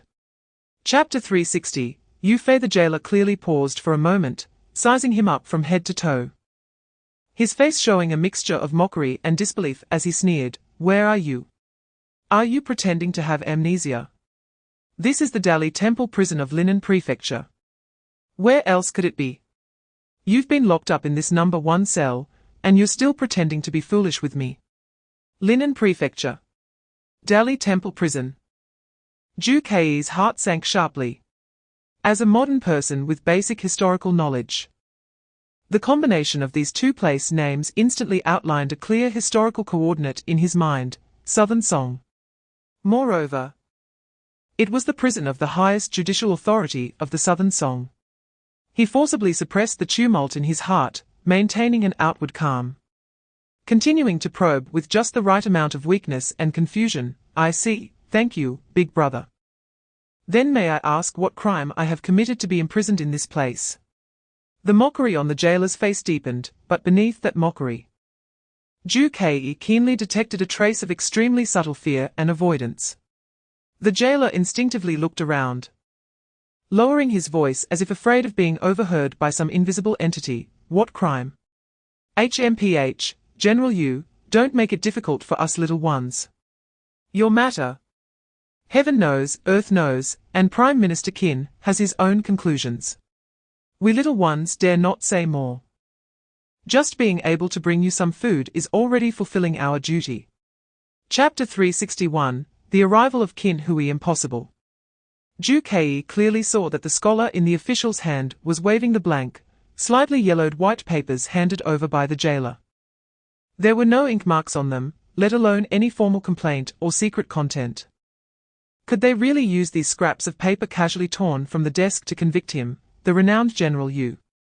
This was no longer absurd, it was almost magical. A bold, validating thought intruded into Ju-Kei's mind. He slowly leaned closer to the fence, a weak and somewhat unwilling confusion etched on his face from the pain, and hoarsely said to the young jailer, "Could you please bring the documents a bit closer, sir? The prison is dim, and my old eyes are failing. I want to take a closer look." A flicker of doubt crossed the young jailer's face, but although Yu Fei was now a prisoner, his former authority still lingered. And moreover, his status as a commander had not been officially revoked. His words still carried undeniable weight for a low-level jailer. The jailer hesitated for a moment, but then slowly approached the fence, presenting the stack of documents as close as possible to Ju Ke. Chapter 362, Framing Methods. He waved his hand, and the attendants and jailer swiftly retreated like a tide, leaving enough space to ensure their conversation wouldn't be overheard, yet still within sight. Qin Hui's gaze fell on Ju Ke, devoid of obvious hatred or anger. Instead, it resembled a craftsman examining a nearly finished piece, with a calmness bordering on cruelty. "Commander Yu," Qin Hui began, his voice calm, even carrying a hint of barely perceptible fatigue. "It seems they haven't served you well during these past few days." Ju Ke did not respond to his hypocritical pleasantries, merely looking coldly at him. It seemed it was indeed him. He was the holder of the divine token in this story. Moreover, it should also be him who wanted to ascend with the divine token. The secrets uncovered in the ascension notes likely lay with this person. Qin Hui did not care about his silence and slowly paced, as if talking to himself. Or perhaps giving final teachings to this man, who was destined to die. The major affairs of the nation lie in sacrifices and military matters. However, the survival of one person sometimes also relates to the nation's fortunes and the ebb and flow of fate. The merits of the Commander's Northern Expedition are recorded in history, and I admire them. Chapter 363, Ascension Requires Ritual. Qin Hui's expression instantly changed. The earlier game of cat and mouse vanished in an instant, replaced by a fear of having his secrets uncovered and murderous intent. "The divine token is known only to someone like me, blessed by heaven. How could you know of the divine token's existence? You are just a warrior. A mortal." "How I know is not important," Ju Ke coldly regarded his outburst. "What matters is that your ritual is destined to fail." "Fail?" Qin Hui seemed to be provoked by that word, his facial muscles contorting into an extremely grimace. "Just because of you. A dying man. What does it matter if you know? You can't change anything." He suddenly pointed at the poison wine on the ground, sternly commanding, "Drink it. Now. Immediately. Your role is to obediently become the sacrifice. Otherwise, I'll make you wish you were dead." The complete unveiling of the plot. The disguise was ripped away, leaving only the most naked threat. Ju Ke looked at the frantic Qin Hui and then at the cup of poison on the ground, representing passage and obedience. The system prompt had already given a hint. He had uncovered the secret of framing the ascension with the divine token. Chapter 364, Searching for the Missing Pages. Such unreasonable behavior can only point to one inevitable conclusion: the ritual required his presence. And it must be completed either by his own hands, or through direct orders for the final disposal of the sacrifice. Perhaps only in this way could the most direct and intense energy connection be established, ensuring that the power of ascension flowed accurately to the leader themselves, rather than being diluted or stolen by intermediaries. Assigning subordinates to carry out the ritual would likely lead to its failure, or significantly reduced effectiveness, or even cause the power of ascension to be diverted. This is also easy to understand. Whoever leads the ascension ritual is the one who can ascend. After these thoughts, Ju Ke ultimately concluded, "I disrupted Qin Hui's ritual in the notes, preventing his ascension." Ju Ke's fingers unconsciously tapped the desktop, his brow slightly furrowed. However, in the real course of history, Qin Hui's framing was successful. Yu Fei died unjustly, while he wielded power over the court and died peacefully. His expression grew serious, however. The rules of ascension contain what is called the ascension lock, a specific path to ascension, especially one that relies on significant historical nodes and the fate of specific individuals. Once this path is successfully used and ascended by an individual, it will close off for later users, unable to be spread or utilized. Chapter 365, The Top Floor of the Library. Time quickly reached the next morning. The morning light streamed through the windows of the Linmai Group headquarters, casting mottled shadows on the floor. Ideally, Ju Ke needed to head to the library for that bizarre appointment immediately. However, He remained calmly seated at the table, showing no signs of urgency. He needed to confirm some matters first, rather than recklessly stepping into an unknown trap. He took out his phone, his fingertips sliding quickly and precisely across the cold screen, skillfully accessing the internal campus network forum of the Divine Token Academy. Sure enough, at the top of the homepage, pinned in bold red, was a striking announcement published by the official school account in the early hours, stamped with an electronic encrypted seal. With a hot tag following the publication time, emergency notice on the suspension of this year's Elite Cup events. The announcement's wording was rigorous. Yet one could still sense a hint of urgency and pressure between the lines, in light of recent unforeseen circumstances. To ensure the utmost safety of all participating students and guarantee absolute fairness and impartiality of the events, the Elite Cup Organizing Committee and the Academy's highest management have urgently decided to indefinitely suspend all events of this year's Elite Cup from the time this notice is published. Chapter 366, Controlled Again. The Skull Society was indeed behind this. Ju Kei's thoughts sliced through the scene before him like a cold scalpel, pointing directly to the core. Such large-scale, nearly reality rewriting spatial transformation technology was beyond the reach of ordinary students, or even regular campus organizations. The resources, technological strength, and level of penetration into the school's regulatory system that this represented were alarming. His gaze was sharp as an eagle, meticulously scanning the seemingly real, flickering distant stars, and the black material floor beneath him that flowed like a living thing, shimmering with bluish energy light. Everything felt terrifyingly real, yet exuded an unnatural eeriness. The Elite Cup Finals. He surveyed this forcibly opened, eerie space, silent save for his own breathing and heartbeat. Only himself. What kind of finals was this? What was the content of the finals? In what form would the opponents appear? What were the rules? Soon, new, relatively simple yet more unsettling words appeared in the center of the space. Final countdown. 001000 rules will be revealed after the countdown ends. The countdown began to silently tick away. Chapter 367, I killed someone. Time lost its meaning. Uncertain how much time had passed, perhaps just a moment, perhaps an eternity. Ju Kei's consciousness struggled to rise from the depths of the sea, like something fighting to surface from 10,000 meters below, slowly and painfully reassembling. A fierce headache felt as though steel needles were stirring within his skull, every muscle in his body ached as if violently torn apart, and then awkwardly stitched back together. Especially his brain, which felt as if it had been forcibly stuffed with some chaotic mass and then roughly pulled out, leaving behind a dull pain and a sense of dizziness. He struggled to open his eyelids, which seemed to be glued shut, and his blurred vision took several seconds to barely focus.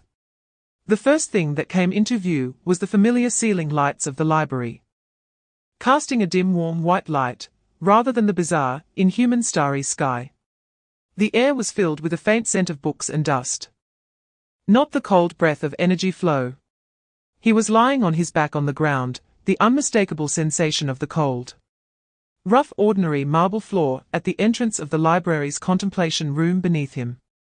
His vision cleared slightly, surrounded by familiar plain white walls.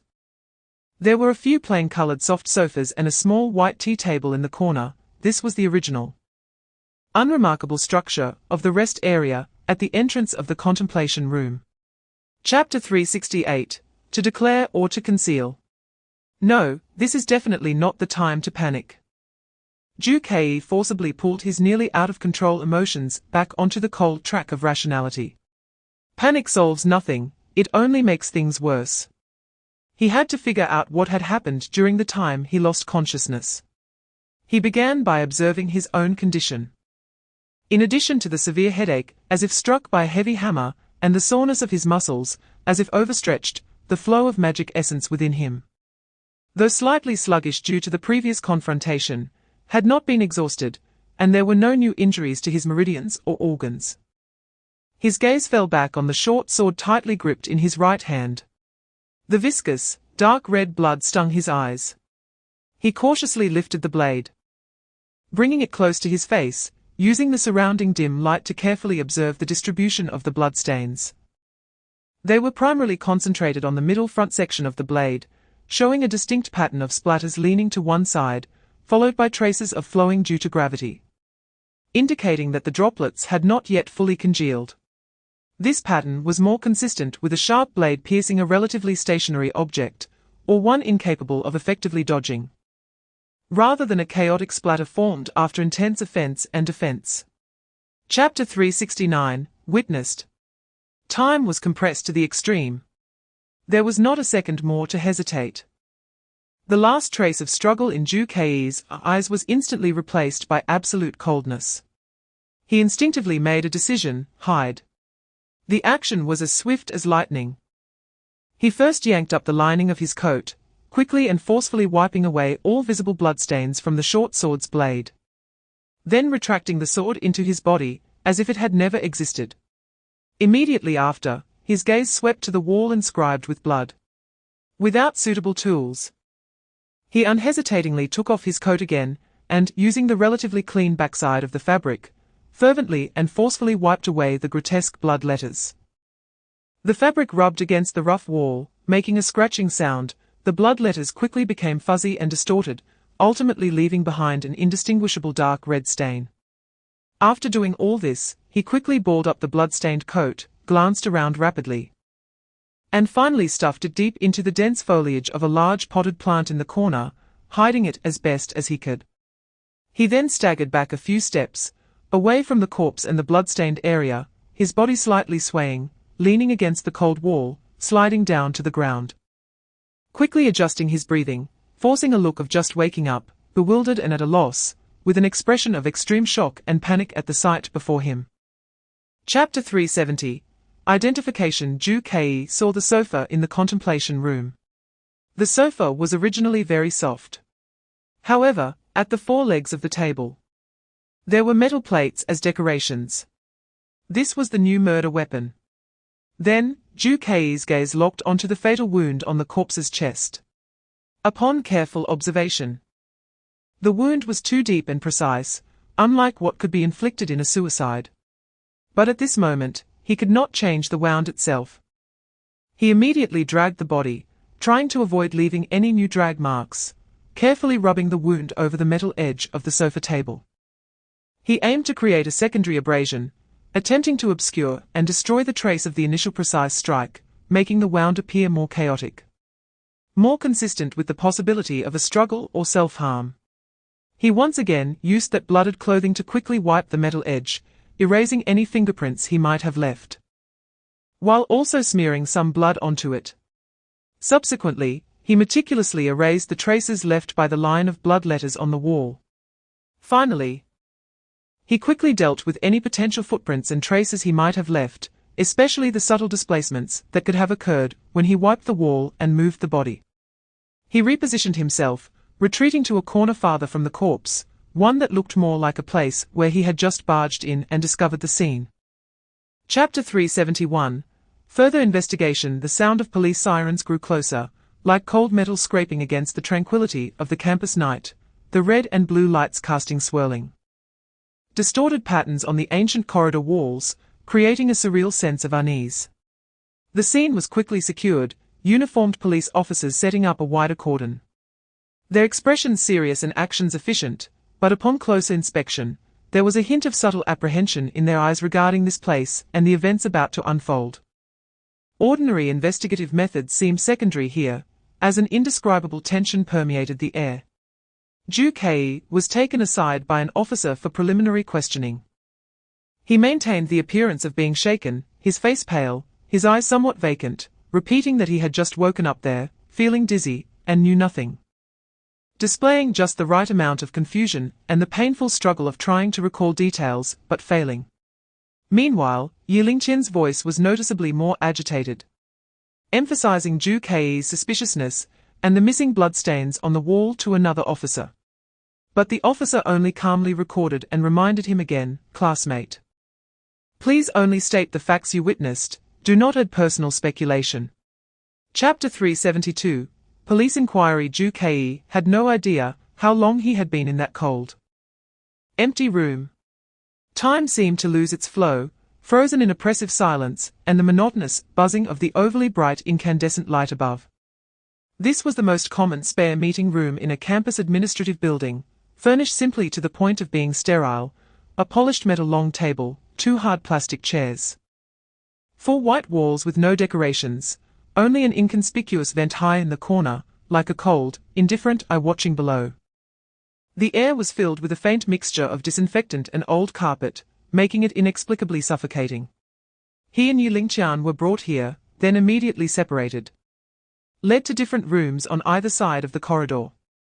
The moment the door closed, the world was cut off, leaving only him and the serious-faced, silent police officer across from him. The inquiry began. Initially, it was just the police's routine questioning, with questions being thrown out like a preset program: name, grade, relationship with the deceased, whereabouts tonight, why he was in the old teaching building, and why he entered that quiet room. Ju Ke inexplicably recalled the police questioning on his 18th birthday. Chapter 373, The School's Interrogation. He put down the phone and turned to Ju Ke, stating in an official manner, "Student Ju Ke, our inquiry here has come to a temporary conclusion. The information the police needed has been recorded." He paused, and his tone subtly changed. "Now, the matter between you and Yu Lingqian will mainly be handled internally by the Shendai Academy.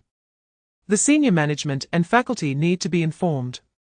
Your Professor Chen Yun just called. Please proceed to the large conference room on the top floor."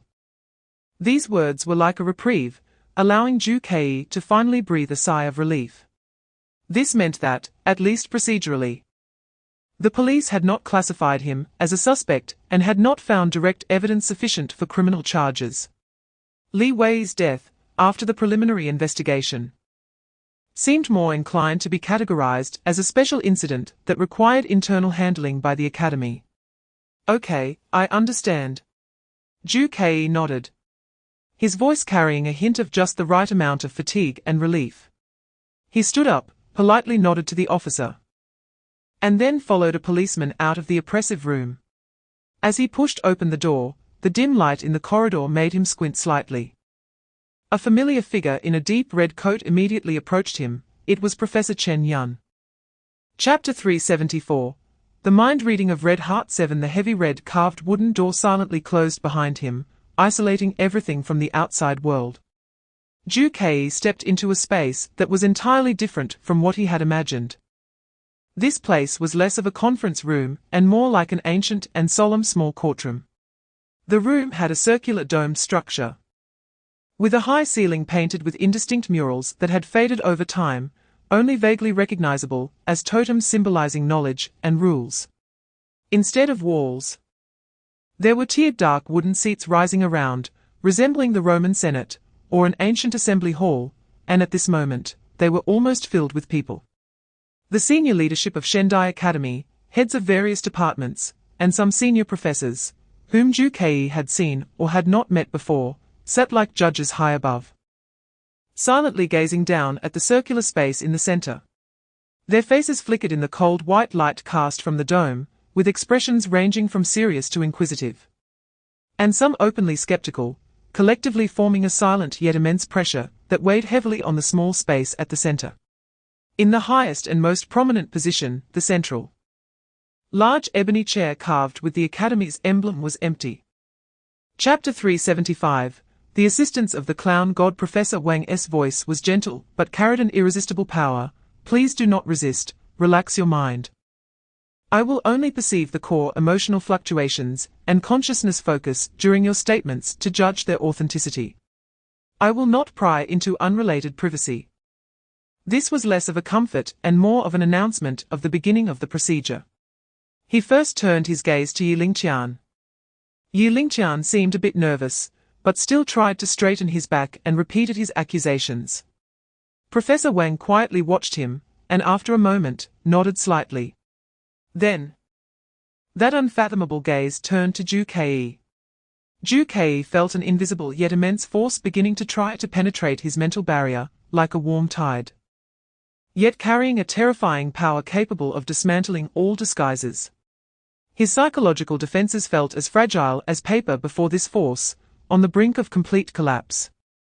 Just at this critical moment, a very familiar voice, laced with mockery and a playful tone, suddenly echoed deep in his mind. "Oh dear, look at this little magician. About to be exposed." It was the clown god.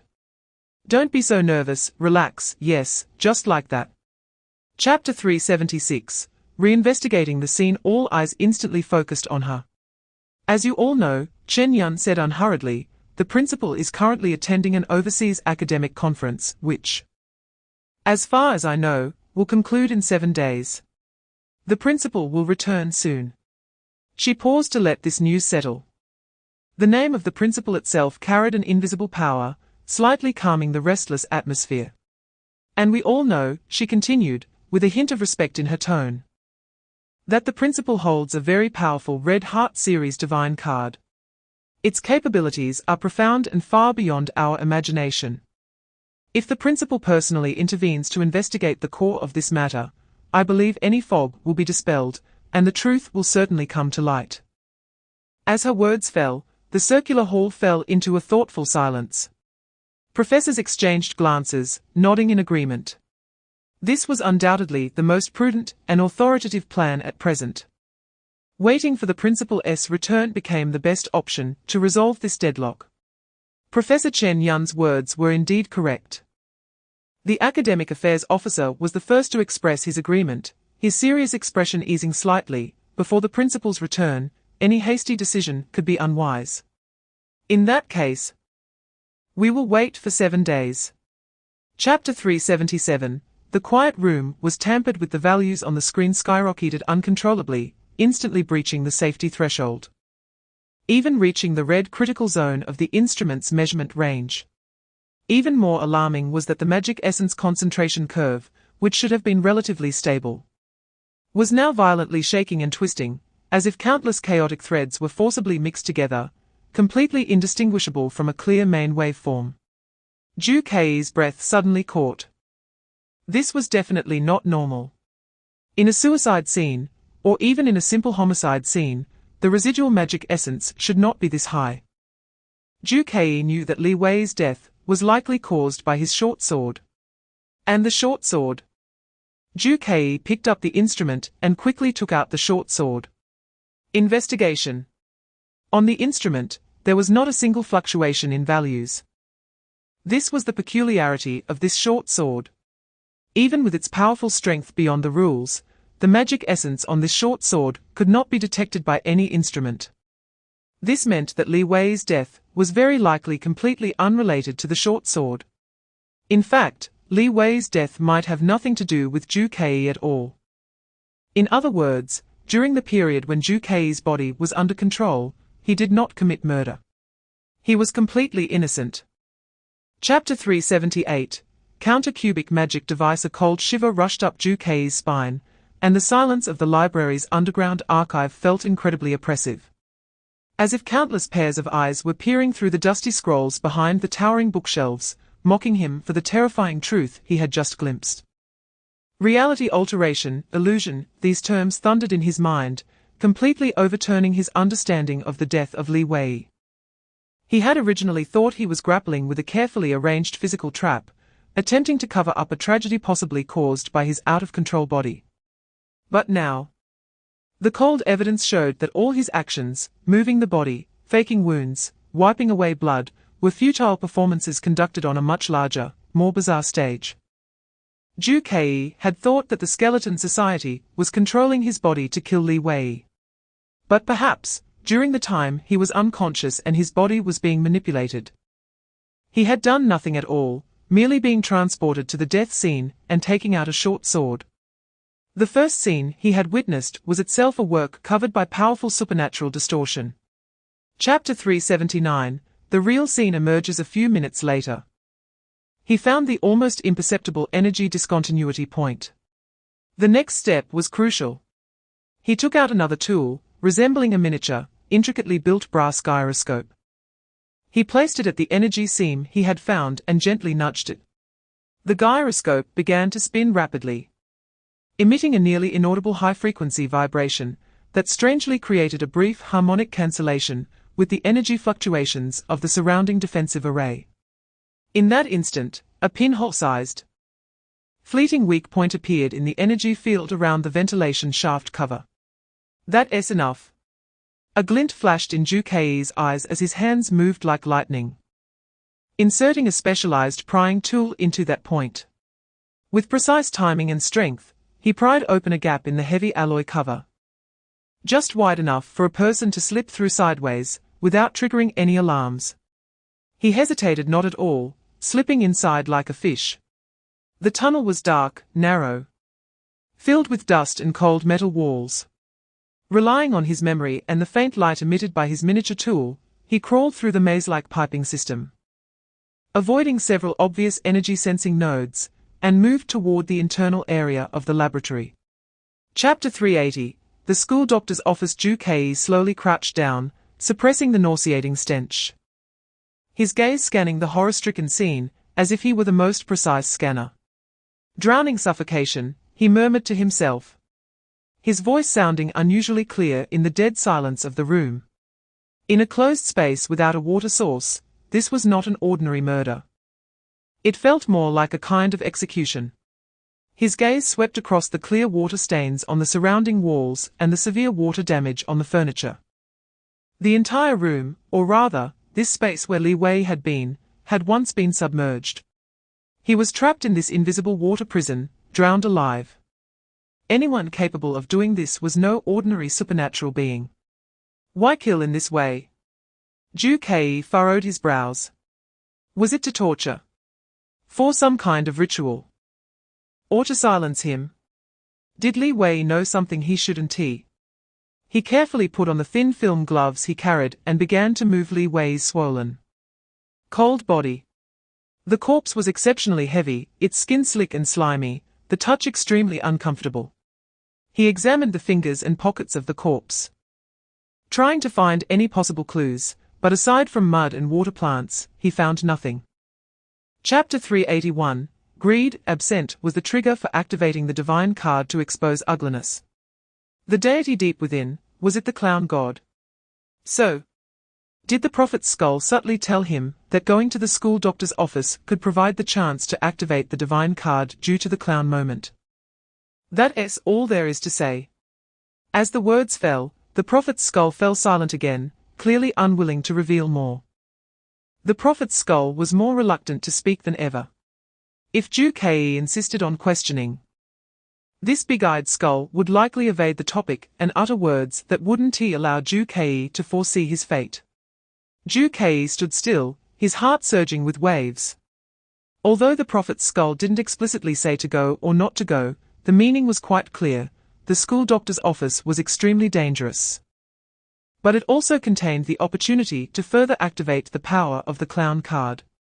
Though the power of the clown god was strange and unpredictable, it was indeed the most unconventional force he could rely on in desperate situations.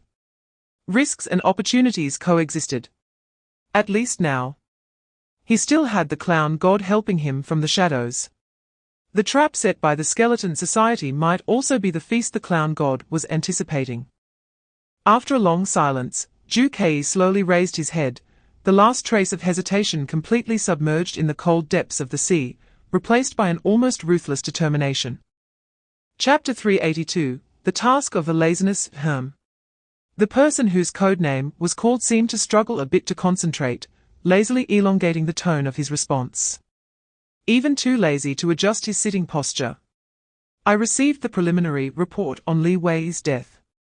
Pride slowly said, each word articulated exceptionally clearly. The entire space showing signs of being soaked and altered. This method closely resembles the effects achievable by your cubic abilities. Tell me, have you secretly helped Greed? All eyes instantly focused on a laziness. Laziness seemed to take some time to digest the question before responding slowly, in a voice that sounded as if he had just woken up. Help him. Too troublesome. He even let out a small yawn, showing that without a task, he could hardly be bothered with his affairs. His denial sounded incredibly genuine, that deep-seated laziness seemingly lacking the motivation to get involved in such troublesome matters. Pride silently stared at him for a few seconds, the gaze beneath the mask sharp as a knife, as if judging the truthfulness of his words. The candle flames in the room flickered restlessly again. Chapter 383, Fire Disaster Mechanism. The alarm continued to scream, the piercing sound carrying far across the campus at night. Ju-Kei knew that it wouldn't be long before security personnel, on-duty doctors, and even professors might rush here. He didn't have much time left. Without hesitation, he stepped into the ruins that had just experienced a fire. The ground was a slippery mixture of ash and extinguishing agent, each step creaking underfoot. His gaze swept around like a searchlight. The office had been severely damaged by the fire, but the timely activation of the automatic fire extinguishing system had prevented complete destruction. Many things were burned beyond recognition, but their original forms could still be vaguely discerned. Ju-Kei quickly checked the inside of the door frame and the area near the threshold. At the bottom of the charred and deformed door frame, he found a small, exquisite metal component wreckage, which was connected to a certain linkage part of the door lock by nearly melted fine wires, while the other end extended towards the shattered glass container that had once held the combustible agent. The principle of the mechanism is very simple.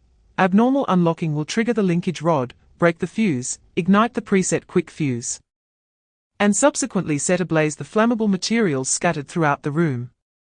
Chapter 384, The hasty escape. The cold night wind rushed in through the gap of the door that had been blown open by the shockwave, carrying the acrid smell of burnt and chemical fire extinguishers, brushing against Ju-Kei's face, which was covered in white powder. He stood at the door of the school Dr. Kin's office. Behind him was the recently calmed but still scalding ruins of death. And in front of him was the corridor fraught with danger, about to be alerted by the alarm. His heart pounded heavily in his chest. Not solely from the thrill of narrowly escaping death moments ago, but more so from the bone-chilling cold brought on by the meticulously set trap before him. He forced himself to remain calm, as if desperately gripping the helm amidst a raging storm. His brain was overloaded with extreme fatigue and slight discomfort from inhaling harmful gases. And he needed to clear his thoughts during this limited, potentially finite window of safety. First, who was the one who framed him? The clues were like sharp fragments scattered all over the ground, each glinting ominously, begging to be pieced together. Li Wei's bizarre death, seemingly drowned by the water of the entire room, and the traces of some powerful force covering the scene all pointed to a terrifying existence that was adept at manipulating the rules of the cube system. And the office before him, this deadly mechanism that had precisely calculated his lockpicking behavior and intended to incinerate him, could only have been set up by someone with an intimate knowledge of his operational patterns, the environment of the school Dr. S building, and even the structure of the lock. Chapter 385, The Deadline of the Blood Curse. Ju-Kei's pupils suddenly constricted to the size of pinpricks. A massive sense of weakness and dizziness, originating from the very essence of life, struck him like an invisible hammer. Everything went black before his eyes. Dark spots appeared at the edges of his vision, and the whole world began to spin. He nearly collapsed to the ground. It was the blood curse. That vicious curse planted by the Skull Club, which lingered on endlessly. Although he had previously been forcibly suppressed by the power of the ancient hero Xiang Yu within the four-sided stone in the secret realm, it had only bought him 7 days of respite. Xiang Yu's power acted like a dam, temporarily blocking the flood of the curse, but failing to eradicate it. And at this moment, the dam was on the verge of collapse. There was little time left. The intense running, the violent fluctuations of emotions, and the inhalation of toxic gases from the fire seemed to have become the last straw that broke the camel's back, greatly accelerating the outbreak of the blood curse. He could clearly feel his vitality rapidly draining from his body, like the last few grains of sand in an hourglass. It was truly a disaster compounded by disaster. At this critical moment, the blood curse was precisely activated. No, he absolutely could not fall here. The desire to survive unleashed an astonishing power. Ju-Kei gritted his teeth. nearly biting his lips to the point of bleeding, using every ounce of remaining strength to suppress the blood taste surging from his throat. Forcing himself to move his leaden legs, stumbling out of the office door, and plunging into the darkness of the corridor.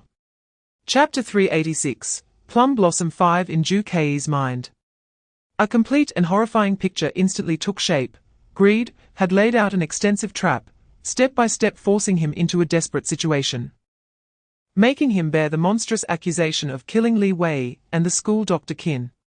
When the principal returned 4 or 5 days later, and the academy's higher-ups gathered, they would confirm his guilt through that piece of school uniform fabric, publicly judging or punishing him, which would coincide perfectly with the last moment of his blood curse outbreak. And just as he fell into the deepest despair, abandoned by everyone, on the brink of being executed by justice or having his life taken by the curse, Greed could initiate the so-called ascension ceremony in some unknown hidden corner, perfectly harvesting the final fruits of this framing ceremony. With his destruction, his grievances, and everything he had, serving as a perfect stepping stone for Greed to ascend to a higher level of power. All the clues, all the coincidences, ultimately pointed to this tailor-made end for him 4 or 5 days later. The chilling realization brought a coldness that far surpassed the cold of a winter night, penetrating deep into his bones, freezing his blood, even causing his soul to tremble. It felt as if he could penetrate layers of space and see Greed hiding beneath the skull mask, filled with endless greed and a cruel grin. Chapter 387, Counterattack begins. Its tone was calm, revealing little emotion. Ju Kei leaned against the stone platform where the prophet's skull was placed, breathing heavily, raising his head, his gaze burning as he stared into those 2 hollow eye sockets, his voice hoarse and trembling with weakness and excitement. The answer? I almost became part of the answer. Burned to a crisp or treated as a murderer. He took a deep breath, trying to calm the surging blood, but the questioning words burst forth. You clearly have the ability to see the future. You knew that office was a deadly trap, didn't you? You knew I would trigger a fire, be chased, and even accelerate the outbreak of the blood curse. Why didn't you warn me in advance? Just to activate that damned jester card. If that was all, was it really necessary to let me fall into such an irretrievable situation? His tone carried an uncontainable anger and a hint of being used. Continuous blows and near-death experiences had pushed his usually calm demeanor to the brink of collapse. The prophet's skull fell silent for a moment, the blue flames burning steadily, showing no signs of wavering in response to Ju Kei's questioning. Chapter 388, The Public Opinion Crisis. Standing on the observation platform high above the Linmai Group headquarters, Ju Kei let the breeze tousle the strands of hair falling over his forehead, feeling the momentary tranquility and the cold touch of the bluish runes glowing in the hall below. However, his inner world was in stark contrast to this surface calm. Just like the sea before a storm, appearing stable, but actually surging with undercurrents, undergoing a highly precise and ruthless simulation. The current situation resembled a complex spider web, tightly entangling him. The most deadly aspect was undoubtedly the blood curse within him, like a ticking time bomb. The 7 days of life that the ancient hero Xiang Yu had fought for him with his last strength had already drained away like sand in an hourglass, leaving only 4 or 5 days on the countdown, each minute and second accompanied by a feeling of weakness from his vitality being eroded, reminding him of the impending death. Moreover, the web of accusations meticulously woven by Greed was tightening ever more. Li Wei had bizarrely drowned in a waterless secret room, and the school Dr. Qin had perished in a sea of flames. Both crime scenes had been cleverly arranged to point to Ju Kei. Particularly the piece of school uniform fabric left at the fire scene, which could be deemed as irrefutable evidence. Once made public, he would have no way to argue.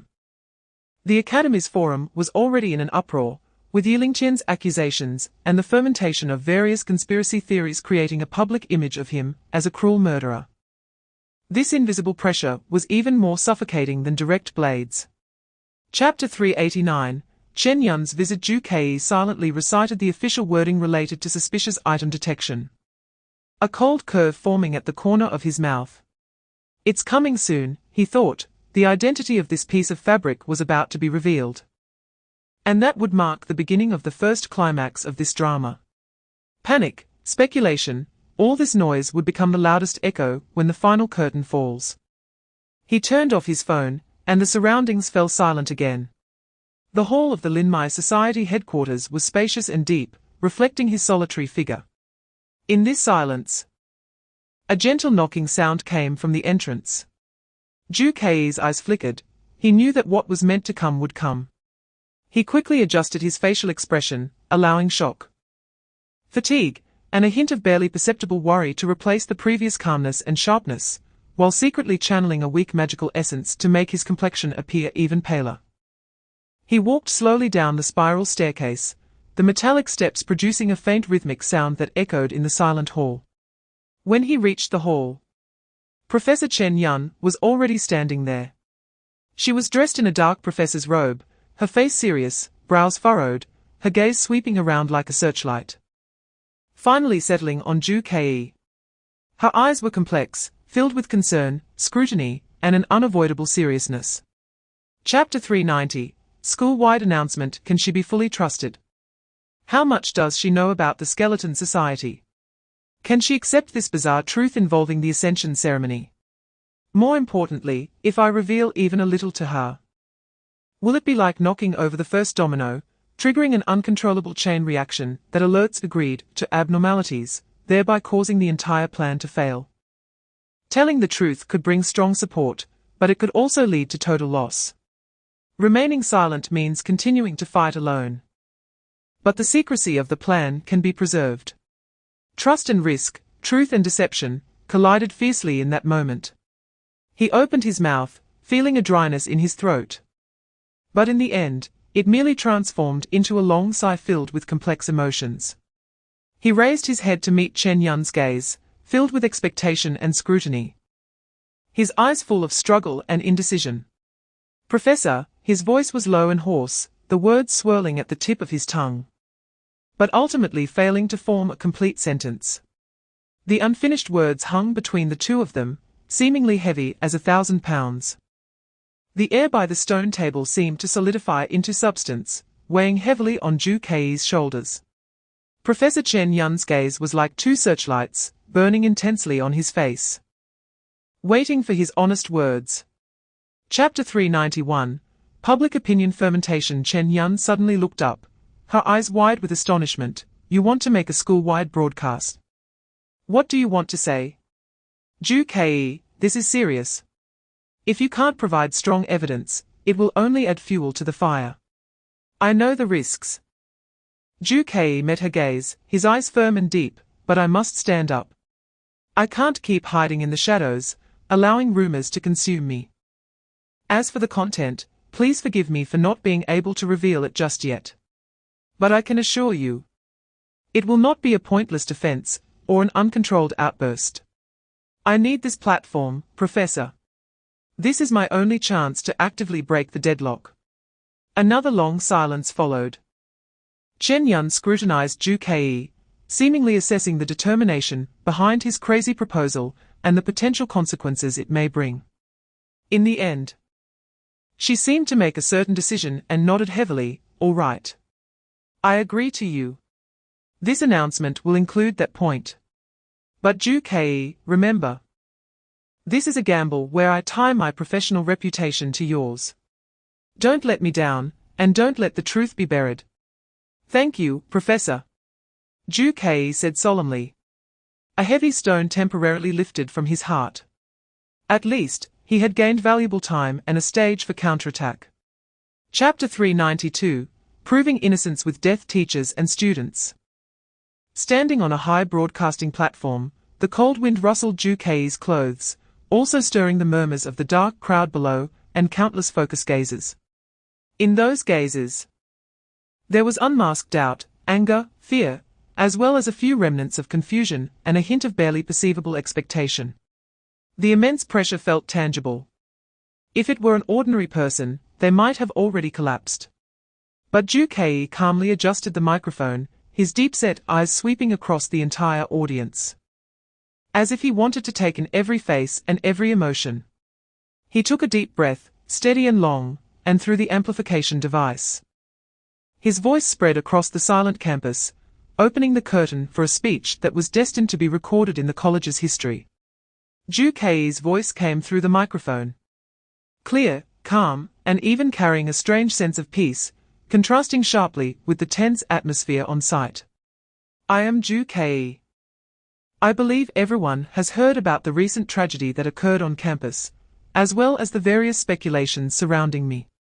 The opening statement went straight to the core, showing no signs of avoidance. A small stir arose in the crowd below, but it quickly quieted down as everyone wanted to hear what he had to say next.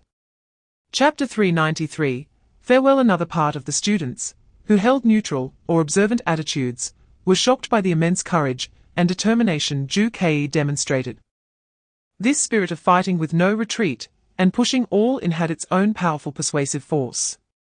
Even those who had initially shouted the loudest were now silent, exchanging glances with one another. Ju Kei's vow was like a boulder, blocking everyone's mouths. The opponent was the Skeleton Society, and Ju Kei was willing to risk his life. What else could they say?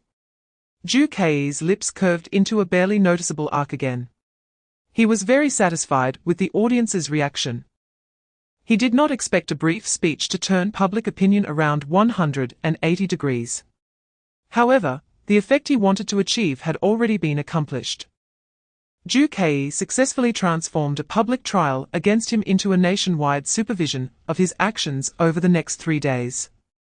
He stood high above, overlooking the silent crowd below. Knowing that the first phase of the magic trick had been completed, he had successfully shifted the focus and placed himself in a position that seemed desperate, but was actually proactive. In the square, there were only countless complex eyes watching the proud and resolute figure on the high platform. Doubt could not simply dissipate like that. Chapter 394, Investigation. The heavy atmosphere in the Linmai Society headquarters gradually settled down with the final departure of Su Chensi and the other two. They left with full concerns and helplessness, but also kept their promise to Ju Kei not to interfere. At this moment, this secret space was completely returned to silence, leaving only Ju Kei and the plan in his mind that began to mesh together like precise gears at high speed. 3 days remained until the blood curse erupted. Only 3 days. He closed his eyes, leaning against the cold stone wall, clearly reciting the vow he had just made in front of the entire faculty and student body in his mind: investigate the truth, root out the real culprit and greed, and execute them within 3 days. The goal was clear, but the path to that goal was shrouded in fog. The first step, which was also the most crucial step, was to identify greed's true identity. His thoughts were like a searchlight, sweeping through every corner of his memory. Greed must be someone within the God Card Academy. This was almost certain. Otherwise, they could not grasp his movements so precisely, could not set up a killing machine at the welcome party, and could not carry out complex framing arrangements at Levi's death scene. Unable to manipulate herself at the Crimson Heart Society's ball, she could not collect the small box given by the Skull Society. Chapter 395. Among the students. Moreover, if greed really hid among the professors, it would be a huge hidden danger and shame for the academy. Time passed in silence, and the air in the office seemed to solidify. Eventually, Chen Yun seemed to have made up her mind. She exhaled deeply, her gaze becoming sharp and resolute. She did not speak, but directly operated the control terminal on her desk, bringing up a system login interface with complex encryption marks. Her fingers quickly typed on the virtual keyboard, entering a long permission password and dynamic verification code. I will only give you 10 minutes. Chen Yun's voice was low and serious. The system has access logs. I cannot stay on this interface for too long. You can only browse, not copy, not download, and certainly not leave any trace of your queries. Do you understand? Understood. Thank you, Professor.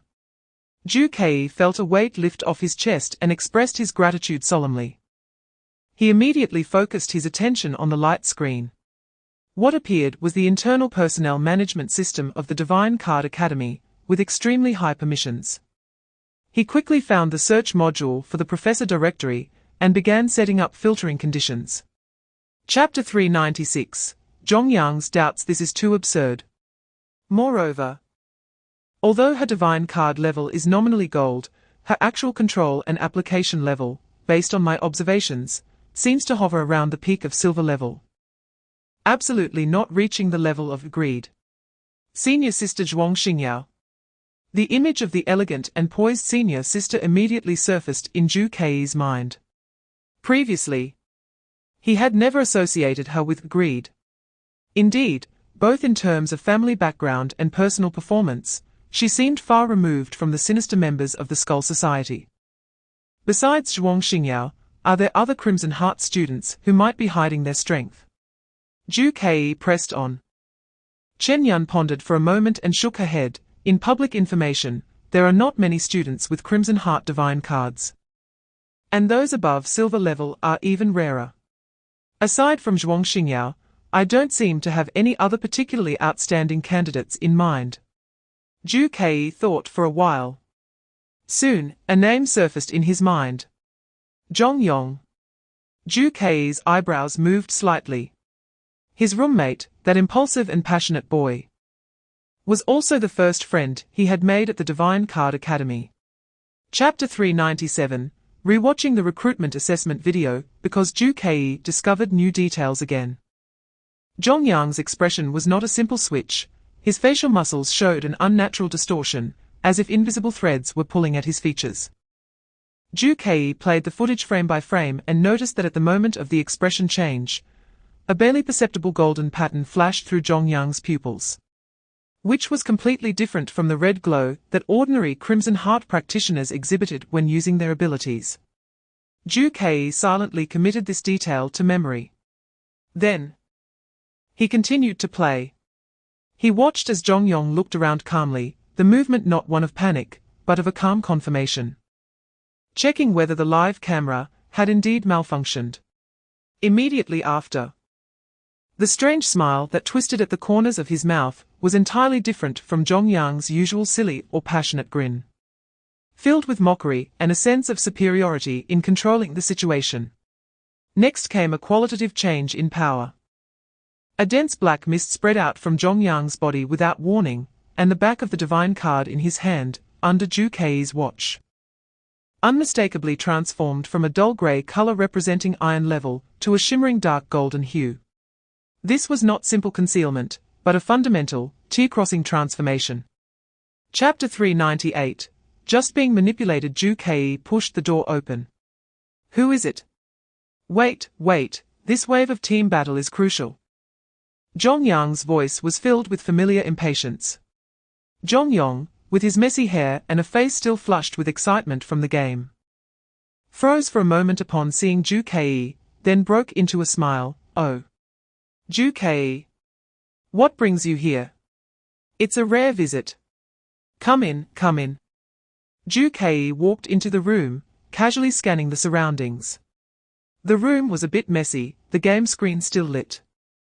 Textbooks and snacks spread out on the table, all perfectly fitting the lifestyle of an ordinary boy, making him seem like a completely different person from the cold and eerie Zhongyang in the footage.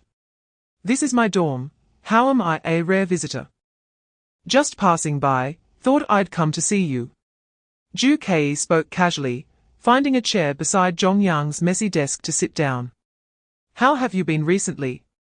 What else? Training, classes, playing games. Zhongyang plopped back down on his bed, grabbing a bag of snacks. But you, Zhu Kei, are now the hottest topic in school. The forum is buzzing. 3 days to catch the Skull Society. You're too awesome. Too bad you didn't let us participate, otherwise, I'd have helped out. Now I'm so bored I'm playing games. Chapter 399, Visiting Zhuang Xingyao next.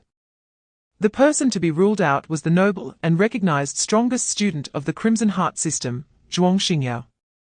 The headquarters of the Crimson Heart Society was located in an elegantly landscaped area of the academy, with a dignified and grand architectural style. After reporting his name, Zhu Kei was soon led to a quiet reception room. Before long, Zhuang Xingyao came in gracefully.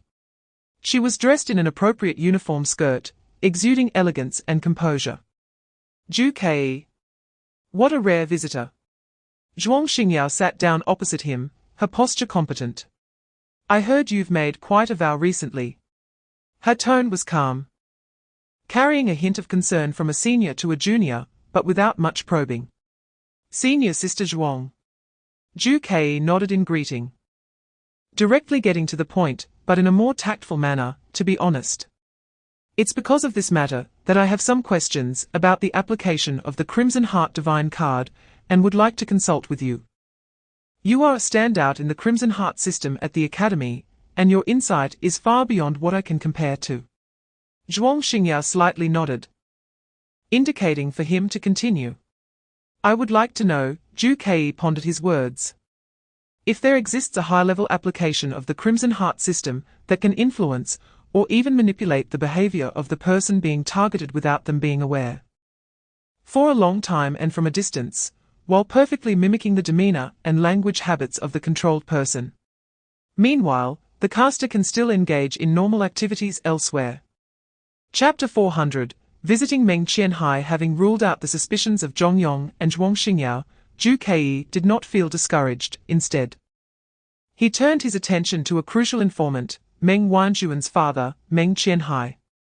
This former principal had confronted Greed directly at his daughter's funeral and successfully unmasked the other party, making him the only person Zhu Kei knew who had seen Greed's true face. Zhu Kei did not delay and immediately began preparing for the visit. He first utilized some information channels within the school, combined with his limited understanding of the old principal from his past in a public school, and supplemented by some unobtrusive tracking and data cross-referencing, to roughly pinpoint Meng Qianhai's residence in Longju. It was a heavily guarded noble area, but for Zhu Kei, who was determined, this was not an insurmountable barrier. In the study, the lights were bright. Meng Qianhai rubbed his throbbing temples. The piles of documents in front of him mostly related to the recent rampant activities of the Skeleton Society. As one of the deputy ministers of the Dragon Kingdom, he was under immense pressure, needing to maintain social stability, while also investigating the true murderer of his beloved daughter, leaving him exhausted. The night outside was deep, just like his current mood. Chapter 401, Discovery of Greed's identity because of the evidence. Meng Qianhai emphasized, I did indeed see that face. A face I never expected to be involved with the Skeleton Society. However, based solely on my word, without conclusive evidence, it is impossible to convict them. The other party holds a special position and possesses great power. Once we alert them, not only will all previous efforts be wasted, but we will also attract insane retaliation. I am currently gathering evidence in secret, and cannot afford to lose big over a small matter. He took a deep breath and looked seriously at Zhu Kei. Moreover, Zhu Kei, I must remind you, Greed's strength far exceeds your imagination. It is not something you can confront head-on at this moment. I know you have some abilities, even able to sneak into my study. But against him, your skills are far from enough. I do not want to see you die in vain. Investigating the murderer of my daughter is my responsibility, not something a student like you should bear. Zhu Kei listened quietly, without rebuttal. He could feel the concern and heavy pressure in Meng Qianhai's words and understood the other party's worries were reasonable. But he did not give up. Principal Meng. Zhu Kei's voice was low and firm, I understand your concerns and appreciate your kindness. But you may underestimate my determination and the situation I am in. I have no way out now. Chapter 402, Greed's challenge. With his resolve set, Zhu Kei knew he was facing an opponent that could not be dealt with through brute force. Greed lurked in the shadows of the academy, possessing high authority and prestige. Any direct action could be detected and countered by him. Not to mention, Greed might have been watching Zhu Kei's every move. Any plan against him could be known in advance. He needed time to set up his final move, and to let the hidden enemy relax their guard completely. Thus, a performance worthy of an Oscar began quietly in the originally tidy hall of Ju Kei's room in the Linmai Group headquarters. The initial changes were subtle. Occasionally, there would be cleaning staff coming to tidy up. The cleaning lady noticed that Ju Kei no longer meticulously organized his books and notes as he used to. Several hefty theoretical books on divine tokens were haphazardly spread out on the table, even gathering some dust. Soon after, someone noticed he often stood by the window, motionless, staring outside for hours, his silhouette appearing particularly lonely. Then, alcohol appeared. First, a few empty glass bottles were accidentally captured in the background of a daily sharing photo. Chapter 403, The Principal's Early Return. He took a deep breath, as if using all his strength to steady his trembling hands. He took out his phone, adjusted the angle, and clearly photographed every word and mark on the black challenge letter. Then, he logged onto the chaotic campus forum, ignoring the posts mocking him, and directly created a new thread, with a simple and eye-catching title, Greed's Challenge Truth is Here. He uploaded the photos and wrote underneath in a tone mixed with despair, anger, and carefully disguised struggle, "Did you all see it? This is the truth. The greed of the skeleton society. He is not something I made up. He is coming. Not only to kill me, but if I do not comply with his demands, he will kill everyone. Are you still going to say this is a self-directed play? Click send." At that moment, Ju Kei felt as if all his strength had been drained. Slumping into the chair, staring out at the pitch-black night sky with hollow eyes, the public challenge letter detonated like a heavy bomb, completely igniting the Divine Token Academy. Panic spread like a plague at an astonishing speed. Many students who had previously been skeptical found their beliefs shaken after seeing the ominous skeleton mark and the cold, direct words. Chapter 404, The Principal Stops Acting Principal. That's not a fantasy. Chen Yun couldn't help but raise her voice. That challenge letter, the challenge letter. Sai Chuhong interrupted her gently, waving his hand, his tone as relaxed as if discussing a trivial matter. The craftsmanship is indeed quite unique. But I think it might be some prank by certain upper-class men, taken too far. It could also be some ill-intentioned external forces releasing disinformation, intending to disrupt the harmony and stability of our academy.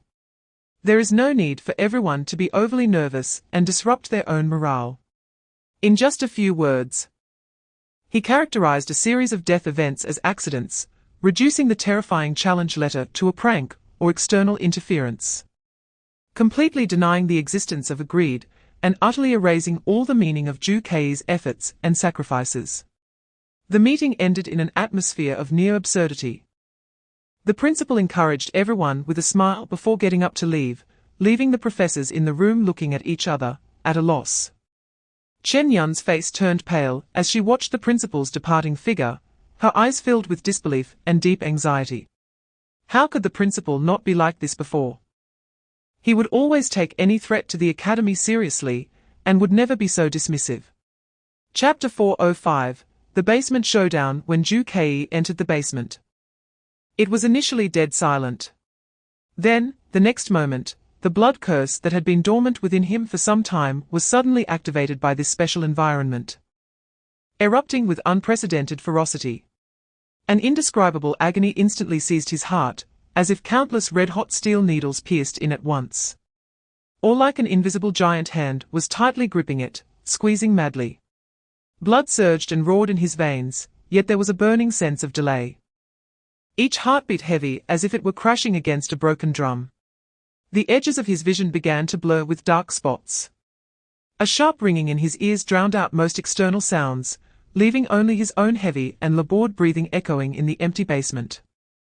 The effect of the blood curse had reached its final deadline. Ju Kei's willpower had also hit its limit. Ju Kei could only temporarily delay the blood curse's eruption, but couldn't truly resolve it. After all, the blood curse had another name, an unbreakable death curse. Ju Kei gritted his teeth, beads of cold sweat instantly forming on his forehead. He forced himself to stand firm, taking deep breaths of the foul air, trying to use his willpower to combat the dizziness and pain that was about to tear his consciousness apart. Chapter 406, 5 Types of Signs of Conclusion. How could it be Jongyong? That Jongyong who told him meaningless jokes in the dormitory. That Jongyong who was a bit timid during training in the Linmai group, but was always full of energy. That Jongyong who ate in the cafeteria with him, complaining that the homework was too difficult and dreaming of the future. Countless shared memories flashed through his mind, forming an incredibly cruel and stark contrast with Jongyong, who stood next to the evil ritual circle, exuding a chilling aura. The immense shock even temporarily suppressed the pain of the blood curse. And Zhu Kei felt a wave of dizziness, as if the world was spinning around him. Was it control? Was he completely manipulated like during the group assessment? No. That's not right. His eyes were not the hollow gaze of someone controlled, they were clear. Aware of himself. Could it be that all along, a colder, more brutal thought, like a poisonous snake, had slithered into his mind? Were all those so-called manipulated victims just a performance for me to see?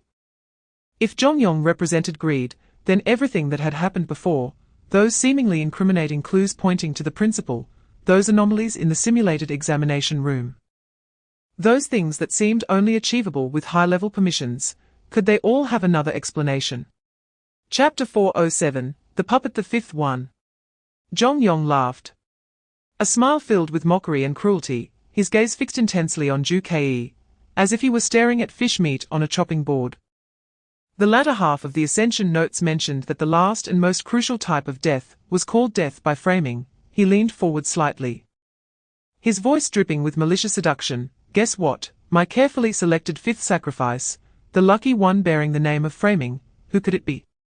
Boom! Zhu Kei felt a chill surge from his feet straight to the top of his head. All the clues connected at that moment. Why did greed plot against him so meticulously? Why did all the evidence point so deliberately at him? It wasn't just to confuse the issue, nor merely to see him disgraced. The ultimate goal was to make him the final piece of this ascension ritual, to die here as the framed victim, completing the so-called death by framing. However, just as this despairing truth surfaced, a neglected doubt flashed through Zhu Kei's chaotic thoughts like lightning in the dark. Chapter 408, The Framing Candidate. Zhu Kei's lethal strike, which was supposed to pierce Jongyang's chest, deflected at the last moment by a hair's breadth. Carrying all his determination and power, forcefully plunged into the dense shadow behind Jongyong. Phut! The muffled sound of the blade tearing flesh was particularly clear. Immediately following, an old, shrill, and incredulous scream of pain erupted from the shadow.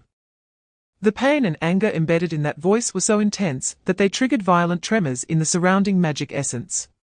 Almost simultaneously, a terrifying force erupted from the shadow like a tidal wave, crashing down on Zhu Kei like an invisible giant hammer. Boom! Zhu Kei had no time to make any effective defense.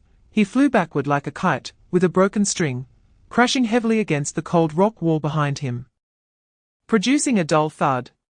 He felt a sweetness in his throat and couldn't help but spit out a mouthful of blood. The blood curse within him surging wildly under this external force, tearing at his veins and consciousness like a rampaging wild horse. But he gritted his teeth, relying on his tenacious willpower, propping himself up against the wall, stubbornly refusing to fall. He raised his hand, wiped the blood from the corner of his mouth. His gaze as cold as polar ice, staring fixedly at the violently distorted, energy-disordered shadow. Chapter 409, Greed's Revelation. Almost at the same time as Sichu Hong tore off his mask, Professor Chen Yun's office door was suddenly pushed open. Meng Qianhai stormed in, looking more serious and urgent than ever before. Lord Meng Qianhai, why are you here? Why didn't Principal Sichu notify me? Chen Yun appeared somewhat surprised at Meng Qianhai's visit. Chen Yun. Meng Qianhai had no time for pleasantries, speaking directly, his voice low and urgent. We can't wait any longer. I have uncovered the true identity of greed. It is Principal Sichu Hong. What? The documents in Chen Yun's hand fell to the desk with a thud. She stood up abruptly, disbelief written all over her face. The principal? How is this possible? Are you sure? Absolutely. Because I saw it with my own eyes. At my daughter's funeral, greed orchestrated an attack. And I defeated him and removed his mask. Meng Qianhai's eyes were sharp. I have been secretly investigating. And the reason I didn't reveal Greed's identity earlier was to avoid alerting the snake. Sichu Hong is too deeply hidden, his authority too high, without solid evidence. It's impossible to touch him.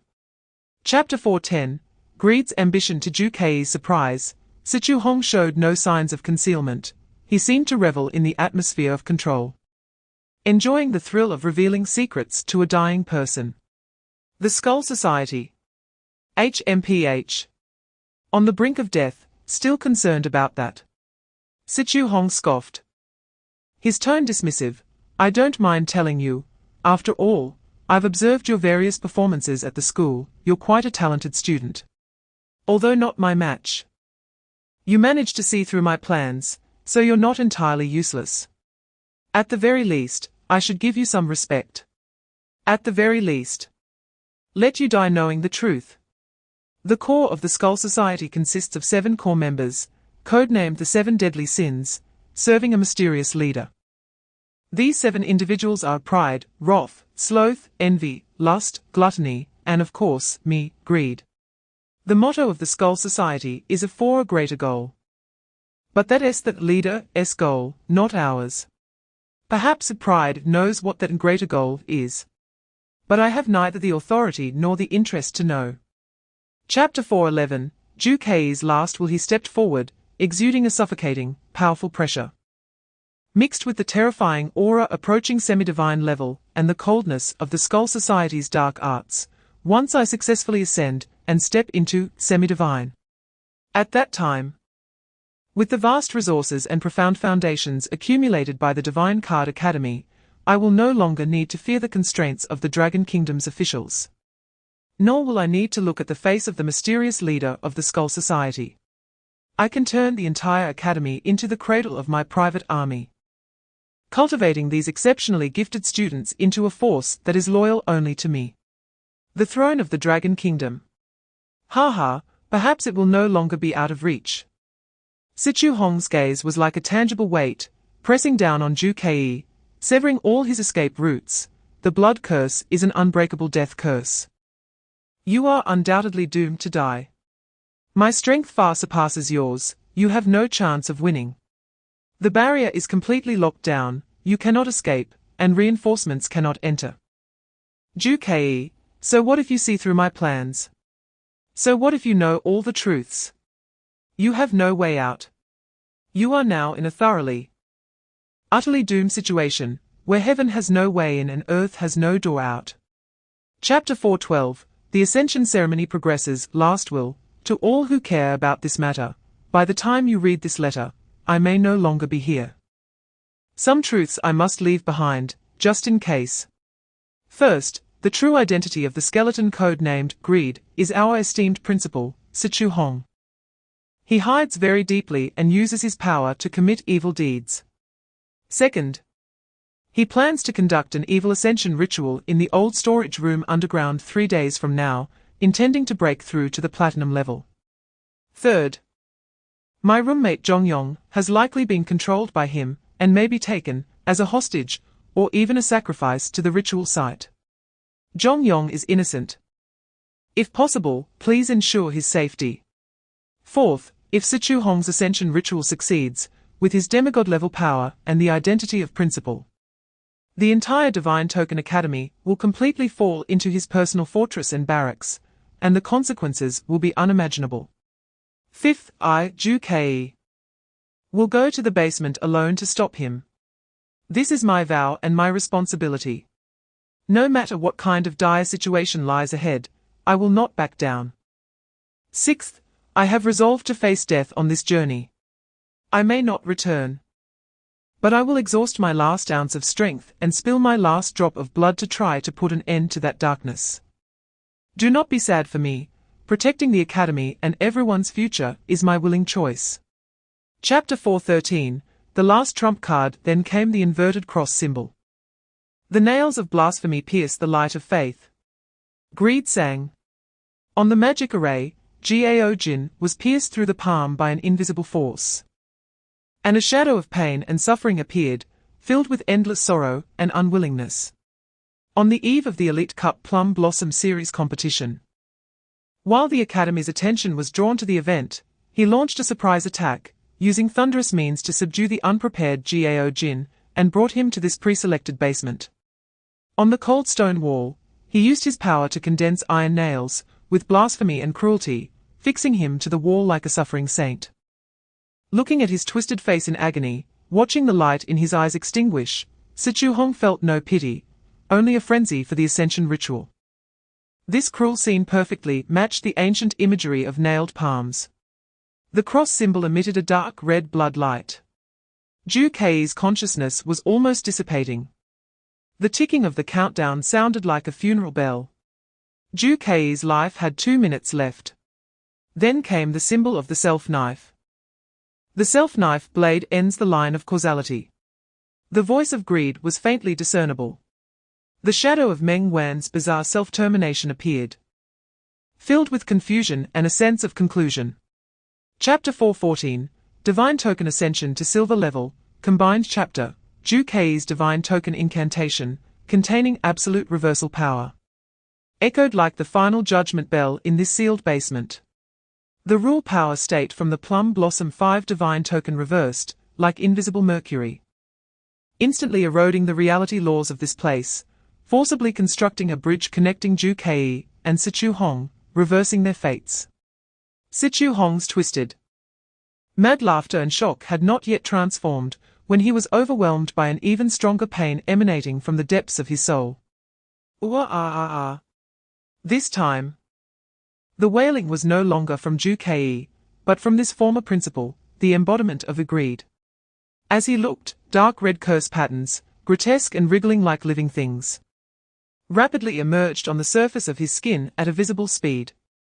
The blood curse power that had rampaged within Ju Kei, devouring vitality and tearing the soul, now found a new, more nourishing host, erupting with 100-fold ferocity and resentment within Sichu Hong's meridians, Qi-Si, and even the depths of his soul.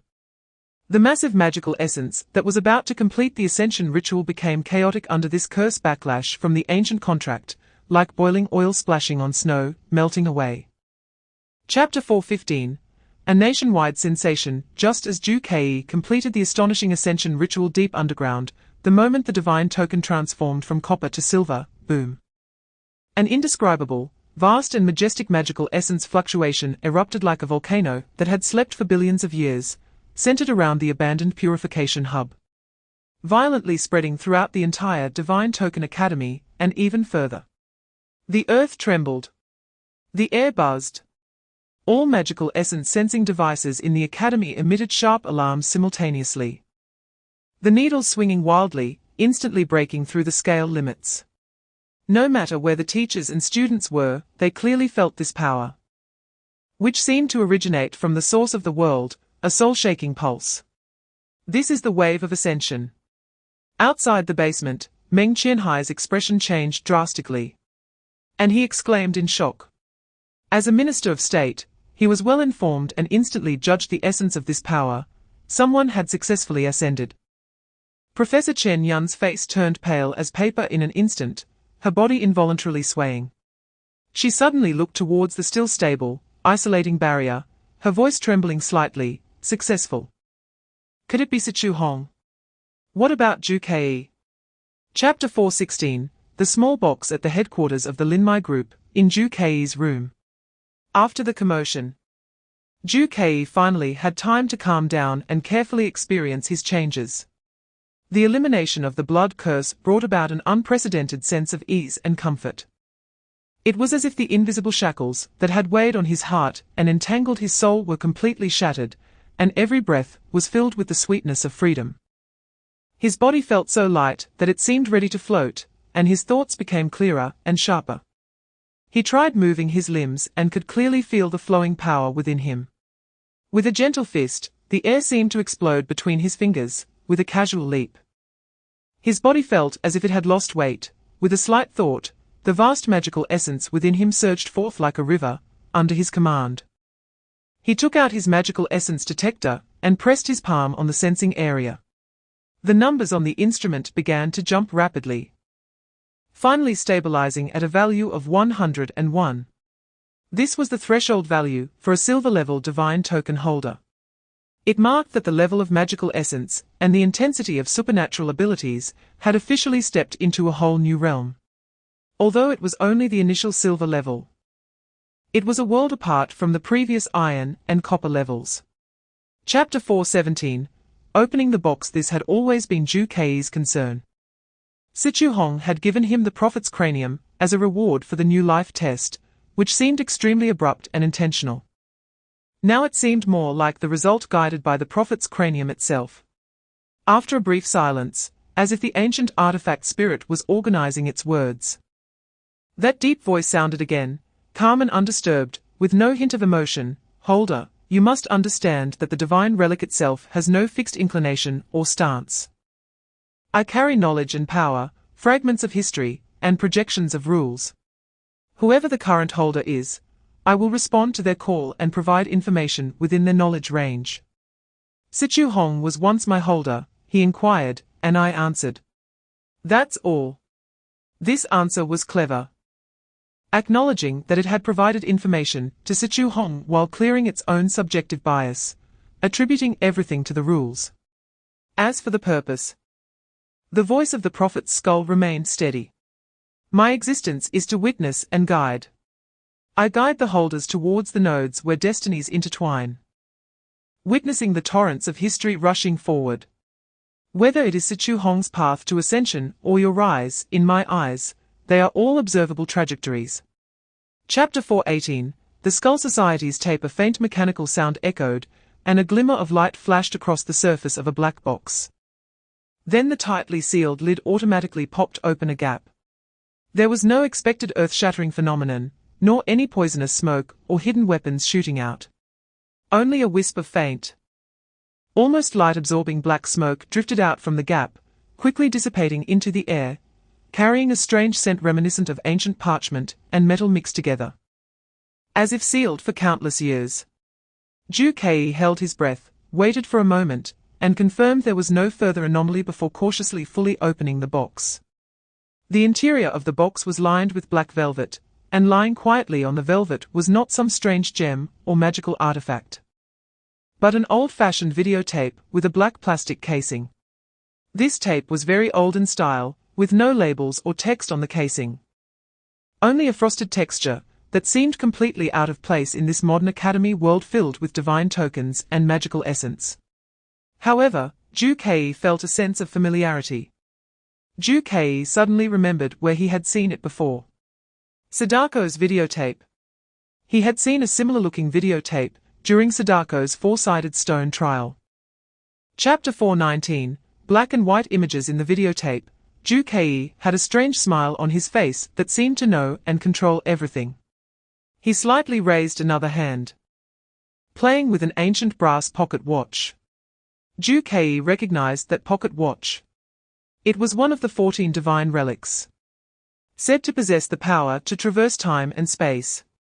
In the tape, Zhu Kei shook the pocket watch in his hand, as if reminding the viewer of the passage and malleability of time. He spoke directly to the camera, which was Zhu Kei himself watching the tape at that moment. Continuing with an undeniable seductive tone, you must gather the 14 scattered divine relics. You must activate all 52 divine token abilities and completely master the power of the Joker card. You must personally end the so-called 7 deadly sins of greed, sloth, gluttony, envy, lust, wrath, and pride. His voice gradually rose, filled with a fervent, almost martyr-like sense of mission. Of course, all of this is for a greater goal. Before he finished speaking, the Zhu Kei in the tape suddenly raised the prophet's skull that he had been holding in his other hand. The green skull emitted a faint glow in his hand. Chapter 4:20. Caged bird color. The Joker God was even more confused. Yes, color. Ju Kei confirmed. His thoughts cutting to the key point with surgical precision. What I'm showing you is not my appearance in the tape, but the divine token he holds in his hand. He clearly recalled that scene, in that black and white image, with low resolution and grainy texture of the old tape, all colors had been stripped away. Red and black looked almost indistinguishable in that quality. The Joker God fell silent, as if realizing something. Ju Kei's voice carried a cold mockery, revealing the final mystery. So, the Ju Kei in the tape, the card he holds, does indeed look exactly like our Joker card. However, you and I both know. My trump card is the red Joker, the Big King. And in the card system, besides the red Big King, Joker, there is also a black Little King, Joker. The guy in the tape is holding, is not a red Big Trump card at all. It is very likely a little trump card that cannot be distinguished by color in a black and white image, but is essentially black. Chapter 421, Sloth Strikes. The voice of the leader was clear and deep. When the fattest and strongest turkey believed it was the luckiest being on the farm, it did not know its neck had already been firmly locked by the owner's invisible gaze. All the preferential treatment, all the help, was just to ensure that at a specific moment, it could enjoy the most sumptuous meal.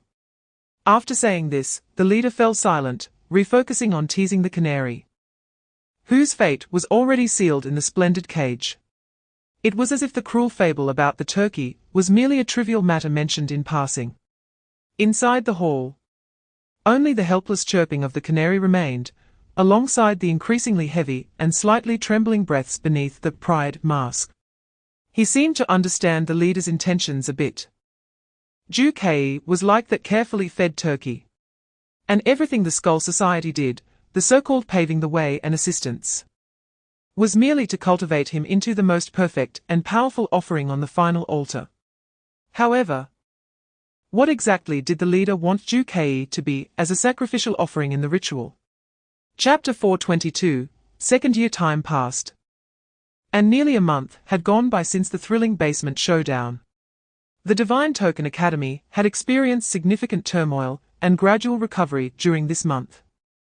Sichu Hong's crimes were made public, causing a huge uproar, but more importantly, there was a sense of relief and contemplation about the future. The Academy's management underwent drastic reforms. Professor Chen Yun, due to her long-standing trust in Ju Kei, her decisiveness during the crisis, and her prestige among the faculty, was officially elected as the acting principal.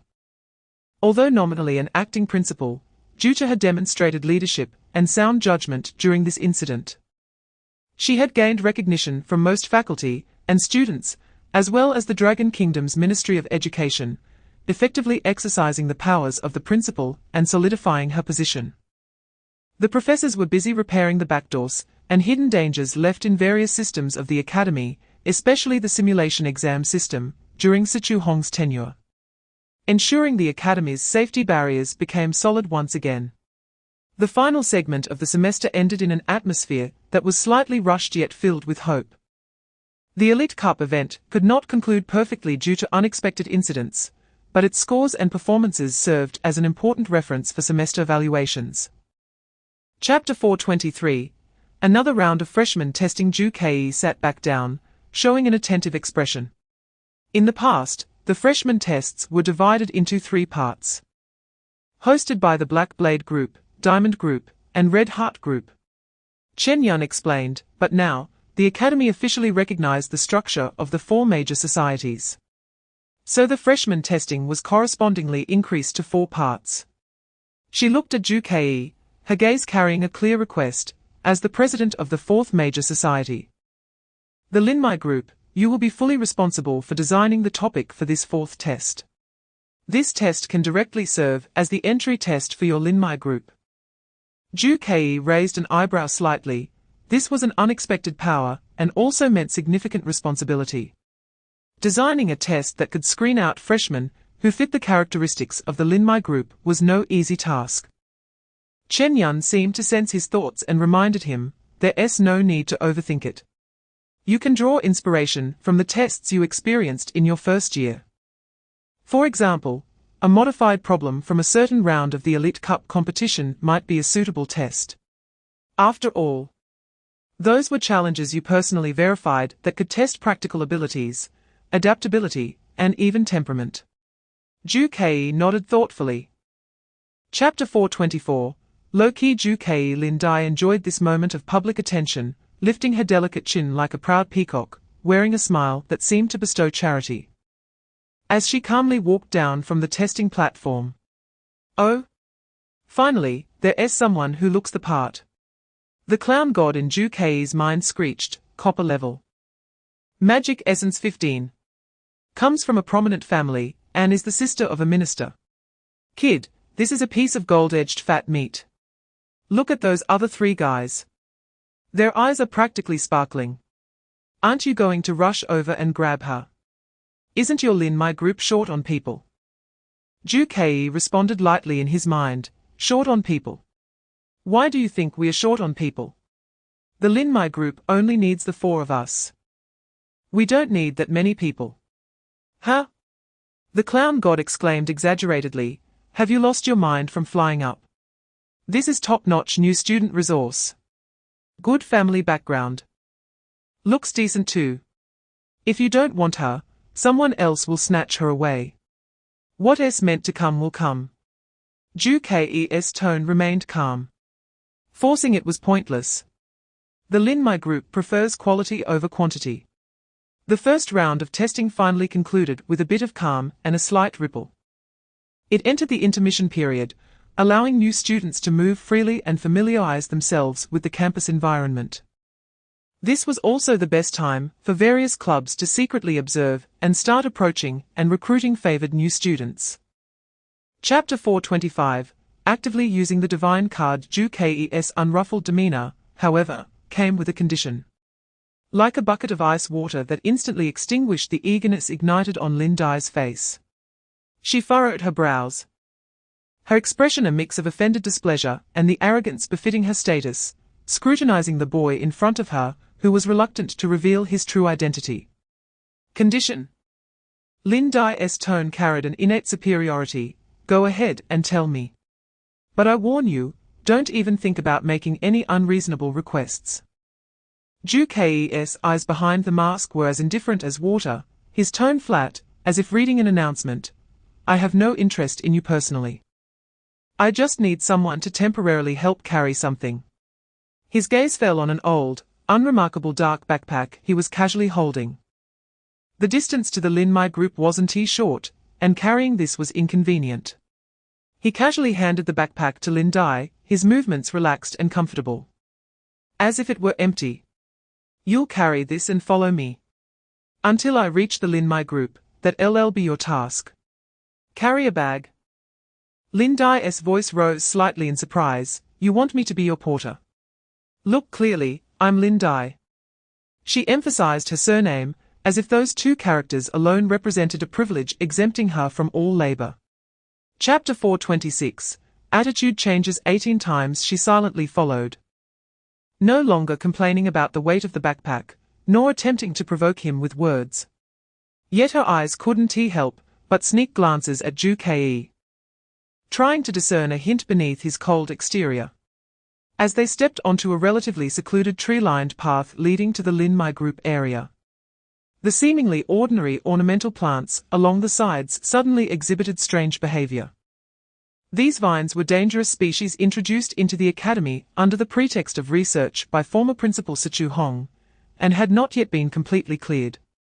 At this moment, they seemed to be activated by some residual evil energy, with countless dark green vines covered in spikes writhing wildly, swelling like a waking swarm of giant pythons, creating a hissing sound as they rushed toward them, weaving into a deadly net at an astonishing speed.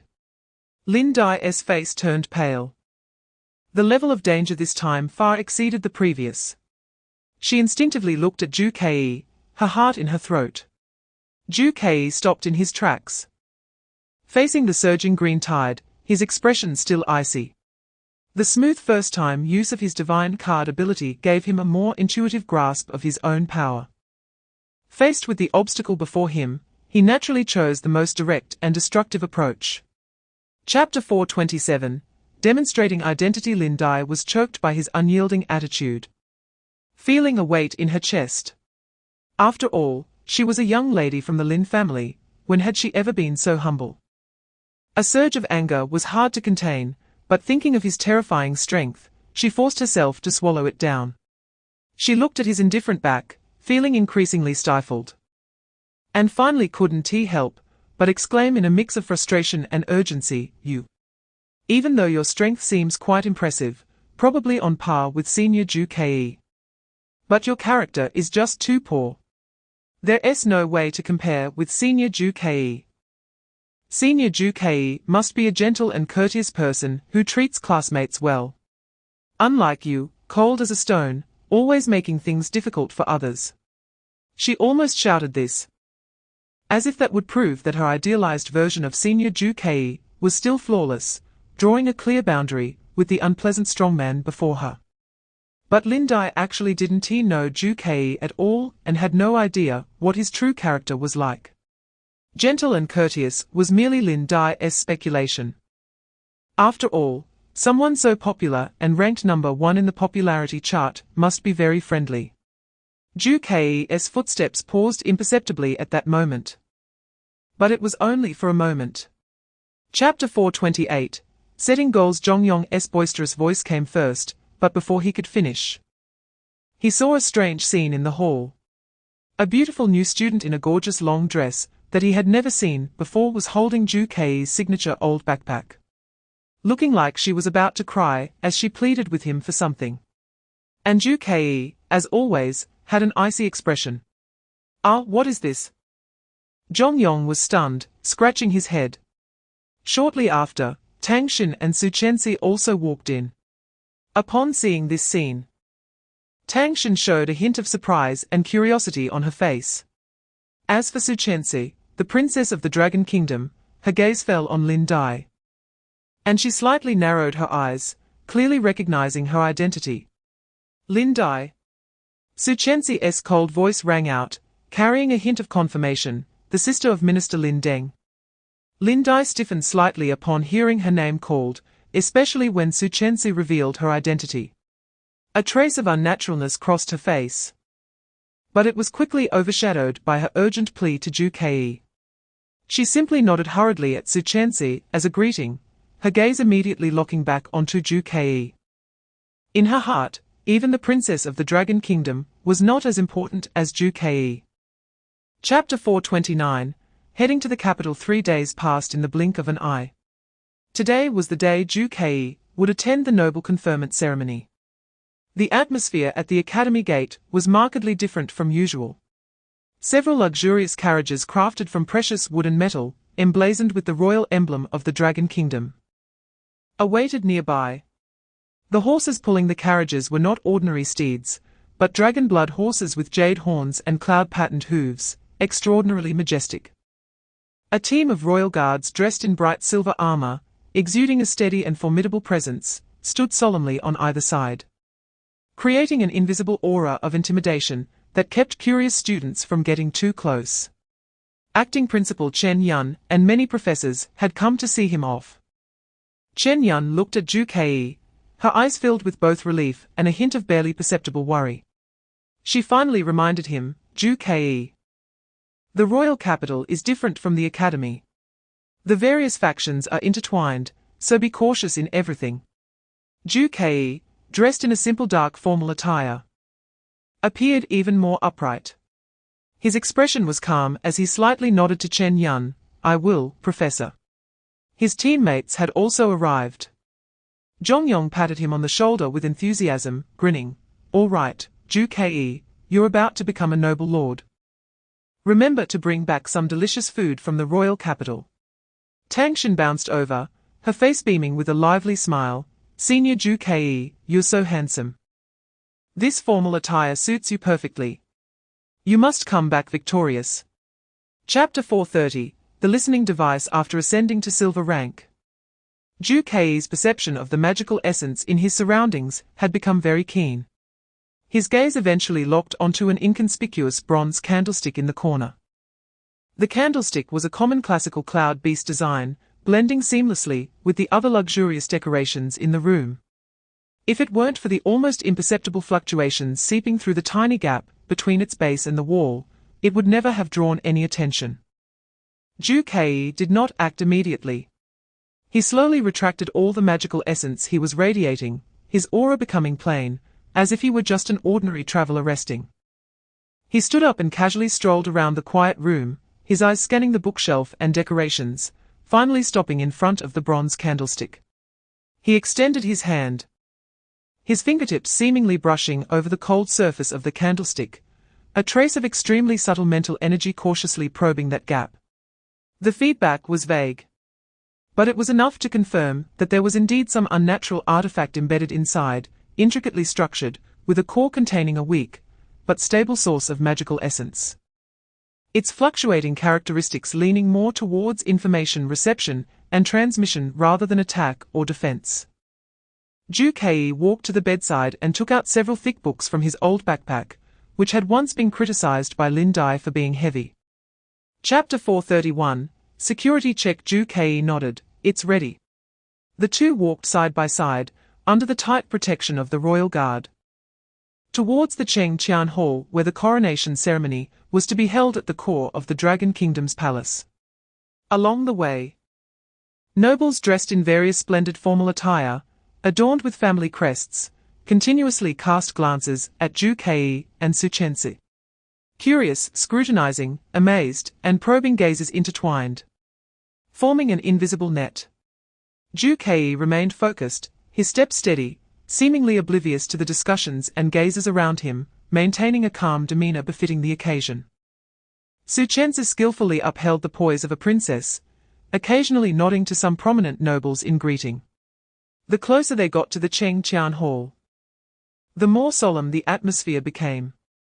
The tall palace doors were open, revealing an extremely spacious interior, adorned with intricate carvings and gold decorations.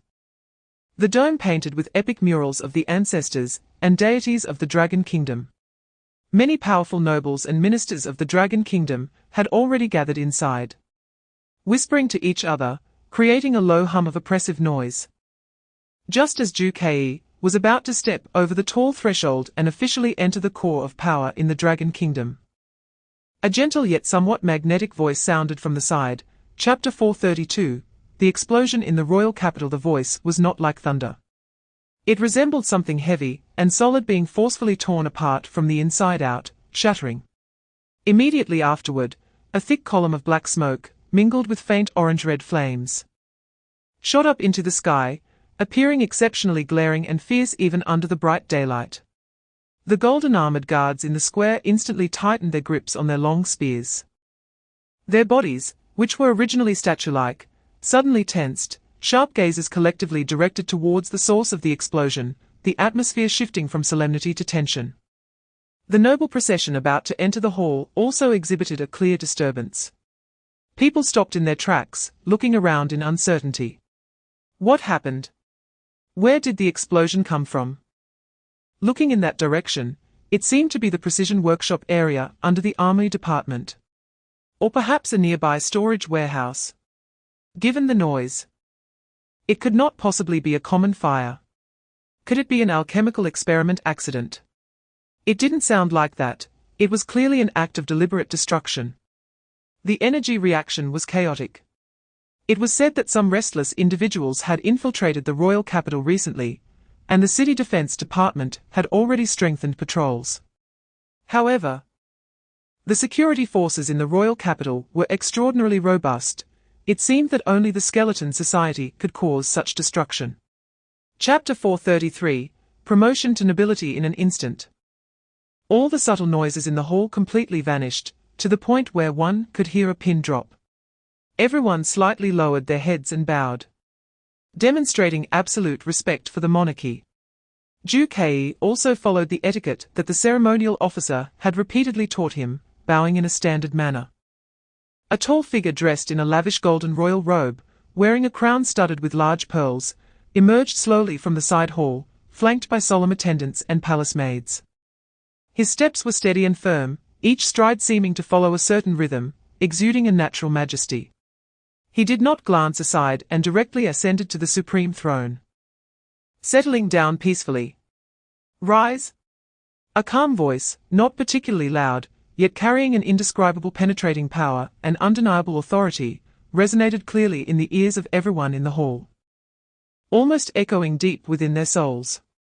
After everyone expressed their gratitude in unison, they finally straightened up. Only then did Zhu Kei have the opportunity to formally raise his head and carefully look at the highest ruler of the Dragon Kingdom.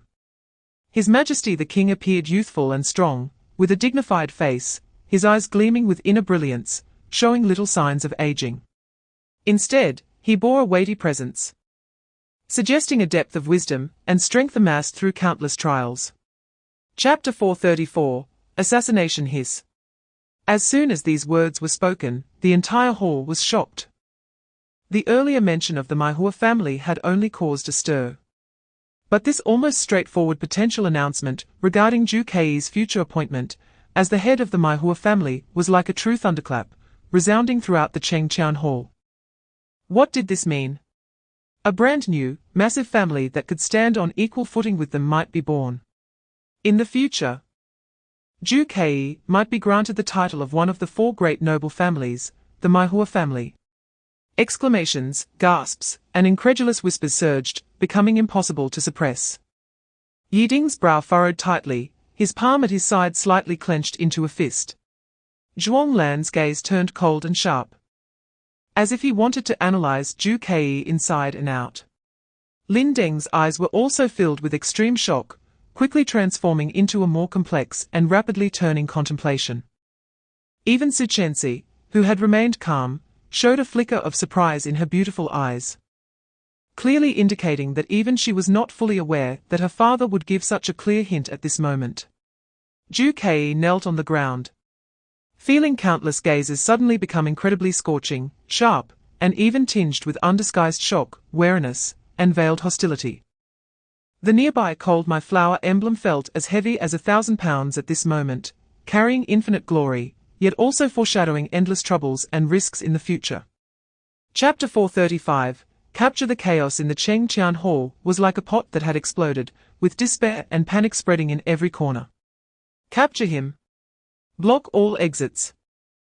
Protect the princess. Roars, screams, the clash of weapons, and the chaotic sound of footsteps mixed together, creating a suffocating atmosphere. Countless terrified, angry, disbelieving, and murderous gazes shot towards Zhu Kei, who was still kneeling on one knee before the king's corpse, like poisoned arrows. Several gold-armored guards closest to him, with bloodshot eyes, charged forward recklessly, their halberds slicing through the air, aiming directly for Zhu Kei's vital points. The king had been killed in front of them. No matter who the murderer was, they could not escape responsibility, and only wanted to subdue, or even kill this suspect on the spot. Faced with an attack capable of instantly tearing apart an ordinary silver-level expert, Zhu Kei moved. His actions showed no hesitation. In a critical moment, his body became like a ghost without substance, evading the three halberds that struck first at angles so minimal they defied logic. At the same time, he forcefully slapped the ground with his left hand, using the momentum to slide backward, while his right hand shot out like lightning, precisely gripping the wrist of the fourth guard holding the halberd, cleverly redirecting that force towards the attacking companion beside him. Chapter 436, Your Majesty the Queen. He turned to the outside of the hall and ordered, inspectors of the law enforcement department. Several black-clad, cold-breathed law enforcers quickly entered, holding specially made handcuffs and shackles engraved with sealing runes, specifically designed to suppress magical essence. Zhu Kei was to be escorted to the law enforcement department's prison for solitary confinement, without my Lord Yi and Lord Meng's jointly signed order. No one is allowed to visit. Lord Zhuang's command appeared to be even more procedural. Lord Zhuang. Su Chenzi looked eagerly at Meng Qinhai.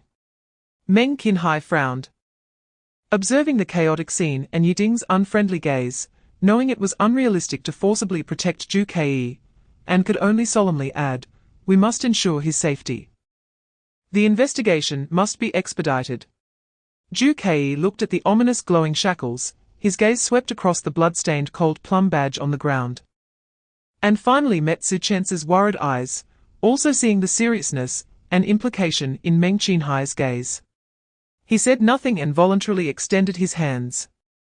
Click. The cold shackles locked onto his wrists, a powerful suppressive force instantly enveloping his entire body, making the magical essence flowing within him feel as if it had sunk into a quagmire, extremely difficult to move. Yi Ding stepped in front of him, staring closely at that eerily calm face, and whispered in a voice only the two could hear, Chapter 437, leaving the great hall. Yi Ding's face turned ashen. His lips moved as if to say something. According to the code, Su Chen's statement was completely correct. The king died suddenly, and the officially crowned adult heir automatically ascended the throne. This was written in the Iron Law. In this chaotic situation, there was no reason to negate this fact. Zhuang Lan's gaze was complex. After a moment of silence, he was the first to slightly bow. I, Zhuang Lan, pay my respects to Her Majesty the Queen. He chose to acknowledge reality. Meng Qinhai directly knelt on one knee and said solemnly, I, Meng Qinhai, pay my respects to Her Majesty the Queen. I am willing to obey Your Majesty's orders, stabilize the situation, and investigate the truth behind the late king's assassination. His statement was clear and powerful, directly siding with Su Chenzi. Meng Qinhai was the Spade God card, almost considered the pinnacle of military power in the Dragon Kingdom. The weight of his statement was self-evident. The pressure instantly fell on Yi Ding. He looked at the suspended, glinting royal swords and knives around, felt Su Chen's undeniable gaze, and the attitudes of Zhuang Lan and Meng Qinhai, knowing that standing firm at this moment was not a wise move. He gritted his teeth and reluctantly bowed. I, Yi Ding, pay my respects to Her Majesty the Queen. With the three regents already acknowledging her, no other nobles or guards dared to voice dissent. All bowing or kneeling to pay their respects, the uneven sounds echoing in the hall, pay my respects to Her Majesty the Queen. Chapter 438, Emotions out of control. When the heavy hall doors shut out everything from the outside, leaving only the two of them in the vast space. Su Chen's straight back, which had been unwavering, seemed to suddenly lose all strength, slightly slumping. She did not turn immediately, but stood silently with her back to Zhu Kei, facing the courtyard scene she had known since childhood. Zhu Kei stood quietly in the hall, not making a sound. He understood she needed a moment alone to digest this earth-shattering change. However, that forced calm did not last long. First came a slight, uncontrollable gasp, like a drowning person struggling to breathe.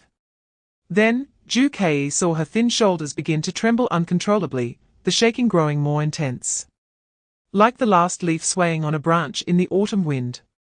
Finally, a suppressed, broken sob escaped her throat, like the cry of an injured young beast, filled with helplessness and bone-deep sorrow. She raised her hands, desperately covering her mouth, as if trying to stifle the breaking cry. But the hot tears surged forth like a flood breaking through a dam, pouring from between her fingers, sliding down her pale hands and splattering onto the smooth floor, leaving dark marks. Chapter 439, Preparing to depart, she felt a bone-chilling cold. If even the security system beside her father could be so easily infiltrated and exploited, then where in the royal capital was safe? Zhu Kei remained silent for a moment and slowly said, as the head of the Spade family and the ruler of the Dragon Kingdom, Your Majesty's strength is unfathomable, and her guards are formidable. Logically speaking, even with an insider's cooperation, achieving such precision and speed in an assassination would not be easy. Unless... He raised his head, his gaze deep as he looked at Su Chenzi, unless, Your Majesty's condition at that time was not at its peak. Or the means of assassination was not merely physical attack, but involved other conspiracies. Su Chen's body trembled suddenly, as if she had thought of something. A flicker of uncertainty crossed her eyes, but she did not speak immediately, instead biting her lips tightly, as if resisting some terrible speculation. After a long while, she said, but the skeleton society, no matter how powerful, is not strong enough to easily kill within the Chengqian Great Hall. This is a fact. The skeleton society's influence in the Dragon Kingdom is vast, even the royal family is helpless against it. However, they are not strong enough to enter and exit the palace at will, killing without a trace. Chapter 440. Time Pocket Watch. The name Time Pocket Watch naturally surfaced in his mind. One of the 14 divine relics. It is said to possess the power to reverse time and space. The maid's movements were smooth and unhesitating, as if simply performing an ordinary routine. When she fastened the backpack buckle, Ju-Kei clearly felt the weight of the pocket watch added to the backpack. Though slight, it was significant enough for him. Countless thoughts flashed through his mind. Why did that maid have the time pocket watch? Why did she quietly put this divine relic into his backpack? Does Su-Chenzi know? Is this her intention, or did the maid act on her own? What is the purpose of this pocket watch? Protection? Or something else? Even as the storm surged within Ju-Kei, he remained contemplative. But there was no unusual expression on his face, not even a flicker in his eyes. Time did not allow Ju-Kei to ponder deeply. He simply nodded slightly at the maid as if he had noticed nothing. Speaking in a calm tone, "Thank you for your trouble." At that moment, he was already prepared to deal with any variables. Currently, Ju-Kei was in a passive position. In such circumstances, watching the changes quietly was the best strategy. Chapter 441. The second trip to the capital. The carriage continued to move smoothly. And the scenery outside flew by, as if the earlier incident of death and regression that had occurred in the future was merely a vivid nightmare. But Ju-Kei knew it was not. He leaned against the soft backrest of the carriage, his eyes slightly closed, appearing to rest, while his mind was racing. Sorting through the experiences of the previous cycle. He had a chance to start over, and he needed to think carefully about the information he had obtained last time. In summary, Ju-Kei had gone to the Great Hall to receive his title, and for some unknown reason, his short sword appeared in mid-air and autonomously stabbed the king. Ju-Kei found himself in the eye of the storm, with everything completely unclear, and Su-Chenzi decided to escape the capital with him. On the way out of the city, Ju-Kei and Su-Chenzi encountered an assassination attempt. Ju-Kei could have avoided the assassination. But he knew that there was an extra item in his bag, a time pocket watch. Thus, Ju-Kei could start over. The previous trip to the capital was full of doubts. The king was stabbed by his own short sword in front of everyone. And how that short sword managed to break through layers of security checks and palace barriers was the key. Ju-Kei had a similar experience before. His short sword seemed to be somewhat special. It could ignore restrictions and be brought directly into the virtual examination room. Chapter 442. Investigating the listening device. This restart was also a test of the rules of the pocket watch. But he had to be cautious, and could not easily place all his hopes on this object filled with uncertainty. His thoughts gradually clarified through repeated reflection and questioning. Although the answers remained vague, the direction was clear. Ju-Kei slowly opened his eyes, his gaze still calm, but with a hint of insight and a steady preparedness to face any changes. "What's wrong? You seem a bit nervous." Su-Chenzi, sitting opposite him, noticed him opening his eyes and casually asked, her tone unchanged from the previous cycle. Ju-Kei looked at her and suddenly pulled out a faint smile. Almost not even a smile, with a teasing tone. "It's nothing, just wondering if the beds at the capital's reception hall are soft enough. After all, in case he had to visit the inspection office's prison in the future, he should cherish the opportunity to sleep well in advance." Ju-Kei mentioned the prison somewhat deliberately. It was a probe to see if Su-Chenzi retained her memories from the time regression. Su-Chenzi was momentarily stunned, evidently not expecting him to suddenly make such a darkly humorous comment that pointed directly at a harsh reality, and then she shook her head helplessly. Chapter 443. Learning about the listening device's owner. Boss Zhong was interrupted, but was not angry. He put down his tools and music box, picked up the device, and habitually prepared to start his routine of raising the price before appraising it. He glanced at it casually and smacked his lips. "Oh, this thing looks quite delicate." But it's just an ordinary little listening device. The craftsmanship is decent, market price is probably. As he spoke, he extended his chubby finger and gestured a not-so-low number, but his eyes were secretly watching Ju Kei's reaction, clearly intending to try and swindle a big spender. Ju Kei's expression remained unchanged, and he understood. He directly took out a heavy small pouch of coins from his pocket, placed it on the counter with a thud without looking, and the boss's eyes instantly lit up. His smile became much more genuine as he grabbed the pouch and weighed it, the merchant-like demeanor on his face instantly receding by half.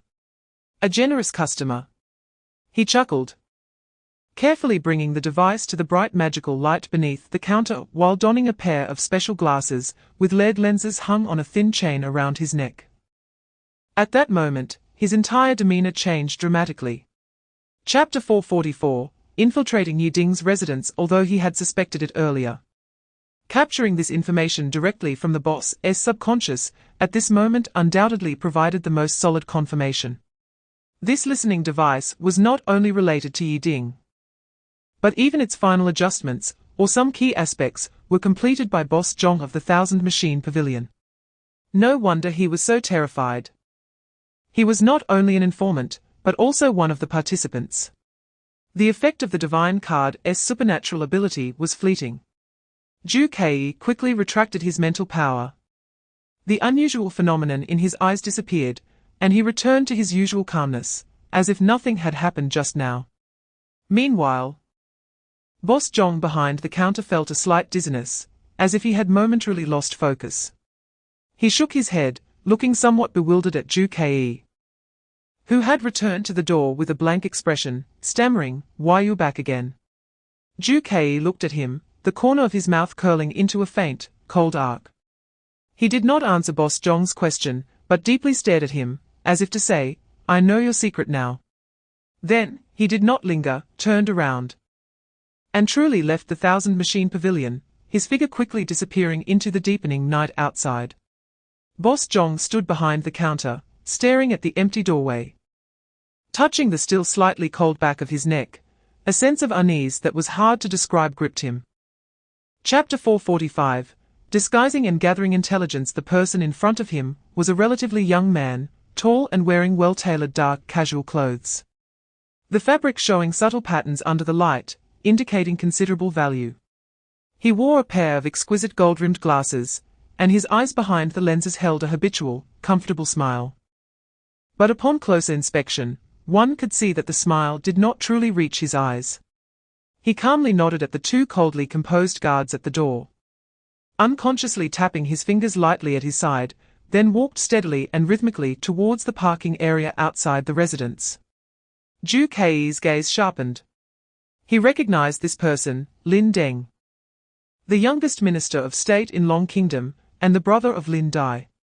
This young man held a high position at a young age, known for his smooth tactics, outstanding administrative abilities, and deep trust from the king, making him a rising star in the court, overshadowing even some old noble families. Why would he appear alone at this quiet late hour, at Yi Ding's heavily guarded private residence? Moreover, he came from the most core and secretive area. This was far from ordinary official business. Chapter 446, Disguise and Probe. Yet the appearance, demeanor, attire, and even the faint light reflecting off his gold-rimmed glasses of the person before him were identical to just moments ago. Facing this minister, who even their own master clearly showed great caution towards, they did not dare to be negligent in the slightest, nor did they dare to speak out. Immediately reporting in a low voice through the miniature communicator hidden in their collars, the door slid open silently once more. Ju Kei wore that impeccable gentle smile as he stepped inside. His gaze quickly and naturally swept across the spacious, modern study, where cold metal was paired with warm wood, and a massive smart screen hovered in mid-air, displaying complex data. Yi Ding had already stood up, his exposed single eye filled with unmistakable surprise and a deeper, almost overflowing tension. His hand, adorned with several gemstone rings, was unconsciously twisting the edge of the smooth desk. Lord Lin. Yi Ding's voice carried a barely perceptible hoarseness and uncertainty. Did you forget something? As he spoke, his eyes rapidly scanned Lin Deng's entire body, glancing at the empty hands of the other person before finally settling back on that familiar face. His single eye narrowing slightly, as if trying to catch any hint of discord. Chapter 447, Pretend to be the King. Zhu Kei paused slightly, but did not turn immediately. He could feel Yiding's sharp gaze behind him, like a hawk's, seemingly piercing through his carefully constructed disguise.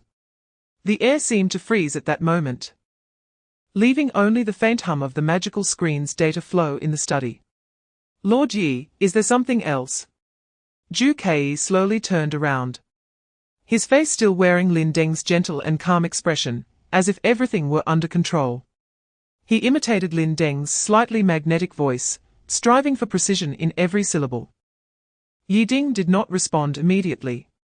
His single eye stared deeply at Lin Deng, the previous respect and fear on his face receding like a tide, replaced by a cold scrutiny. He did not walk around, but slowly raised his right hand, where a metal wristband shaped in an ancient style, embedded with deep purple crystals, emitted an extremely faint, almost imperceptible energy fluctuation. Please do not take offense, my lord. Yiding's voice became steady, even carrying a hint of unusual calmness. It's just that when you left earlier, the newly arranged divine ability detection matrix in the residence seemed to capture some unusual fluctuations. To ensure everything is secure, may I request permission for a simple confirmation? Chapter 448, Proceed to the bomb site. Moreover, the profound and unquestionable gaze of His Majesty seemed slightly different from the fleeting inquiry and urgency deep within the eyes of the person before him. The thunderous power of the King of Spades was indeed terrifying, but could it not be some powerful illusion, or a simulated magical device's diversion? This person is not His Majesty. As this thought emerged, Yiding's fear receded like a tide, replaced by a towering rage at being toyed with and a hint of post-fear ferocity. He almost fell for it, no longer hesitating. His hand, which had been pressing near the alarm button, exerted all his strength and resolve, suddenly pressing down hard. Woo! A shrill and high-pitched alarm instantly echoed throughout the entire Feng Yu mansion. This was the highest level of intrusion alarm. In the distance, rapid and dense footsteps, the humming of energy weapons charging, and the shouts of guards were swiftly converging towards the study. Zhu Kei's eyes turned cold. Realizing that Yiding had ultimately seen through him and chosen to take a risk, he could not stay any longer. He cast a deep glance at Yiding, who was kneeling on the ground, now raising his head with a cold murderous intent and mockery in his single eye, and he no longer hesitated. Chapter 449, Close Combat. The night was as dark as ink, and the killing intent surged. The sound of the air breaking was subtle yet sharp, targeting Zhu Kei's back and the blind spots on both sides. Zhu Kei barely had time to turn around completely, relying solely on his extraordinary combat instincts and the keen perception of a silver-level powerhouse to make extreme twists and turns of his body in a moment. Swoosh! Swoosh! Swoosh! 3 dark diamond-shaped flying darts grazed his ribs, shoulders, and neck, the cold blades almost touching his skin, the force of the wind stinging his cheeks. The flying darts embedded deeply into the metal pipes piled in front of him, emitting a dull thudding sound, while the corrosive poison instantly etched sizzling green marks into the hard metal surface. Zhu Kei's toes suddenly pushed off the metal pipe beneath him, propelling him rapidly backward and upward, while his gaze locked onto the direction of the attacker, which was in the shadows of another pile of higher discarded materials. However, there was no one there, only shadows swaying slightly in the night wind. The reaction was faster than described in the intelligence.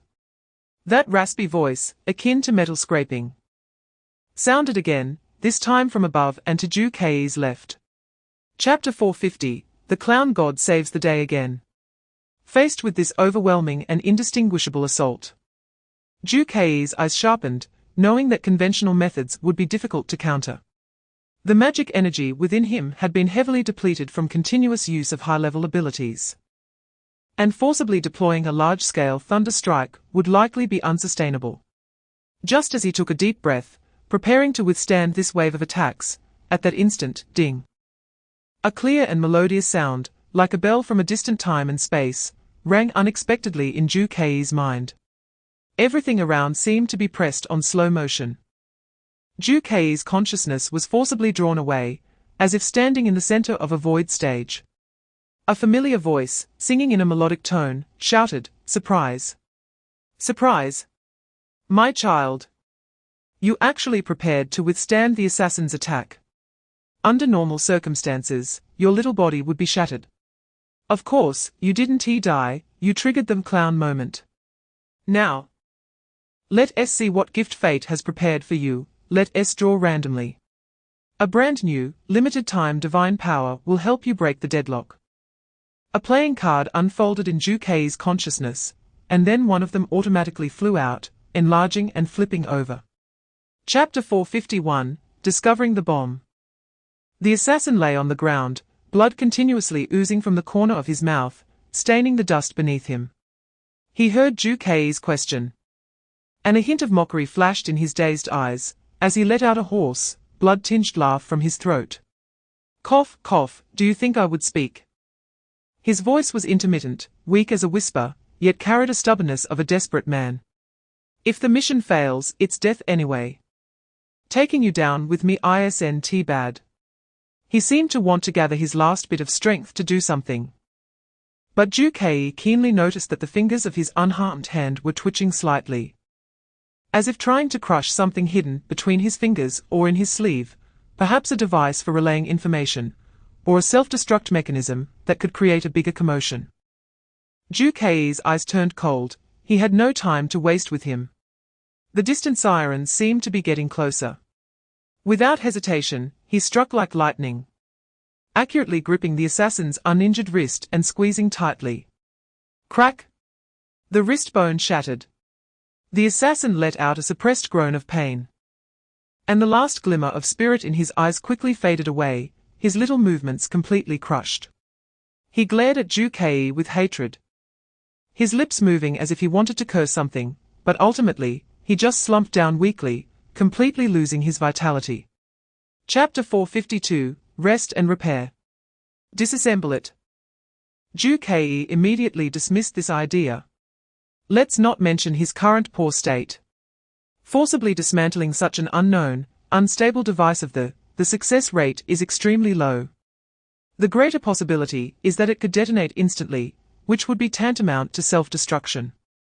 Moreover, once he attempts to dismantle it, whether successful or not, it will immediately alert Linden and Yiding, making them realize that the device has been exposed.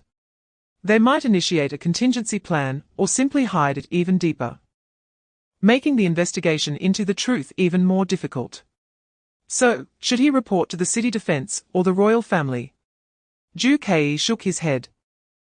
Since Linden could place such a large explosive device right under the royal family's noses, he could certainly ensure it goes undiscovered or undisturbed. Who can guarantee that there are no people loyal to Linden within the city defense or the royal family? Once the news leaks, the consequences of startling the snake in the grass would be equally severe. It could even lead to being bitten back by the other party, solidifying the accusation of causing chaos against him. What about doing nothing?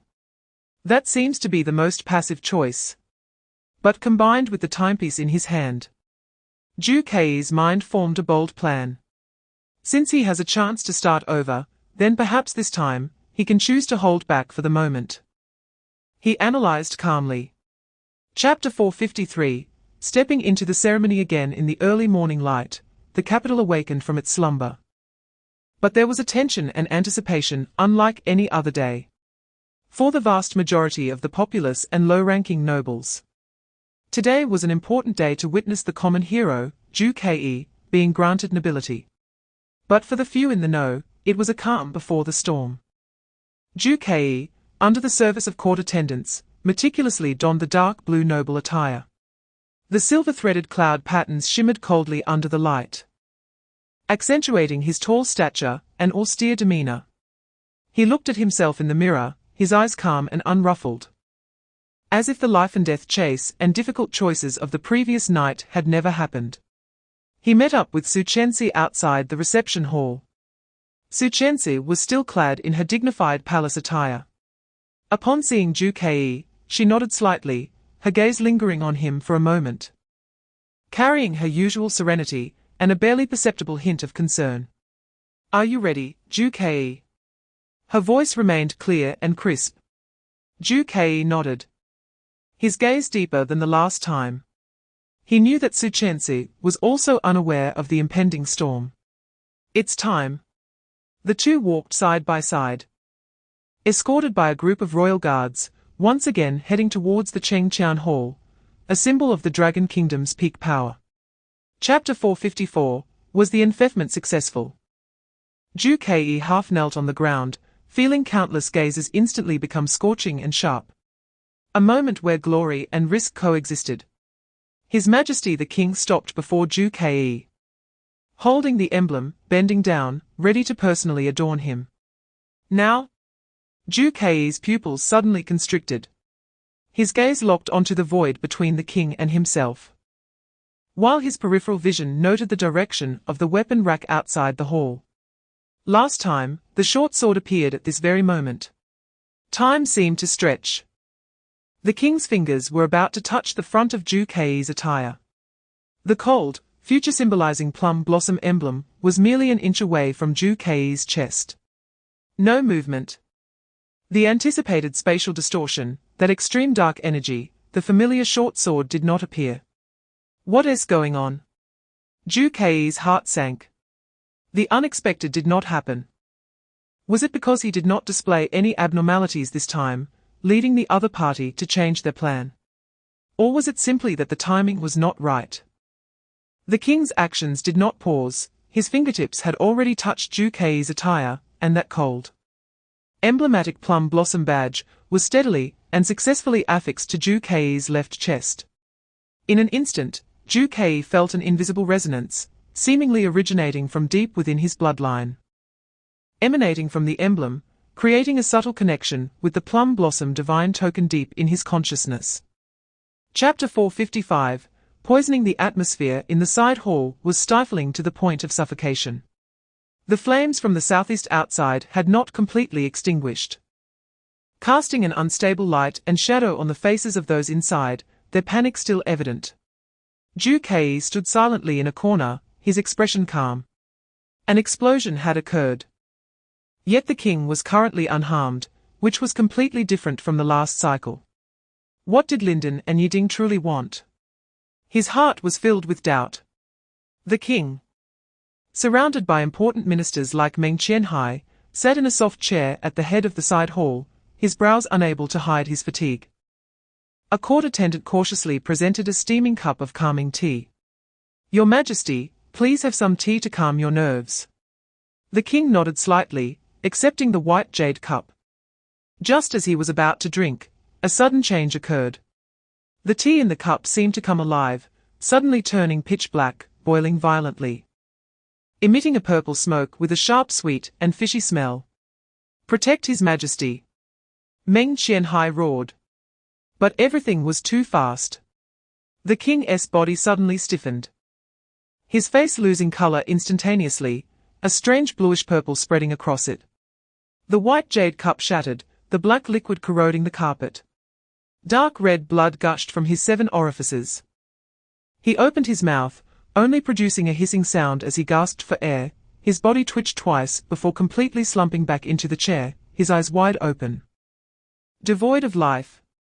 Chapter 456, The Princess Saves the Day. Again a clear, authoritative voice broke the oppressive silence. Su Chenzi pushed aside the guards in front of her, quickly rushing between Zhu Kei and the guards, spreading her arms to shield him. Her face remained pale, her eyes red and swollen, clearly bearing immense sorrow. But at this moment, her gaze was exceptionally resolute, even carrying a determination that belied her age, staring directly at Yiding and the guards. "Your Highness the Princess. What do you mean by this?" Yiding's expression darkened, his tone filled with dissatisfaction. "This is a serious crime of regicide, and the evidence is conclusive." "Conclusive evidence?" Su Chenzi did not back down, her voice trembling with emotion, but clearly resonating throughout the hall. I see that the evidence you, Juki, have presented is too conclusive. So conclusive that it seems you're afraid no one would believe it. Just after my father was murdered, the truth remains uninvestigated. And you are eagerly trying to convict and capture someone. What are you trying to cover up, or do you want to silence someone? Her words struck like a sword, directly piercing the most guilty part of Yi Ding. Princess, do not be deceived by this traitor. Yi Ding shouted angrily. The witnesses and physical evidence are both present. How can he argue? Witnesses. Has the attendant who served the tea been interrogated clearly? Physical evidence. Who can prove that the poison wasn't planted in Ju Kei's room to frame him?